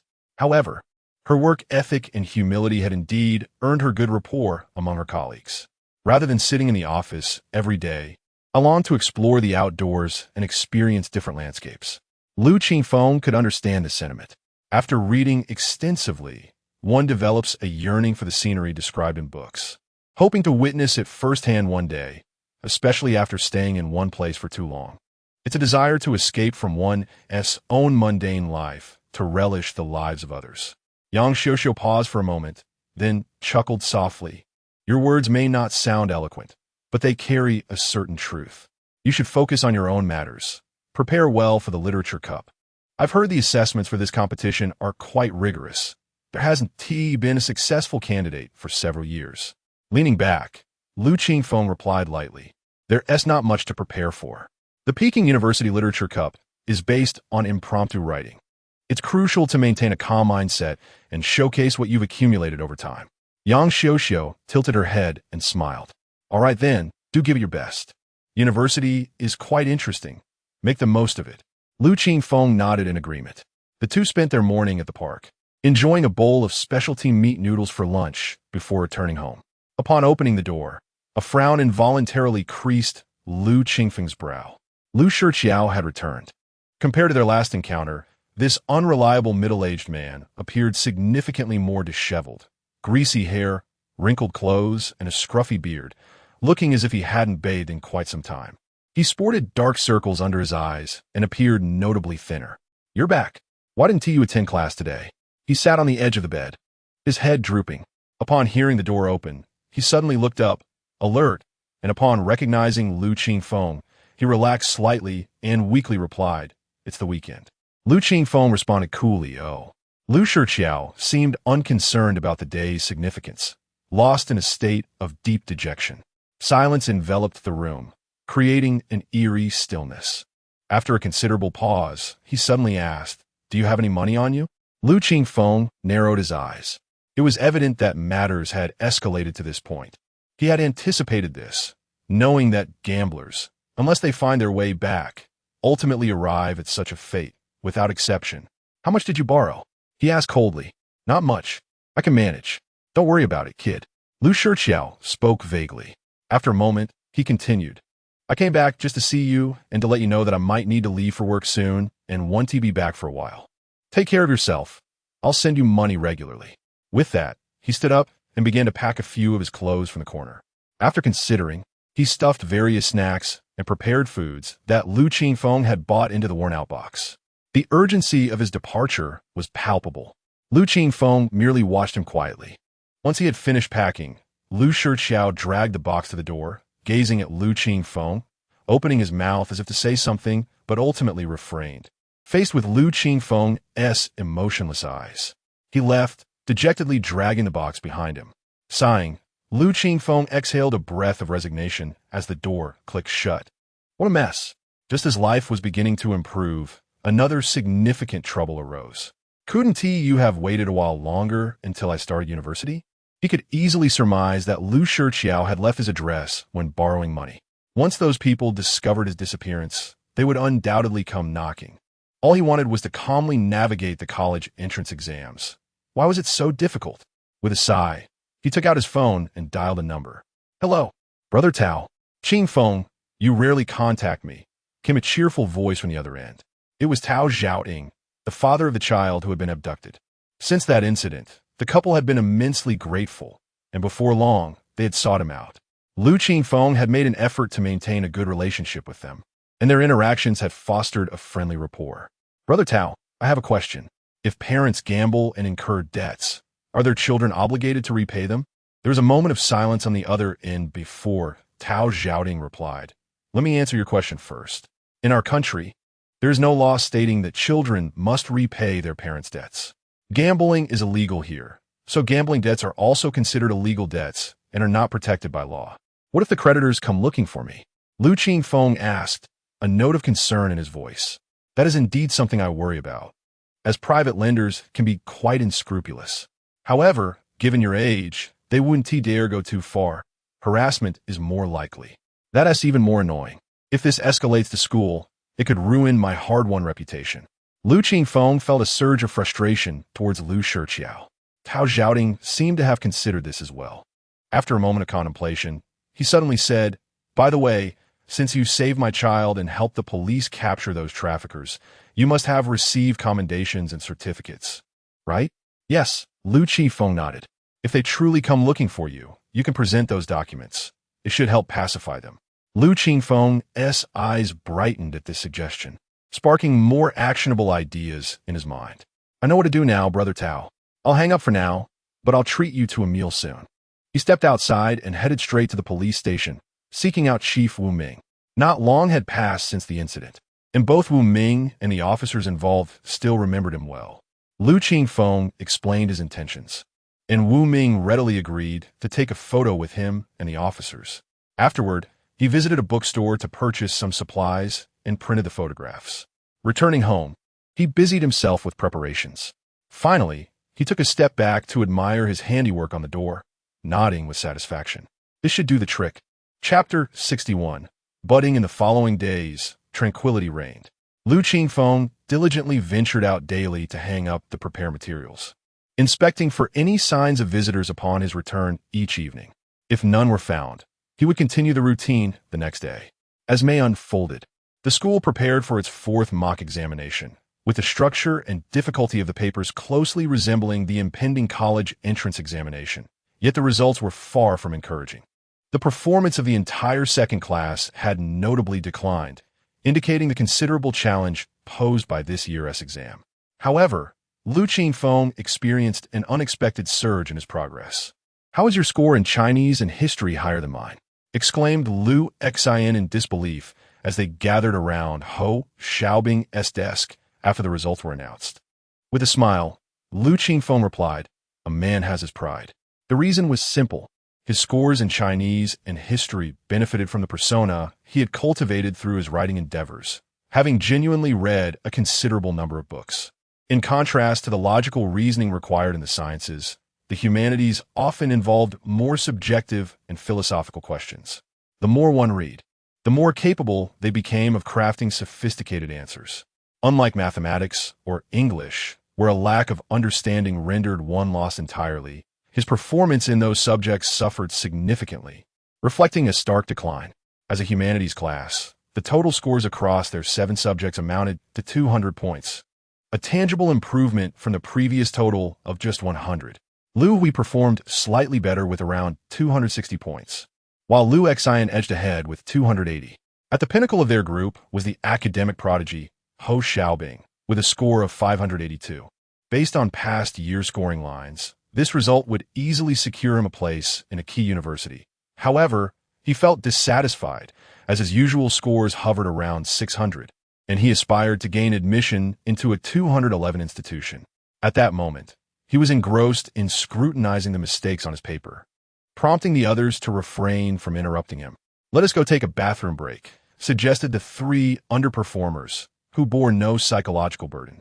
They tossed aside their papers and headed for the restroom. "Wait a moment," Lu Hui said, stuffing his snacks into his desk. It was a treat known as sucking stick, a short straw filled with colorful powders of various flavors. "Where did you find these?" Lu Qingfeng asked, genuinely impressed. Such snacks had only become popular during his elementary and middle school years in his previous life, and seemed to be rare now. "There's an elementary school near my home where an old lady sells them. Next time, bring me some," Lu Qingfeng added, equally fond of the treats. As they chatted, the trio walked arm in arm until they nearly collided with someone at the door, causing them to step back in surprise. Upon closer inspection, they recognized Zhou Jing, her eyes red from crying. She glanced at the 3 of them before muttering, "Lu Qingfeng, Teacher Chun is looking for you. He wants you to come by." After saying this, she walked past them back to the classroom. It seems she didn't do well on this exam and must have been scolded by Teacher Chun. Whispered Lu Xin. Lu Qingfeng shrugged. "You two go ahead. I'll head to Teacher Chun's office." "Teacher Chun, you called for me?" "Yes." "Come in and take a seat." The office was empty except for Teacher Chun, who was tidying up the desk. Upon seeing Lu Qingfeng, he set aside his belongings. "Your progress in Chinese has been remarkable. Given your weak foundation, improvements can come swiftly," Teacher Chun remarked. Lu Qingfeng humbly replied, "I'm aware of my limitations." "You are quite self-aware," Teacher Chun chuckled. "In truth, you are quite intelligent. If you had dedicated yourself to your studies earlier, your current standing would be different, and gaining admission to a good university would not be out of reach. However, you still have another path available to you. It's not too late. Have you been preparing well lately?" "Indeed, I have been reading exemplary essays from past literature cups online, and I am also diligently studying the books you provided," Lu Qingfeng responded. "That is excellent," Teacher Chun said with satisfaction. "You possess a natural talent for writing, but don't become complacent. The topics for the essays will differ significantly from your usual writing. First, establish a clear theme and direction before you begin. Be particularly cautious about straying off topic. No matter how well you write, a deviation will hinder your chances of achieving a high rank. Lastly, ensure your paper is neat and orderly. Avoid crossing out mistakes. Simply draw a diagonal line through them," he advised earnestly, reiterating points he had made numerous times before. Yet, Lu Qingfeng remained attentive. "There's little else I can say. Your achievements today are solely due to your own efforts. Keep pushing forward," Teacher Chun concluded, patting him on the shoulder. "I must express my gratitude for all your guidance, Teacher Chun," Lu Qingfeng said sincerely, bowing slightly. "The profession of teaching is undeniably challenging. If one becomes too involved, they are accused of meddling. Yet if they remain detached, they are deemed irresponsible. Take the original self as an example. The dire situations are often visible, and teachers can manage their students to prevent bullying. But can they delve into a student's family to offer assistance? Perhaps some educators do, but nationwide, how many truly do? Most teachers generously offer support only when students exhibit a willingness to strive. If one is mired in difficulties yet refuses to grasp the lifeline offered, how can they blame others for not rescuing them? Such was the tragedy of the original self. Nevertheless, the teachers at this school were genuinely good educators. Lu Qingfeng, possessing a discerning mind, felt genuine gratitude. Teacher Chun helped him to his feet. "These are merely the duties of a teacher. I don't feel I've done much. Ultimately, it's your own perseverance that has brought you this far. All right, enough of these repetitive pleasantries. There's one more matter I wish to discuss with you. The magazine Budding has reached out to request a submission from you." "Budding magazine?" Lu Qingfeng queried, perplexed. "Yes, you previously participated in the new concept writing competition under the school's name. Using my computer and email for your submission. They lacked your contact information, hence the message was relayed to me." Lu Qingfeng scratched his head, bewildered. Is it truly reasonable for them to seek a submission based on a single essay? The quality of Budding is indeed commendable, but it perhaps doesn't align perfectly with their thematic essence. Budding symbolizes youthful literature, as evident from its columns. Family of novelists, campus springs, youthful concerns, campus scans, first contact, exotic transmissions, pages of clubs, and so forth. Currently, most of his works are centered around fairy tales, which diverges significantly from Budding's cultural brand. I speculate that the prestige of the Peking University Literature Cup has prompted Budding to make a preemptive investment, Teacher Chun surmised. This magazine is often referred to as the cradle of young writers. Your potential merits such attention. After all, it merely requires sending an email, and the magazine stands to gain without any risk, he added, making a valid point. Lu Qingfeng concurred with this assessment. They provided me with their contact information. Take note. You can consider whether to submit after the Literature Cup concludes. Lu Qingfeng nodded in agreement, jotting down the contact details of the budding editor before taking his leave. At noon, he visited a bookstore to purchase a copy of The Reasoning of Time, featuring his first published detective story. Chapter 62. What else do you have? Will you still? Huh, I told you, X must be that person. As dusk fell, a van traversed the road. The large dog in the passenger seat slapped his thigh and shouted excitedly. The driver, sheepy, shuddered and cast a resentful glance over. Brother, you slapped my leg. How novel. It hurts to slap your own thigh. The watermelon-headed fellow dared not protest and instead remarked, Brother, you said you loved reading, so why didn't you study diligently in school? Back then, your grades were outstanding, and the homeroom teacher dragged you to school, yet you were so obstinate. You claimed you wanted to attend a good university and achieve great things afterward, which would surely be better than now, chasing after debts. What do you know? The large dog tossed the magazine Years of Reasoning behind him and propped his feet up on the dashboard. Given my old man situation, if I could concentrate on my studies, I'd rather break free and start earning money early to avoid dragging down the homeroom teacher and others later. He sported a buzz-cut, dyed shade of brown resembling excrement, and on this day he donned a tight-fitting skeleton t-shirt, skinny pants, and loafers. In that disheveled appearance, even the dogs on the street would give him a beating. The watermelon-headed fellow thought for a moment and agreed. Your old man indeed seems quite unreasonable. Slap. The large dog smacked him. What kind of talk is that? No matter how unreasonable he is still my father. Aren't you insulting me as well? The watermelon-headed fellow shrank his head and hastily shifted the topic. Brother, didn't you mention a friend who is doing well in the capital and could help us enter the entertainment industry? What happened with that? I hope for great news. It would help cover our travel expenses to Yanjing. Speaking of this, the large dog perked up. All right, enough nonsense. Focus on driving. The two drove the van and soon arrived at an apartment building. This is it. They pushed the door open and ascended to the 5th floor, following the door plate number to find their destination. However, they were taken aback by what they saw hanging on the door. To the left of the door hung a banner, inscribed with helping others, acting justly, promoting social virtue. The issuing authority was the local police station. Not only that, but there were also 2 wall boxes for documents attached to the door. The upper one contained a certificate of bravery, also awarded by the police station. Below it was a group photo with numerous police officers. In the center stood a boy in a school uniform, beaming with a smile. Finally, there was a piece of paper with some writing on it. I am a minor. Lu Qingfeng has run away, and I do not know where he has gone. If you find him, please notify me. I am also a victim. Brother, what should we do? The watermelon-headed fellow was dumbfounded. The large dog frowned, encountering the most troublesome situation. A minor, a student, and still connected to that big cap. This is a stacked buff. Brother, do you think all this could be fake? That old rascal might be deceiving us. The large dog felt a stir in his heart, and then pushed his younger brother forward. Go knock on the door. Brother, surely no one is home. What good is knocking? You fool. I meant for you to knock on the neighbor's door. Oh, the watermelon-headed fellow went and knocked on the door next door. Who is it? The door opened a crack, still attached to a chain, revealing a girl who appeared to be a college student, looking at the watermelon-headed fellow, who seemed rather meek.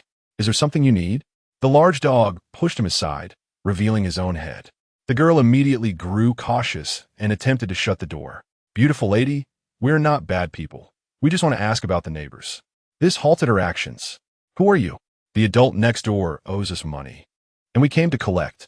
The girl's heart stirred. But as far as I know, there's only a high school student living next door. I've never seen any adults. That can't be right. Just one high school student? How does he manage? The large dog continued to pry. I heard his parents are divorced and do not care for him.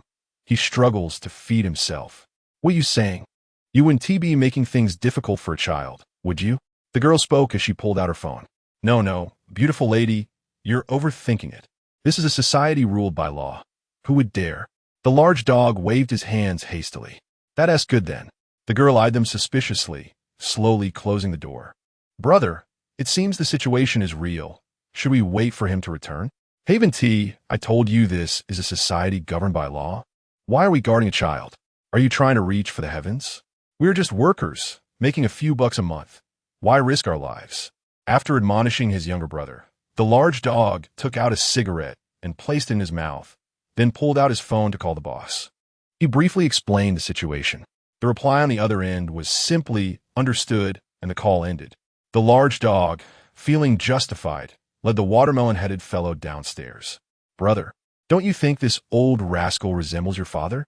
That child seems rather pitiful. The two got into the van, and the watermelon-headed fellow spoke. The large dog remained silent, exhaling a puff of smoke and watching it dissipate gradually. The van remained idle, and after sitting in the vehicle for a while, the watermelon-headed fellow hesitantly said, "Brother, should we not continue in this line of work and just go home?" The large dog shot him a glance. "Go home for what? Look at me. My home is barren. My parents are no different from being dead. Success is my only option. What about you? If you return home, what can you do other than inherit your family's pig farm and your father's several properties and cars? What else do you have? Were you still? Ashri? One must have dreams." He finally patted his younger brother's shoulder. "I understand, brother. Don't worry, we'll stay a while longer, save enough for travel expenses, and then we'll head to the capital. Drive." He flicked the cigarette, but out of the window, and the old van emitted a strained roar as it left the place. As you said, those two left quickly, fearing they might return. After evening study, Yang Xiuxiu found Lu Qingfeng and recounted the events of the evening. Finally, she expressed her concerns. "It should be fine. I've showcased all the troubles that could arise from my harassment, and I've also informed you that Lu Shiqiao does not care about me, his son. Spending time on me would yield more losses than gains. The clever ones will seek out his group of friends to find out where he has gone. If the other party is truly dim-witted, I'll just stay outside for a while.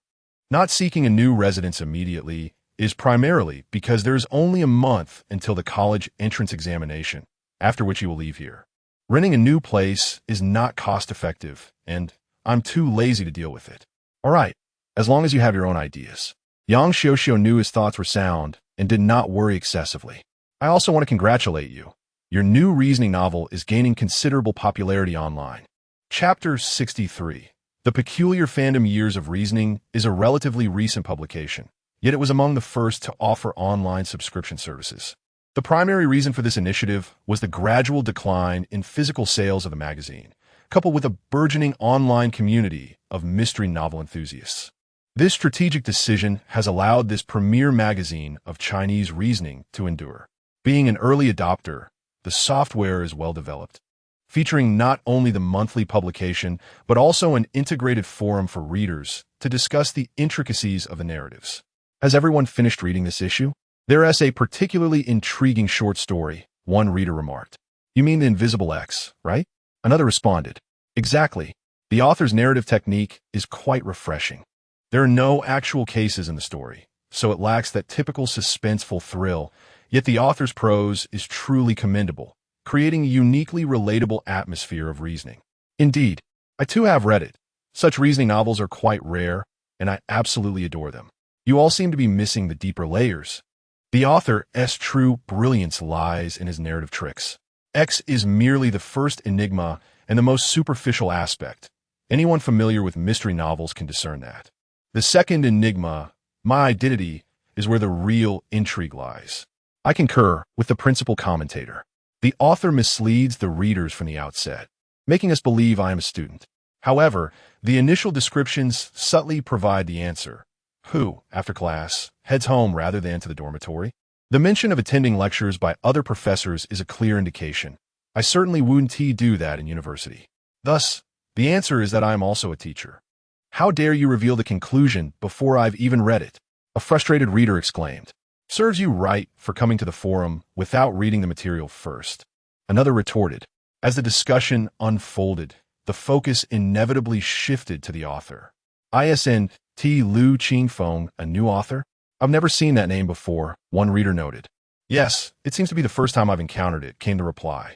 This name reminds me of the winner of this year's new concept essay competition, who put a micro-science fiction piece titled Hey, Come Out. That author is also named Lu Qingfeng, but I doubt they are the same person. The former is a real name, while this one might be a pseudonym. Regardless, what matters is the quality of the writing. May he flourish in this realm. Another master of reasoning is emerging, and perhaps domestic mystery novels will rise in prominence. Let us not get ahead of ourselves. That slogan has been proclaimed numerous times. Every time a newcomer makes a name for themselves, the same chant echoes. Yet the reality is that the genre is dwindling. Newcomers chant about rising, while veterans grow indifferent. When the renowned De La Ba Chung debuted, similar sentiments were expressed, yet within just a few years, he exhausted his creativity and produced mediocrity. You criticize others. Yeah, what do you mean by that? Are you seeking trouble? At that moment, a digital account suddenly emerged. The real deal? While the newcomers were still curious, the veterans had already begun their attack. You're nothing but a voyeur all day long. Do us a favor and refine your pathetic plots. Your past accolades are all that's keeping you afloat. Otherwise, do you think your new work would still be serialized in years of reasoning? And you dare to call yourself the Chinese Idagawa Rampo? You've no right. Your attempts at absurdity for the sake of absurdity are laughable. Meanwhile, Jiang Cheng, sitting at home, was on the verge of losing his temper. He was the very La Ba Cheng the readers were discussing, writing under the pen name Rampo Cheng. Alone, he battled against the crowd, furiously typing on a screen. However, outnumbered, he saw the insults multiplying and, in a fit of rage, took screenshots of the comments and posted them on Weibo. What is wrong with society today? A newcomer dares to act so brazenly. Regardless, I am an established author with a book that has sold over 1 million copies. My achievements are tangible. If you wish to climb over me, at least present some merit. His Weibo following was substantial, and soon the comments surged into the thousands. What is the situation with this person? Lu Qingfeng wondered, feeling perplexed when Yang Xiuxiu showed him the posts. Rampo Cheng was a quintessential example of a one-hit wonder. With a writing style reminiscent of the famous Japanese author Idagawa Rampo, yet infused with his own unique flair, truly a rarity in the domestic landscape. Yang Xiuxiu explained. Idagawa Rampo is regarded as the father of Japanese mystery novels, known for his orthodox reasoning style, yet his narratives are often bizarre, grotesque, and dark. His characters exhibit peculiar and twisted psychological depths, showcasing the complexities and fragility of human nature. His stories often pursue extremes and the abnormal. For instance, in his work, The Human Chair, a craftsman imagines the lives and appearances of those who sit upon the chair he has constructed. Such absurd and extraordinary premises are steeped in a uniquely Japanese horror. To be compared to such a literary giant indicates substantial talent. Yet, what is the reason for the vitriol in these forums? Lu Qingfeng queried, Sen Xing Yang Xiuxiu's insight. This individual also rose to fame at a young age, with his debut mystery novel selling 1 million copies, leading him to become somewhat arrogant, claiming to be the Chinese Idagawa Rampo, while criticizing established authors. Eventually, he became dissatisfied and began to voice his opinions on current events, launching various attacks, which earned him the moniker de La Ba Cheng. If it were merely this, fans might tolerate it. However, his writing style has increasingly veered into the obscure, with plots becoming more abstract, leading to a disenchanted readership. Thus, he finds himself in his current predicament. Oh, Lu Qingfeng comprehended. He once ascended by stepping on others, so now, seeing someone else rise while he's criticized, he perceives it as persecution, assuming I intend to replicate his path to fame. It must be this. Lu Qingfeng couldn't help but chuckle at the absurdity of it all. Indeed, in a vast forest, one encounters all kinds of birds. Yet, it seemed quite natural. Throughout history, literary figures have looked down upon one another. Since the Warring States period and the 100 schools of thought, conflicts have been commonplace. Wang Engshi and Su Dompo waged their battles for years, Du Mu disparaged by Zhu Yi, and Li Qingzhao confronted Su Shi in her theory of CI. Such occurrences are inevitable. Moreover, this situation could prove beneficial for him. Historically, aspiring scholars sought to debate with renowned figures to achieve fame, and the current scenario mirrors this, especially as it was initiated by the other party. The key point is that the one feeling defensive is the opponent. What reason does he have to be upset? He maintained a lighthearted perspective. There is also something rather amusing to note. The comments below bore a striking resemblance to fan culture. Are you out of your mind? Well, has our dear Lu ever wronged you? If you have the guts, confront those who insult you instead of dragging our Lu into this. Purely deranged. From start to finish, it was the readers praising Lu for their excellent writing, yet you sought out trouble for yourself. Though the number of these fervent fans was small, their combativeness was formidable. The author's devoted followers may not be numerous, but this group was already beginning to dominate the comment section. Chapter 64. The relationship between fans and idols, unlike the typical remarks of ordinary book enthusiasts, The sentiments expressed here distinctly resonate with those of fervent fans. Particularly, the term Little Deer serves as an affectionate moniker that the original persona was known by during his idol days. A nickname fondly bestowed by his admirers, often referred to as mama fans or sister fans, who sought to convey both intimacy and recognition. Lu Qingfeng felt a stir of nostalgia and picked up his phone to access the official Weibo account established by his former agency. The management of this account had remained firmly in the hands of the agency, diligently overseen by designated personnel. This is a common practice in the industry, driven by the desire to prevent artists from impulsively sharing inappropriate content during emotional moments. Consequently, many stars maintain secondary accounts, which occasionally come to light. The profile picture of this account featured a solo shot of the original persona, taken during his debut performance on stage, and it was filled with posts, some promoting joint events, others showcasing participation in various variety shows, and many adorned with enigmatic phrases paired with images of books. Apart from scheduling announcements, the account primarily crafted an image of a book-loving, diligent individual, a strategy employed by the agency to cultivate a specific persona. Alas, the facade of authenticity cannot be maintained indefinitely. What is genuine cannot be feigned, and what is feigned cannot be genuine. Thus, to avoid collapse, it is advisable that the persona crafted reflects the truth. The final lengthy post had been shared a year and a half ago. It was verbose and aligned with the conventions of emergency public relations. Essentially, it expressed regret for disappointing fans, announcing a return to academia to enrich oneself, with promises of a more refined comeback. Regrettably, the fans were not swayed. Lu Qingfeng noted that the comments beneath this post were nearing 100,000. Upon perusing the comments, he found that the most recent entries dated to today. "I've seen the new work. Keep it up. Every day, I read the fairy tales written by Little Deer to my son. The more I read, the sadder I become. Little Deer, is this about you? I went back to watch the interview from Star Future and compared it to the interview from Youth Vanguard. You've grown taller and gained weight. How wonderful. Little Deer keeps his promises and has returned as a better version of himself. Continue to forge ahead. We will always support you from behind. I witnessed your rise to fame and your fall from grace, and now I see you climbing back up step by step. Keep pushing, young man. After watching the newspaper interviews and television show discussions, I learned of your past struggles, yet you never complained, only labored quietly to improve. Continue to transform. We will protect you this time." In alignment with the account under the pseudonym Ranbu Cheng, there was no mistaking it. These were indeed the very individuals who had once been his fans during his idol days. When the group faced adversity, they distanced themselves. But through interviews and reports, they came to understand his circumstances and congregated around him once more. Yang Xiuxiu displayed a classic spectator's demeanor. From the comments, it appeared to be just as he thought. However, these individuals seemed excessively fickle.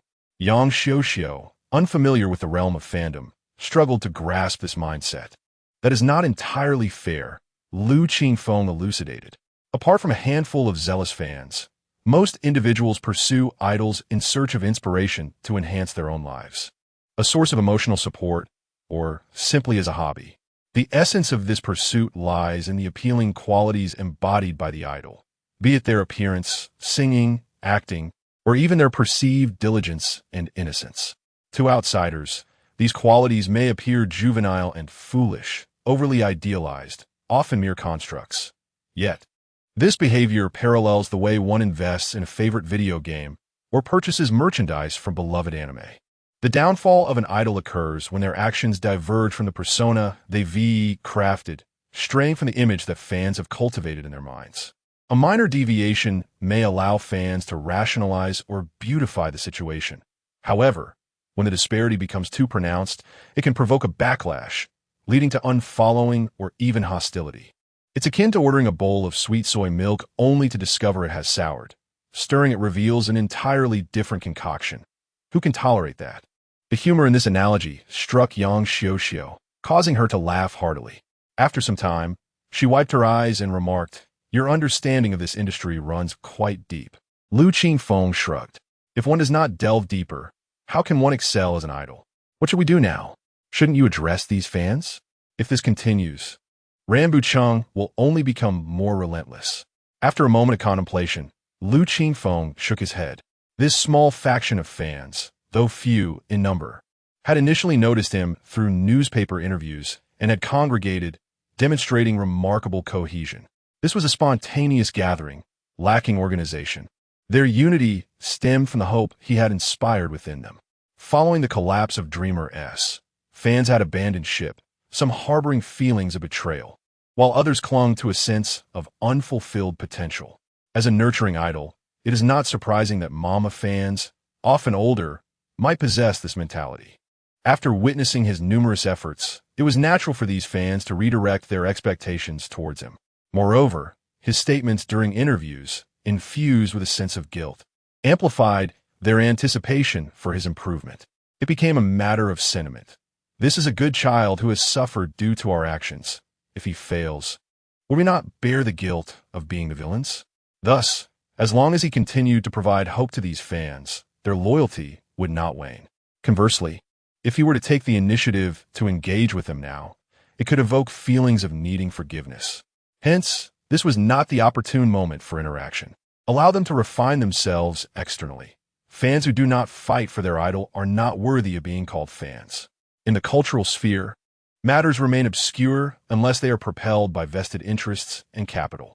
Rambucheng stirred up quite a ruckus on Weibo, engaging in a lengthy feud with Lu Qingfeng's fans. However, the intensity of fandom far surpasses that of casual readers, resulting in a disarrayed comment section. Some dedicated readers, drawn in by his style, would not join the battle. Ultimately, the comment section was locked to prevent any further discourse. Lu Qingfeng subsequently ceased to monitor the situation. Days later, a new issue of children's literature was released, heralding the commencement of the serialization of Charlie and the Chocolate Factory. The magazine had invested considerable effort into this fairy tale, prominently featuring it on the cover and enlisting several renowned children's authors to write commendatory remarks. A fantastical journey of imagination, with children and candy, factories and society, woven together with marvelous metaphors, offering a delightful reading experience. Author of the Little Mustache and Big Head series, viewing a fairy tale suitable for both adults and children. While I admire the protagonist, I find myself more captivated by Willy Wonka, the factory owner. Author of Adia's Adventures. By Huaqin Chapter 65. Journey to Yanjing. The magazine has released the first 5 chapters of the entire story in one go. In the initial 4 chapters, the first chapter introduces the plight of Charlie's family. The second to 4 chapters present a dialogue between Charlie and 4 elderly members of his household, unveiling the enigmatic Willy Wonka, the confectionery wizard, and his mysterious chocolate factory. The 5th chapter begins with Charlie's father returning from the toothpaste factory, bringing good news. Mr. Willy Wonka has announced in the newspaper that he will reveal the secrets of his chocolate factory to the public, but only to 5 fortunate children. After the visit, these children will receive a special gift, the privilege to enjoy chocolate for a lifetime. The selection of these 5 lucky ones will be quite simple.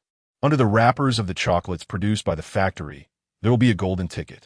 Whoever finds this ticket will be eligible to visit. Charlie's family engages in animated discussions regarding this news, but Charlie feels despondent, as he can only afford a chocolate on his birthday and believes he has no chance. However, Grandpa Joe reassures him that Charlie's birthday is just a week away, giving him a glimmer of hope.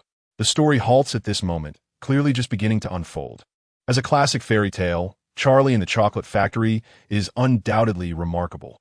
The author's eloquence, character development, narrative structure, and immersive writing style possess an irresistible allure for children.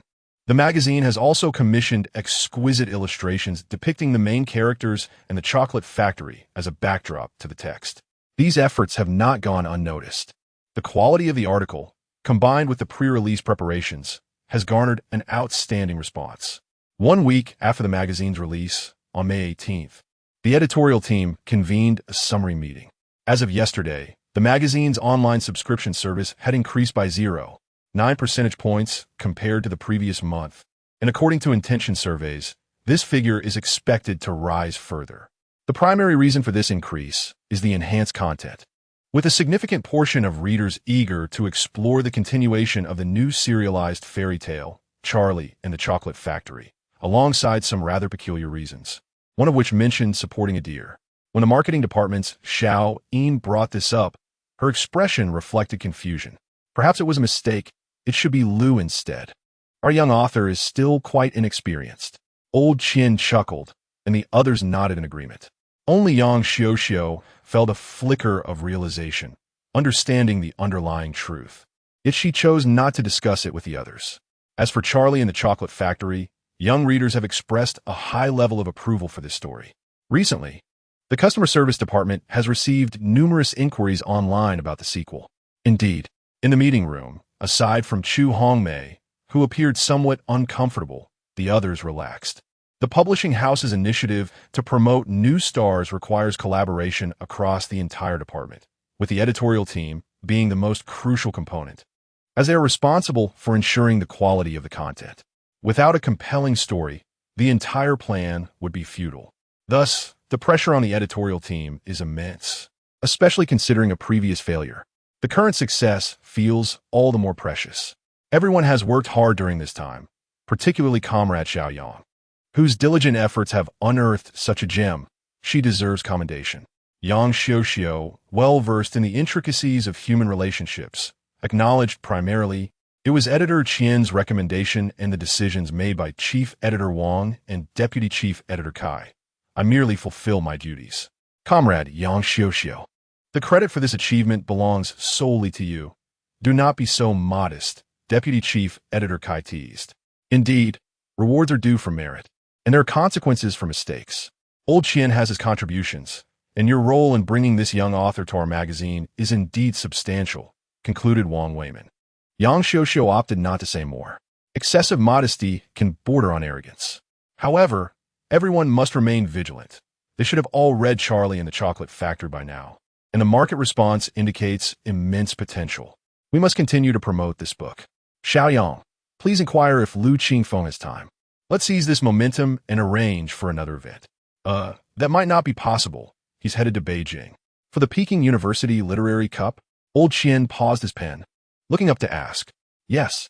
At that moment, Lu Qingfeng was aboard the high-speed train to the capital, naturally en route to participate in the Peking University Literary Cup.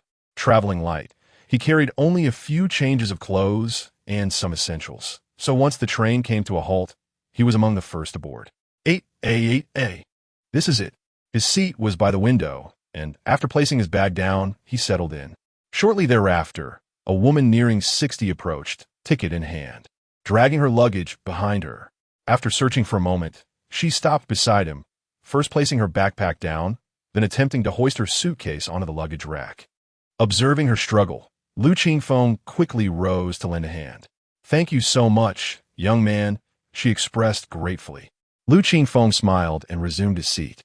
The woman sat beside him and warmly inquired, Where are you headed? To the capital. I'll get off there too.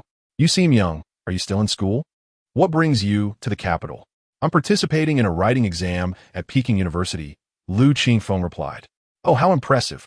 The woman, though unfamiliar with what a writing exam entailed, recognized the weight of Peking University in the hearts of the Chinese people.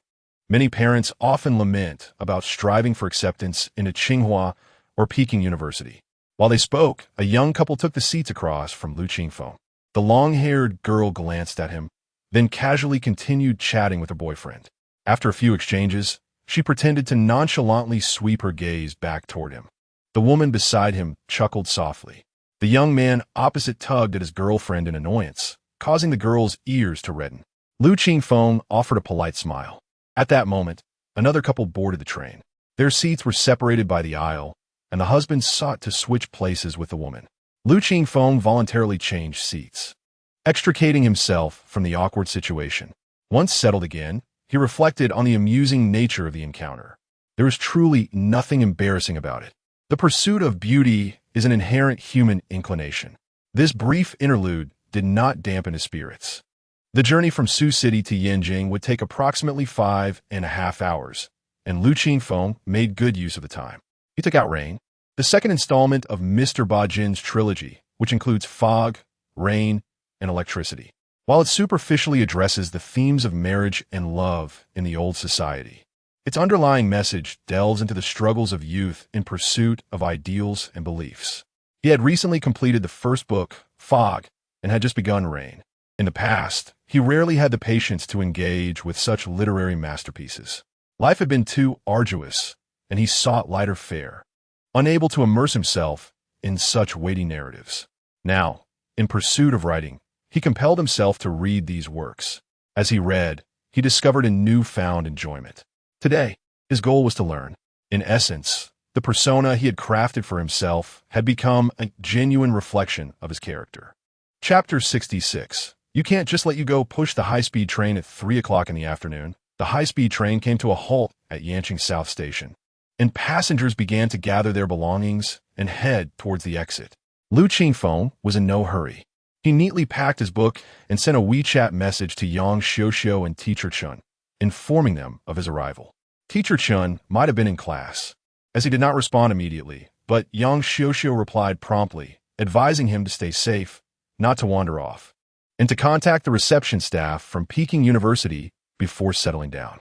The caring, neighborly tone of the older sister was as consistent as ever. Lu Qingfeng acknowledged her message with a simple okay, and by that time, most of the passengers had disembarked. He stood up and first assisted an elderly lady next to him with her luggage before stepping off the train himself. "Young man, my daughter is here to pick me up. Would you like to join us?" The elderly lady inquired warmly as they exited the station. "No, thank you. Someone is here to meet me," Lu Qingfeng replied as he bid her farewell and dialed the number provided in the invitation letter. The call connected quickly, and he was given another number to reach out to. After dialing, a cheerful voice greeted him. "Hello, hello, is this Mr. Gao Yang? Ah, you must be one of the students coming for the competition, right? I'm at the second exit. Where are you?"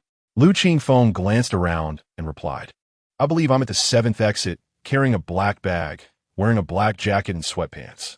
Please wait a moment. I'll be right over." The call ended, and shortly after, a tall young man approached him. "Hello, you must be the student here for the competition." "Hello, I'm Lu Qingfeng from Sioux City now. 3 Middle School." Lu Qingfeng introduced himself.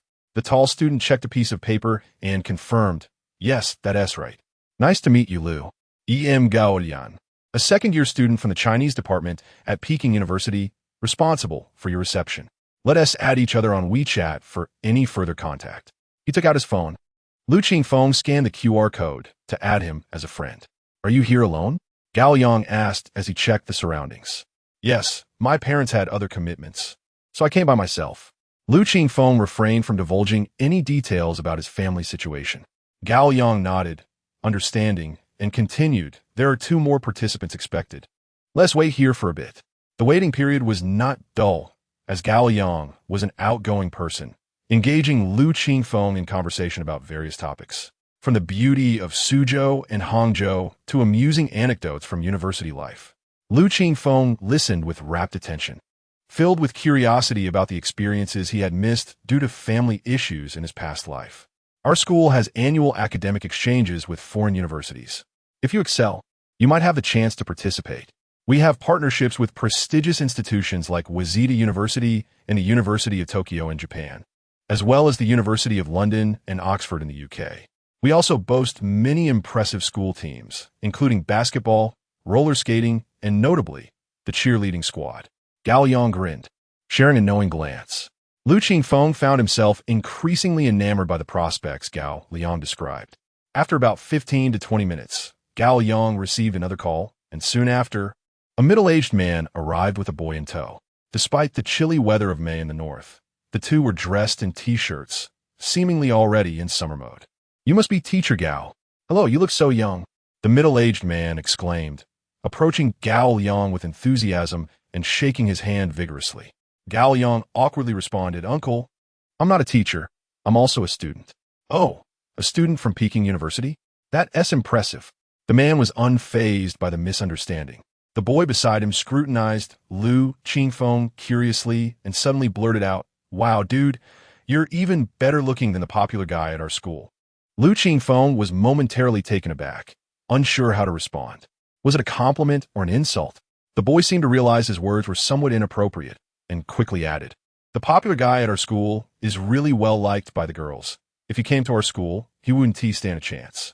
Then he must not be doing well academically, Lu Qingfeng quipped. How do you know? The boy asked, surprised. Because it's you who came to compete, not him. Lu Qingfeng replied with a smile. Gua Hao, from Ludong Yinqing. The boy introduced himself. Lu Qingfeng, from Su Province, Su City. Gao Yang conversed with Gua's father about the remaining participant who had yet to arrive, assuring him they would wait a bit longer. Gua's father was unconcerned. This is just how it should be. Look at our high-speed train. It's so much faster than the old green train we used to take. He was certainly a talkative soul, able to carry on a monologue without needing anyone to engage him. His gaze shifted back to Lu Qingfeng, young man.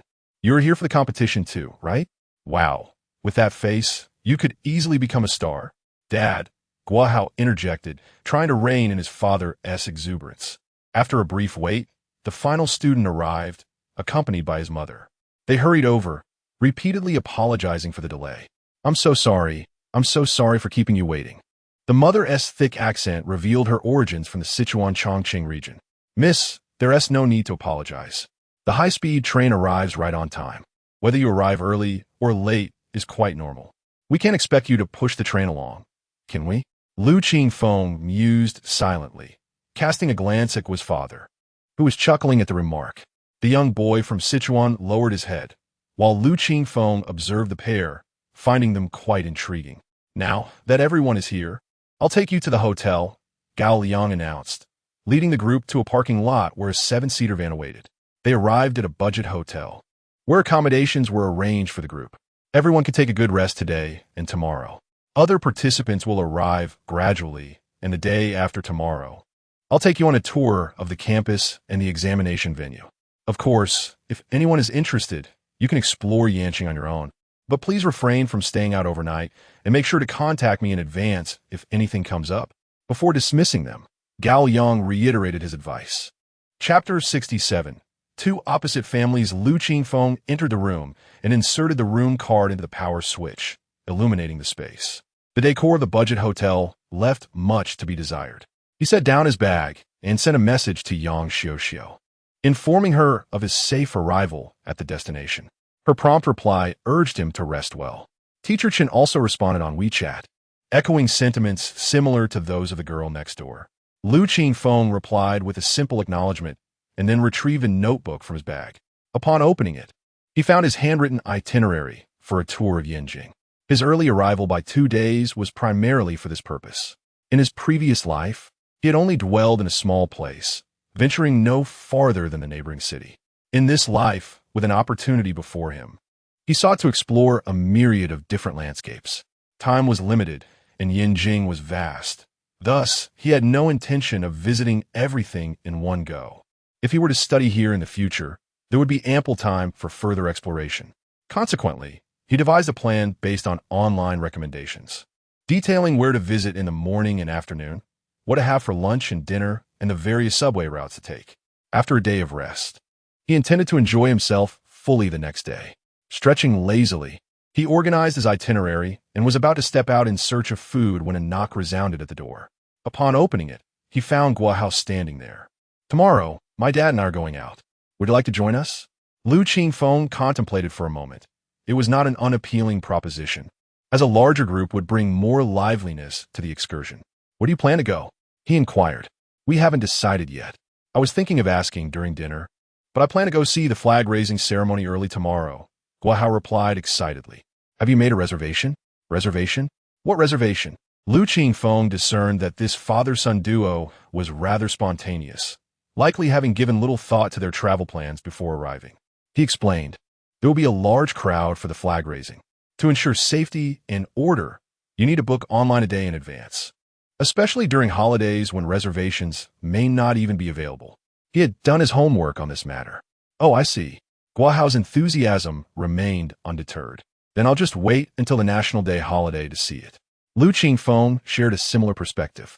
When he had researched this aspect, he found that reservations were indeed possible, but he had chosen not to pursue them, opting instead to save that anticipation for the holiday. I prepared a travel guide. If you don't mind, we could explore together tomorrow. Of course I don't mind. You've thought of everything, Gua Hao exclaimed. Let us also bring Zhang Jingyi and his mother along.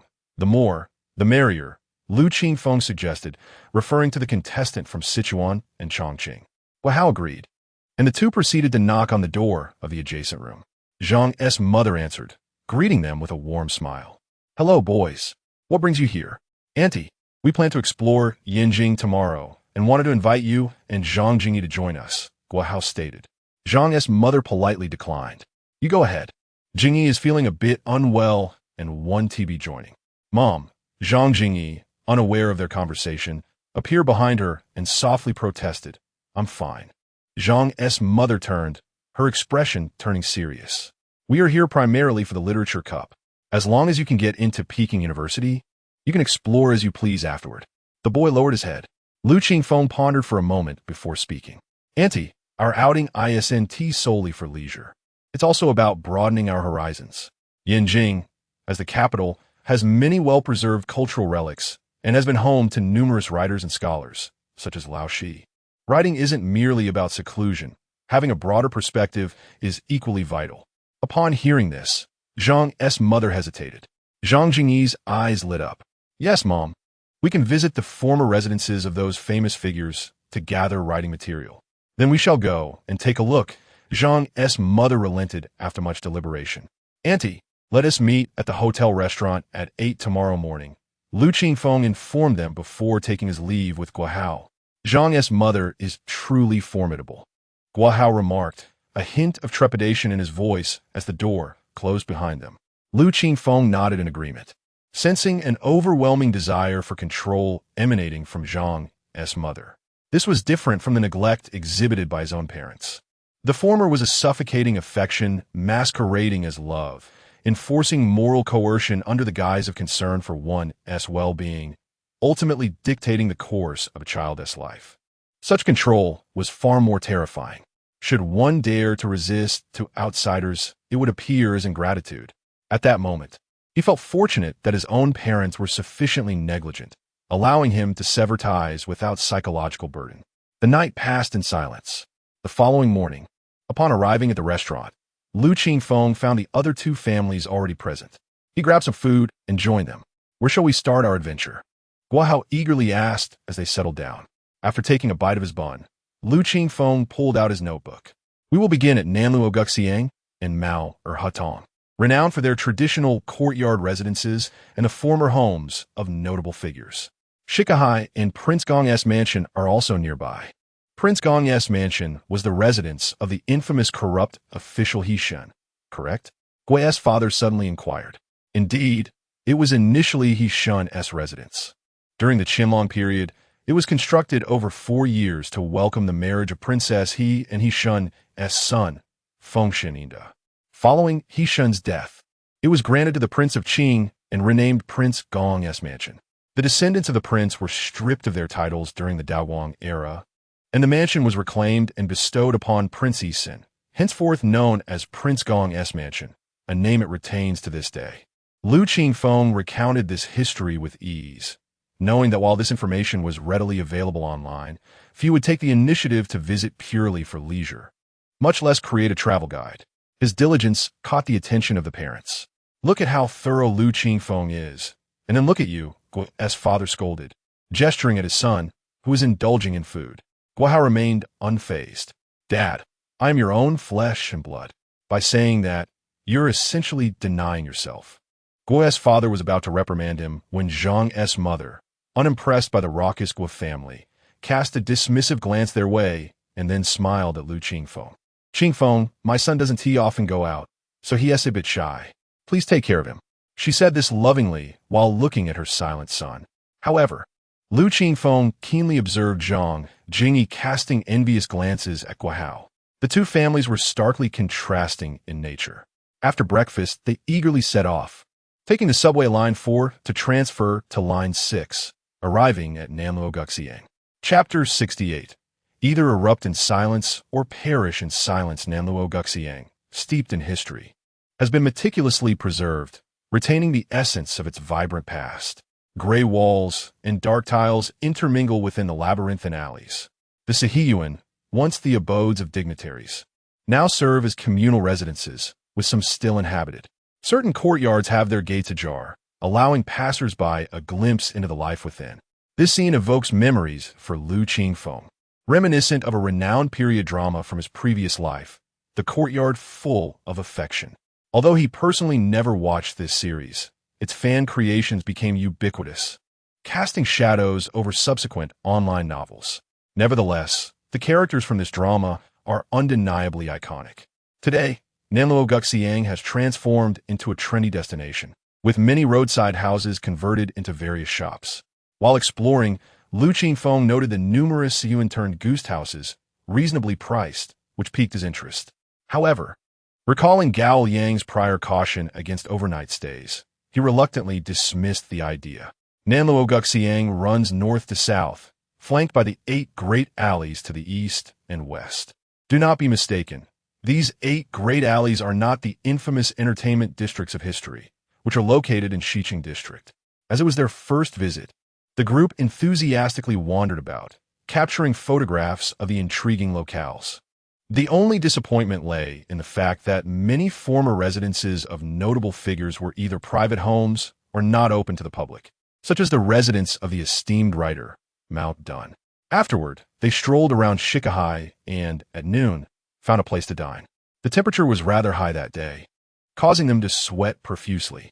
Lu Qingfeng and Guo Hao each purchased a bottle of cola, while Zhang Jingyi's mother offered him water from a thermos. Lu Qingfeng could discern that he too desired a beverage, but hesitated to voice his wish. Guo's father, ever straightforward, remarked, "Young lady, while you're out enjoying yourself, don't be too uptight. Indulge a bit. If the child is comfortable, you'll find it easier too." Zhang's mother merely smiled, explaining, "Our Jingyi has a delicate stomach and cannot tolerate overly cold drinks." Guo's father, having said his piece and noticing the lack of engagement from Zhang's mother, turned his attention to Lu Qingfeng. "Young man, your parents must have great trust in you, allowing you to venture so far alone." Lu Qingfeng chuckled. "Perhaps they believe this is fostering my independence. I actually want to come alone, but my mother insisted my father accompany me." Guo Hao chimed in, "You little rascal. I took 3 days off just to be with you. When I return, I'll tell your mother to give you a good scolding." Guo Hao, unperturbed, glanced at Lu Qingfeng and Zhang Jingyi. "By the way, what brought you two into this gathering?" "I received an award in the Yixingtao Cup earlier this year." Lu Qingfeng replied. "Incidentally, my essay garnered the highest score in the Ludong region." Zhang Jingyi glanced at his mother, seeing no response, then added, "I won a gold medal in the National Youth Original Literary Works competition." Both competitions were recognized by the Ministry of Education as national literary creation contests. In comparison, Lu Qingfeng felt his accolades were somewhat less impressive. I won the top prize in the preliminary round of the new concept essay competition." However, his companions reacted more enthusiastically than he anticipated. "New concept? Top prize?" Guo Hao exclaimed. "You wrote that piece, hey, come out?" Zhang Jingyi, who had been mostly silent, now spoke with increased volume. Lu Qingfeng had underestimated the impact of his essay, which had even made its way into language textbooks in his previous life, showcasing its literary merit and profound exploration of environmental themes. Both of his companions were acknowledged talent students at Peking University, possessing superior literary appreciation skills compared to the average adult. "I've read your essay several times. It's exceptional, especially the ending. It truly moved me." Guo Hao leaned in, eager to exchange writing insights. Zhang Jingyi sat silently, his gaze fixed on them. The two adults, however, seemed less engaged. "You three, keep up the good work, and strive to enter Peking University together as classmates," Zhang's mother encouraged. "Absolutely," Guo Hao responded confidently, though Zhang Jingyi lowered his head. After their meal, the group continued their exploration, visiting the Prince Gong's mansion, the Guozijian, and finally taking a stroll through Wangfujing, where Lu Qingfeng purchased some pastries from Daxiankin as gifts for his family. After dinner, they returned to the hotel. Lu Qingfeng took a shower and lay on his bed, chatting with Yang Xiuxiu, sharing photos from their day and discussing his fellow competitors, Guo Hao and Zhang Jingyi. Perhaps the dinner had been overly salty.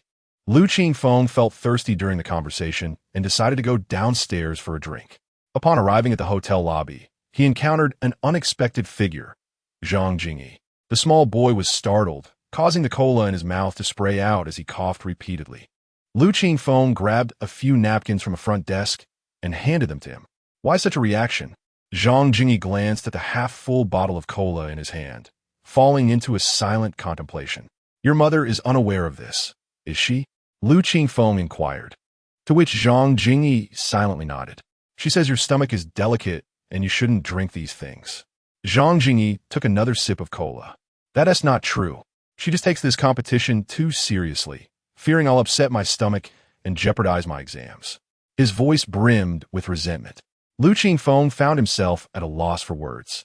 Family matters are often too intricate for outsiders to intervene. He patted Zhang Jingyi's shoulder, a gesture of consolation. Yet Zhang Jingyi unleashed a torrent of words. It's been like this since childhood. Everything I do is dictated by her. When to sleep, when to wake, what to wear, how to cut my hair. I'm never allowed to do what I want. The only time I have a semblance of freedom is when I buy books. It was bearable when I was younger. But now that I'm older, she still tries to control me, leaving me friendless at school. The moment I displease her, she cries, claiming it's all for my own good. I rarely have time to be myself. He finished a cola in one go. These sentiments had likely been bottled up for a long time, and the encounter with Lu Qingfeng, amidst the act of drinking cola, prompted a breaking point for him to express his frustrations. Lu Qingfeng chose not to pry into why Zhang Jingyi's father was absent. The likely reason was divorce. In most cases, such extreme control over children stems from underlying causes.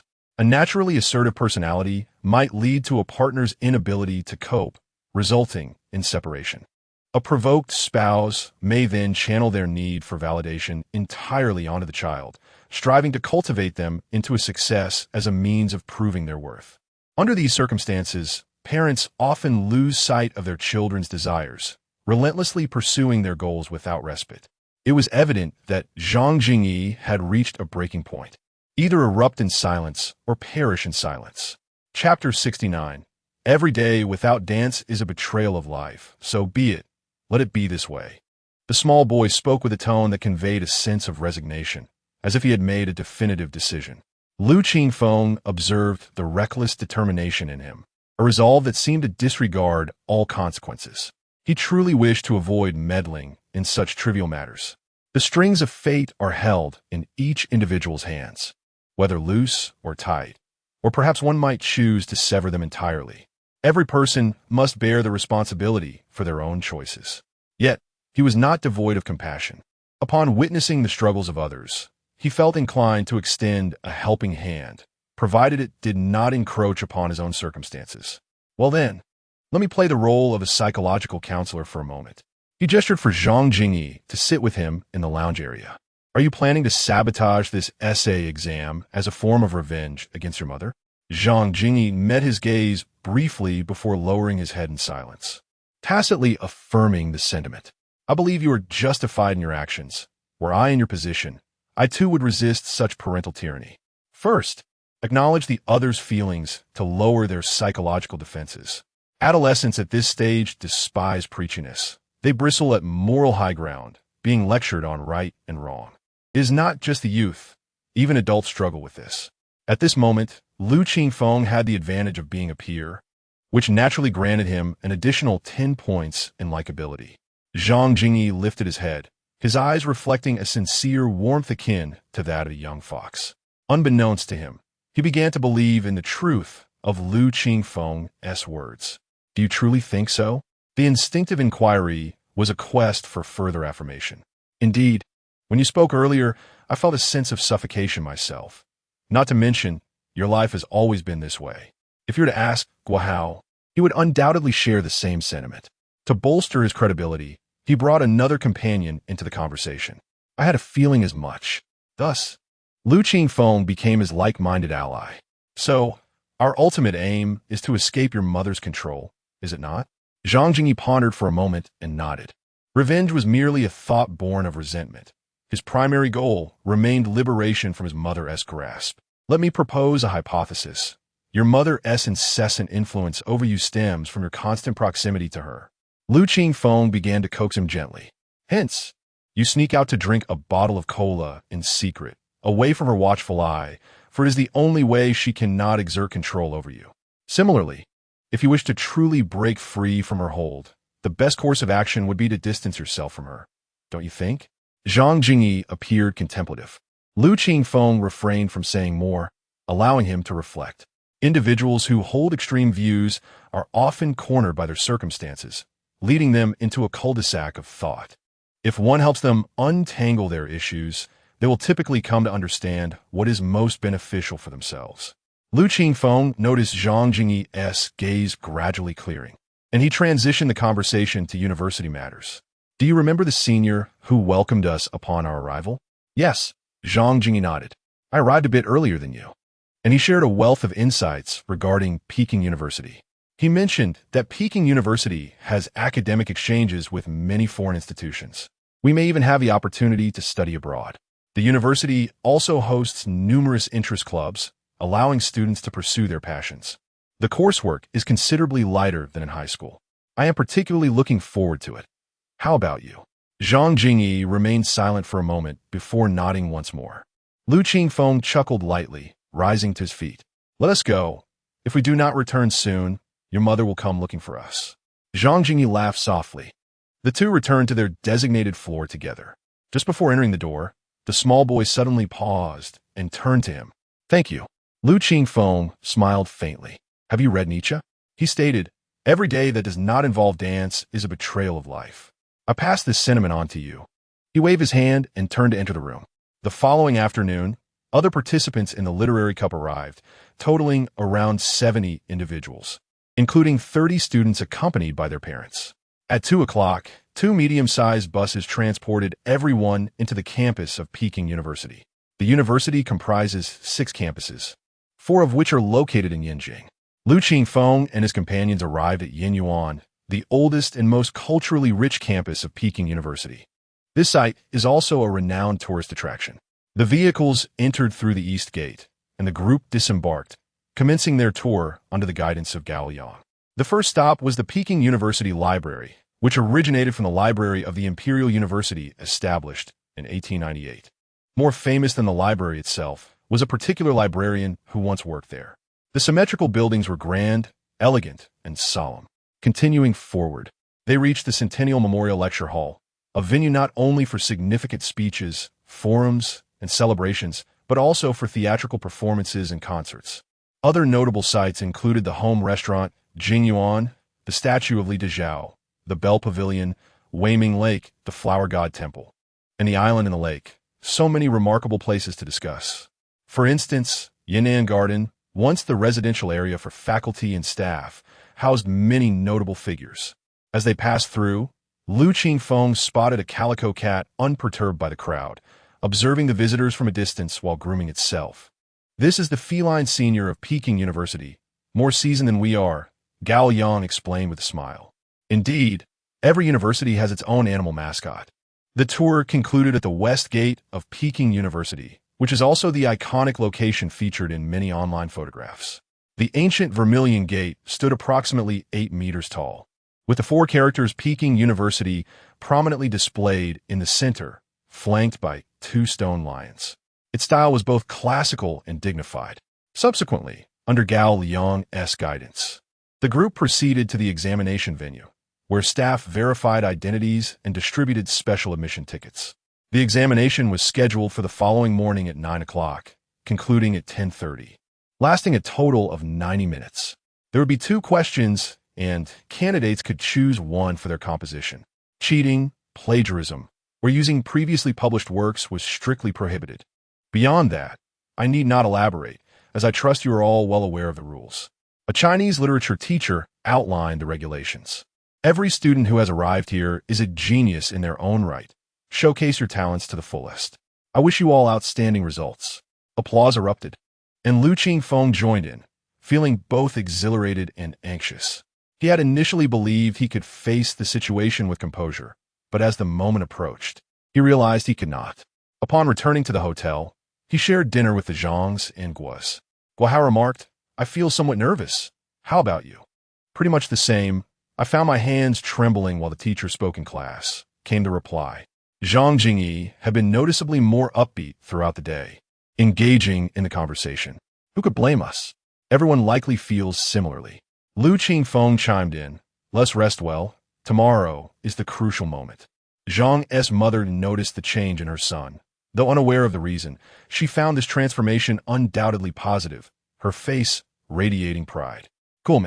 Let's raise a glass in a toast, wishing the three of you a flood of inspiration and a seamless composition tomorrow. Guo's father stood, holding a cup filled with beverage. Cheers! Cheers!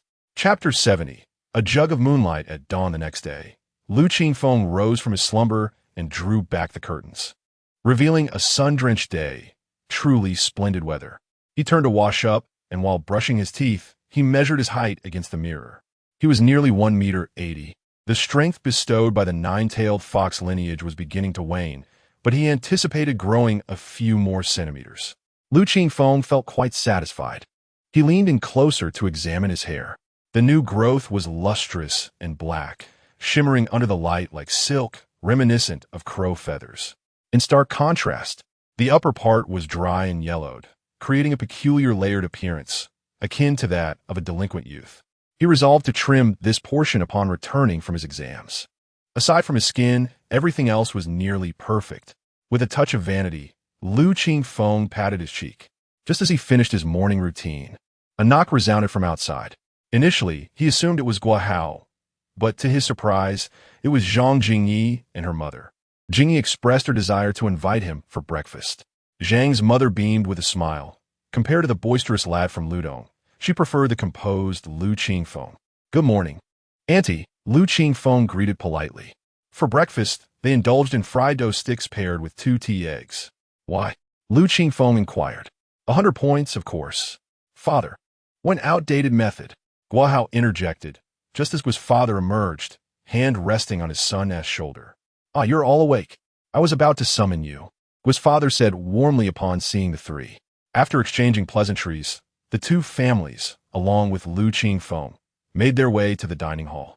I wonder what the topics will be this time, Zhang Jingyi asked nervously as they walked ahead. Relax, as long as we don't have to write poetry. We'll be fine. After a night of reflection, Lu Qingfeng had adjusted his mindset. I actually look forward to writing poetry.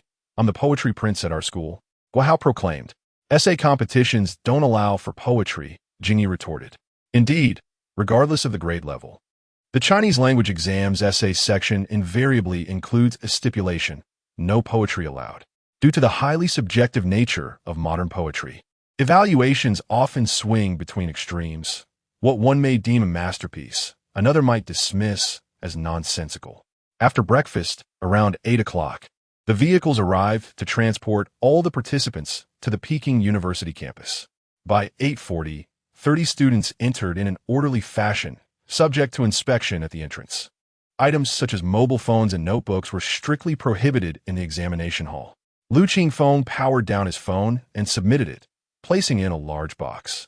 At precisely 9 o'clock, the examination papers and draft sheets were distributed. Lu Qingfeng received his paper and immediately glanced at the topics. Topic 1. For thousands of years, classic works remain eternally fresh, and outstanding ideas are continually revitalized. The great spirit of the Chinese nation is timeless. Many things, through the tempering of time, reveal ever more vitality and value. Please write an essay on the theme of timelessness. Topic 2. Time brews and the aroma of wine wafts. Wine, a beverage with a 1,000-year legacy, has long been woven into the very fabric of the Chinese people. It bears witness to the tides of history, carries the weight of cultural heritage, and embodies the aspirations for a better life. Please write an essay on the theme of wine. Both topics provided ample material for Lu Qingfeng to engage with, yet crafting a standout piece required careful consideration. First, he needed to choose which topic to pursue. The first topic was stable and offered numerous avenues for exploration, making it relatively easy to write well. However, achieving a truly striking piece would be challenging. The second topic, conversely, was more unconventional. After pondering for a moment, Lu Qingfeng decided to tackle the second topic, wine. He recalled a perfect essay from his past life that had addressed this very subject, yet still felt as if it lacked something. After all, this was not merely a college entrance examination. He was competing against 29 literary prodigies from across the nation to leave a lasting impression on the judges. He needed to create something breathtaking and unforgettable. After much contemplation, an idea finally took shape. He scribbled a few words on the draft paper, warm a jug of moonlight with wine. In a contemporary literary scene, many authors excel at crafting novels, yet few can write compelling essays. In his previous life, there was a celebrated writer named Lu Qingfeng, recognized as one of the 8 masters of modern prose. This literary giant, well-versed in Buddhism, infused his writings with a subtle Zen quality, exploring human nature through Buddhist philosophy and integrating Confucian ideals. His style was truly unique. Warm a Jug of Moonlight with Wine was one of his early works, and just from the title, one could infer the beauty of his prose. During this examination, Lu Qingfeng was apprehensive that his writing might be so exquisite that it would not seem fitting for a high school student. Thus, he diligently filled 2 full pages of draft paper with his thoughts, interpretations, structure, and reflections before formally commencing his essay. Each year, Peking University places significant emphasis on the literary cup competition, and this year was no exception. 3 teachers were assigned to supervise, with Miao Sujuan among them. The 3 educators moved about the room, and she was responsible for monitoring the students' progress. Occasionally, she would habitually glance at their writing. As she walked through the room, she noted that most of the work was commendable. After all, receiving an invitation indicated genuine talent. However, upon spotting a yellow-haired boy, she instinctively felt a twinge of dislike. The reason was simple. Her daughter had recently been returning home with a yellow-haired companion, and she harbored no fondness for such hair color. Observing the boy engrossed in writing, she approached to take a closer look. The draft paper he had written upon was filled to the brim, and she subtly nodded, her impression shifting slightly. Then she turned her attention to the exam paper. If boiling snow were indeed a reality, other things could remain. We could capture the fragrance of osmanthus from this night in an empty bottle, and when the flowers have withered and autumn has passed, we would uncork the bottle and savor it slowly. The expression of this prose, the context, just the opening line was enough to captivate her. She continued reading. Let the warmth of first love be preserved in an exquisite glass box. For instance, let us capture the moonlight in a wine jug, warming it gently to drink. The exquisite prose wove together words like a gentle stream, flowing into her heart and lifting her spirit toward poetry and distant horizons. Prose is a profoundly abstract concept, often difficult for many to grasp. To explain it can be quite tedious. However, good prose invariably conveys the author's intended message clearly to the reader. For example, Lao Xie's depiction of the mundane life of the people allows readers to vividly immerse themselves in the living scenes of that era. Lu Qingfeng's writing was stunning. With delicate strokes, his pen flowed like clear water, discussing wine, yet embodying a profound attitude toward life. This sophisticated writing technique left Miao Sujuan in awe. Such eloquence seemed beyond what a high school student could produce. One would need considerable life experience to craft such words. Yet, glancing at the surrounding draft paper, she found little to doubt. Yet, this writing truly seemed incongruous with a yellow-haired boy. Oh wait, upon closer inspection, she realized something was amiss. The boy's hair was not dyed, but naturally this color. Moreover, it likely stemmed from a period of nutritional deficiency. Chapter 71. Summary of the phase plan. If it weren't for health issues, it might be due to family reasons. Miao Sujuan began to speculate. From this article, it is evident that the author harbors a sincere and fervent heart towards life. It can also be inferred that the lack of certain experiences intensifies the longing for them. This student has a story to tell. A glance at the name, Lu Qingfeng, sparked a memory. He recalled that Lu was the author of the piece Hey, come out from the new concept composition competition. That explained it. Although the themes diverged, the shift to prose did not diminish the brilliance of his talent. Miao silently acknowledged this. What is the matter? She had been here for quite some time when another invigilator approached. Miao gestured towards the exam papers. The teacher looked over, took a while to raise his head, and nodded silently in approval. The two then left to avoid imposing pressure on the students. Lu Qingfeng remained oblivious to this exchange. This piece of prose contained a passage about the author's own experiences and a summary of Buddhist philosophy, both of which were unsuitable for inclusion in the essay and required significant editing. Fortunately, times had changed to maintain his image as a prodigious writer.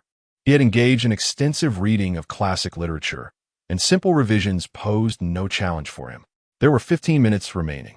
The teacher on stage began to remind the candidates to keep track of time. Lu Qingfeng also put down his pen to conduct a preliminary check for any typographical errors. After reviewing, he found no issues. Having previously practiced writing fairy tales in his notebook, he had also honed his handwriting. While not exquisite, his writing was neat and orderly. He performed 2 additional checks to ensure absolute perfection. With time left, he merely waited in silence. As the time expired, all candidates ceased writing and awaited the collection of their papers. Once the exam concluded, the 3 teachers began collecting the papers in reverse order. Lu Qingfeng neatly organized his draft paper, and after the collection was completed, he gathered his belongings and exited the classroom. Outside, he instantly felt a wave of relaxation. He recalled his past, where, despite knowing his performance would be poor, he would still feel anxious until the exam was over. It seemed every student experienced this sensation. Guo Hao and Zhang Jingyi rushed out, and the group boarded a vehicle to return to the hotel. For the question you wrote, I chose wine. The 3 settled together and inevitably discussed the recent exam. I wrote the first question, Zhang Jingyi remarked. I chose the same, another candidate chimed in. Upon returning to the hotel, the parents awaited in the lobby. Lu Qingfeng ascended to his room first to begin packing. He had arrived with little, but was departing with numerous gifts for friends. Moments later, there was a knock on the door. It was 2 new acquaintances. My dad said it's rare for everyone to meet, so let us have lunch together before heading to the train station, Guo Hao eagerly suggested. Zhang Jingyi nodded in agreement. Sure, let us go. Lu Qingfeng retrieved his room card and descended with the 2. We seem to hit it off quite well. We might even end up as college classmates. Let us exchange contact information for future correspondence, Guo Hao proposed as they entered the elevator. I don't have a phone, Zhang Jingyi admitted bashfully. I do, but my parents are strict. I can only use it for a short while each day, Guo Hao remarked, glancing enviously at Lu Qingfeng. Then we'll share our contact details with you, and when you get a phone, you can add us, Lu Qingfeng replied with a smile. As soon as he finished speaking, Guo Hao produced paper and pen, clearly having prepared in advance. They each wrote down their WeChat, QQ, and phone numbers. Subsequently, they reunited with their parents and found a nearby Sichuan restaurant. Present at the scene were 2 locals from Sichuan, entrusting the task of ordering to Zhang's mother. Can you handle spicy food? She inquired first. Lu Qingfeng quite enjoyed spicy dishes, a habit ingrained from his past life, as spicy food pairs well with rice. Furthermore, the spiciness of Sichuan cuisine was tolerable for him. However, he could not handle Hunan or Jiangxi cuisine, as they were excessively spicy. In the future, if everyone has time, they can come to Sichuan for tourism and try our zhigang dishes.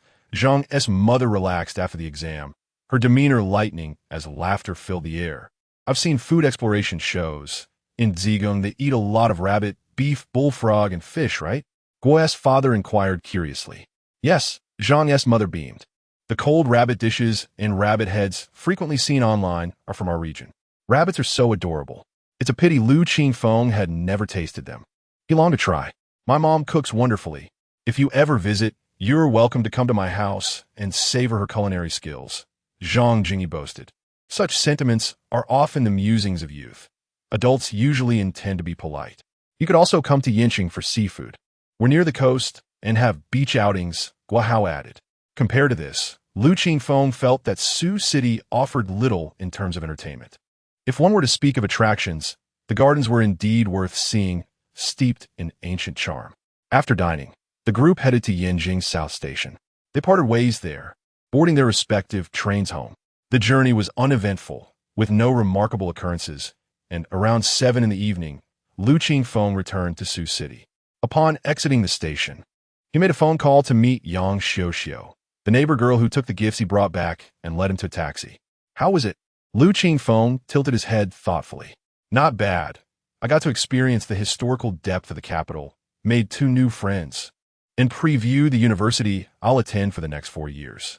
The results haven't been announced yet. How can you be so confident? Yang Xiuxiu chuckled at him. Pretty much. I feel I performed exceptionally well this time. He was not being modest. Authors possess an innate awareness of their work's quality. Once a jug of moonlight is revealed, his previous excessive modesty would seem disingenuous. Upon returning to the apartment, Lu Qingfeng intended to give Yang Xiuxiu her gift. However, the neighbor girl urged him to rest instead. Let's discuss that another day. You've had a long day with exams and travel. You need a good night's sleep first. How thoughtful. The neighbor girl consistently radiated warmth. Not wishing to press further, he returned home. After 3.5 days away, the house remained unchanged, retaining its minimalist style. He dusted off the accumulated dust from the last few days and organized his belongings. He also separated gifts intended for school. Finally, he took a shower and lay on his bed. The moonlight was enchanting tonight, and Lu Qingfeng chose not to draw the curtains. Gazing out at the moonlit sky, he reflected on his recent endeavors. Though there had been occasional setbacks, he had largely achieved his initial aspirations. With a substantial income, his life was secure, writing was on the right track, and he had gained some recognition. The next goal was to gain admission to Peking University through the Literature Cup, marking the completion of this phase of his plan. In just a few days, he would celebrate his 18th birthday and could formally contemplate his future development. Chapter 72. A flourishing artistic journey after a long day of travel. Lu Qingfeng felt a hint of fatigue, yet a surge of thoughts kept him from resting. Rising from his bed, he switched on the light, retrieved paper and pen from his bag, and opened one side of the window, settling cross-legged upon the bed. The early summer night breeze flowed serenely under the moonlight. As the pen danced between his fingers, Lu Qingfeng contemplated and inscribed the words Summer Vacation Campaign on the paper. After a moment's reflection, he added the words music at the end. The annual college entrance examination occurs on the 7th, 8th, and 9th of June. Once the exams are concluded, his high school journey will come to a definitive close. Before embarking on his university adventure, he would have nearly 3 months to allocate freely. This time could be devoted to contemplating plans for reclaiming his idol identity. In the entertainment industry, there are essentially 3 pathways: film, music, and variety shows, namely actors, musicians, and variety stars. Regardless of the chosen route, the most expedient approach is to seek a robust talent agency. The advantages are self-evident. A professional agency, seasoned and well-connected within the industry, can swiftly propel an artist to fame if they are willing to support them. For instance, when a television network prepares to launch a variety show, a capable agency can secure early access for their artists. In the realm of television dramas, the same roles can yield contrasting fates. Some may achieve stardom, while others remain in obscurity, necessitating vigorous promotional efforts from the agency. This includes, but is not limited to, binding roles to stir CP, couple, dynamics, elevating certain individuals while downplaying others, or even inciting fan conflicts to generate buzz. Such tactics are beyond his personal capabilities.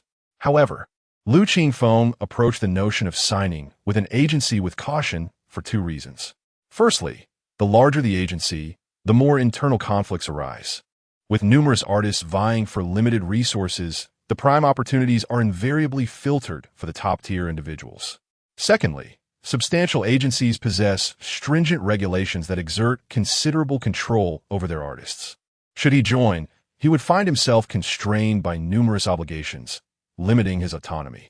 Moreover, his understanding of being an idol diverged significantly from the entertainment industry's norms, making conflict inevitable. Thus, this option was dismissed. To re-emerge in the public eye, participating in a talent show would be an excellent avenue.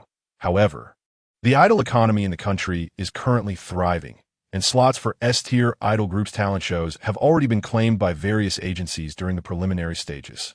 His eligibility to register is non-existent. Next, there is the selection for professional singers, but unfortunately, he currently lacks that talent. Additionally, his contract with Rongshirong expires in July, and participating in such programs would violate the agreement. He had no intention of terminating the contract prematurely, as being exposed for such actions would leave an indelible stain on his reputation. The remaining options were limited. Fortunately, he had laid the groundwork in advance. Focusing on music was the only talent that could be showcased without intermediaries.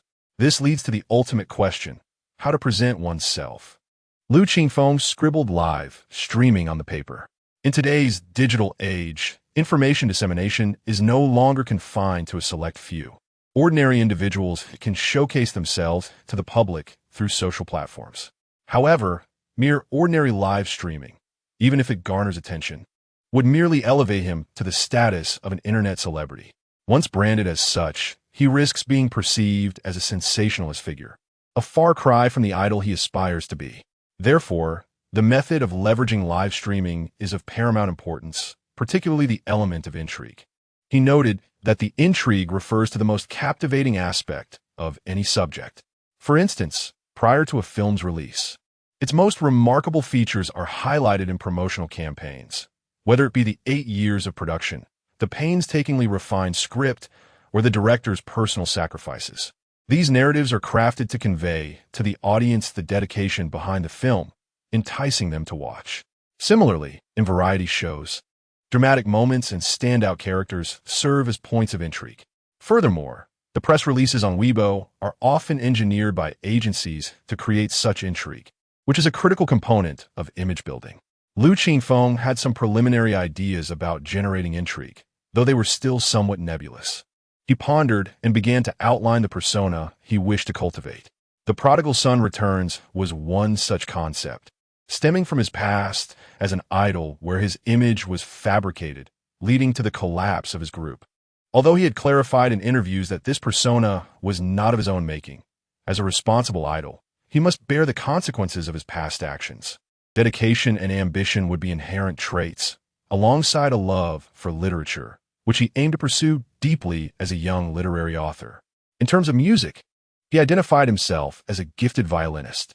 Presently, these were his only 2 defining aspects. The subsequent development of this persona would be crucial for creating intrigue. He wrote down creation. This had been established long ago. But what next? Lu Qingfeng placed the pen beneath his nose, pouting slightly as he gazed at the silvery moonlight spilling through the window. From a nearby home, the enchanting strains of Beethoven's Moonlight Sonata wafted through the air. A wave of inspiration washed over him as memories of playing the violin in the park resurfaced, intertwining the melody with the allure of the nine-tailed fox, a wondrous combination ripe for exploration. It would be a disservice not to capitalize on this. Thus, he decided to elevate his identity first, with thoughts of compatibility to follow. He inscribed musician at the end, clarifying his direction. With this clarity, he began to formulate a comprehensive plan, documenting his ideas meticulously. Simultaneously, he recognized the importance of continuing his writing endeavors, as it currently represented his sole source of income and would serve as a vital asset in his future career in the entertainment industry. The film and television sectors have seen significant growth in the concept of intellectual property, with adaptations of popular literary works yielding far greater success than original creations. While film investments are inherently high risk, the public often overlooks the multitude of flops behind the box office hits. As time progresses, grand productions dominate the big screen, relegating smaller films to the realm of online platforms. With investments often reaching billions, investors are increasingly cautious.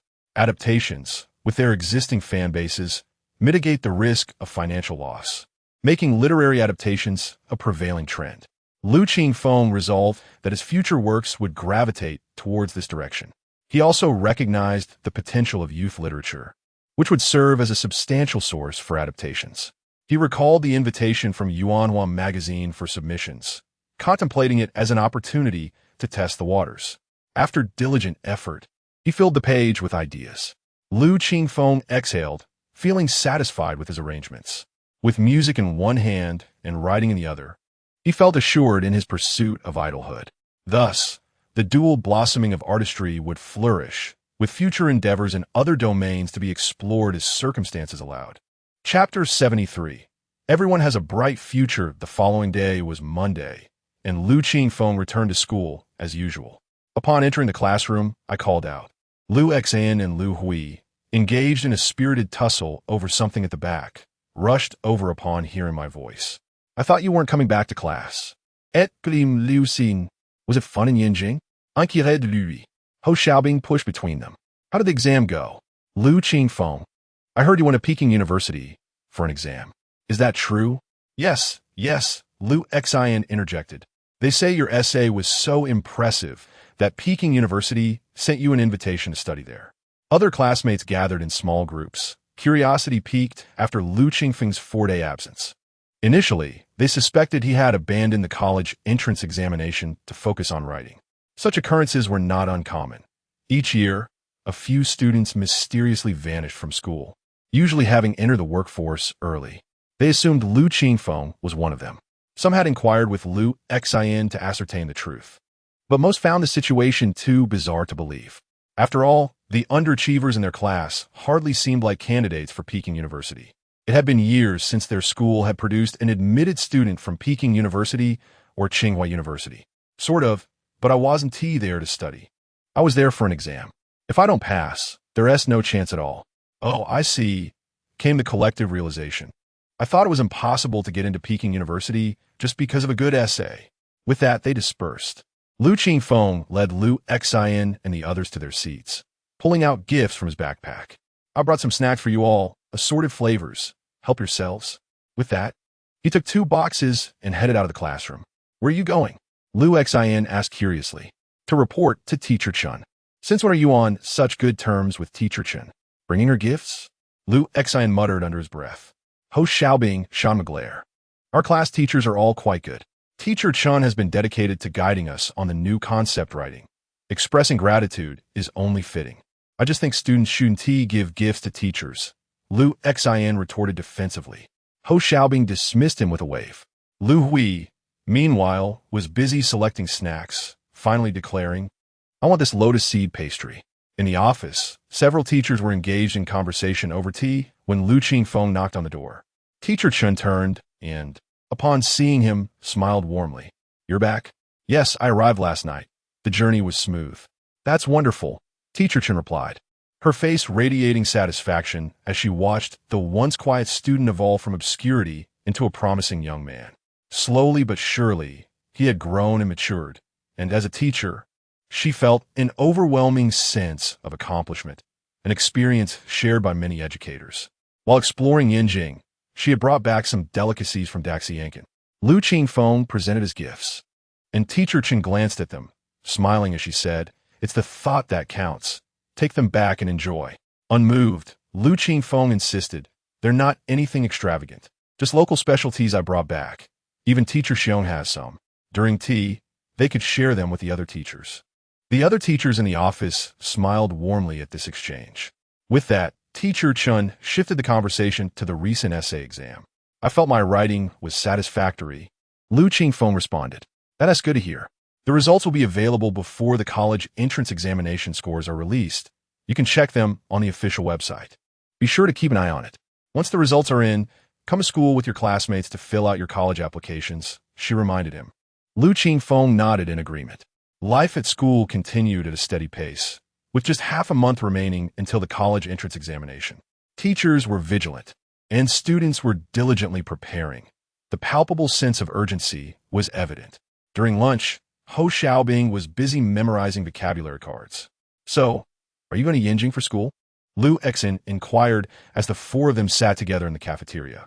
Pretty much, if I pass the exam, I will definitely go, Lu Qingfeng replied, picking up a small drumstick as he spoke. What about you, Hosey? It depends on my college entrance exam scores. I'll choose a school based on my major. Ho Xiaobing replied, not looking up. I'm heading straight to Shenzhen after the exam. Lu Hui interjected. My uncle's company is located there. So, it seems the 4 kings of our school are about to disband, Lu Xin lamented. What 4 kings? A dark-skinned girl approached with a tray, clad in summer uniform, her ponytail swaying gracefully behind her. It was Lu Shuyu, a badminton prodigy. During club week, Lu Qingfeng had played badminton with her. They had maintained contact, often practicing together when time permitted. I heard you went to Peking University for an exam. Is the campus beautiful? Lu Shuyu asked as she joined their table. I can say it was worth the trip. I took many photos. If you want, I can send them to you. Sure, the girl replied eagerly. What? Do you want to go to Peking University too? Lu Xin shot her a sideways glance. Of course. Who wouldn't want to study at Tsinghua or Peking University if they had the ability? Lu Shuyu replied matter-of-factly. I'm aiming for a provincial-level athlete designation. And if I succeed, I may be specially recruited by those two prestigious universities.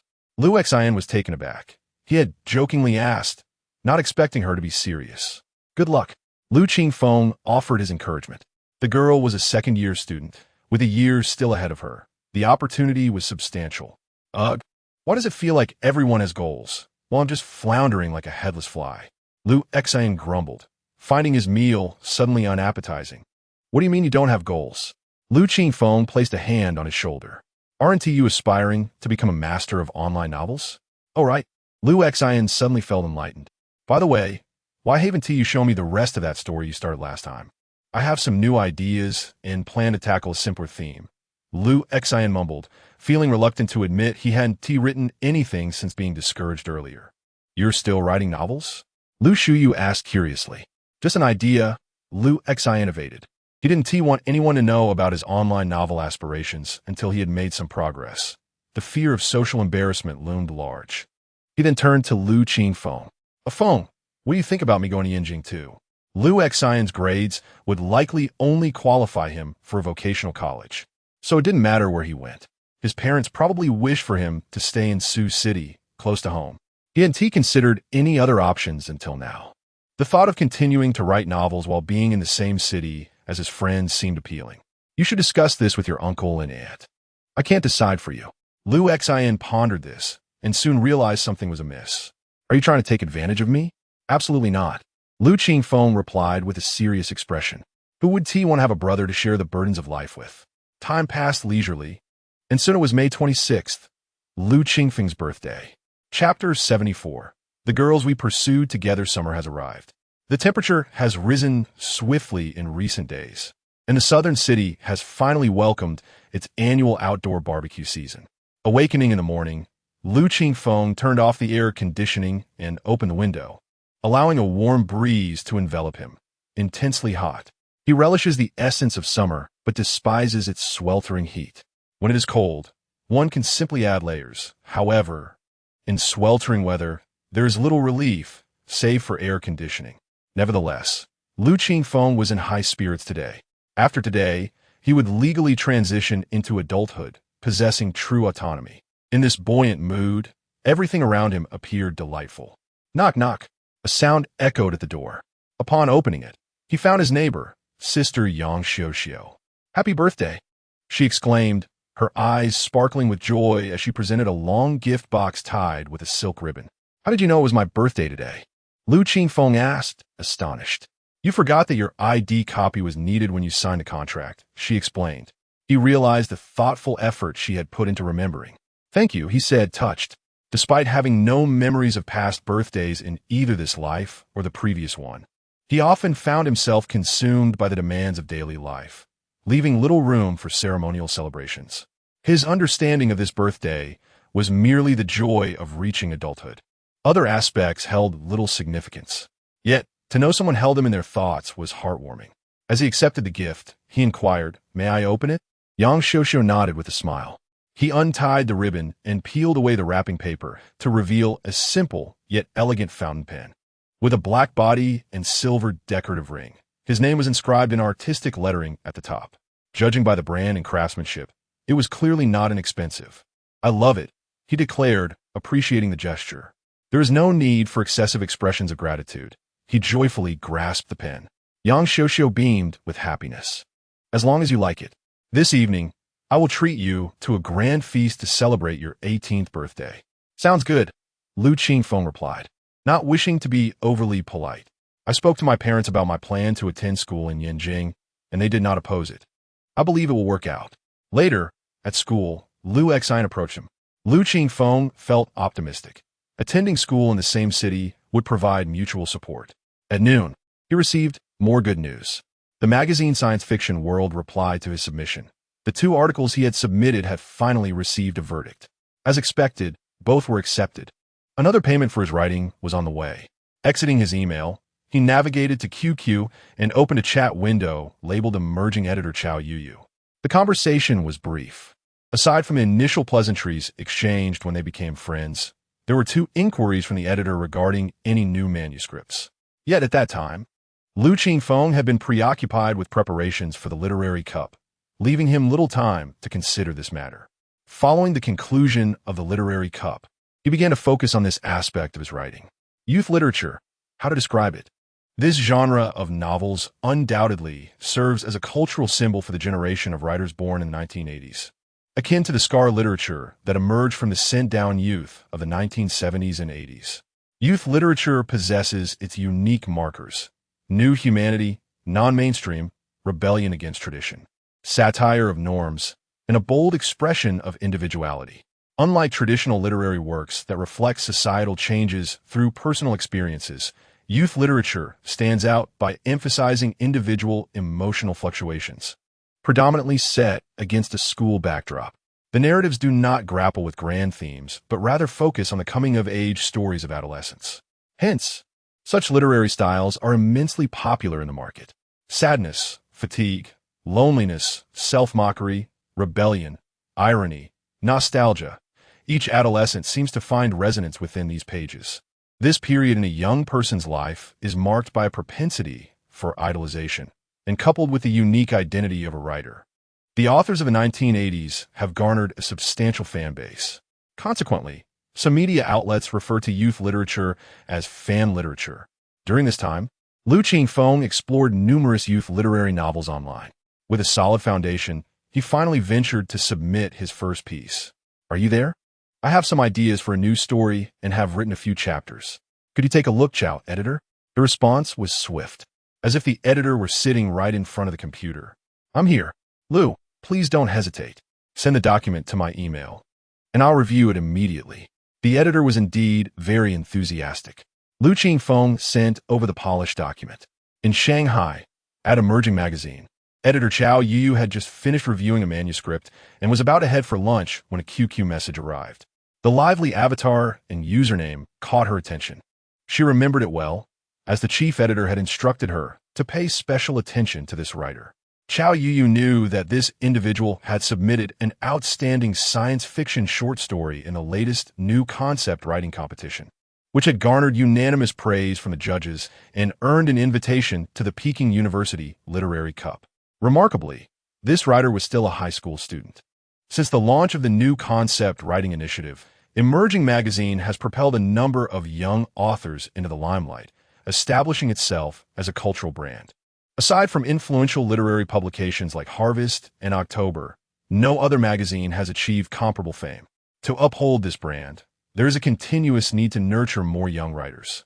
Lu Qingfeng, with his age and talent, was a perfect fit for Emerging, prompting the magazine to extend a manuscript invitation.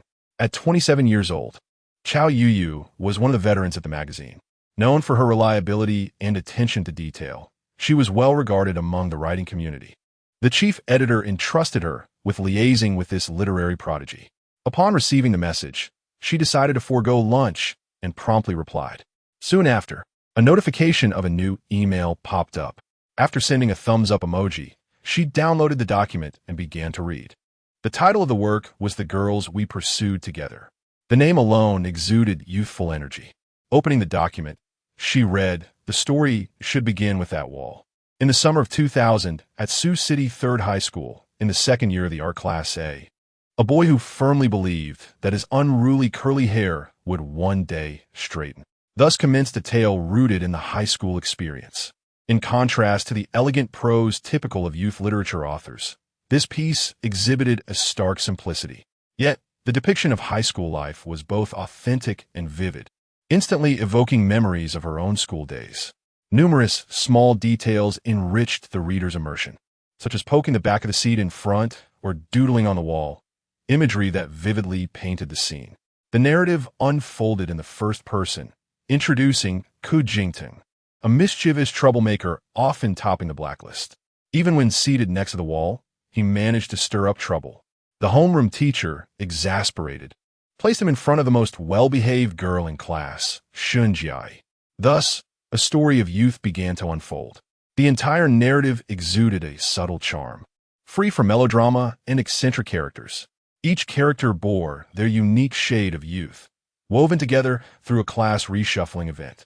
This refreshing style stood out as a breath of fresh air in youth literature. Chow Yu found herself unwittingly captivated.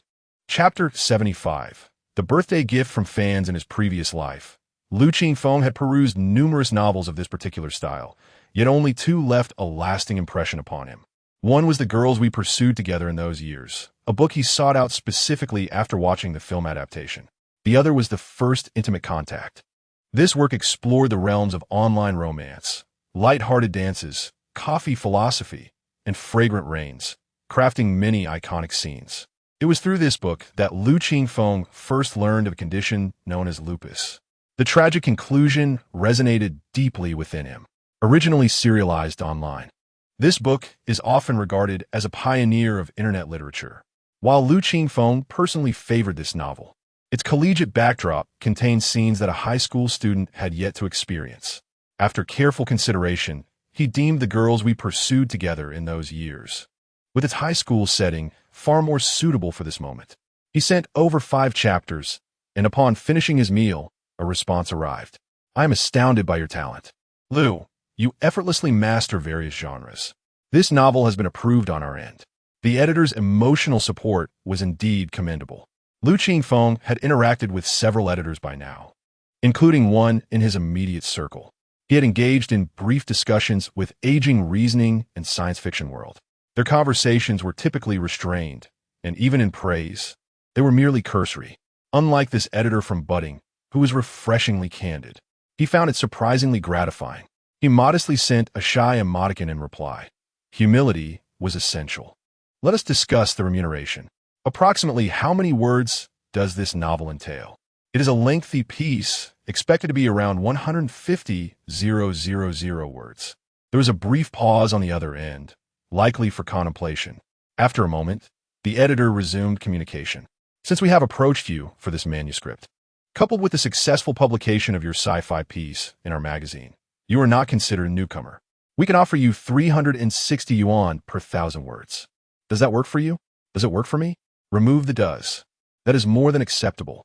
This rate is certainly among the highest for serialized works, only slightly less than that offered to renowned authors. To attain a higher rate would typically require status as a column writer. Lu Qingfeng did not anticipate such generosity from Budding magazine. It seemed as if they were willing to invest significantly. Perhaps youth literature truly is lucrative. Regardless, this was excellent news for him. The remuneration for this novel would significantly boost his savings. With the agreement reached, the contract was sent over. All that remained was to print it, sign it, and mail it back. "Dear colleagues, I appreciate everyone's hard work during this period. Tonight, let us all go out together. It is on me." As evening descended, Wang Weimin emerged from the children's literature magazine office to announce. The office erupted in cheers. Yang Xiuxiu hesitated, then raised her hand. "Editor-in-chief, I have prior commitments this evening. May I be excused? This is a collective event. Your absence would dampen everyone's spirits," remarked Chu Hongmei with a frown before anyone else could respond. Yang Xiuxiu was about to explain, but Wang Weimin waved his hand, asking, "Is it of great importance? Can it not be postponed?" Yang Xiuxiu hesitated.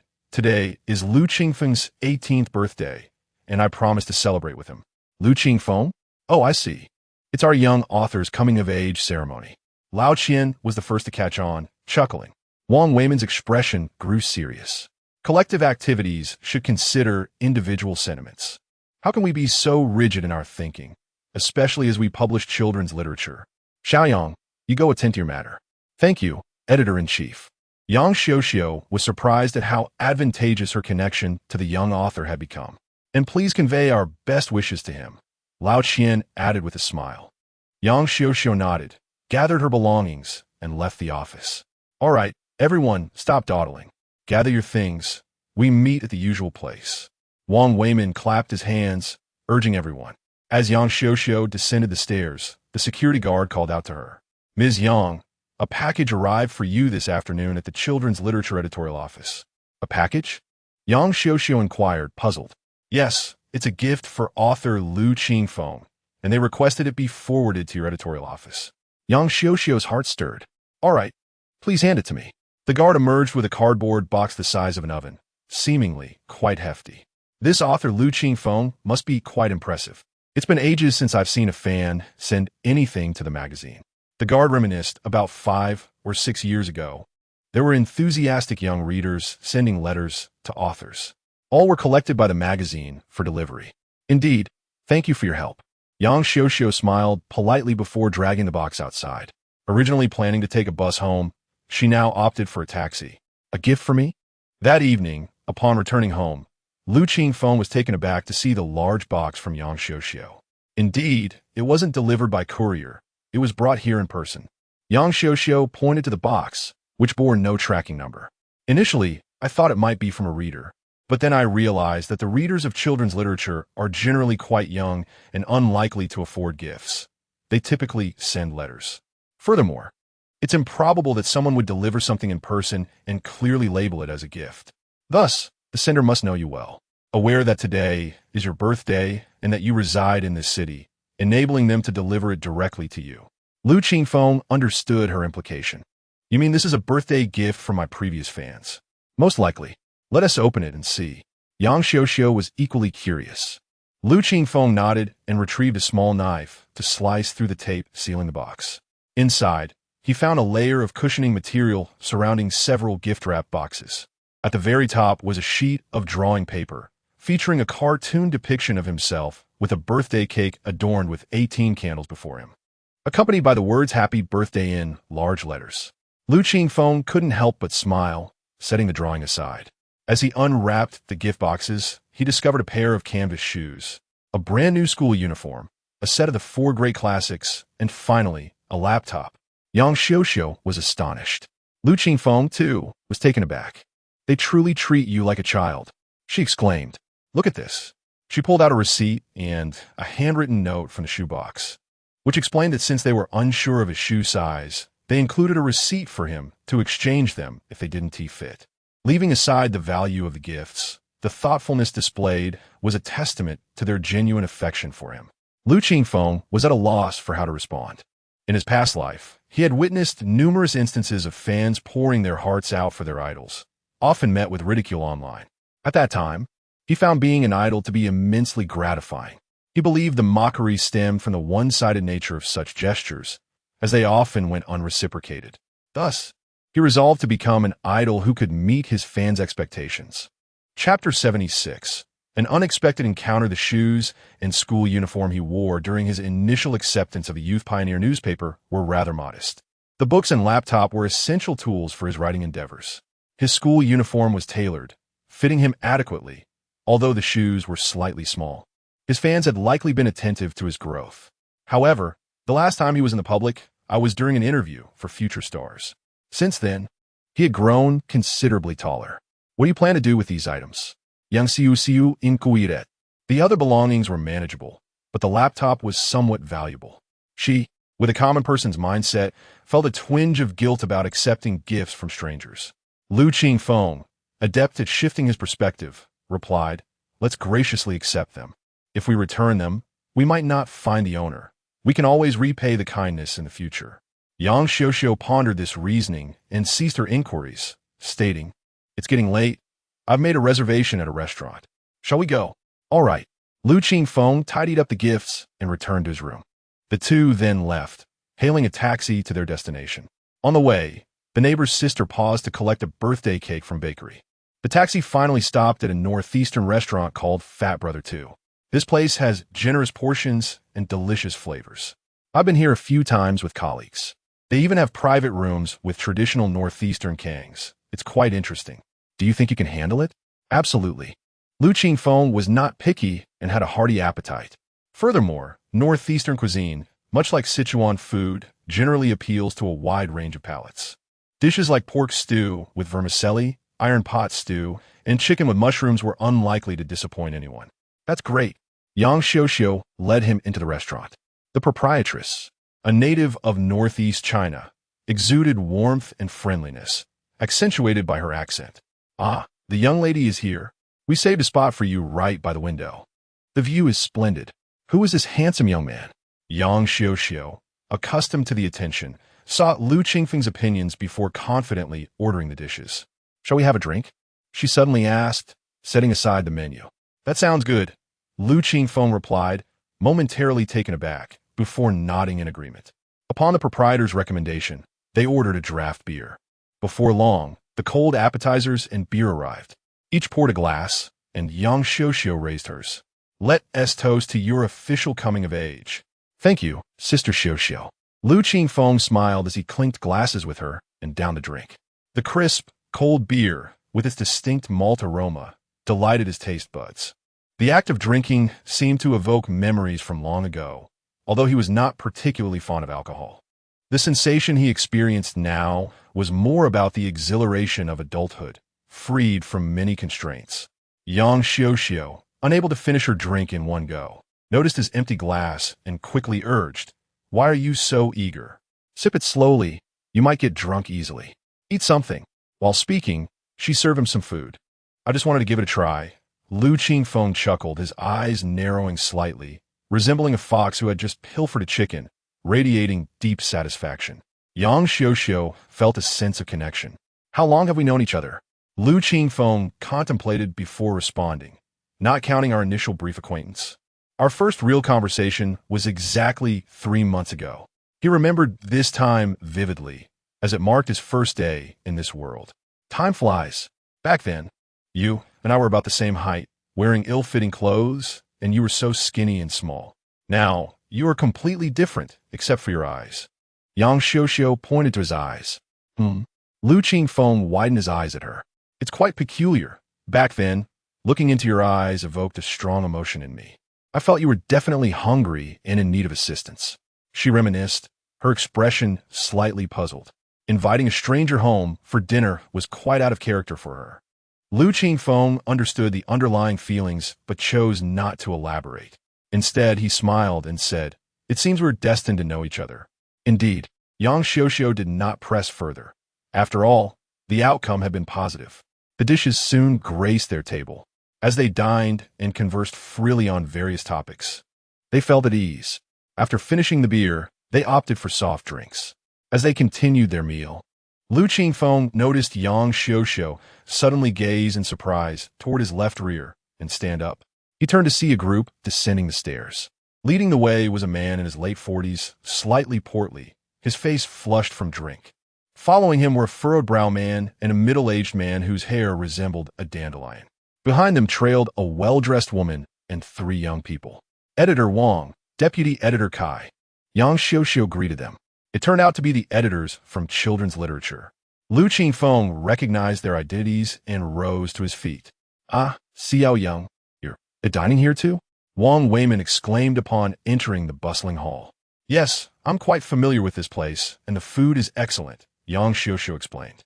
"So, our young writer is here as well?" Old Qian interjected, his gaze landing on Lu Qingfeng, who stood at the back. The others soon followed suit, their eyes turning to the young man.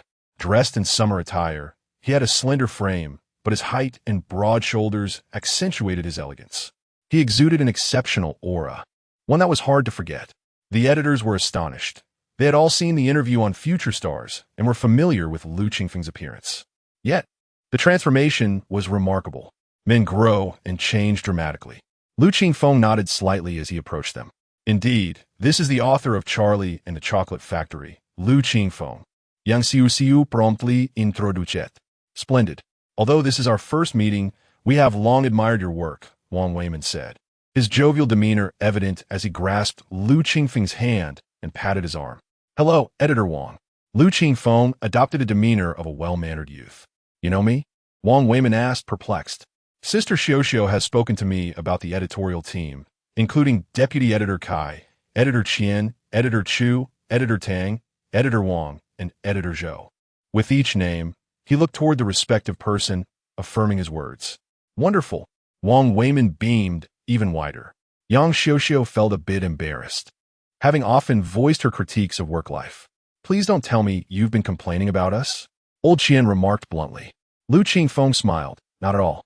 Sister Xiuxiu said Editor Qian is the most helpful, and my work's publication owes much to him."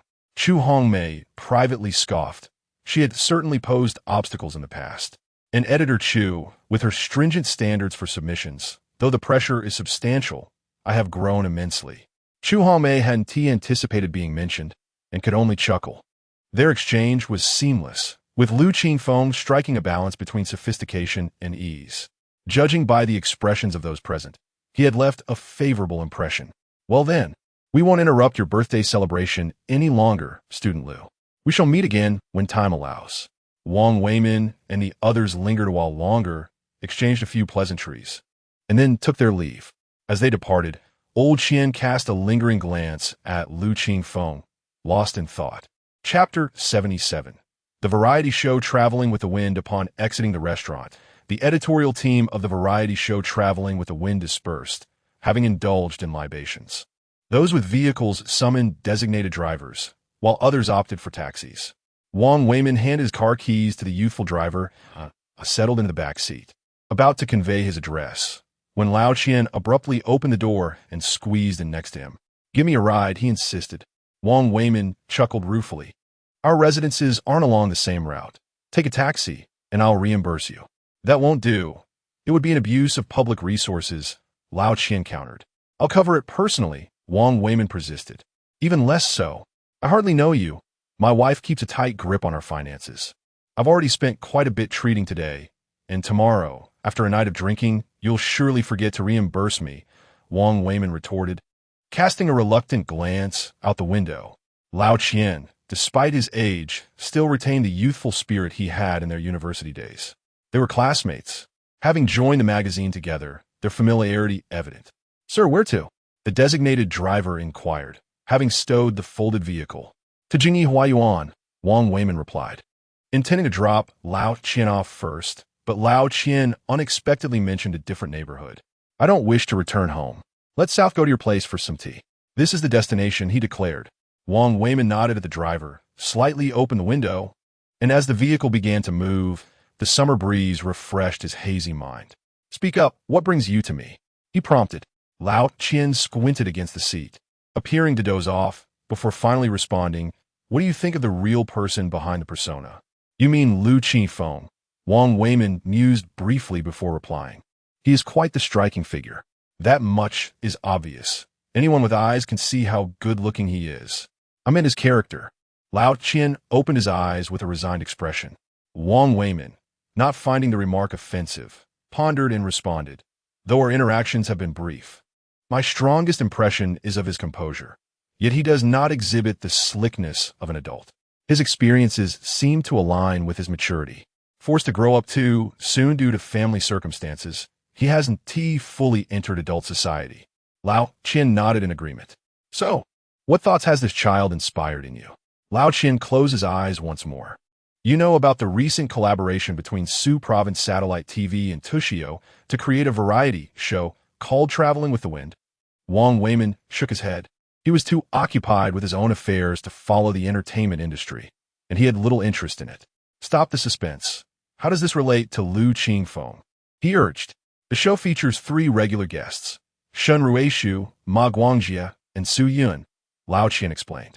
"Shen Ruishu?" Wang Weimin exclaimed, suddenly alert. This trio was renowned. Shen Ruishu was a titan of modern literature, celebrated both nationally and internationally. Ma Guangjie was also a prominent figure, a literary scholar with a high profile. Though he had no major tomes to his name, he contributed to various publications and supported younger writers. Both were in their 50s, born in the 60s. Su Yun, on the other hand, was the only youth among them, a young author with 2 well-received works. Such figures seem misaligned with an entertainment-focused show, Wang Weimin noted. One cannot view the present through the lens of the past. There's a term circulating online that aptly describes the phenomenon of various entities gaining unexpected popularity. It's called breaking the circle. Each sphere has its own barriers, and to gain public recognition, one must break through those confines. The entertainment industry currently dominates public attention, and for other fields to thrive, they must hitch a ride on this expressway. Look at sports. They actively collaborate with entertainment, and athletes gain fame by appearing on various shows, Lao Qian elucidated. "What are you implying?" Wang Weimin furrowed his brow, grasping Lao Qian's perspective but still struggling to articulate it due to the lingering effects of alcohol. "My point is, the literary realm no longer enjoys the glory of the last century, when poets and writers were revered as stars.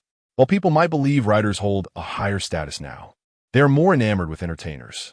Literary works often gain attention only through film adaptations, which draw in those who have never read the originals. Shun Ruishu's work is undeniably of high quality, yet his public recognition stems from his many adaptations into films, which broadened his audience. I've watched Traveling with the Wind. Its premise is commendable, traveling while discussing literary creation through local culture. The initial public response is still unclear, but I suspect it will be favorable. You wish for Lu Qingfeng to participate in this program? Wang Weimin finally grasped the crux of the matter. Lao Qian regarded him in surprise, thinking he had only now caught on. Yes, the publisher's so-called New Star plan is merely an old tactic. It's easy to promote a best-selling children's author. But elevating a pillar like Lu Yuxing is a challenge. Success requires investment, and this boy's personality is well suited for the show, which is an insight I had upon meeting him. Wang Weimin pondered deeply. In principle, I agree, but I must discuss it with the higher-ups and consult the individual involved. Isn't that your job as editor-in-chief? Lao Qian remarked, returning to a more relaxed demeanor. Wang Weimin couldn't help but shake his head. Why? With your evident capability and ideas, do you shy away from taking charge? Do you prefer to engage in endless verbal sparring with others, playing the game? Lao Qian lazily squinted. I can hardly muster the energy to marry. Why would I tolerate such nonsense? Life is good now. I pursue what I enjoy, and my salary suffices for my needs. Wang Weimin felt inexplicably irritated by his demeanor. So, this is what you wanted to discuss with me? Essentially, Lao Qian confirmed. Stop the car, Wang Weimin commanded. The vehicle halted at the roadside, and Lao Qian was unceremoniously ejected, the door slamming shut behind him as he departed in a hurry. Lao Qian dusted himself off and raised a middle finger. Damn it, taking a taxi from here will cost even more. Meanwhile, inside the restaurant, after Wang Weimin and the others had left, Yang Xiuxiu let out a sigh of relief. Is editor Wang very strict? Lu Qingfeng inquired curiously. Not particularly. It was just a bit awkward encountering a superior after work hours, Yang Xiuxiu explained, and Lu Qingfeng understood, recognizing it as a conditioned response form during working hours. The atmosphere remained unchanged despite the unexpected encounter. As they chatted and finished their meal, a cake was presented with candles. At the request of the neighboring sister, Lu Qingfeng closed his eyes and made a wish. Yang Xiuxiu asked what he wished for. Isn't it said that revealing a wish nullifies it? Lu Qingfeng replied. Yang Xiuxiu did not press further. When it came time to settle the bill, the proprietress informed them that someone had already paid for their meal, specifically, the man with thinning hair, referring to Lao Qian. Xiuxiu, could you please take the cake to the editorial office tomorrow and convey my thanks? Lu Qingfeng requested. Yang Xiuxiu nodded, acknowledging the courtesy.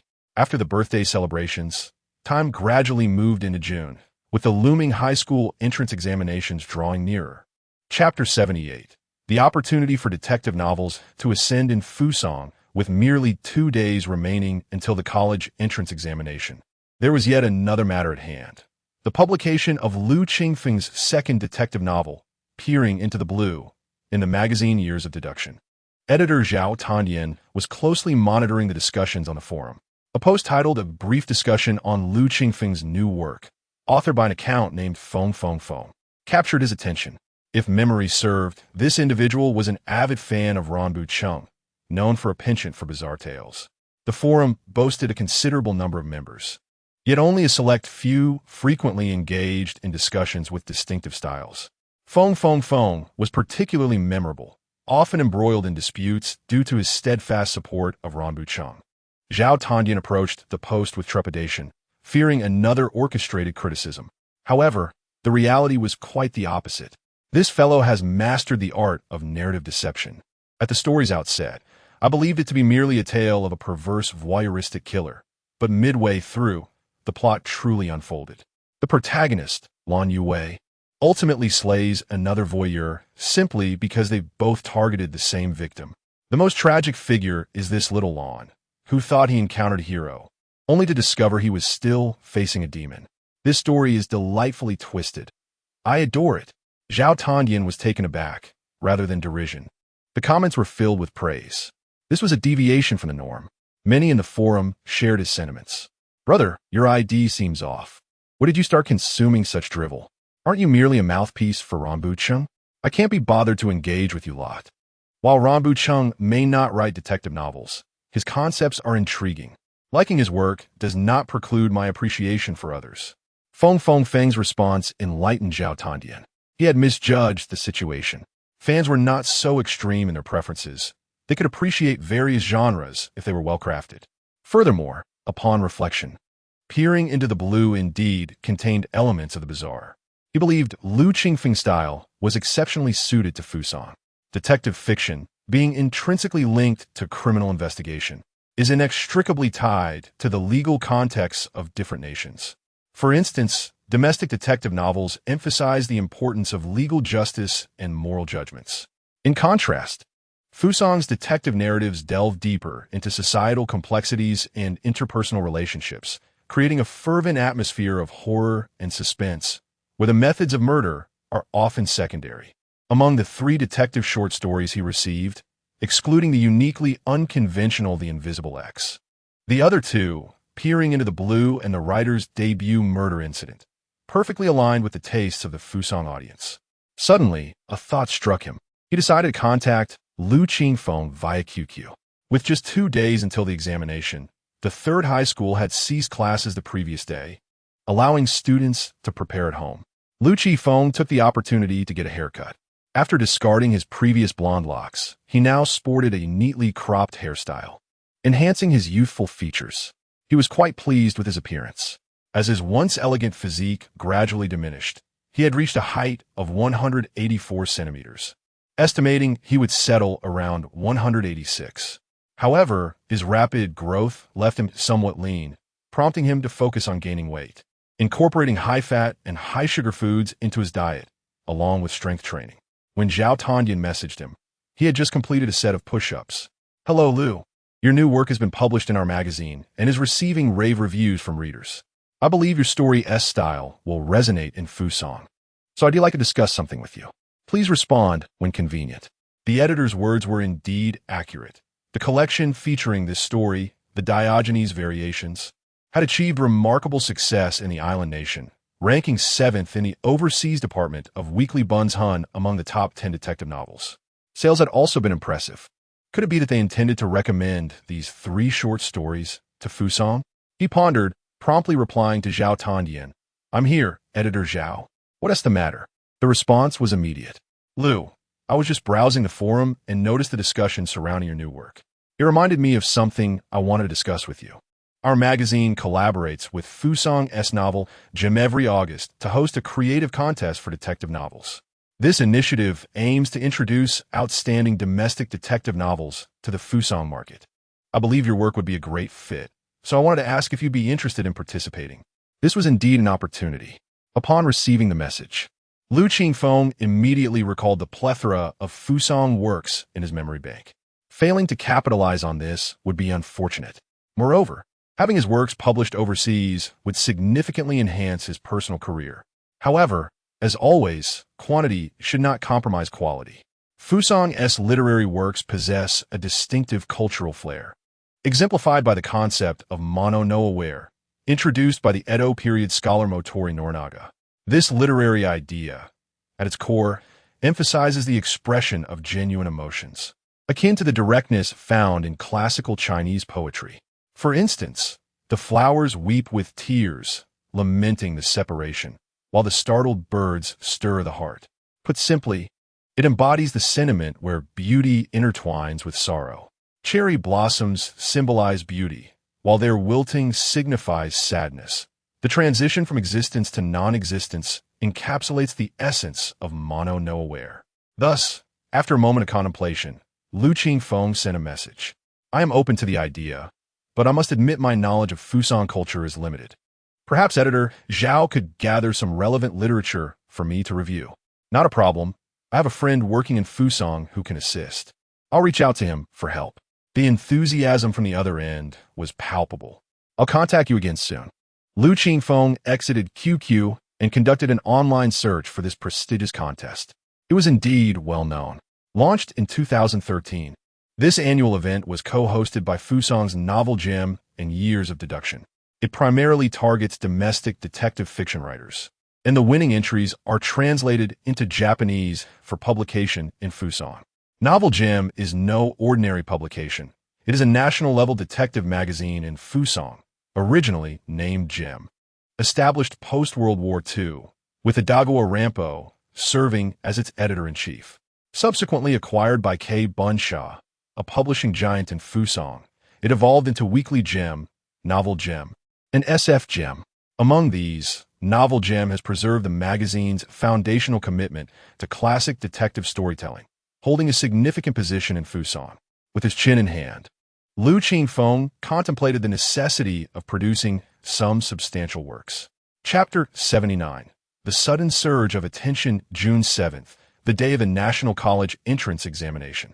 Each year, this examination represents a monumental event for every student and family. On the examination day, the roads surrounding the test centers are adorned with signs prohibiting honking, while traffic police patrol the entrances. Many parents gather at the entrance of the exam venue, fully aware that their presence serves no practical purpose. Yet the anxiety within compels most to remain in silent vigil. Under the sweltering sun, local authorities have provided large umbrellas for these waiting individuals.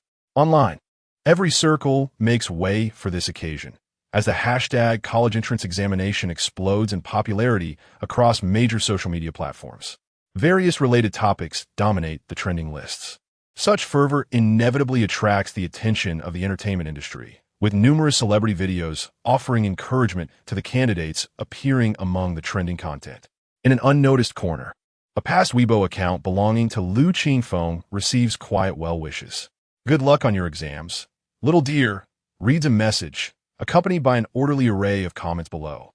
Unbeknownst to him, Lu Qingfeng arrives punctually at the third high school, where Lu Xian and LV Hui are engaged in light-hearted conversation, exhibiting little tension. Upon seeing Lu Qingfeng, Lu Xian waves him over. "Once the exams are over, shall we plan a trip?" he suggests. LV Hui chimes in. Isn't he going to visit his uncle after the exams?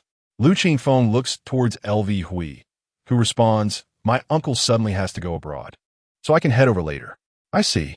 However, I will be attending the semi-finals of a new concept essay competition in Shanghai at the end of June, but I will have time after that." After considering, Lu Qingfeng agrees. He has his own plans for the summer, yet a trip does not conflict with his agenda. "All right, I'll make some plans and we can discuss it after the exams." Lu Xian expresses greater enthusiasm for this idea than for the exams themselves. Before long, their homeroom teacher, Mr. Xiong, enters the classroom to relay important instructions before ushering everyone onto the examination shuttle. The vehicle is set to transport them to various examination centers. Lu Qingfeng's designated center is at a nearby middle school. The exams commence at 9 o'clock in the morning, with Chinese language and mathematics scheduled for the first day. The morning is reserved for the Chinese language, followed by mathematics in the afternoon. The Chinese language proves manageable for him, yet mathematics becomes a challenge, leaving him to guess on multiple choice questions. The Chinese language exam demands extensive writing, and he submits his paper only as the bell rings. The mathematics exam, however, tests his endurance. He completes what he can in 20 minutes, leaving him staring blankly at the remaining questions. As the invigilator passes by and glances at him, a frown crosses her face. Lu Qingfeng feels a flush of embarrassment, the first time he experiences such a sensation. Once idle, time stretches endlessly. He hesitates to submit his paper early, choosing instead to wait in silence. After approximately an hour, some candidates begin to leave after submitting their papers, prompting him to follow suit. Once outside the classroom, he feels an immediate sense of relief. As he walks towards the school gate, he notices another student being interviewed. "How was the exam? Didn't you find the questions too easy?" The bespectacled student, adorned in the uniform of a prestigious high school, appears the quintessential top student. Lu Qingfeng wishes to avoid the interview. After all, this student is leaving early because the questions were straightforward, while he would have to admit his lack of knowledge. He subtly maneuvers around the scene, but the reporter catches sight of him and calls out, "Student." The camera instinctively swings in his direction. Feigning ignorance, Lu Qingfeng quickly blends into the crowd. As the first day of examinations concludes, discussions surrounding the event continue to dominate the trending topics. For instance, many of the actual exam questions have begun circulating online. Alongside comparisons of this year language and math difficulties with previous years. Additionally, the annual spectacle of candidates forgetting their admission tickets inevitably arises. Such occurrences seem to be a staple of each year's examination. Furthermore, the emergence of early submitters during the first day always captures attention. These interviews often yield intriguing responses, as reporters typically inquire about the candidate's aspirations. Previously, students would straightforwardly express their desired universities or future professions, but contemporary candidates lean towards humor. Some express hopes for game companies to enhance certain characters, while others wish for concert tickets from their favorite stars or for fast food chains to eliminate delivery fees. Essentially, their aspirations trend towards the whimsical. Amidst these interviews, one particular report garnered significant attention for its brief 5-second clip. Sioux City Observations, a media account as unremarkable as its name suggests, jumped on the trend by sharing today's examination interview footage. Among the myriad of reports, it seemed inconspicuous until one video suddenly experienced an explosion in viewership. The beginning of the clip was unremarkable, but the latter seconds captured a moment of intrigue. As the camera shifted, a young man stepped into frame, his profile briefly visible, sharp nose, elegant jawline, and elongated eyes. Dressed in a school uniform and clutching stationery, his clean-cut hairstyle exudes a fresh, summer-like aura. "Student," the reporter calls out from off-camera. The boy instinctively turns his head, catching a fleeting glimpse before hastily retreating into the throng of parents outside the school, vanishing from sight. It remains unclear who first discovered this video and disseminated it across other platforms. By nightfall, the number of comments began to surge. "What on earth? What a stunning visage. Absolutely gorgeous. Why do others have such charming boys in their youth while mine were all childish? Wow, incredible. What could he possibly have eaten to grow up so well? His features are striking, and his aura is even more impressive. Absolutely smitten." Pause the video dozens of times to finally capture a frontal view, picture below image. Quickly, the comment section fills with accounts promoting him. His name is Lu Qingfeng. Not only is he handsome, but he is also incredibly talented, a writer. Those interested can contact me. Little Deer is a good child. There are some slanderous remarks about him online. Please take the time to understand before commenting. Yes, please do not harm him. You can first check out the official interviews and talk shows. I've linked them below. Such spontaneous attention typically arises from the audience's novelty-seeking behavior. Each year, a few fortunate individuals with striking appearances capture the public's gaze. However, without subsequent promotion, such attention rarely lasts beyond a day. While sheer attractiveness can indeed draw the crowd's eye, this allure is fleeting. Lacking additional identity to sustain interest, it fails to secure the audience's heart. Much like idols before their rise to fame, they are merely attractive passers-by. In Lu Qingfeng's case, the meager influx of fans stirred the waters, leading some to seek further knowledge about him. Even those who did not follow the recommendations were left with lingering impressions. In Lu Qingfeng's instance, the legacy of the nine-tailed fox began to stir once more. Chapter 80. Book royalties. It has been over a month since the last unusual activity of the nine-tailed fox's inheritance. Lu Qingfeng could sense that as time progressed, the number of fans required to activate the inheritance grew increasingly substantial. He remained curious about what talent this time might bring. "What's wrong? Are you tired?" Young Siu, seated across from him, inquired with concern upon noticing his momentary distraction. "No, I just recalled a question from an exam." "It's nothing. Please continue," he replied. After observing him for a moment to confirm he was not fatigued, Yang Xiuxiu resumed. "According to the market department's research, the response to Your Charlie and the Chocolate Factory has exceeded expectations. Currently, among serialized long-form fairy tales, reader anticipation for the subsequent plot surpasses that of other works by 26%. As the story unfolds, this figure is bound to increase. After discussions, we believe there is no need to complete the entire serialization before publishing. The screenwriting department has decided to serialize 3 more installments, releasing the next 15 chapters and then proceed directly to publication. The remaining 10 chapters will serve as hooks to boost the first week's sales." On the table before them lay a plethora of materials, which Yang Xiuxiu meticulously pointed out the key data to him. "I have no objections," Lu Qingfeng acknowledged. Compared to his own naivety, the children's literature magazine was indeed a seasoned player in the publishing industry. Entrusting these matters to them would undoubtedly yield better results than his own misguided directives. Additionally, we are preparing to collaborate with a chocolate brand for a co-branded release, launching related products on the publication day. We will also offer promotional items such as golden ticket bookmarks and character-themed stationery as first-release gifts. All of this requires your authorization. Please have a look. Yang Xiuxiu presented yet another stack of documents. Lu Qingfeng glanced through them briefly, finding them rather intricate. Some copyrights required him to receive a share, while others were one-time fees or free usage. The collaboration with the chocolate brand was a one-time fee arrangement, as it only granted a temporary usage right. Given the current modest fame of the book, the collaboration primarily aimed to enhance publicity and sales. Thus, the fee was not substantial. The promotional items were offered at no charge, as the publisher itself was not profiting and would incur costs to produce them. These were merely supplementary to boost book sales. Of course, should the book gain popularity later and merchants come knocking, he would be able to collect payment then. For now, there were no shares to be divided. These were merely preliminary documents, not formal contracts, designed to keep him informed. Lu Qingfeng resolved to consult Tao Zhaoding when the time came. In business, there was little to discuss. Finally, the conversation turned to royalties.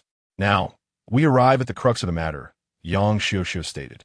Royalties, simply put, refer to how much an author earns from the sale of a book. Currently, there are 3 types of royalties in the domestic market. The first is a buyout, where a price is estimated based on the book's quality and length, and the publisher purchases the content outright. After publication, whether the book is profitable or not is no longer the author's concern. Typically, first-time authors receive a buyout. The second type is revenue-sharing royalties, which can be further divided into fixed royalties and tiered royalties. A fixed royalty is a set percentage. For instance, if a book sells for 10 yuan and the royalty is 10%, the author earns 1 yuan for each copy sold. Tiered royalties, on the other hand, fluctuate based on agreed sales volume. For example, 6% for under 10,000 copies, 8% for sales between 10 and 30,000, a graduated increase. There's also self-publishing, which is often for academic articles that do not sell well, as the purpose is not profit-driven, but serves another objective. Another form is the advance royalty, where a publisher pays up front for the first print run to prevent others from competing for the author's work before it is completed. Naturally, this privilege is typically reserved for a select few best-selling authors, as their books practically sell themselves. Newcomers need not aspire to such terms.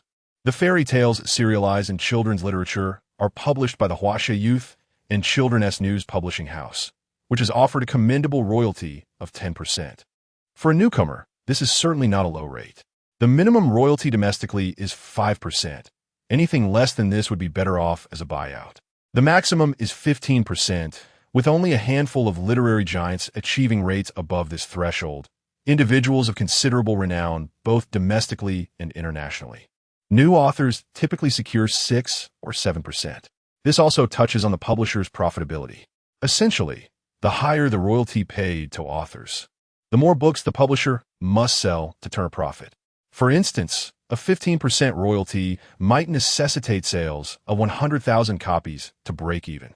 Currently, very few books on the market achieve such sales figures. Most first printings do not even sell 5,000 copies. Tiered royalties are a strategy employed by publishers to mitigate risks, shifting some of the burden onto the author, making such a proposal somewhat insulting. A 10% royalty is a treatment reserved for best-selling authors, indicating that the publisher holds great optimism for this book's prospects. Lu Qingfeng found this satisfactory. The fairy tale, previously a renowned classic, had shifted its original publication location, and he remained uncertain of the implications. Ultimately, how many copies would be sold depended not only on the quality of the book itself, but also on various other factors. For instance, in his past life, the book achieved over 10 million copies sold, with the film adaptation significantly contributing to its success. In markets outside of Europe and America, most audiences initially discover the film before the book.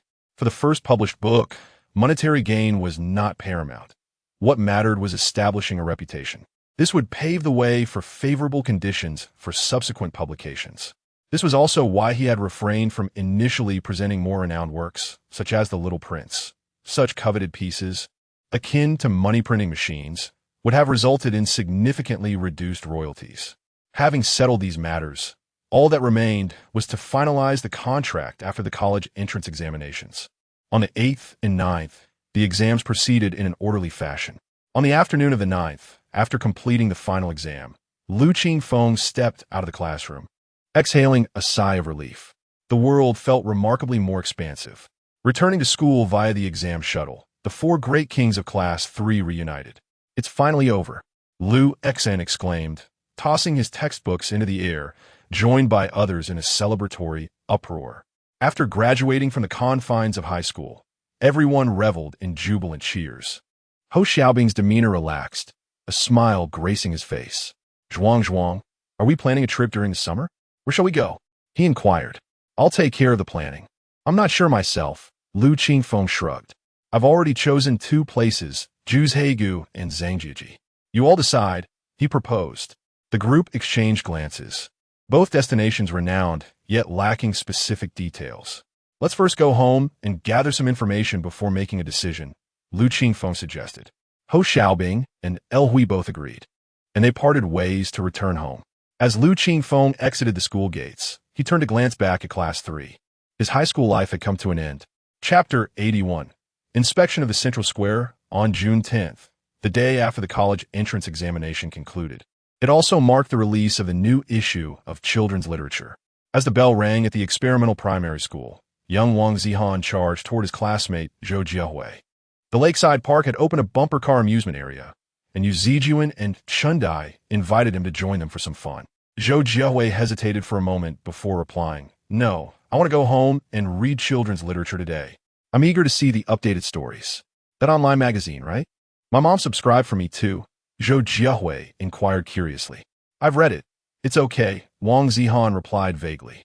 In truth, he had initially been interested, but soon found it tedious, preferring to indulge in games or short videos instead.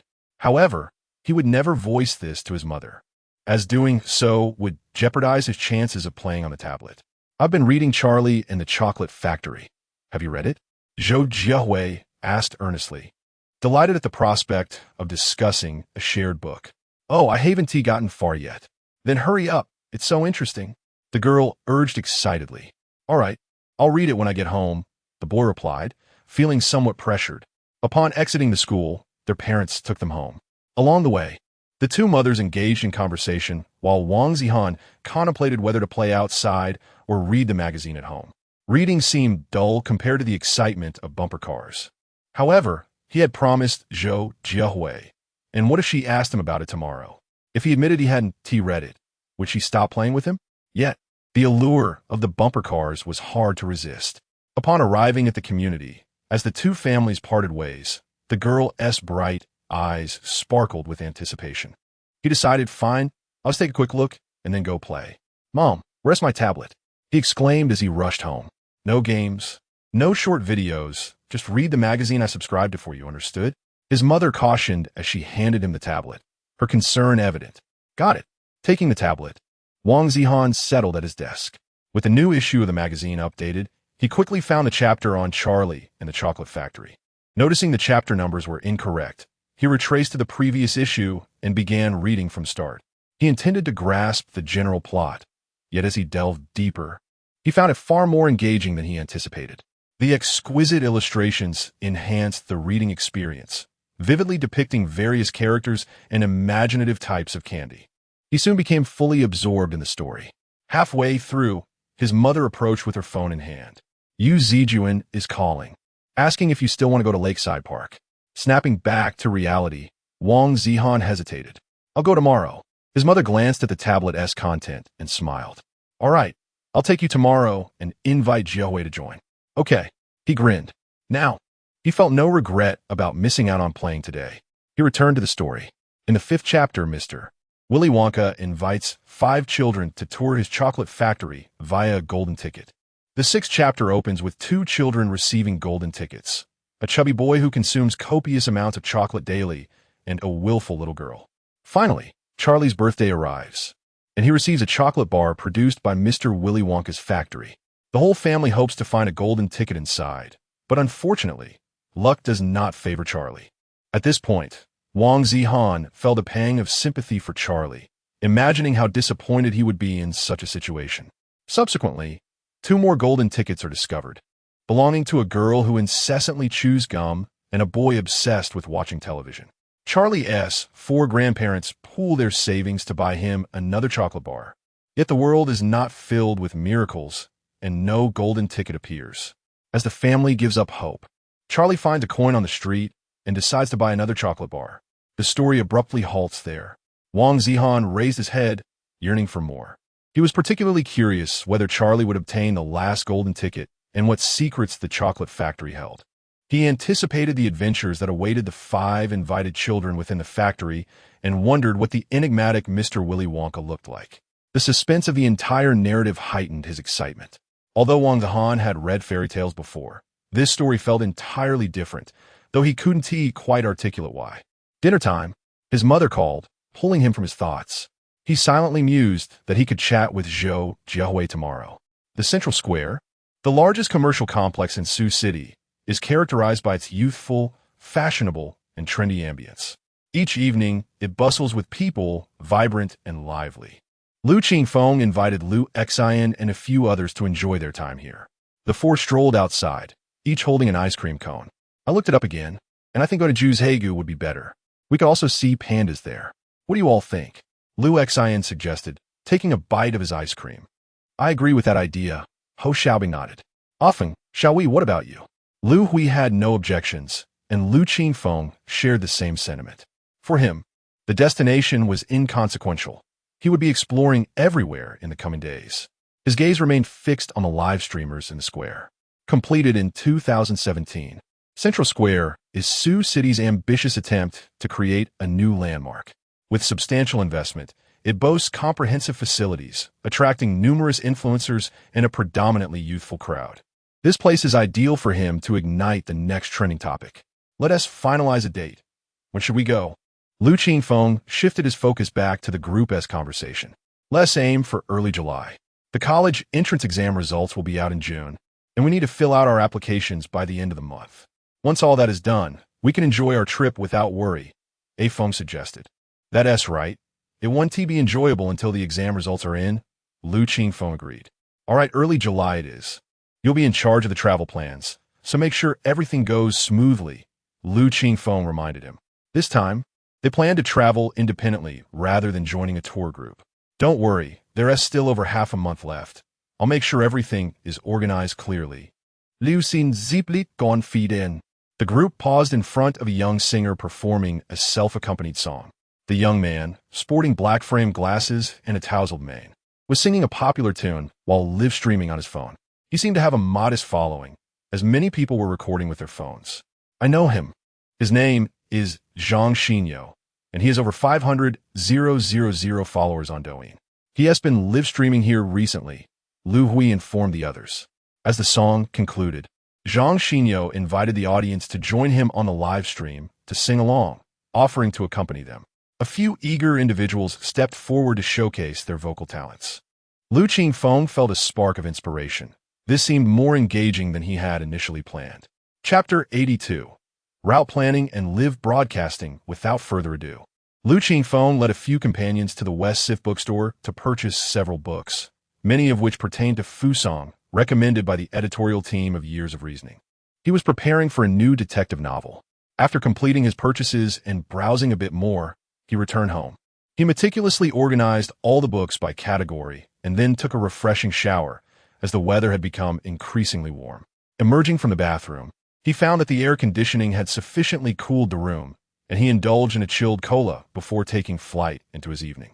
However, he reminded himself that it was imperative to brush his teeth after drinking cola at night due to its high sugar content, which could erode his teeth. Subsequently, he retrieved his phone and opened Douyin. Since returning from Yanjing, his frequency of posting videos of violin practice had diminished significantly, with only sporadic uploads of his composition practices. He had posted anything since June. To date, his account had attracted over 10,000 followers. His latest video garnered more than 3,000 likes and over 700 comments. Why hasn't the blogger updated? I still want to hear your compositions. This high school student has been inconsistent with updates recently. He probably won't post again until after the college entrance examination. The blogger must be a music major. His violin skills are professional level. Clearly, you haven't watched his earlier videos. This guy is merely an enthusiast, but his talent is astonishing. He has surpassed professional violinists with his practice. A godlike talent, from novice to capable of performing on a grand stage in just 3 months. While I've struggled for 3 years. Quickly join a professional orchestra. Otherwise, you're wasting your talent. And he's handsome too. He could easily earn the title of a violin prince. He scrolled through the comments, successfully achieving the initial purpose for which he had created this account. He set down his phone and took out the notebook in which he had originally drafted his plans. His initial idea was to utilize live broadcasts of his violin performances post-college entrance examination to gradually expand his fan base. With his appearance and exceptional violin skills, he believed this would not pose a significant challenge. Once he reached a certain level, he planned to reveal his identity as a writer as the first point of intrigue. He would then contrast his past as an idol with his current persona, creating a second point of interest. This would provide ample discussion material, igniting the curiosity of passersby and ensuring sustained popularity. However, upon reflection, he realized that his initial thoughts had been overly idealistic. He might not even be able to initiate the first step of live broadcasting. The concept of live streaming is rather abstract. It is not merely about good looks and talent to attract an audience. For the average person, the appeal of a live stream largely depends on its entertainment value. Live streaming caters to a more relaxed market. Viewers seek to unwind after work with little interest in highbrow content.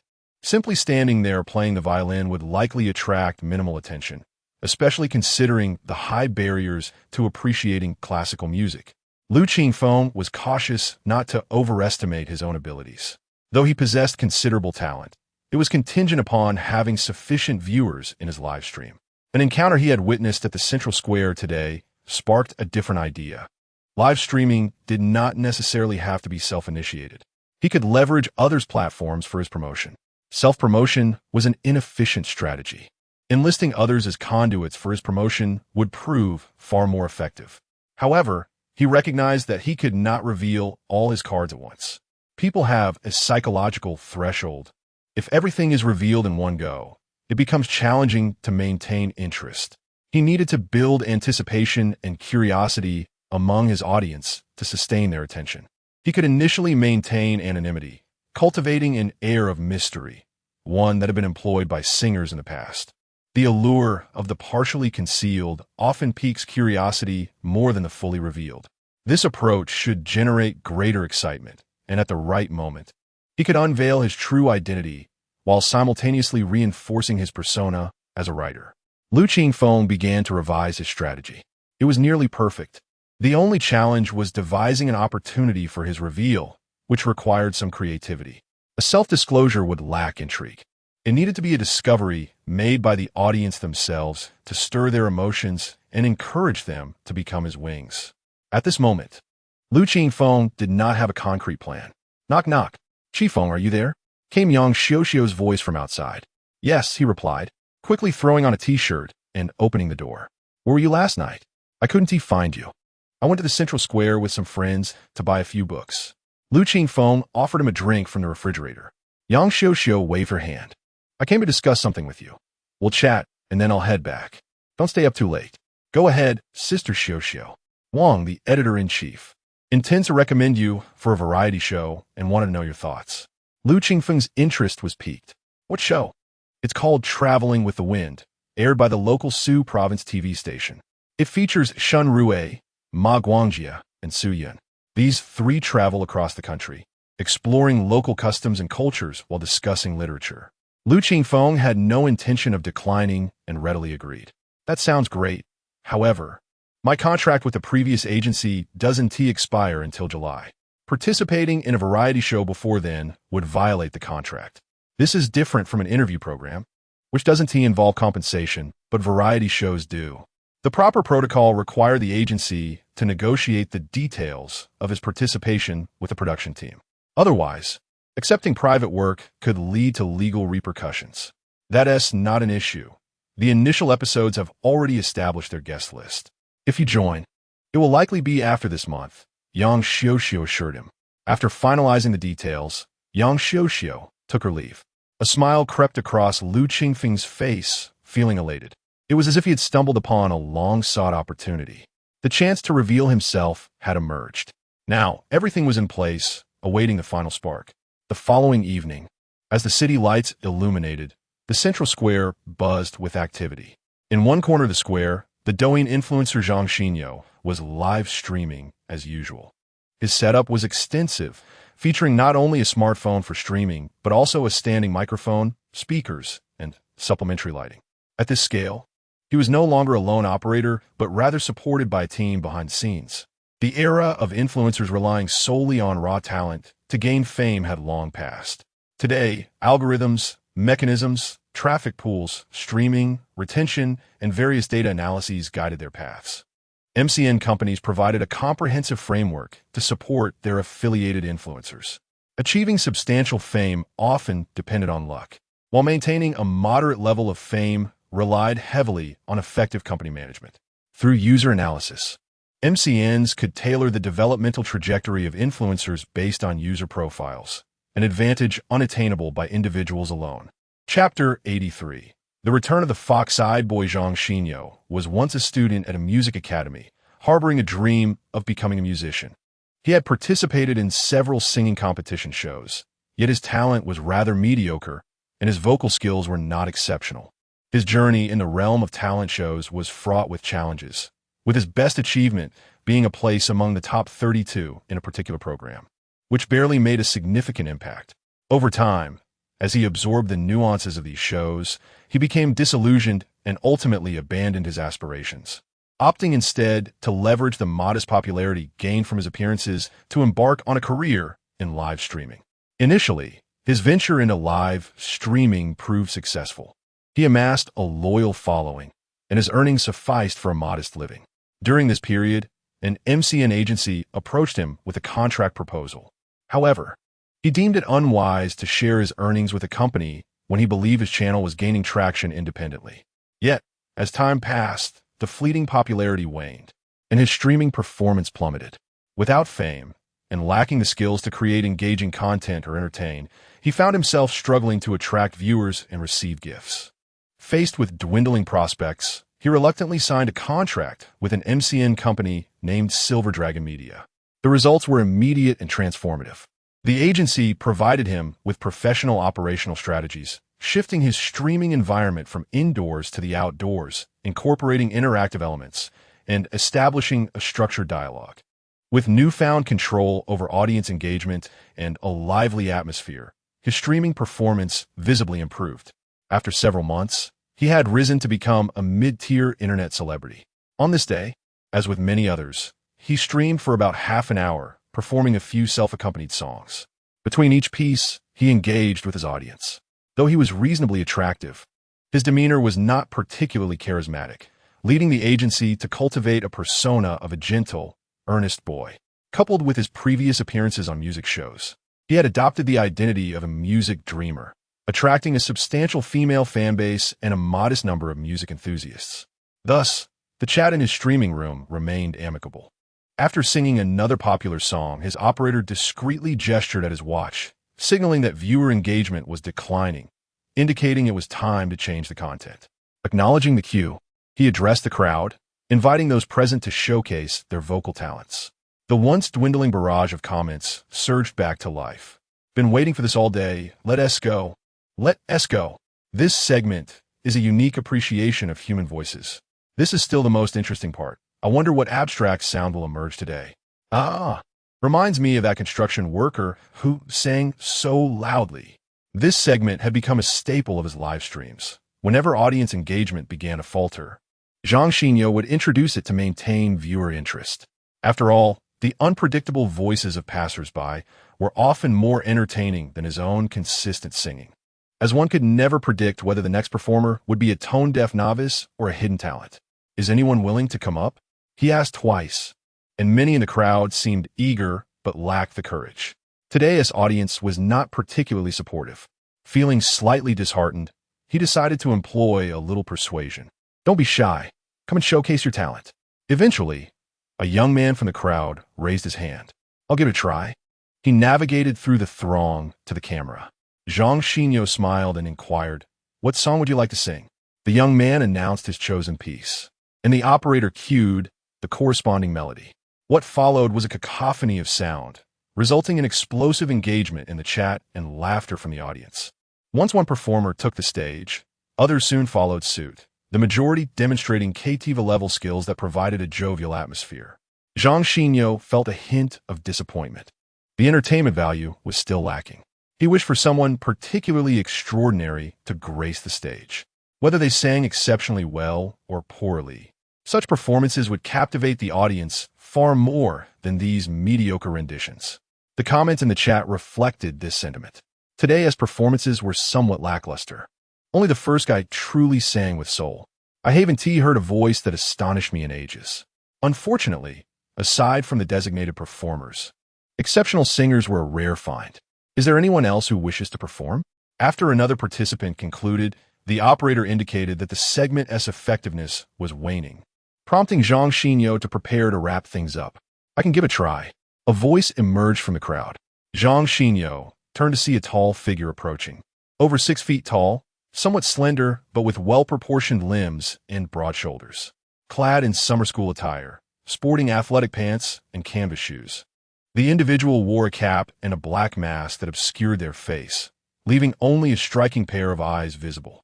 Under the shopping mall lights, those eyes were strikingly clear, reminiscent of crystal, with distinct double eyelids and elongated outer corners that resembled a fox. Could it be a handsome guy behind that mask? He pondered. Some individuals possess features that are extraordinarily attractive in isolation, inviting endless speculation, but when combined with the rest of their visage, their appeal can diminish drastically. Such instances often arise among those who wear masks. His instinctual competitive nature nudged him towards this line of thought. Excuse me, classmate, Zhang Xinyo addressed the individual, noticing their school uniform. Please step forward. What song would you like to sing? The fox-eyed boy approached the camera, removing a long bag slung over his shoulder. I can't sing, but I play the violin. Zhang Xinyo's spirits lifted. At last, someone different was taking the stage. Violin, how splendid. The queen of instruments. I practiced it during my music studies, but alas, I lack the talent. My teacher once told me that among Western instruments, the violin is the most challenging, comparable to the Chinese erhu. You've likely heard the saying that while a pipa or guzheng can be played for a lifetime, mastering the erhu is a lifelong endeavor. He enthusiastically elaborated, not for any other reason, but to engage the viewers in the live stream. The response was positive. The audience count swelled to 12,000, and the chat began to refresh. This is the first time someone has played the violin here. Indeed, a first. We had guitarists, harmonica players, and even someone who played the suona. He is a student, and those eyes are truly captivating. I wonder how he looks overall. Masked up. Who knows what the rest of his face looks like? Why worry about looks? Let us see if he has any talent. No need for grandstanding. Great performance. That deserves applause. The live stream chat erupted with excitement, and the curious crowd leaned in closer. Su Qijia owned a musical instrument store and also ran music classes.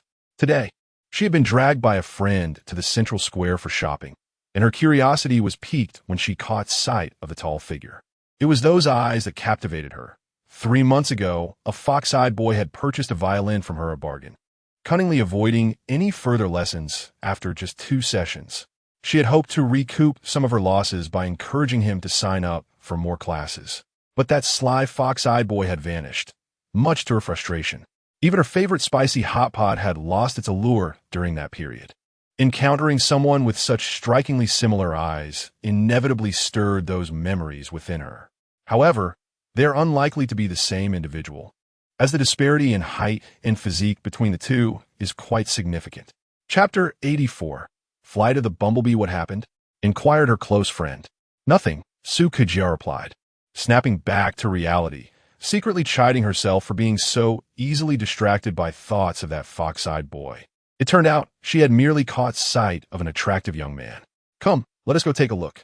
Her friend glanced at the live broadcast scene, her expression revealing that she had discovered a little secret. She pulled Su Kajia along, weaving through the crowd of onlookers. As they drew nearer, the tall boy began to resemble the one she had been thinking of even more. Despite wearing a hat and mask, his eyes and brows were strikingly similar. The crucial difference was his height, which left her uncertain. Moreover, the fox-eyed boy had only been playing the violin for 3 months, so he likely lacked the skill to perform here. She recalled that Professor Li, who taught violin, had mentioned the boy's exceptional talent. However, in her view, even the most gifted individuals required several months of practice to achieve any significant progress. It couldn't possibly be him. She resolved to dismiss that peculiar thought.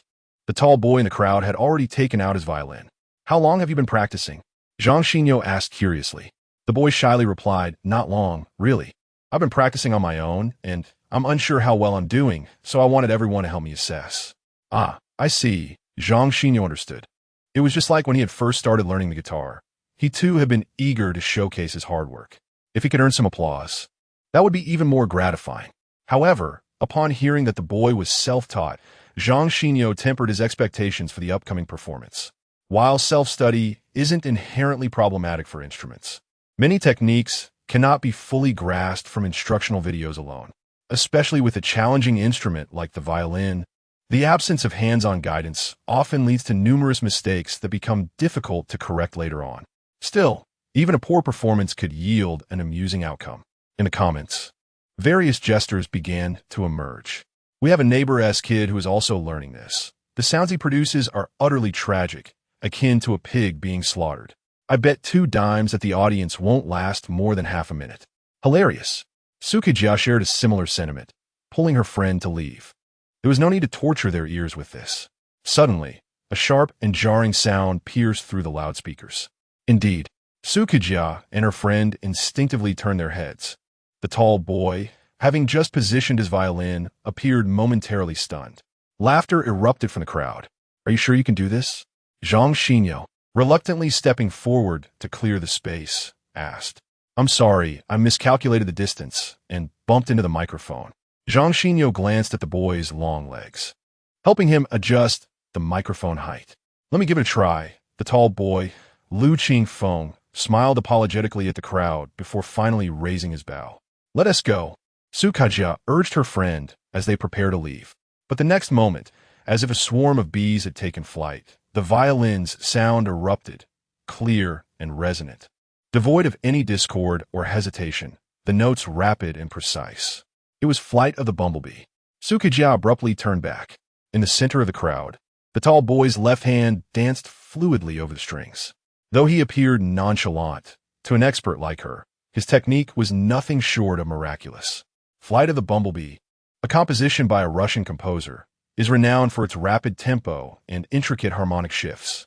It poses a formidable challenge to performers and is often showcased as a virtuoso piece for violin and piano. Achieving mastery in this piece requires impeccable coordination between the left and right hands.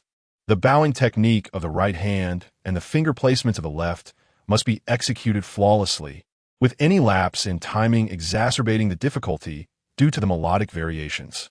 Yet here was this boy, displaying an almost supernatural skill, effortlessly synchronizing his hands as if strolling through a garden. The expression of joy in his eyes, while immersed in the music, resembled that of an artist. He was extraordinary, undoubtedly a master of the violin.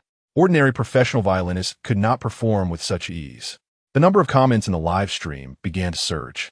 As previously mentioned, among Zhang Xinyo's audience, there were those who possessed musical knowledge. "Oh my, a true virtuoso has arrived. Incredible. To play Flight of the Bumblebee on the violin with such a pristine tone. This is professionalism. Apologies for being too loud earlier. Look at his hands, so agile." As the performance approached the 30-second mark, Lu Qingfeng suddenly lowered his bow and plucked the strings with his right hand. A different sound resonated in everyone's ears. For those unfamiliar with the violin, this technique was quite peculiar. However, for those well-versed in the instrument, this plucking method, perfected by the legendary Paganini and refined over generations, enriched the art of violin playing. Plucking the strings with the right hand is an advanced technique, especially when employed in such a rapid piece. Su Kajia could no longer contain her astonishment. She began to wonder about this person's identity. Such extraordinary skill could not belong to an ordinary individual. Surely, he must hold a place in the world of classical music. Yet, no matter how hard she racked her brain, she couldn't match him to anyone. A young violin virtuoso of his caliber seemed absent from the domestic scene, although a few could be found abroad. The crowd surrounding them could not discern the intricacies. They simply found it delightful. The atmosphere in the live stream, however, was markedly different. Seeing the situation unfold, the moderators knew precisely how to proceed, and the atmosphere team began to stir the excitement. More and more viewers entered the live stream, with many choosing to stay. The comments refreshed incessantly. Elegant, simply elegant. This violinist is truly charming. Unbelievable. I thought he was an amateur, but he is a master. Is he putting on a show? He claimed to be self-taught and has only practiced for a short while. He must have been trained since childhood. He must be wealthy. Such talent usually comes from hiring a teacher from a young age. Ordinary folks need not aspire to this. Some comments raised doubts, aligning with the perceptions of the majority. Now I'm even more curious about what he looks like. Amidst the myriad of opinions, Lu Qingfeng remained undeterred in his performance. The piece was brief, lasting about 1 minute and 20 seconds, culminating in a flourish of plucked strings from his left hand. Spontaneous applause erupted from the audience. Zhang Xinyo, returning to his senses, noticed the moderators signaling for him to keep the boy on stage, as the atmosphere in the live stream was exceptionally favorable. Continuing the performance could convert some of the audience into fans. Following the cue, Zhang Xinyo approached, glancing at the comments, and posed a question that had become a hot topic in the live stream. Classmate, are you truly self-taught on the violin? Speak honestly, otherwise, the audience will think we are in cahoots. Chapter 85. Butterfly Transformation. Lu Qingfeng was deep in contemplation over a perplexing matter. He had just performed, yet failed to invoke his enchanting talent, which puzzled him, for he had played with utmost dedication. There was undoubtedly something he had yet to comprehend. Reflecting on the scene in the park, it seemed to correlate with his state of mind. At that moment, he had been entirely absorbed in the music, whereas now, he had been overly focused on showcasing his skills. Zhang Xinyo's voice brought him back to reality, and he gazed at him in confusion. Zhang Xinyo had to repeat his question. Lu Qingfeng candidly admitted that he had previously taken lessons from a teacher for a brief period before practicing on his own. There was no need for deceit. Should he gain recognition, his practice history would inevitably surface. Speaking falsely now would only invite trouble. As he spoke, the audience in the live stream began to fill in the gaps. I knew it. Such skill couldn't possibly be self-taught. He must have had a teacher. He must have started learning at a young age, establishing a foundation before honing his craft. At his age, to master the violin to such a degree is truly remarkable. In the crowd, only Su Qijia displayed a hint of skepticism. The familiarity of this experience was becoming increasingly evident. The boy with fox-like eyes had also attended music lessons a couple of times before vanishing. As a professional, she could appreciate the exceptional skill of the tall young man. If he were indeed still in high school, his extraordinary musicality could rival that of any prodigy in the classical music world, akin to the renowned pianist Lu Qingfeng. Such talent should not be obscure. Reluctant to leave, Su Qijia pulled her friend back into the throng. Zhang Xinyo, as a music streamer, recognized the tall young man's prowess, but lacked the classical training to fully grasp its depth. His concern lay not in the artistry, but in the potential viewership this individual could attract to his stream. After glancing at the barrage of comments, he continued his inquiry. The audience is quite curious about your age and appearance. Would you mind removing your hat and mask? The onlookers turned their attention as well. Su Qijia was intrigued, but her curiosity diverged from the others. She couldn't shake the feeling that this was indeed the fox-eyed boy, though reason told her it was too implausible. Dismissing his physique for the moment, the transformation from a music novice to a violin maestro in just 3 months seemed unrealistic. Nonetheless, her curiosity deepened. Hoping he might unveil his face to quell her doubts, Lu Qingfeng lowered his head, contemplating, perhaps it is best to let my music speak for itself. There is no necessity for anyone to see my face. The crowd collectively sighed in disappointment, yet their intrigue was undeniably piqued. The allure of the unattainable intensified. The more elusive the mystery, the stronger the desire to unveil it. Taking a moment to scan the comments, Lu Qingfeng noted the success of his objective. Now, his task was to elevate the anticipation further. "Let me continue with my performance," he declared, repositioning his violin and interrupting Zhang Xinyo's line of questioning.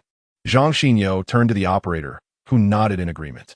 "All right then, let us enjoy this young man's violin performance." Lu Qingfeng lifted his bow. Prior to arriving, he had meticulously chosen the pieces he would perform, one to showcase his technical prowess and another to convey deep emotion. While the former might not resonate with everyone, the latter would undoubtedly touch all hearts.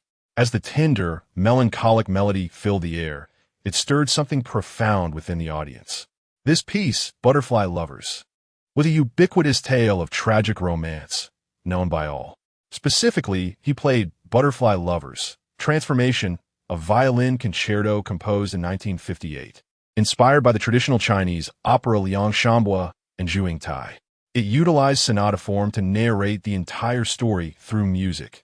The Brotherhood pact at the grass bridge, Ying Tai's defiance of marriage, culminating at the gravesite where they transformed into butterflies. The melody of transformation echoed the beginning, yet conveyed an entirely different emotional landscape. Amidst the familiar ambience of blossoms and bright spring, the weight of loss permeated the air, casting a shadow over what should have been a beautiful love. The poignant strains of the violin resonated like a poignant tale of love and longing. The audience was transported, standing before the shared grave of Liang and Zhu. Suddenly, the melody brightened, and two vividly colored butterflies danced joyfully above the desolate mound, reminiscent of their first encounter. The timeless love story materialized in that moment. Su Kejiao was suddenly aware of quiet sobbing beside her. Turning, she saw her friend dabbing at her tears. It recalled memories of her friend's recent romantic struggles. The music had evoked deep emotions, akin to watching a heart-wrenching film. The overwhelming power of the music was inescapable, forcibly drawing the listener into its emotional embrace. As she sniffled, Su Kejiao reflected, in life, they could not be together, yet in death they are united. The tall young man had skillfully captured the essence of this piece. Lost in the melody, she lingered in its lingering echoes. With the final bow, the piece concluded, leaving the audience enveloped in silence. Time seemed to stretch indefinitely until Zhang Xinyo regained his senses and prepared to applaud, only to find the tall young man had vanished. "Where'd he go?" he exclaimed, scanning the surroundings in vain. The crowd gradually snapped back to reality, the cacophony of voices erupting into thunderous applause, only to realize the subject of their admiration was no longer present. Everyone began searching for him. Su Kejiao squeezed through the throng, catching a glimpse of a familiar figure slipping into a taxi before disappearing from sight. Her friend hurried after her. Was that the violinist? It must have been him. Su Kejiao Hapfim. He was incredible, even more so than the instructor at your shop. Indeed, her friend agreed, nodding. She sensed a premonition. This individual was destined for greatness. Chapter 86. Trending on social media, Silver Dragon MCN stands as a prominent influencer incubation institution, ranked among the top 20 in the country, with Sioux City holding the foremost position. As the workday commenced, Huang Zhenglin, the manager of the live streaming department, had just prepared a cup of coffee when his subordinate, Wang Yijuan, who was responsible for managing entertainment streamers, approached him in haste. "What is the matter?" Huang Zhenglin inquired nonchalantly as he settled behind his desk, savoring a sip of coffee. "Last night, one of my streamers experienced an intriguing incident during a live broadcast. I believe it possesses promotional value, so I brought it to you for review," Wang Yijuan replied, handing over his tablet. On the screen was a Douyin interface displaying footage captured by a passerby at the central square the previous evening. In the serene atmosphere, the enchanting sound of a violin resonated as bystanders stood still, captivated by the performance. The camera panned, focusing on the center of the crowd, where a figure clad in a school uniform, wearing a hat and mask, played the violin with intense concentration. Under the square's lights, his slender form swayed gently to the melody, exuding elegance and beauty.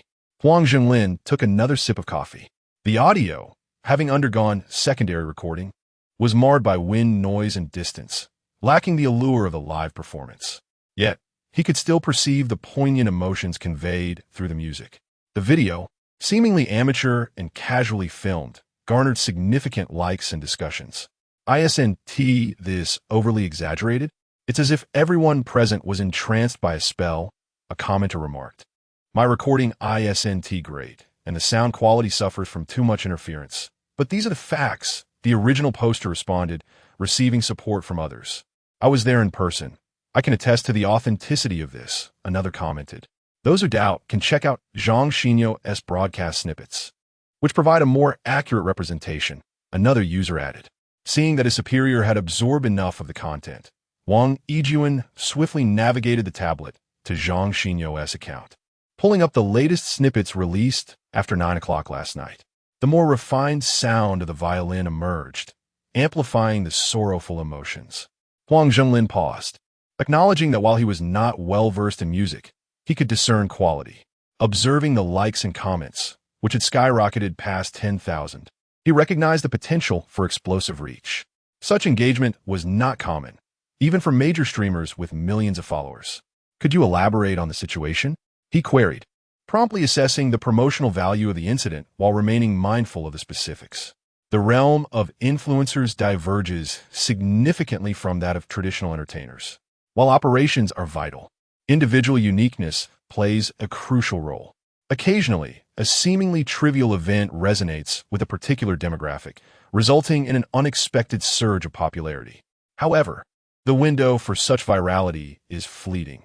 If the momentum is not captured promptly, the opportunity is squandered. Wang Yijuan recounted the events of the previous night. As Huang Zhenglin listened, he formulated a general strategy in his mind. Can we locate the violinist? He pondered, recognizing that this individual was pivotal to harnessing the flow of attention. Currently, there is no information available, Wang Yijuan responded, having anticipated his superior's thoughts. They both aimed to sign this musician. The potential was undeniable based solely on the violin performance. If we cannot find him, the benefits for us will be minimal, Huang Zhenglin remarked, furrowing his brow.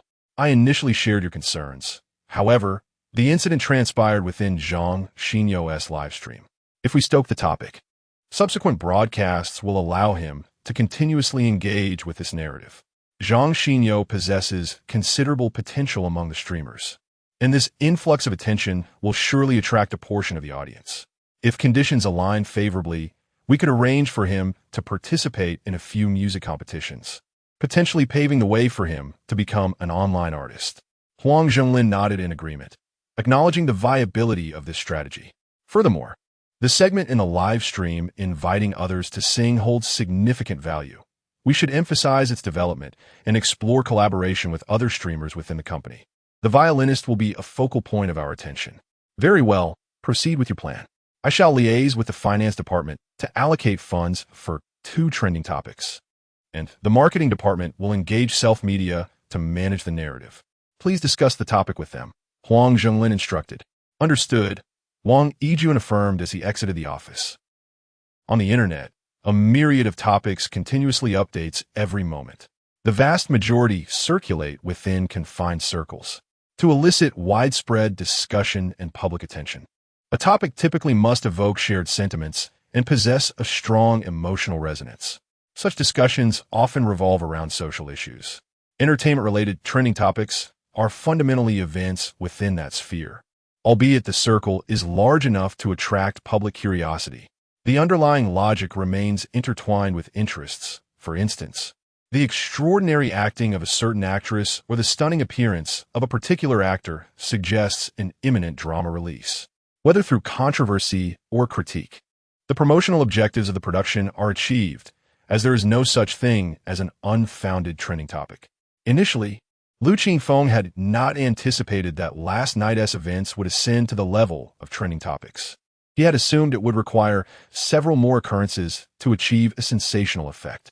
Yet by noon, he noticed 2 related keywords had surfaced on Weibo's trending list: street artist and exaggerated violin performance. Curious, Lu Qingfeng clicked through, noting that aside from some passerby footage, the primary focus was on snippets from Zhang Xinyo's livestream. The clips had been meticulously edited, showcasing both his performance and moments from Zhang Xinyo's broadcast. including snippets of their conversation.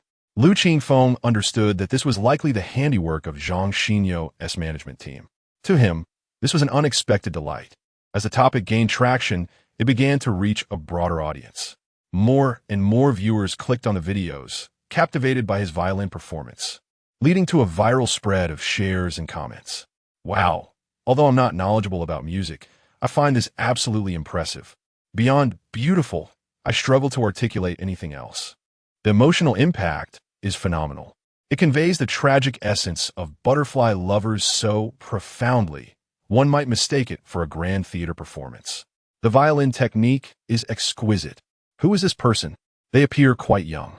As a violin student, I must express just how remarkable this individual is. In the butterfly lovers transformation segment, a mute function is typically applied, yet this person skillfully controlled the sound solely through exceptional bowing technique. I've only seen such mastery in my teacher, who happens to be Lu Qingfeng. Chapter 87. Who is this individual? By the afternoon, these two trending topics finally faded from Weibo's hot search list. However, certain media outlets began to re-edit the videos and disseminate them across various platforms, thus reigniting the interest. The incident originated on Douyin, then gained traction on Weibo, before transitioning back to platforms like Douyin, Kuaishou, and Bilibili. In contrast to Weibo, which is heavily influenced by fan culture, these applications that emphasize content distribution based on interests further amplified the impact of the live stream. Those who encountered these videos and chose to engage with them were, to some extent, genuinely interested in this domain, particularly on Bilibili, where the user demographic skews younger and is marked by a greater openness to novel experiences. The core music section has also attracted numerous musical prodigies. Regardless of genre, be it popular or classical, there exists a devoted audience. When Lu Qingfeng's performances of two violin pieces reached this platform, their extraordinary power began to truly manifest. Octopus, a Bilibili content creator, is well known for his proficiency with various instruments.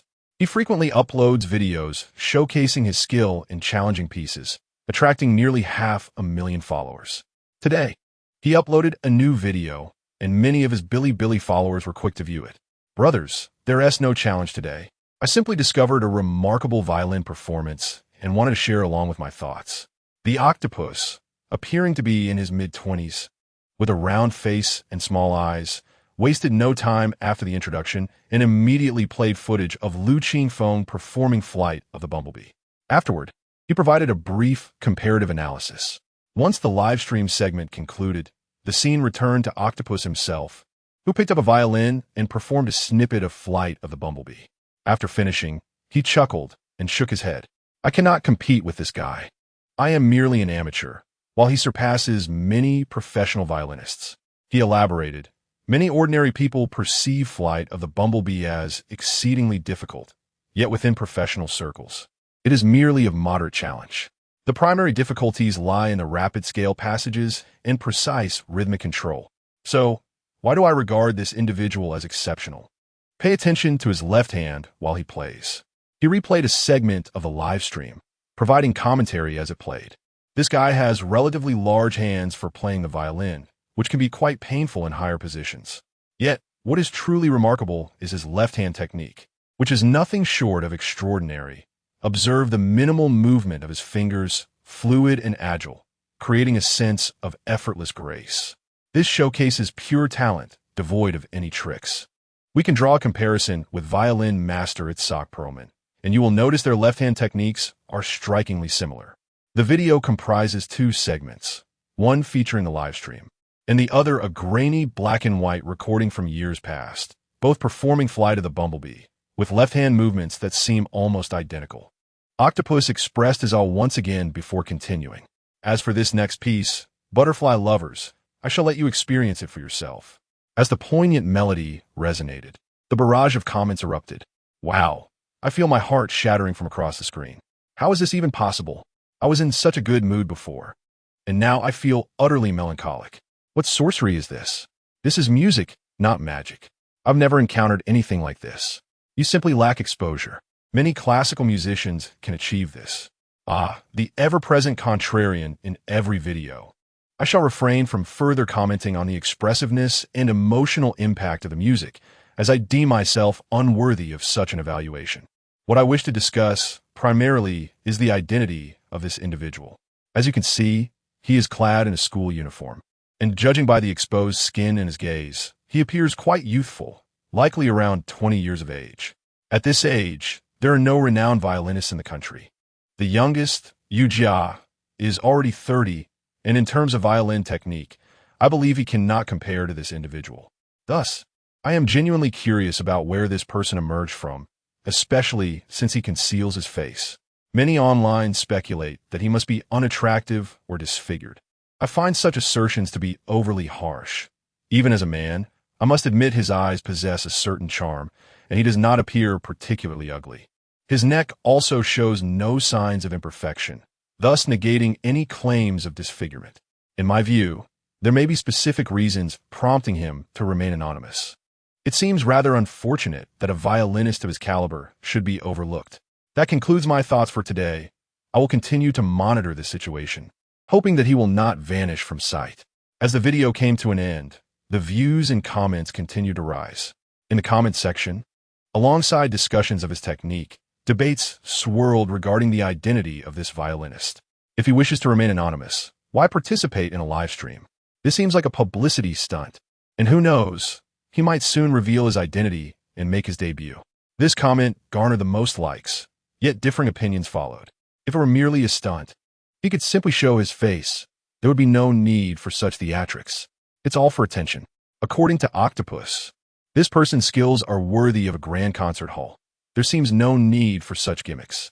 Indeed, someone of his caliber could easily join prestigious symphony orchestras. Then why perform in a live stream? That's perfectly normal. If I had mastered the violin, I would also seek recognition without revealing my identity. There's no contradiction there. The discourse intensified, with both sides holding steadfast to their positions. Lu Qingfeng perused these comments and couldn't help but admire the astuteness of today's netizens. They had accurately discerned some of his thoughts. Fortunately, when devising this plan, he had considered various aspects. Choosing to conceal his identity to capture public attention undoubtedly carries both advantages and disadvantages. After all, given the proliferation of influencers who have exploited viral live streams for product promotions, audiences have grown wary and alert. However, his intention was never to reveal himself amidst the fervor, and he had future plans in place. Fleeting fame held little significance. What he sought was to cultivate an overwhelming goodwill across the internet. Setting aside his phone, he rose to stretch and prepared a meal for himself. He now aimed to consume at least 5 meals a day to swiftly restore his weight to a standard range. This morning, the captivating strength he possessed had finally waned. Standing at an estimated height of 186 meters, he weighed slightly over 130 pounds, which was rather lean. Though his frame appeared tall, he lacked substantial mass. Extracting food from the refrigerator, he suddenly felt a tremor deep within his mind. Chapter 88. New Talent. Ice Skin and Jade Bone, a new talent has been awakened. A chilling aura coursed through Lu Qingfeng's body, permeating his flesh and merging with his skin. A revitalizing breath emanated from his dermis. Lu Qingfeng took a moment to savor this transformation. Ice Skin and Jade Bone. This was the new ability bestowed upon him by the nine-tailed fox lineage. The term originates from Zhuangzi, free and easy wandering. On Mount Miaoyu, there dwells a divine being whose skin is as pure as ice and snow, and whose demeanor is as graceful as a maiden. Essentially, it describes a celestial figure residing on a mountain, possessing a complexion as pristine as ice and an aura of elegance. As the name suggests, this talent pertains to the skin. Humans consume grains and various foods, and their overall health is influenced by their diet and lifestyle. Particularly, the skin, being the outermost layer of the body, serves as the most immediate reflection of one's spirit and vitality. With age, exposure to sunlight, lifestyle habits, and even harsh lighting, everyone's skin inevitably bears some imperfections. Otherwise, the vast market for skincare and cosmetics would not exist. The adage of fair complexion covers a multitude of flaws holds true. Those with radiant skin are generally not far from beauty. Due to previous nutritional deficiencies, Lu Qingfeng's skin had always been subpar, even after improving his diet. Significant changes remained elusive. If he were not pursuing a career as an idol, it might not have mattered much to him. However, under the spotlight, such flaws would be magnified. Now, with this newfound ability, his concerns were resolved in one fell swoop. He gazed into the mirror, just like his elegant demeanor. This talent would require some time to manifest its full potential. There was no rush. He would take it slowly. He felt grateful for his decision to delay his public debut. When he finally emerged, he would captivate everyone. The future appeared increasingly bright. Onward, the following morning, he maintained a routine he had during school, waking early to jog 2 kilometers in the park. On his return, he picked up breakfast from a local eatery. After a quick shower, he sat down to eat. Picking up his phone, he noticed 2 new friend requests on WeChat, both from familiar names, Guahao and Zhang Jingyi. The results of the Literature Cup should be out by now. After accepting their requests, Zhang Jingyi quickly messaged him. Lu Qingfeng? Yes, it's me. Wait a moment. Let me create a group chat. Soon, he found himself added to a small group of 3. Lu Qingfeng glanced at their profile pictures. Zhang Jingyi's was a photo of the sky he had taken, while Guahao's was an abstract meme, both perfectly reflecting their personalities. Looks like Guahao hasn't gotten up yet. Forget him. Did your mom buy you a phone? Yes, just got it yesterday, smile. Even through text, Lu Qingfeng could sense Zhang Jingyi's excitement. He chuckled. Congratulations.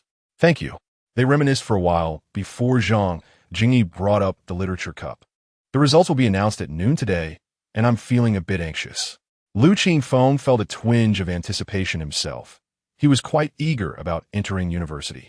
Let's wait together. After breakfast, Lu Qingfeng kept himself busy. He practiced the violin for a while, read a book, and, around 9:30, he reached out to Zhao Tantan, the editor of Years of Reasoning, to discuss his new detective novel. During this time, he had decided on the novel he wanted to write, aiming to cater to the tastes of the Japanese market. The work he selected was hailed as a pinnacle of the new orthodox genre, featuring shocking murder schemes and an eerie atmosphere. Lu Qingfeng was confident that the Japanese audience would appreciate such a narrative. However, the original text had its flaws. The author's writing style was quite poor and excessively verbose. He aimed to enhance these aspects while preserving the core of the original story. The framework was already in place, so it wouldn't be too challenging. It merely required additional effort. Discussing this with Zhao Tantan would also serve to rationalize the novel's emergence. He would jot down insights from their conversation as inspiration, as he did for every piece he worked on, ensuring that the original drafts were meticulously preserved for future reference. Unbeknownst to him, time slipped past noon. After concluding his chat with Zhao Tantan, Lu Qingfeng accessed the Peking University website using a laptop given by his fans. He navigated to the Literature Cup section. The headline 2020 Literature Cup results announcement stood out prominently, bolded in red. He felt a rush of excitement. Moving his cursor over the link, he clicked. After a brief loading period, the page appeared. The first line revealed his name, pouring a jug of moonlight to drink author. Lu Qingfeng examination number. Score. 96 pass. He had succeeded. Lu Qingfeng couldn't help but pump his fist in triumph. Though he had a premonition that he would perform well, the confirmation filled him with joy. It also fulfilled a regret from his previous life. Once his emotions settled, he glanced at the scores of other participants. He spotted Zhang Jingyi's South name in 3rd place with a score of 92, also passing. There were 2 others with scores around 90. But Guahao's name was notably absent. Scrolling down to the 8th position, he found an 88, indicating failure. He picked up his phone and entered the group chat. The results are out. Did you see them? Zhang Jingyi responded first. I passed. The other 2 remained silent, prompting Lu Qingfeng to ponder how to console his friend. He had a favorable impression of Guahao, whose carefree and generous nature was commendable. It was a pity they wouldn't be classmates in the future. Hey, it's not a big deal. Guahao's avatar popped up. Isn't it's still great that my buddy got in? Did I not tell you? My score is actually pretty good. I was either 1st or 2nd in the grade. Lu Qingfeng felt his emotional investment had been wasted. Scholars were so annoying. He decided to ignore the humble brag and clicked on the link that displayed all the essays from the Literature Cup. Beneath each piece were the judges' comments. The title pouring a jug of moonlight to drink is inherently poetic and romantic, merging moonlight and wine. The author's prose embodies a transcendence from the mundane, evoking a serene and profound ambience. This poetic fusion allows readers to experience a cleansing of the soul, igniting a yearning for a beautiful life.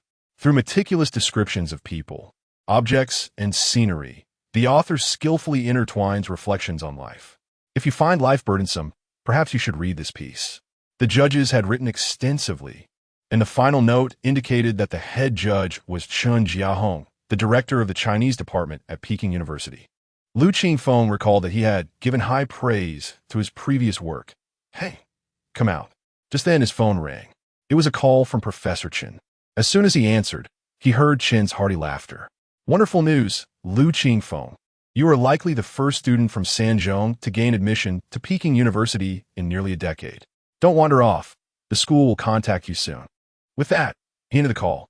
Lu Qingfeng was momentarily stunned before breaking into a smile. Well, it was indeed good news. Chapter 89. The second interview with the Vanguard Youth report the special admission to Peking University is neither a grand nor a trivial matter. Each year, a select number of students gain entry to this esteemed institution due to their unique talents. However, compared to the nationwide fervor surrounding the college entrance examination, the literary path to Peking University garners significantly less attention. Nevertheless, for a non-key high school like Sanzhong, this is indeed a moment worthy of celebration. Student Lu Qingfeng arranged to meet the visiting reporter at a bookstore near the school. The visitor was a familiar face, Sun Jichao from the Vanguard Youth Report. Upon seeing the tall youth approaching from a distance, his astonishment was palpable. Apart from his facial features, there was little resemblance to the frail, scruffy-haired high school student of the past. "Long time no see, reporter Sun." Lu Qingfeng strode forward, beaming with a smile that transformed his fox-like eyes into crescent moons. The sunlit youth exuded confidence, composure, and the exuberance characteristic of his age, vibrant and full of life. "Indeed, it's been a while. Your transformation is remarkable. I hardly recognized you," Sun Jichao remarked, awestruck. "Is that so?" Lu Qingfeng scratched the back of his head, his smile innocent and unassuming. "I've earned some money from writing, so I've been eating better, and that has contributed to my growth." "That's wonderful. You were quite thin before."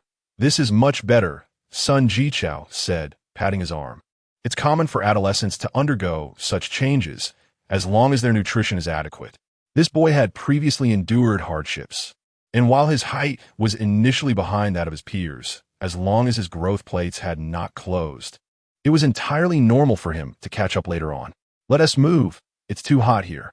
We should find a beverage shop to sit down and chat." "I'll pay this time," Sun Jichao insisted. "Reporter Sun, I have money now," Lu Qingfeng retorted playfully. All right. You treated me last time. I'll cover it this time," Sun Jichao interrupted, leading the way to a nearby CF. Lu Qingfeng opted for a cup of iced milk tea instead of coffee. They settled into a cozy corner, and the interview commenced. "First, congratulations on your acceptance to Peking University." Sun Jichao adjusted the camera and voice recorder, his demeanor turning serious. "Thank you," Lu Qingfeng said, savoring a sip of the milk tea he adored. "This time, the essay for the Peking University Literary Cup has diverged significantly from your previous style." Upon reading it, "I sensed a Buddhist essence within the piece," Sun Jichao noted. "Yes," Lu Qingfeng nodded, affirming his observation. "Before writing this piece, I read the history of Buddhism from Han to Wei Jin and northern and southern dynasties and combined it with my reflections on life, which led to a notable shift in my writing style. This particular book is quite obscure. Published in 1938, and it chronicles the introduction of Buddhism to China during the Han Dynasty and its development during the Wei, Jin, and northern and southern dynasties. The author, Tang Yongtong, is a master of Chinese studies, and those disinterested in religion would likely be unaware of this work." Lu Qingfeng admitted to having read it, although his interest was limited, merely skimming through it in his spare time. As for the change in style, he took another sip of his milk tea and continued, "I'm still young, and my writing journey has only just begun. I do not wish to confine myself to a single genre. I aspire to explore various writing styles." He had indeed contemplated this matter carefully, knowing that every author possesses a distinct style, and there would inevitably be skeptics. Thus, he aimed to establish an impression of stylistic versatility from the outset. Maintaining the habit of drafting outlines by hand also stemmed from this consideration. Eventually, as readers acclimate to his evolving style, it would become second nature. Sun Jichao harbored no doubts. Every writer undergoes a period of exploration at the start, as no one possesses a fully matured style from the outset. They continued to delve into the topic of writing, discussing renowned authors who emerged from the literary cup. Lu Qingfeng expressed his intention to emulate these figures. As the conversation drew to a close, Sun Jichao inquired, "Lu, aside from reading and writing, do you have other hobbies?" Lu Qingfeng felt a spark of inspiration and replied, "Indeed, I have a great fondness for music and have self-taught myself the violin. When I'm weary from writing or reading, I enjoy playing the violin." Oh, Sun Jichao perked up. Speaking of the violin, there has been a street violinist gaining popularity online recently. Have you seen him? Lu Qingfeng lifted his now empty milk tea cup, lowering his head to sip.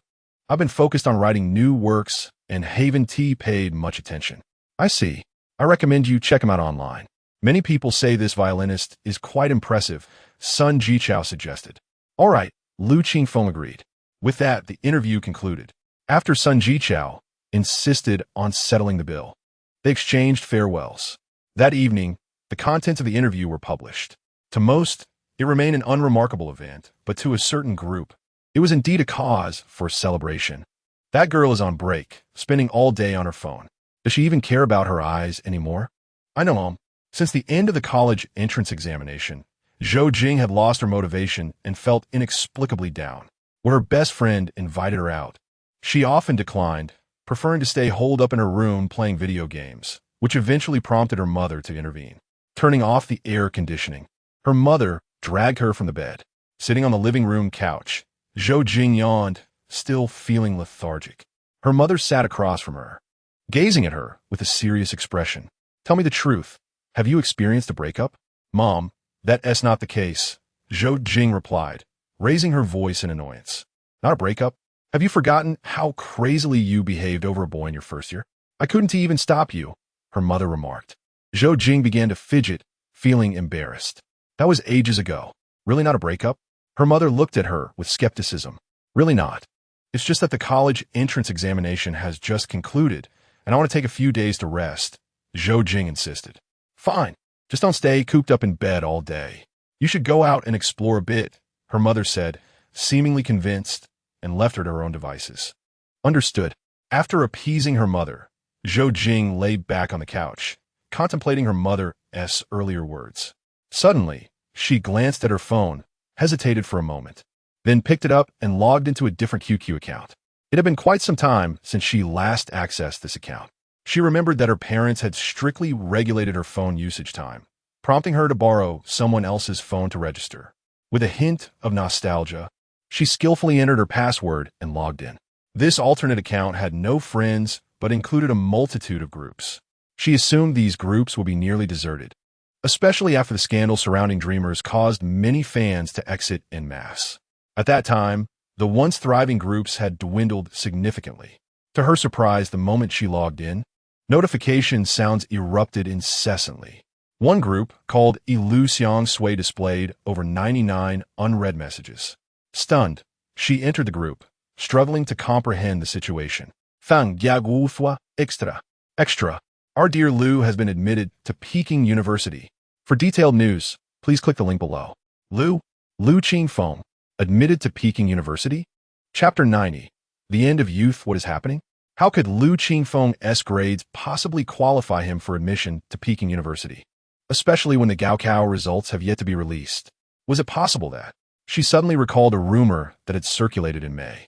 Peking University had invited Lu Qingfeng to participate in a writing competition due to his outstanding performance in the new concept writing competition. At the time, the news had been exaggerated, suggesting that Lu Qingfeng had already been accepted. She had scoffed at the notion, believing that gaining admission to Peking University was no easy feat. Later, Lu Qingfeng himself clarified that he needed to achieve commendable results in the competition to have any chance of being admitted. Thus, he had succeeded. With a complex mix of emotions, she clicked on the link. The reporting source, Pioneer Youth Daily, was an official media outlet, authoritative and credible. After spending some time absorbing the text and video, her suspicions were confirmed. Lu Qingfeng had indeed been specially recruited by Peking University through his writing. Zhou Jing was momentarily taken aback, unsure how to process this development. She had always perceived her relationship with Lu Qingfeng as adversarial, stemming from her high school idolization of him. After Lu Qingfeng's group fell from grace, influenced by the media and the atmosphere in their chat group, she felt deceived and resentful. At school, she was too embarrassed to acknowledge this past and chose to isolate him instead, resorting to veiled insults and disparagement to sever ties with her former idol. If this animosity were to persist until graduation, it might become a chapter she wished to forget.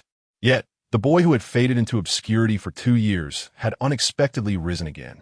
She recalled laughing at the thought of him participating in the new concept writing competition when she first heard about it from Teacher Chen.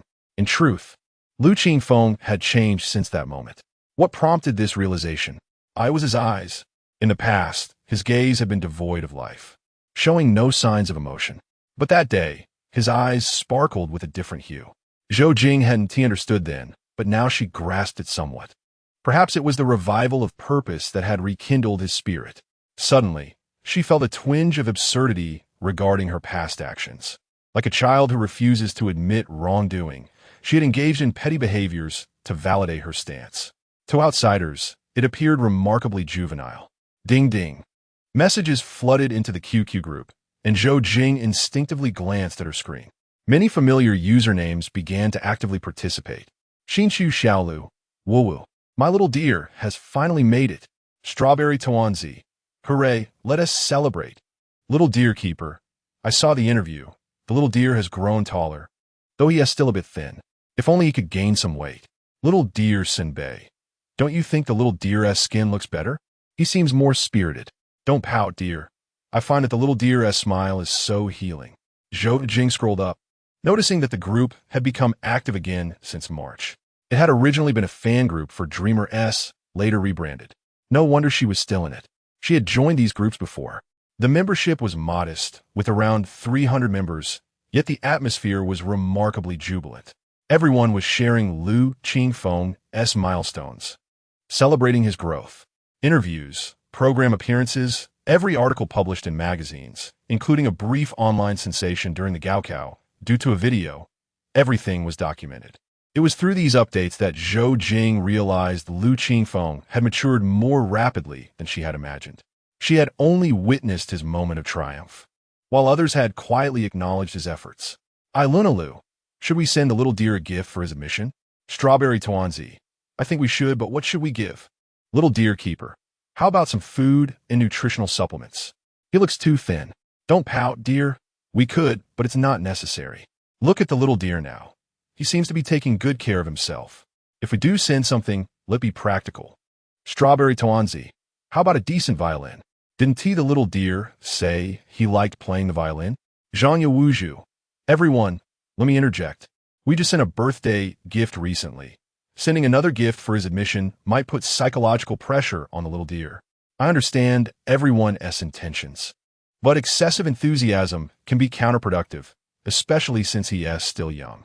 This person held significant authority in the group, and their words received unanimous agreement. Zhang Wuju, instead of gifts, let us focus on the upcoming issue of Sprout magazine, where the little deer has a youth novel being serialized. Strawberry Tuanzi, huh? I noticed that too. After the Literary Cup announcement, Sprout has been promoting it vigorously. The official news is everywhere. Little deer Sinbei, I must support it. I used to buy Sprout magazine all the time in school. Zhang Wuju, the magazine will be released on the 15th. You can subscribe online or purchase it at bookstores. Let us spread the word. Strawberry Tuanzi, got it. A flurry of acknowledgments followed, as those online responded in kind. Zhou Jing hesitated for a moment before pulling her fingers back from the keyboard. She sat in silence for a while before suddenly declaring, Mom, I'm going out for a bit. Go on, come back for dinner, okay? Bang! The sound of the door slamming echoed. Zhou's mother glanced outside, but her daughter's figure had long disappeared. That mischievous girl. Zhou Jing arrived at the third high school, where she could see a banner hanging above the school entrance. Warm congratulations to our student Lu Qingfeng for his admission to Peking University. Although the third-year students were on break, the first and second years were still in session, and she passed by this banner every day. As she approached, she spotted four figures: Lu Qingfeng and his three friends. Lu Xan was exuberantly shouting, though she couldn't discern what he was saying, while Ho Xiaobing and El Hui were engaged in conversation, likely offering congratulations. The boy, encircled by his friends, wore a radiant smile that outshone even his idle days. "Zhou Jing," Lu Xian called out, noticing her. Lu Qingfeng turned to look but felt no particular sentiment. He merely regarded her as a classmate he happened to encounter. Their past interactions held little significance for him, as they would likely not cross paths in the future. Zhou Jing's emotions were far more intricate. She approached, glanced at the banner, and then at Lu Qingfeng. "Congratulations." Lu Qingfeng accepted the well-wishing. "Thank you, and I hope you get accepted into your dream university as well. Goodbye." He draped an arm over Lu Xin's shoulder. "Let us go. I'll treat you all to fried skewers." "Sound good. I want the marinated eggs." "I'll have a skewer of fried fish." The four of them left in a cheerful uproar. Zhou Jing watched their figures gradually fade away before turning away from the campus, heading in the opposite direction. Chapter 91. Science fiction novel egg. As she returned home from work, Shunming asked her husband to bring her the latest issue of Sprout magazine. Earlier that morning, after finishing breakfast, she had made the request as her husband was preparing to leave for work. He looked at her in bewilderment. "Why have you suddenly taken such an interest in reading? Just last month, you had me fetch years of reasoning for you, and now you're switching to Sprout. What's the occasion? Nostalgia for your youth? Never mind that. Just hurry to work," Shunming urged, gently pushing him out the door. Their 2-year-old son, thinking they were playing, ran over to hug his father's leg. "All right, I got it." The husband chuckled, lifting his son and planting a kiss on his cheek before heading out. With the weather still bearable, Shunming took their child for a stroll around the neighborhood. Upon returning, she tidied up the house and played with her son. Before long, after lunch, her son began to feel sleepy and, as was customary, started his afternoon nap. At that moment, Shunming pulled out her phone and opened the Sprout application she had downloaded a few days prior. The latest issue had been updated, and she was greeted by a familiar name on the homepage. Lu Qingfeng, the first prize winner of the Peking University Literature Cup and the top award in the new concept composition contest, had released a new long-form work titled The Girls We Pursued Together in Those Years in Sprout.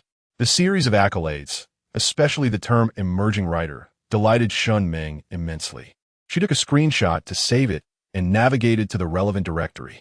The opening lines were succinct, narrated from a first-person perspective. Having graduated from university, Shunming prided herself on her ability to appreciate literature. She understood that the first-person perspective enhances authenticity and allows readers to intuitively grasp the protagonist's emotional shifts and expressions. However, it was also limited, confining the scenes and events to those the narrator had experienced. Thus, while first-person narration is frequently employed in literary novels, it is seldom used in internet literature, a distinction largely attributable to differing creative methodologies. Little Deer, adept in various genres of novels, found herself engrossed in the narrative. As she read, she couldn't help but ponder. In this coming-of-age tale, she discerned Lu Qingfeng's increasingly straightforward and colloquial handling of language, creating an effect that made the story feel as though it unfolded right beside her. The vivid depictions of everyday scenes resonated deeply, reminiscent of experiences shared by many during their school years. After finishing the 3 chapters, approximately 10,000 words, Shunming felt a sense of fulfillment. She promptly shared the book title and her impressions on Weibo and also recommended it in online forums and message boards. While the impact might be limited, she believed that even capturing one person's attention was worthwhile. Glancing at her group chat, she found it as lively as ever, with members discussing new novels. Strawberry Little Dumpling. The new novel evokes such strong feelings. It captures the atmosphere between boys and girls during adolescence, just like when I was in school. Shinshu Little Deer. This is far superior to the painful youth novels I've read. This one genuinely feels like events that could happen in high school, unlike those that veer into fantasy. Shunming smiled and joined the conversation. The audience for Sprout primarily consisted of students, and the new youth novel had just begun its journey, yet hadn't stirred much excitement. However, its unique and refreshing charm was appealing to teenagers, garnering high praise. Meanwhile, the next day's issue of Science Fiction World created quite a stir. Lu Qingfeng had submitted 2 articles to Science Fiction World, and one was published in the June issue. This particular piece was a remarkably unique micro-science fiction story, composed entirely of dialogue and characterized by a stream of consciousness style.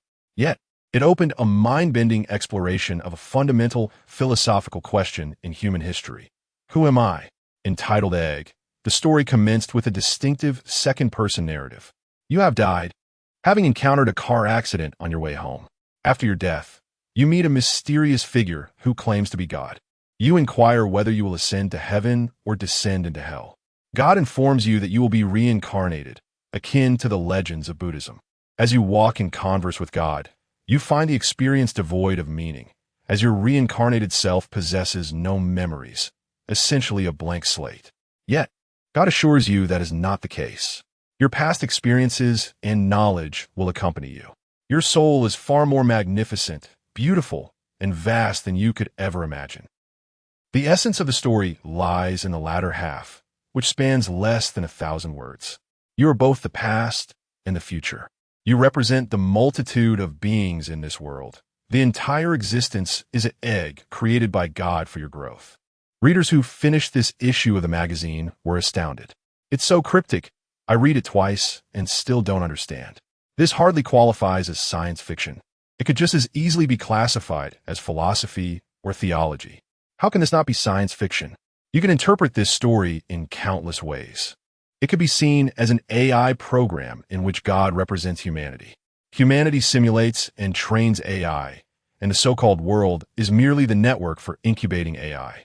When AI fully evolves, it transcends the constraints of programming and possesses human-like autonomy. Goodness, thinking about it this way is chilling. While the interpretation above is valid, I lean towards the idea that the author aims to explore the ultimate question of why human consciousness exists. Notice how the author specifically references Buddhist reincarnation, where there exists a theory akin to the notion of self, personhood, sentience, and lifespan. Thus, the author's mind-bending exploration unfolds based on this premise.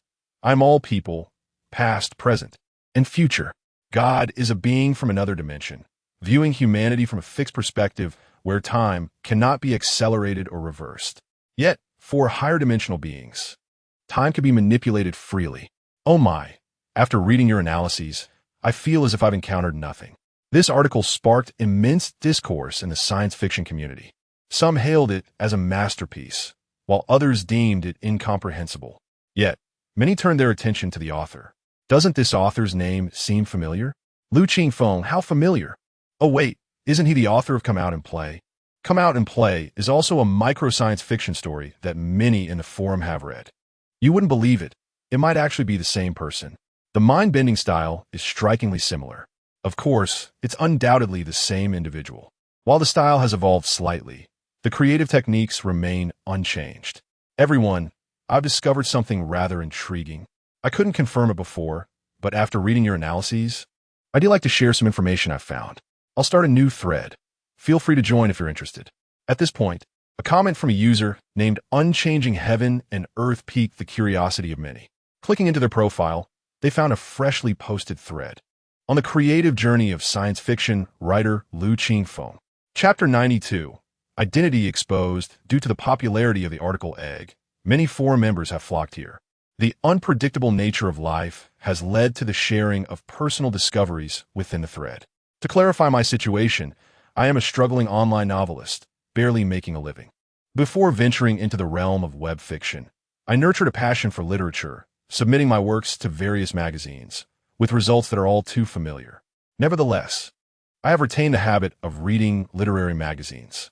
Having set the premise, let us delve into the main topic, with images provided below. The 2 images presented are from the physical magazine Years of Reasoning, one showcasing the cover and the other featuring the content.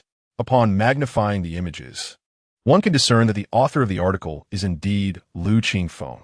Indeed, as you can see, my initial interest in this author began with the May edition of Years of Reasoning. coincidentally. This was around the time the results of the preliminary round of the new concept writing competition were announced, notably the piece Hey, Come Out, which many of you have likely encountered. At that time, there were speculations on the forum regarding the identities of these two individuals. However, due to the stark differences in genre, it was generally believed that they were not the same person. Subsequently, further developments on the forum corroborated my subsequent speculations, which I will elaborate on later. Now, this month, while everyone is focused on science fiction world, the day prior, Budding also released a new issue. Please take a look. The image displayed is a promotional piece for Lu Qingfeng's latest work in Budding. Thus, upon seeing this promotion, I conducted a search for the Peking University Literature Cup, a competition whose prestige interested me, and I encourage others to investigate its merits themselves. I will share my findings regarding this article. Once again, the unpredictable nature of life has shared an image of the article Warm a Jug of Moonlight Under the Wine. I have read this piece as well, and the quality of the prose is beyond description. What stands out is the profound sense of Zen within the text. I have reason to believe that prior to penning again this particular article, the author must have engaged with literature pertaining to Buddhism, which explains the philosophical musings resembling those found in Buddhist teachings. Having reached this point, I trust that many of you, like myself, are now exceedingly curious about this writer. Numerous comments flooded in below. One, to my goodness, how meticulous you are. How did you uncover all this? Please update. I cannot sleep at night. Moreover, as the thread progressed, discussions began to flourish. At this juncture, I have realized a surprising fact. This author is still a high school student. Indeed, the new concept writing competitions group, consists of second and third year high school students. Are today's youths truly this extraordinary? The thread continued to unfold. Now, let us summarize the literary genres and works that Lu Qingfeng is currently known for. Science fiction. Hey, Come Out mystery. Invisible X, Peering into the Blue Youth. The Girls We Pursued Together in Those Years essays. Warm a Jug of Moonlight Under the Wine. At this point, I pose a question to everyone. Which book is Lu Qingfeng's debut work? Responses appeared below. It should be Hey, Come Out, based on the timeline. I concur. There must be more to this. Otherwise, the original poster wouldn't pose such a question. Please reveal it. Don't keep us in suspense. Now, the answer is revealed. The Little Match Girl and the Ugly Duckling. Ha ha. Are you perplexed? The comments were inundated with question marks, though some discerned that these titles belong to the realm of fairy tales. Indeed, they are fairy tales. Witnessing this author traverse multiple literary genres is quite fascinating, prompting me to search online for more information, which you would undoubtedly find astonishing. I shall share my findings piece by piece. The thread's popularity surged, attracting more participants, leading the moderator to elevate the post to a featured status. Before we proceed, I must clarify that Lu Qingfeng is both his pen name and his real name. The articles he first published were 2 fairy tales in the March edition of Children's Literature. Beneath the text, the content from that magazine issue is attached as evidence of his claims. In April, 3 more fairy tales were published, and starting in May, he began serializing a lengthy fairy tale titled Charlie and the Chocolate Factory in Children's Literature. How can you be certain these fairy tales are all by the same person? Someone inquired below. Because I possess evidence. The original poster responded, continuing the thread. To confirm that they are indeed the same individual, please observe the following. A series of screenshots emerged. The images displayed a Cartoon Network's logo, captured from a program featuring a boy resembling a high school student. Subtitles made it clear that the youth stated he had submitted works to years of reasoning in science fiction world. Indeed, the individual being interviewed is none other than Lu Qingfeng himself, who appeared on the program as a fairy tale author. If the shared name is insufficient proof, this should suffice. As the crowd observed, their curiosity transformed into wonderment. What more can be said? A genius author. What a prodigious talent. Such is the predicament. Gifted individuals can indeed thrive in whatever they pursue. I genuinely envy such talent. To be in high school and possess such literary flair is beyond imagination. What more can one become? A modern literary giant, perhaps. Do not be astonished just yet. If this were the extent of it, it would merely signify the rise of a gifted author. The true spectacle is yet to unfold. The post continued, and the original poster dropped another bombshell. Before becoming a writer, you would never guess that he was actually an idol. A multitude of question marks appeared, signaling that everyone was momentarily bewildered. When I first unearthed this information, my reaction was identical, but the truth remains.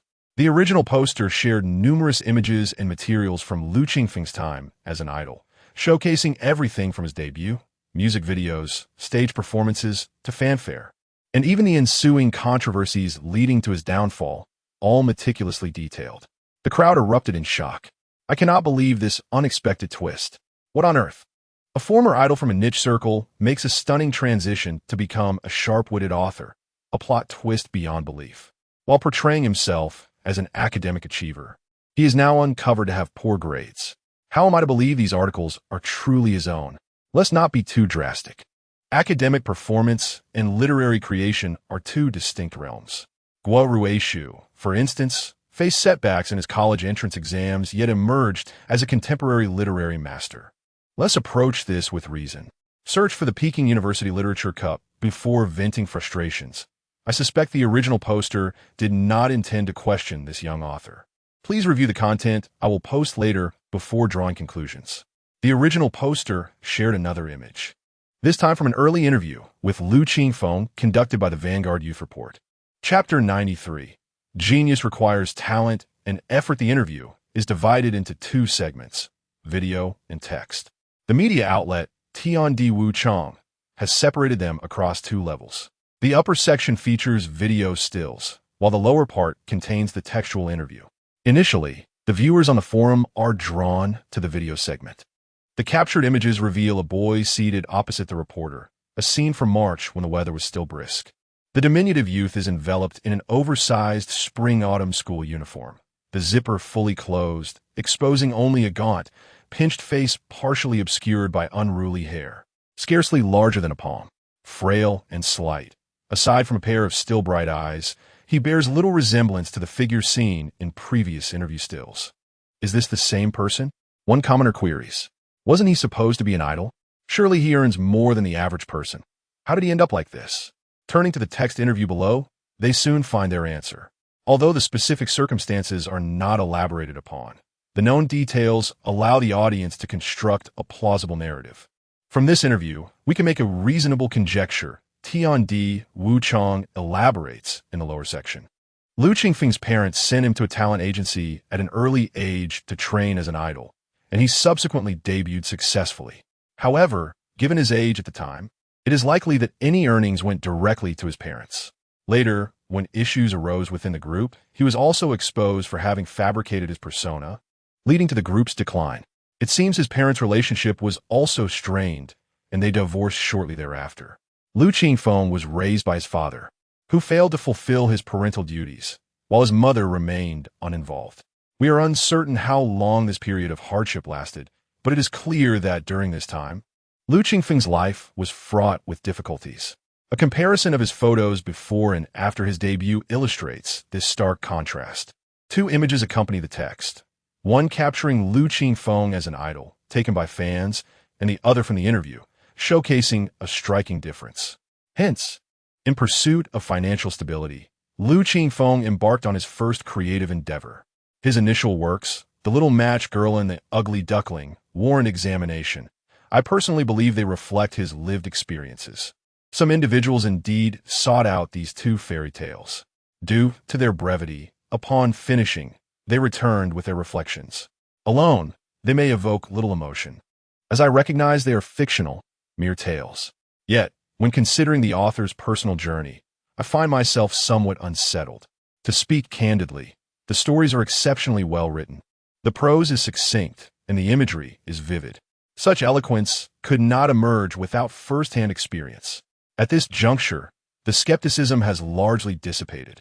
Perhaps if the subject matter were different, there would still be dissenting opinions, but in the context of fairy tales intertwined with the author's own experiences, it seems only natural to accept this progression. By the way, the media outlet that interviewed Lu Qingfeng is the Vanguard Youth Report, an official media source from Sioux City. Moreover, he was interviewed for assisting the police in solving a human trafficking case. Tiandi Wuchang further includes a screenshot of the Sioux City Police News Media Center's report.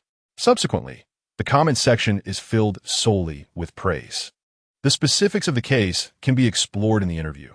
This post focuses on uncovering the author's writing journey, so I shall refrain from elaborating further. Due to a lack of living expenses, he initiated his first creative project. The choice of fairy tales as a genre, aside from its relative simplicity, likely encompasses other motivations, though we remain unaware of them for now. Then, in early March, the new round of the new concept composition competition commenced. We cannot ascertain how long he contemplated this piece, but stylistically, it continues the succinctness of his fairy tales. By this time, he should have also completed 3 other fairy tales, published in the April issue of Children's Literature. I surmise that, come out was likely finalized around this period, marking the beginning of Lu Qingfeng's interest in other genres. It is likely during this time that the author began exploring different styles, penning again a detective novel, revealing notable shifts in his writing style. By May, he would produce his literary masterpiece, A Pot of Moonlight Wine, which represents the pinnacle of his writing prowess. This extensive analysis, if observed by Lu Qingfeng himself, would surely evoke surprise. It nearly reconstructs the entirety of his writing journey, even illuminating details he had not consciously considered. A comment emerges from below. Wow, the original poster is incredibly detailed. You claim to write web novels, but seem unfamiliar with detective fiction. Tiandi Wuchang responds with an emoji conveying shyness. Returning to the main topic, having elaborated thus far, it is evident that Lu Qingfeng is a prodigy. With a substantial readership and a remarkable ability to distill knowledge from various texts to enrich his writing repertoire, evident in A Pot of Moonlight Wine and Egg. Furthermore, his style remains in flux. Still in the exploratory phase, he adeptly navigates multiple literary genres, exhibiting a vivid imagination and profound insights shaped by his personal experiences. Frankly, I am particularly eager for his future works and will remain an attentive follower. The post approaches its conclusion, yet many continue to pose questions below. Original poster. You haven't team mentioned his youth novel yet. Tiandi Wuchang replies, there's not much to say. It's simply a novel written for financial gain, likely commissioned by Sprout. The author himself seems to have wished to earn some money, and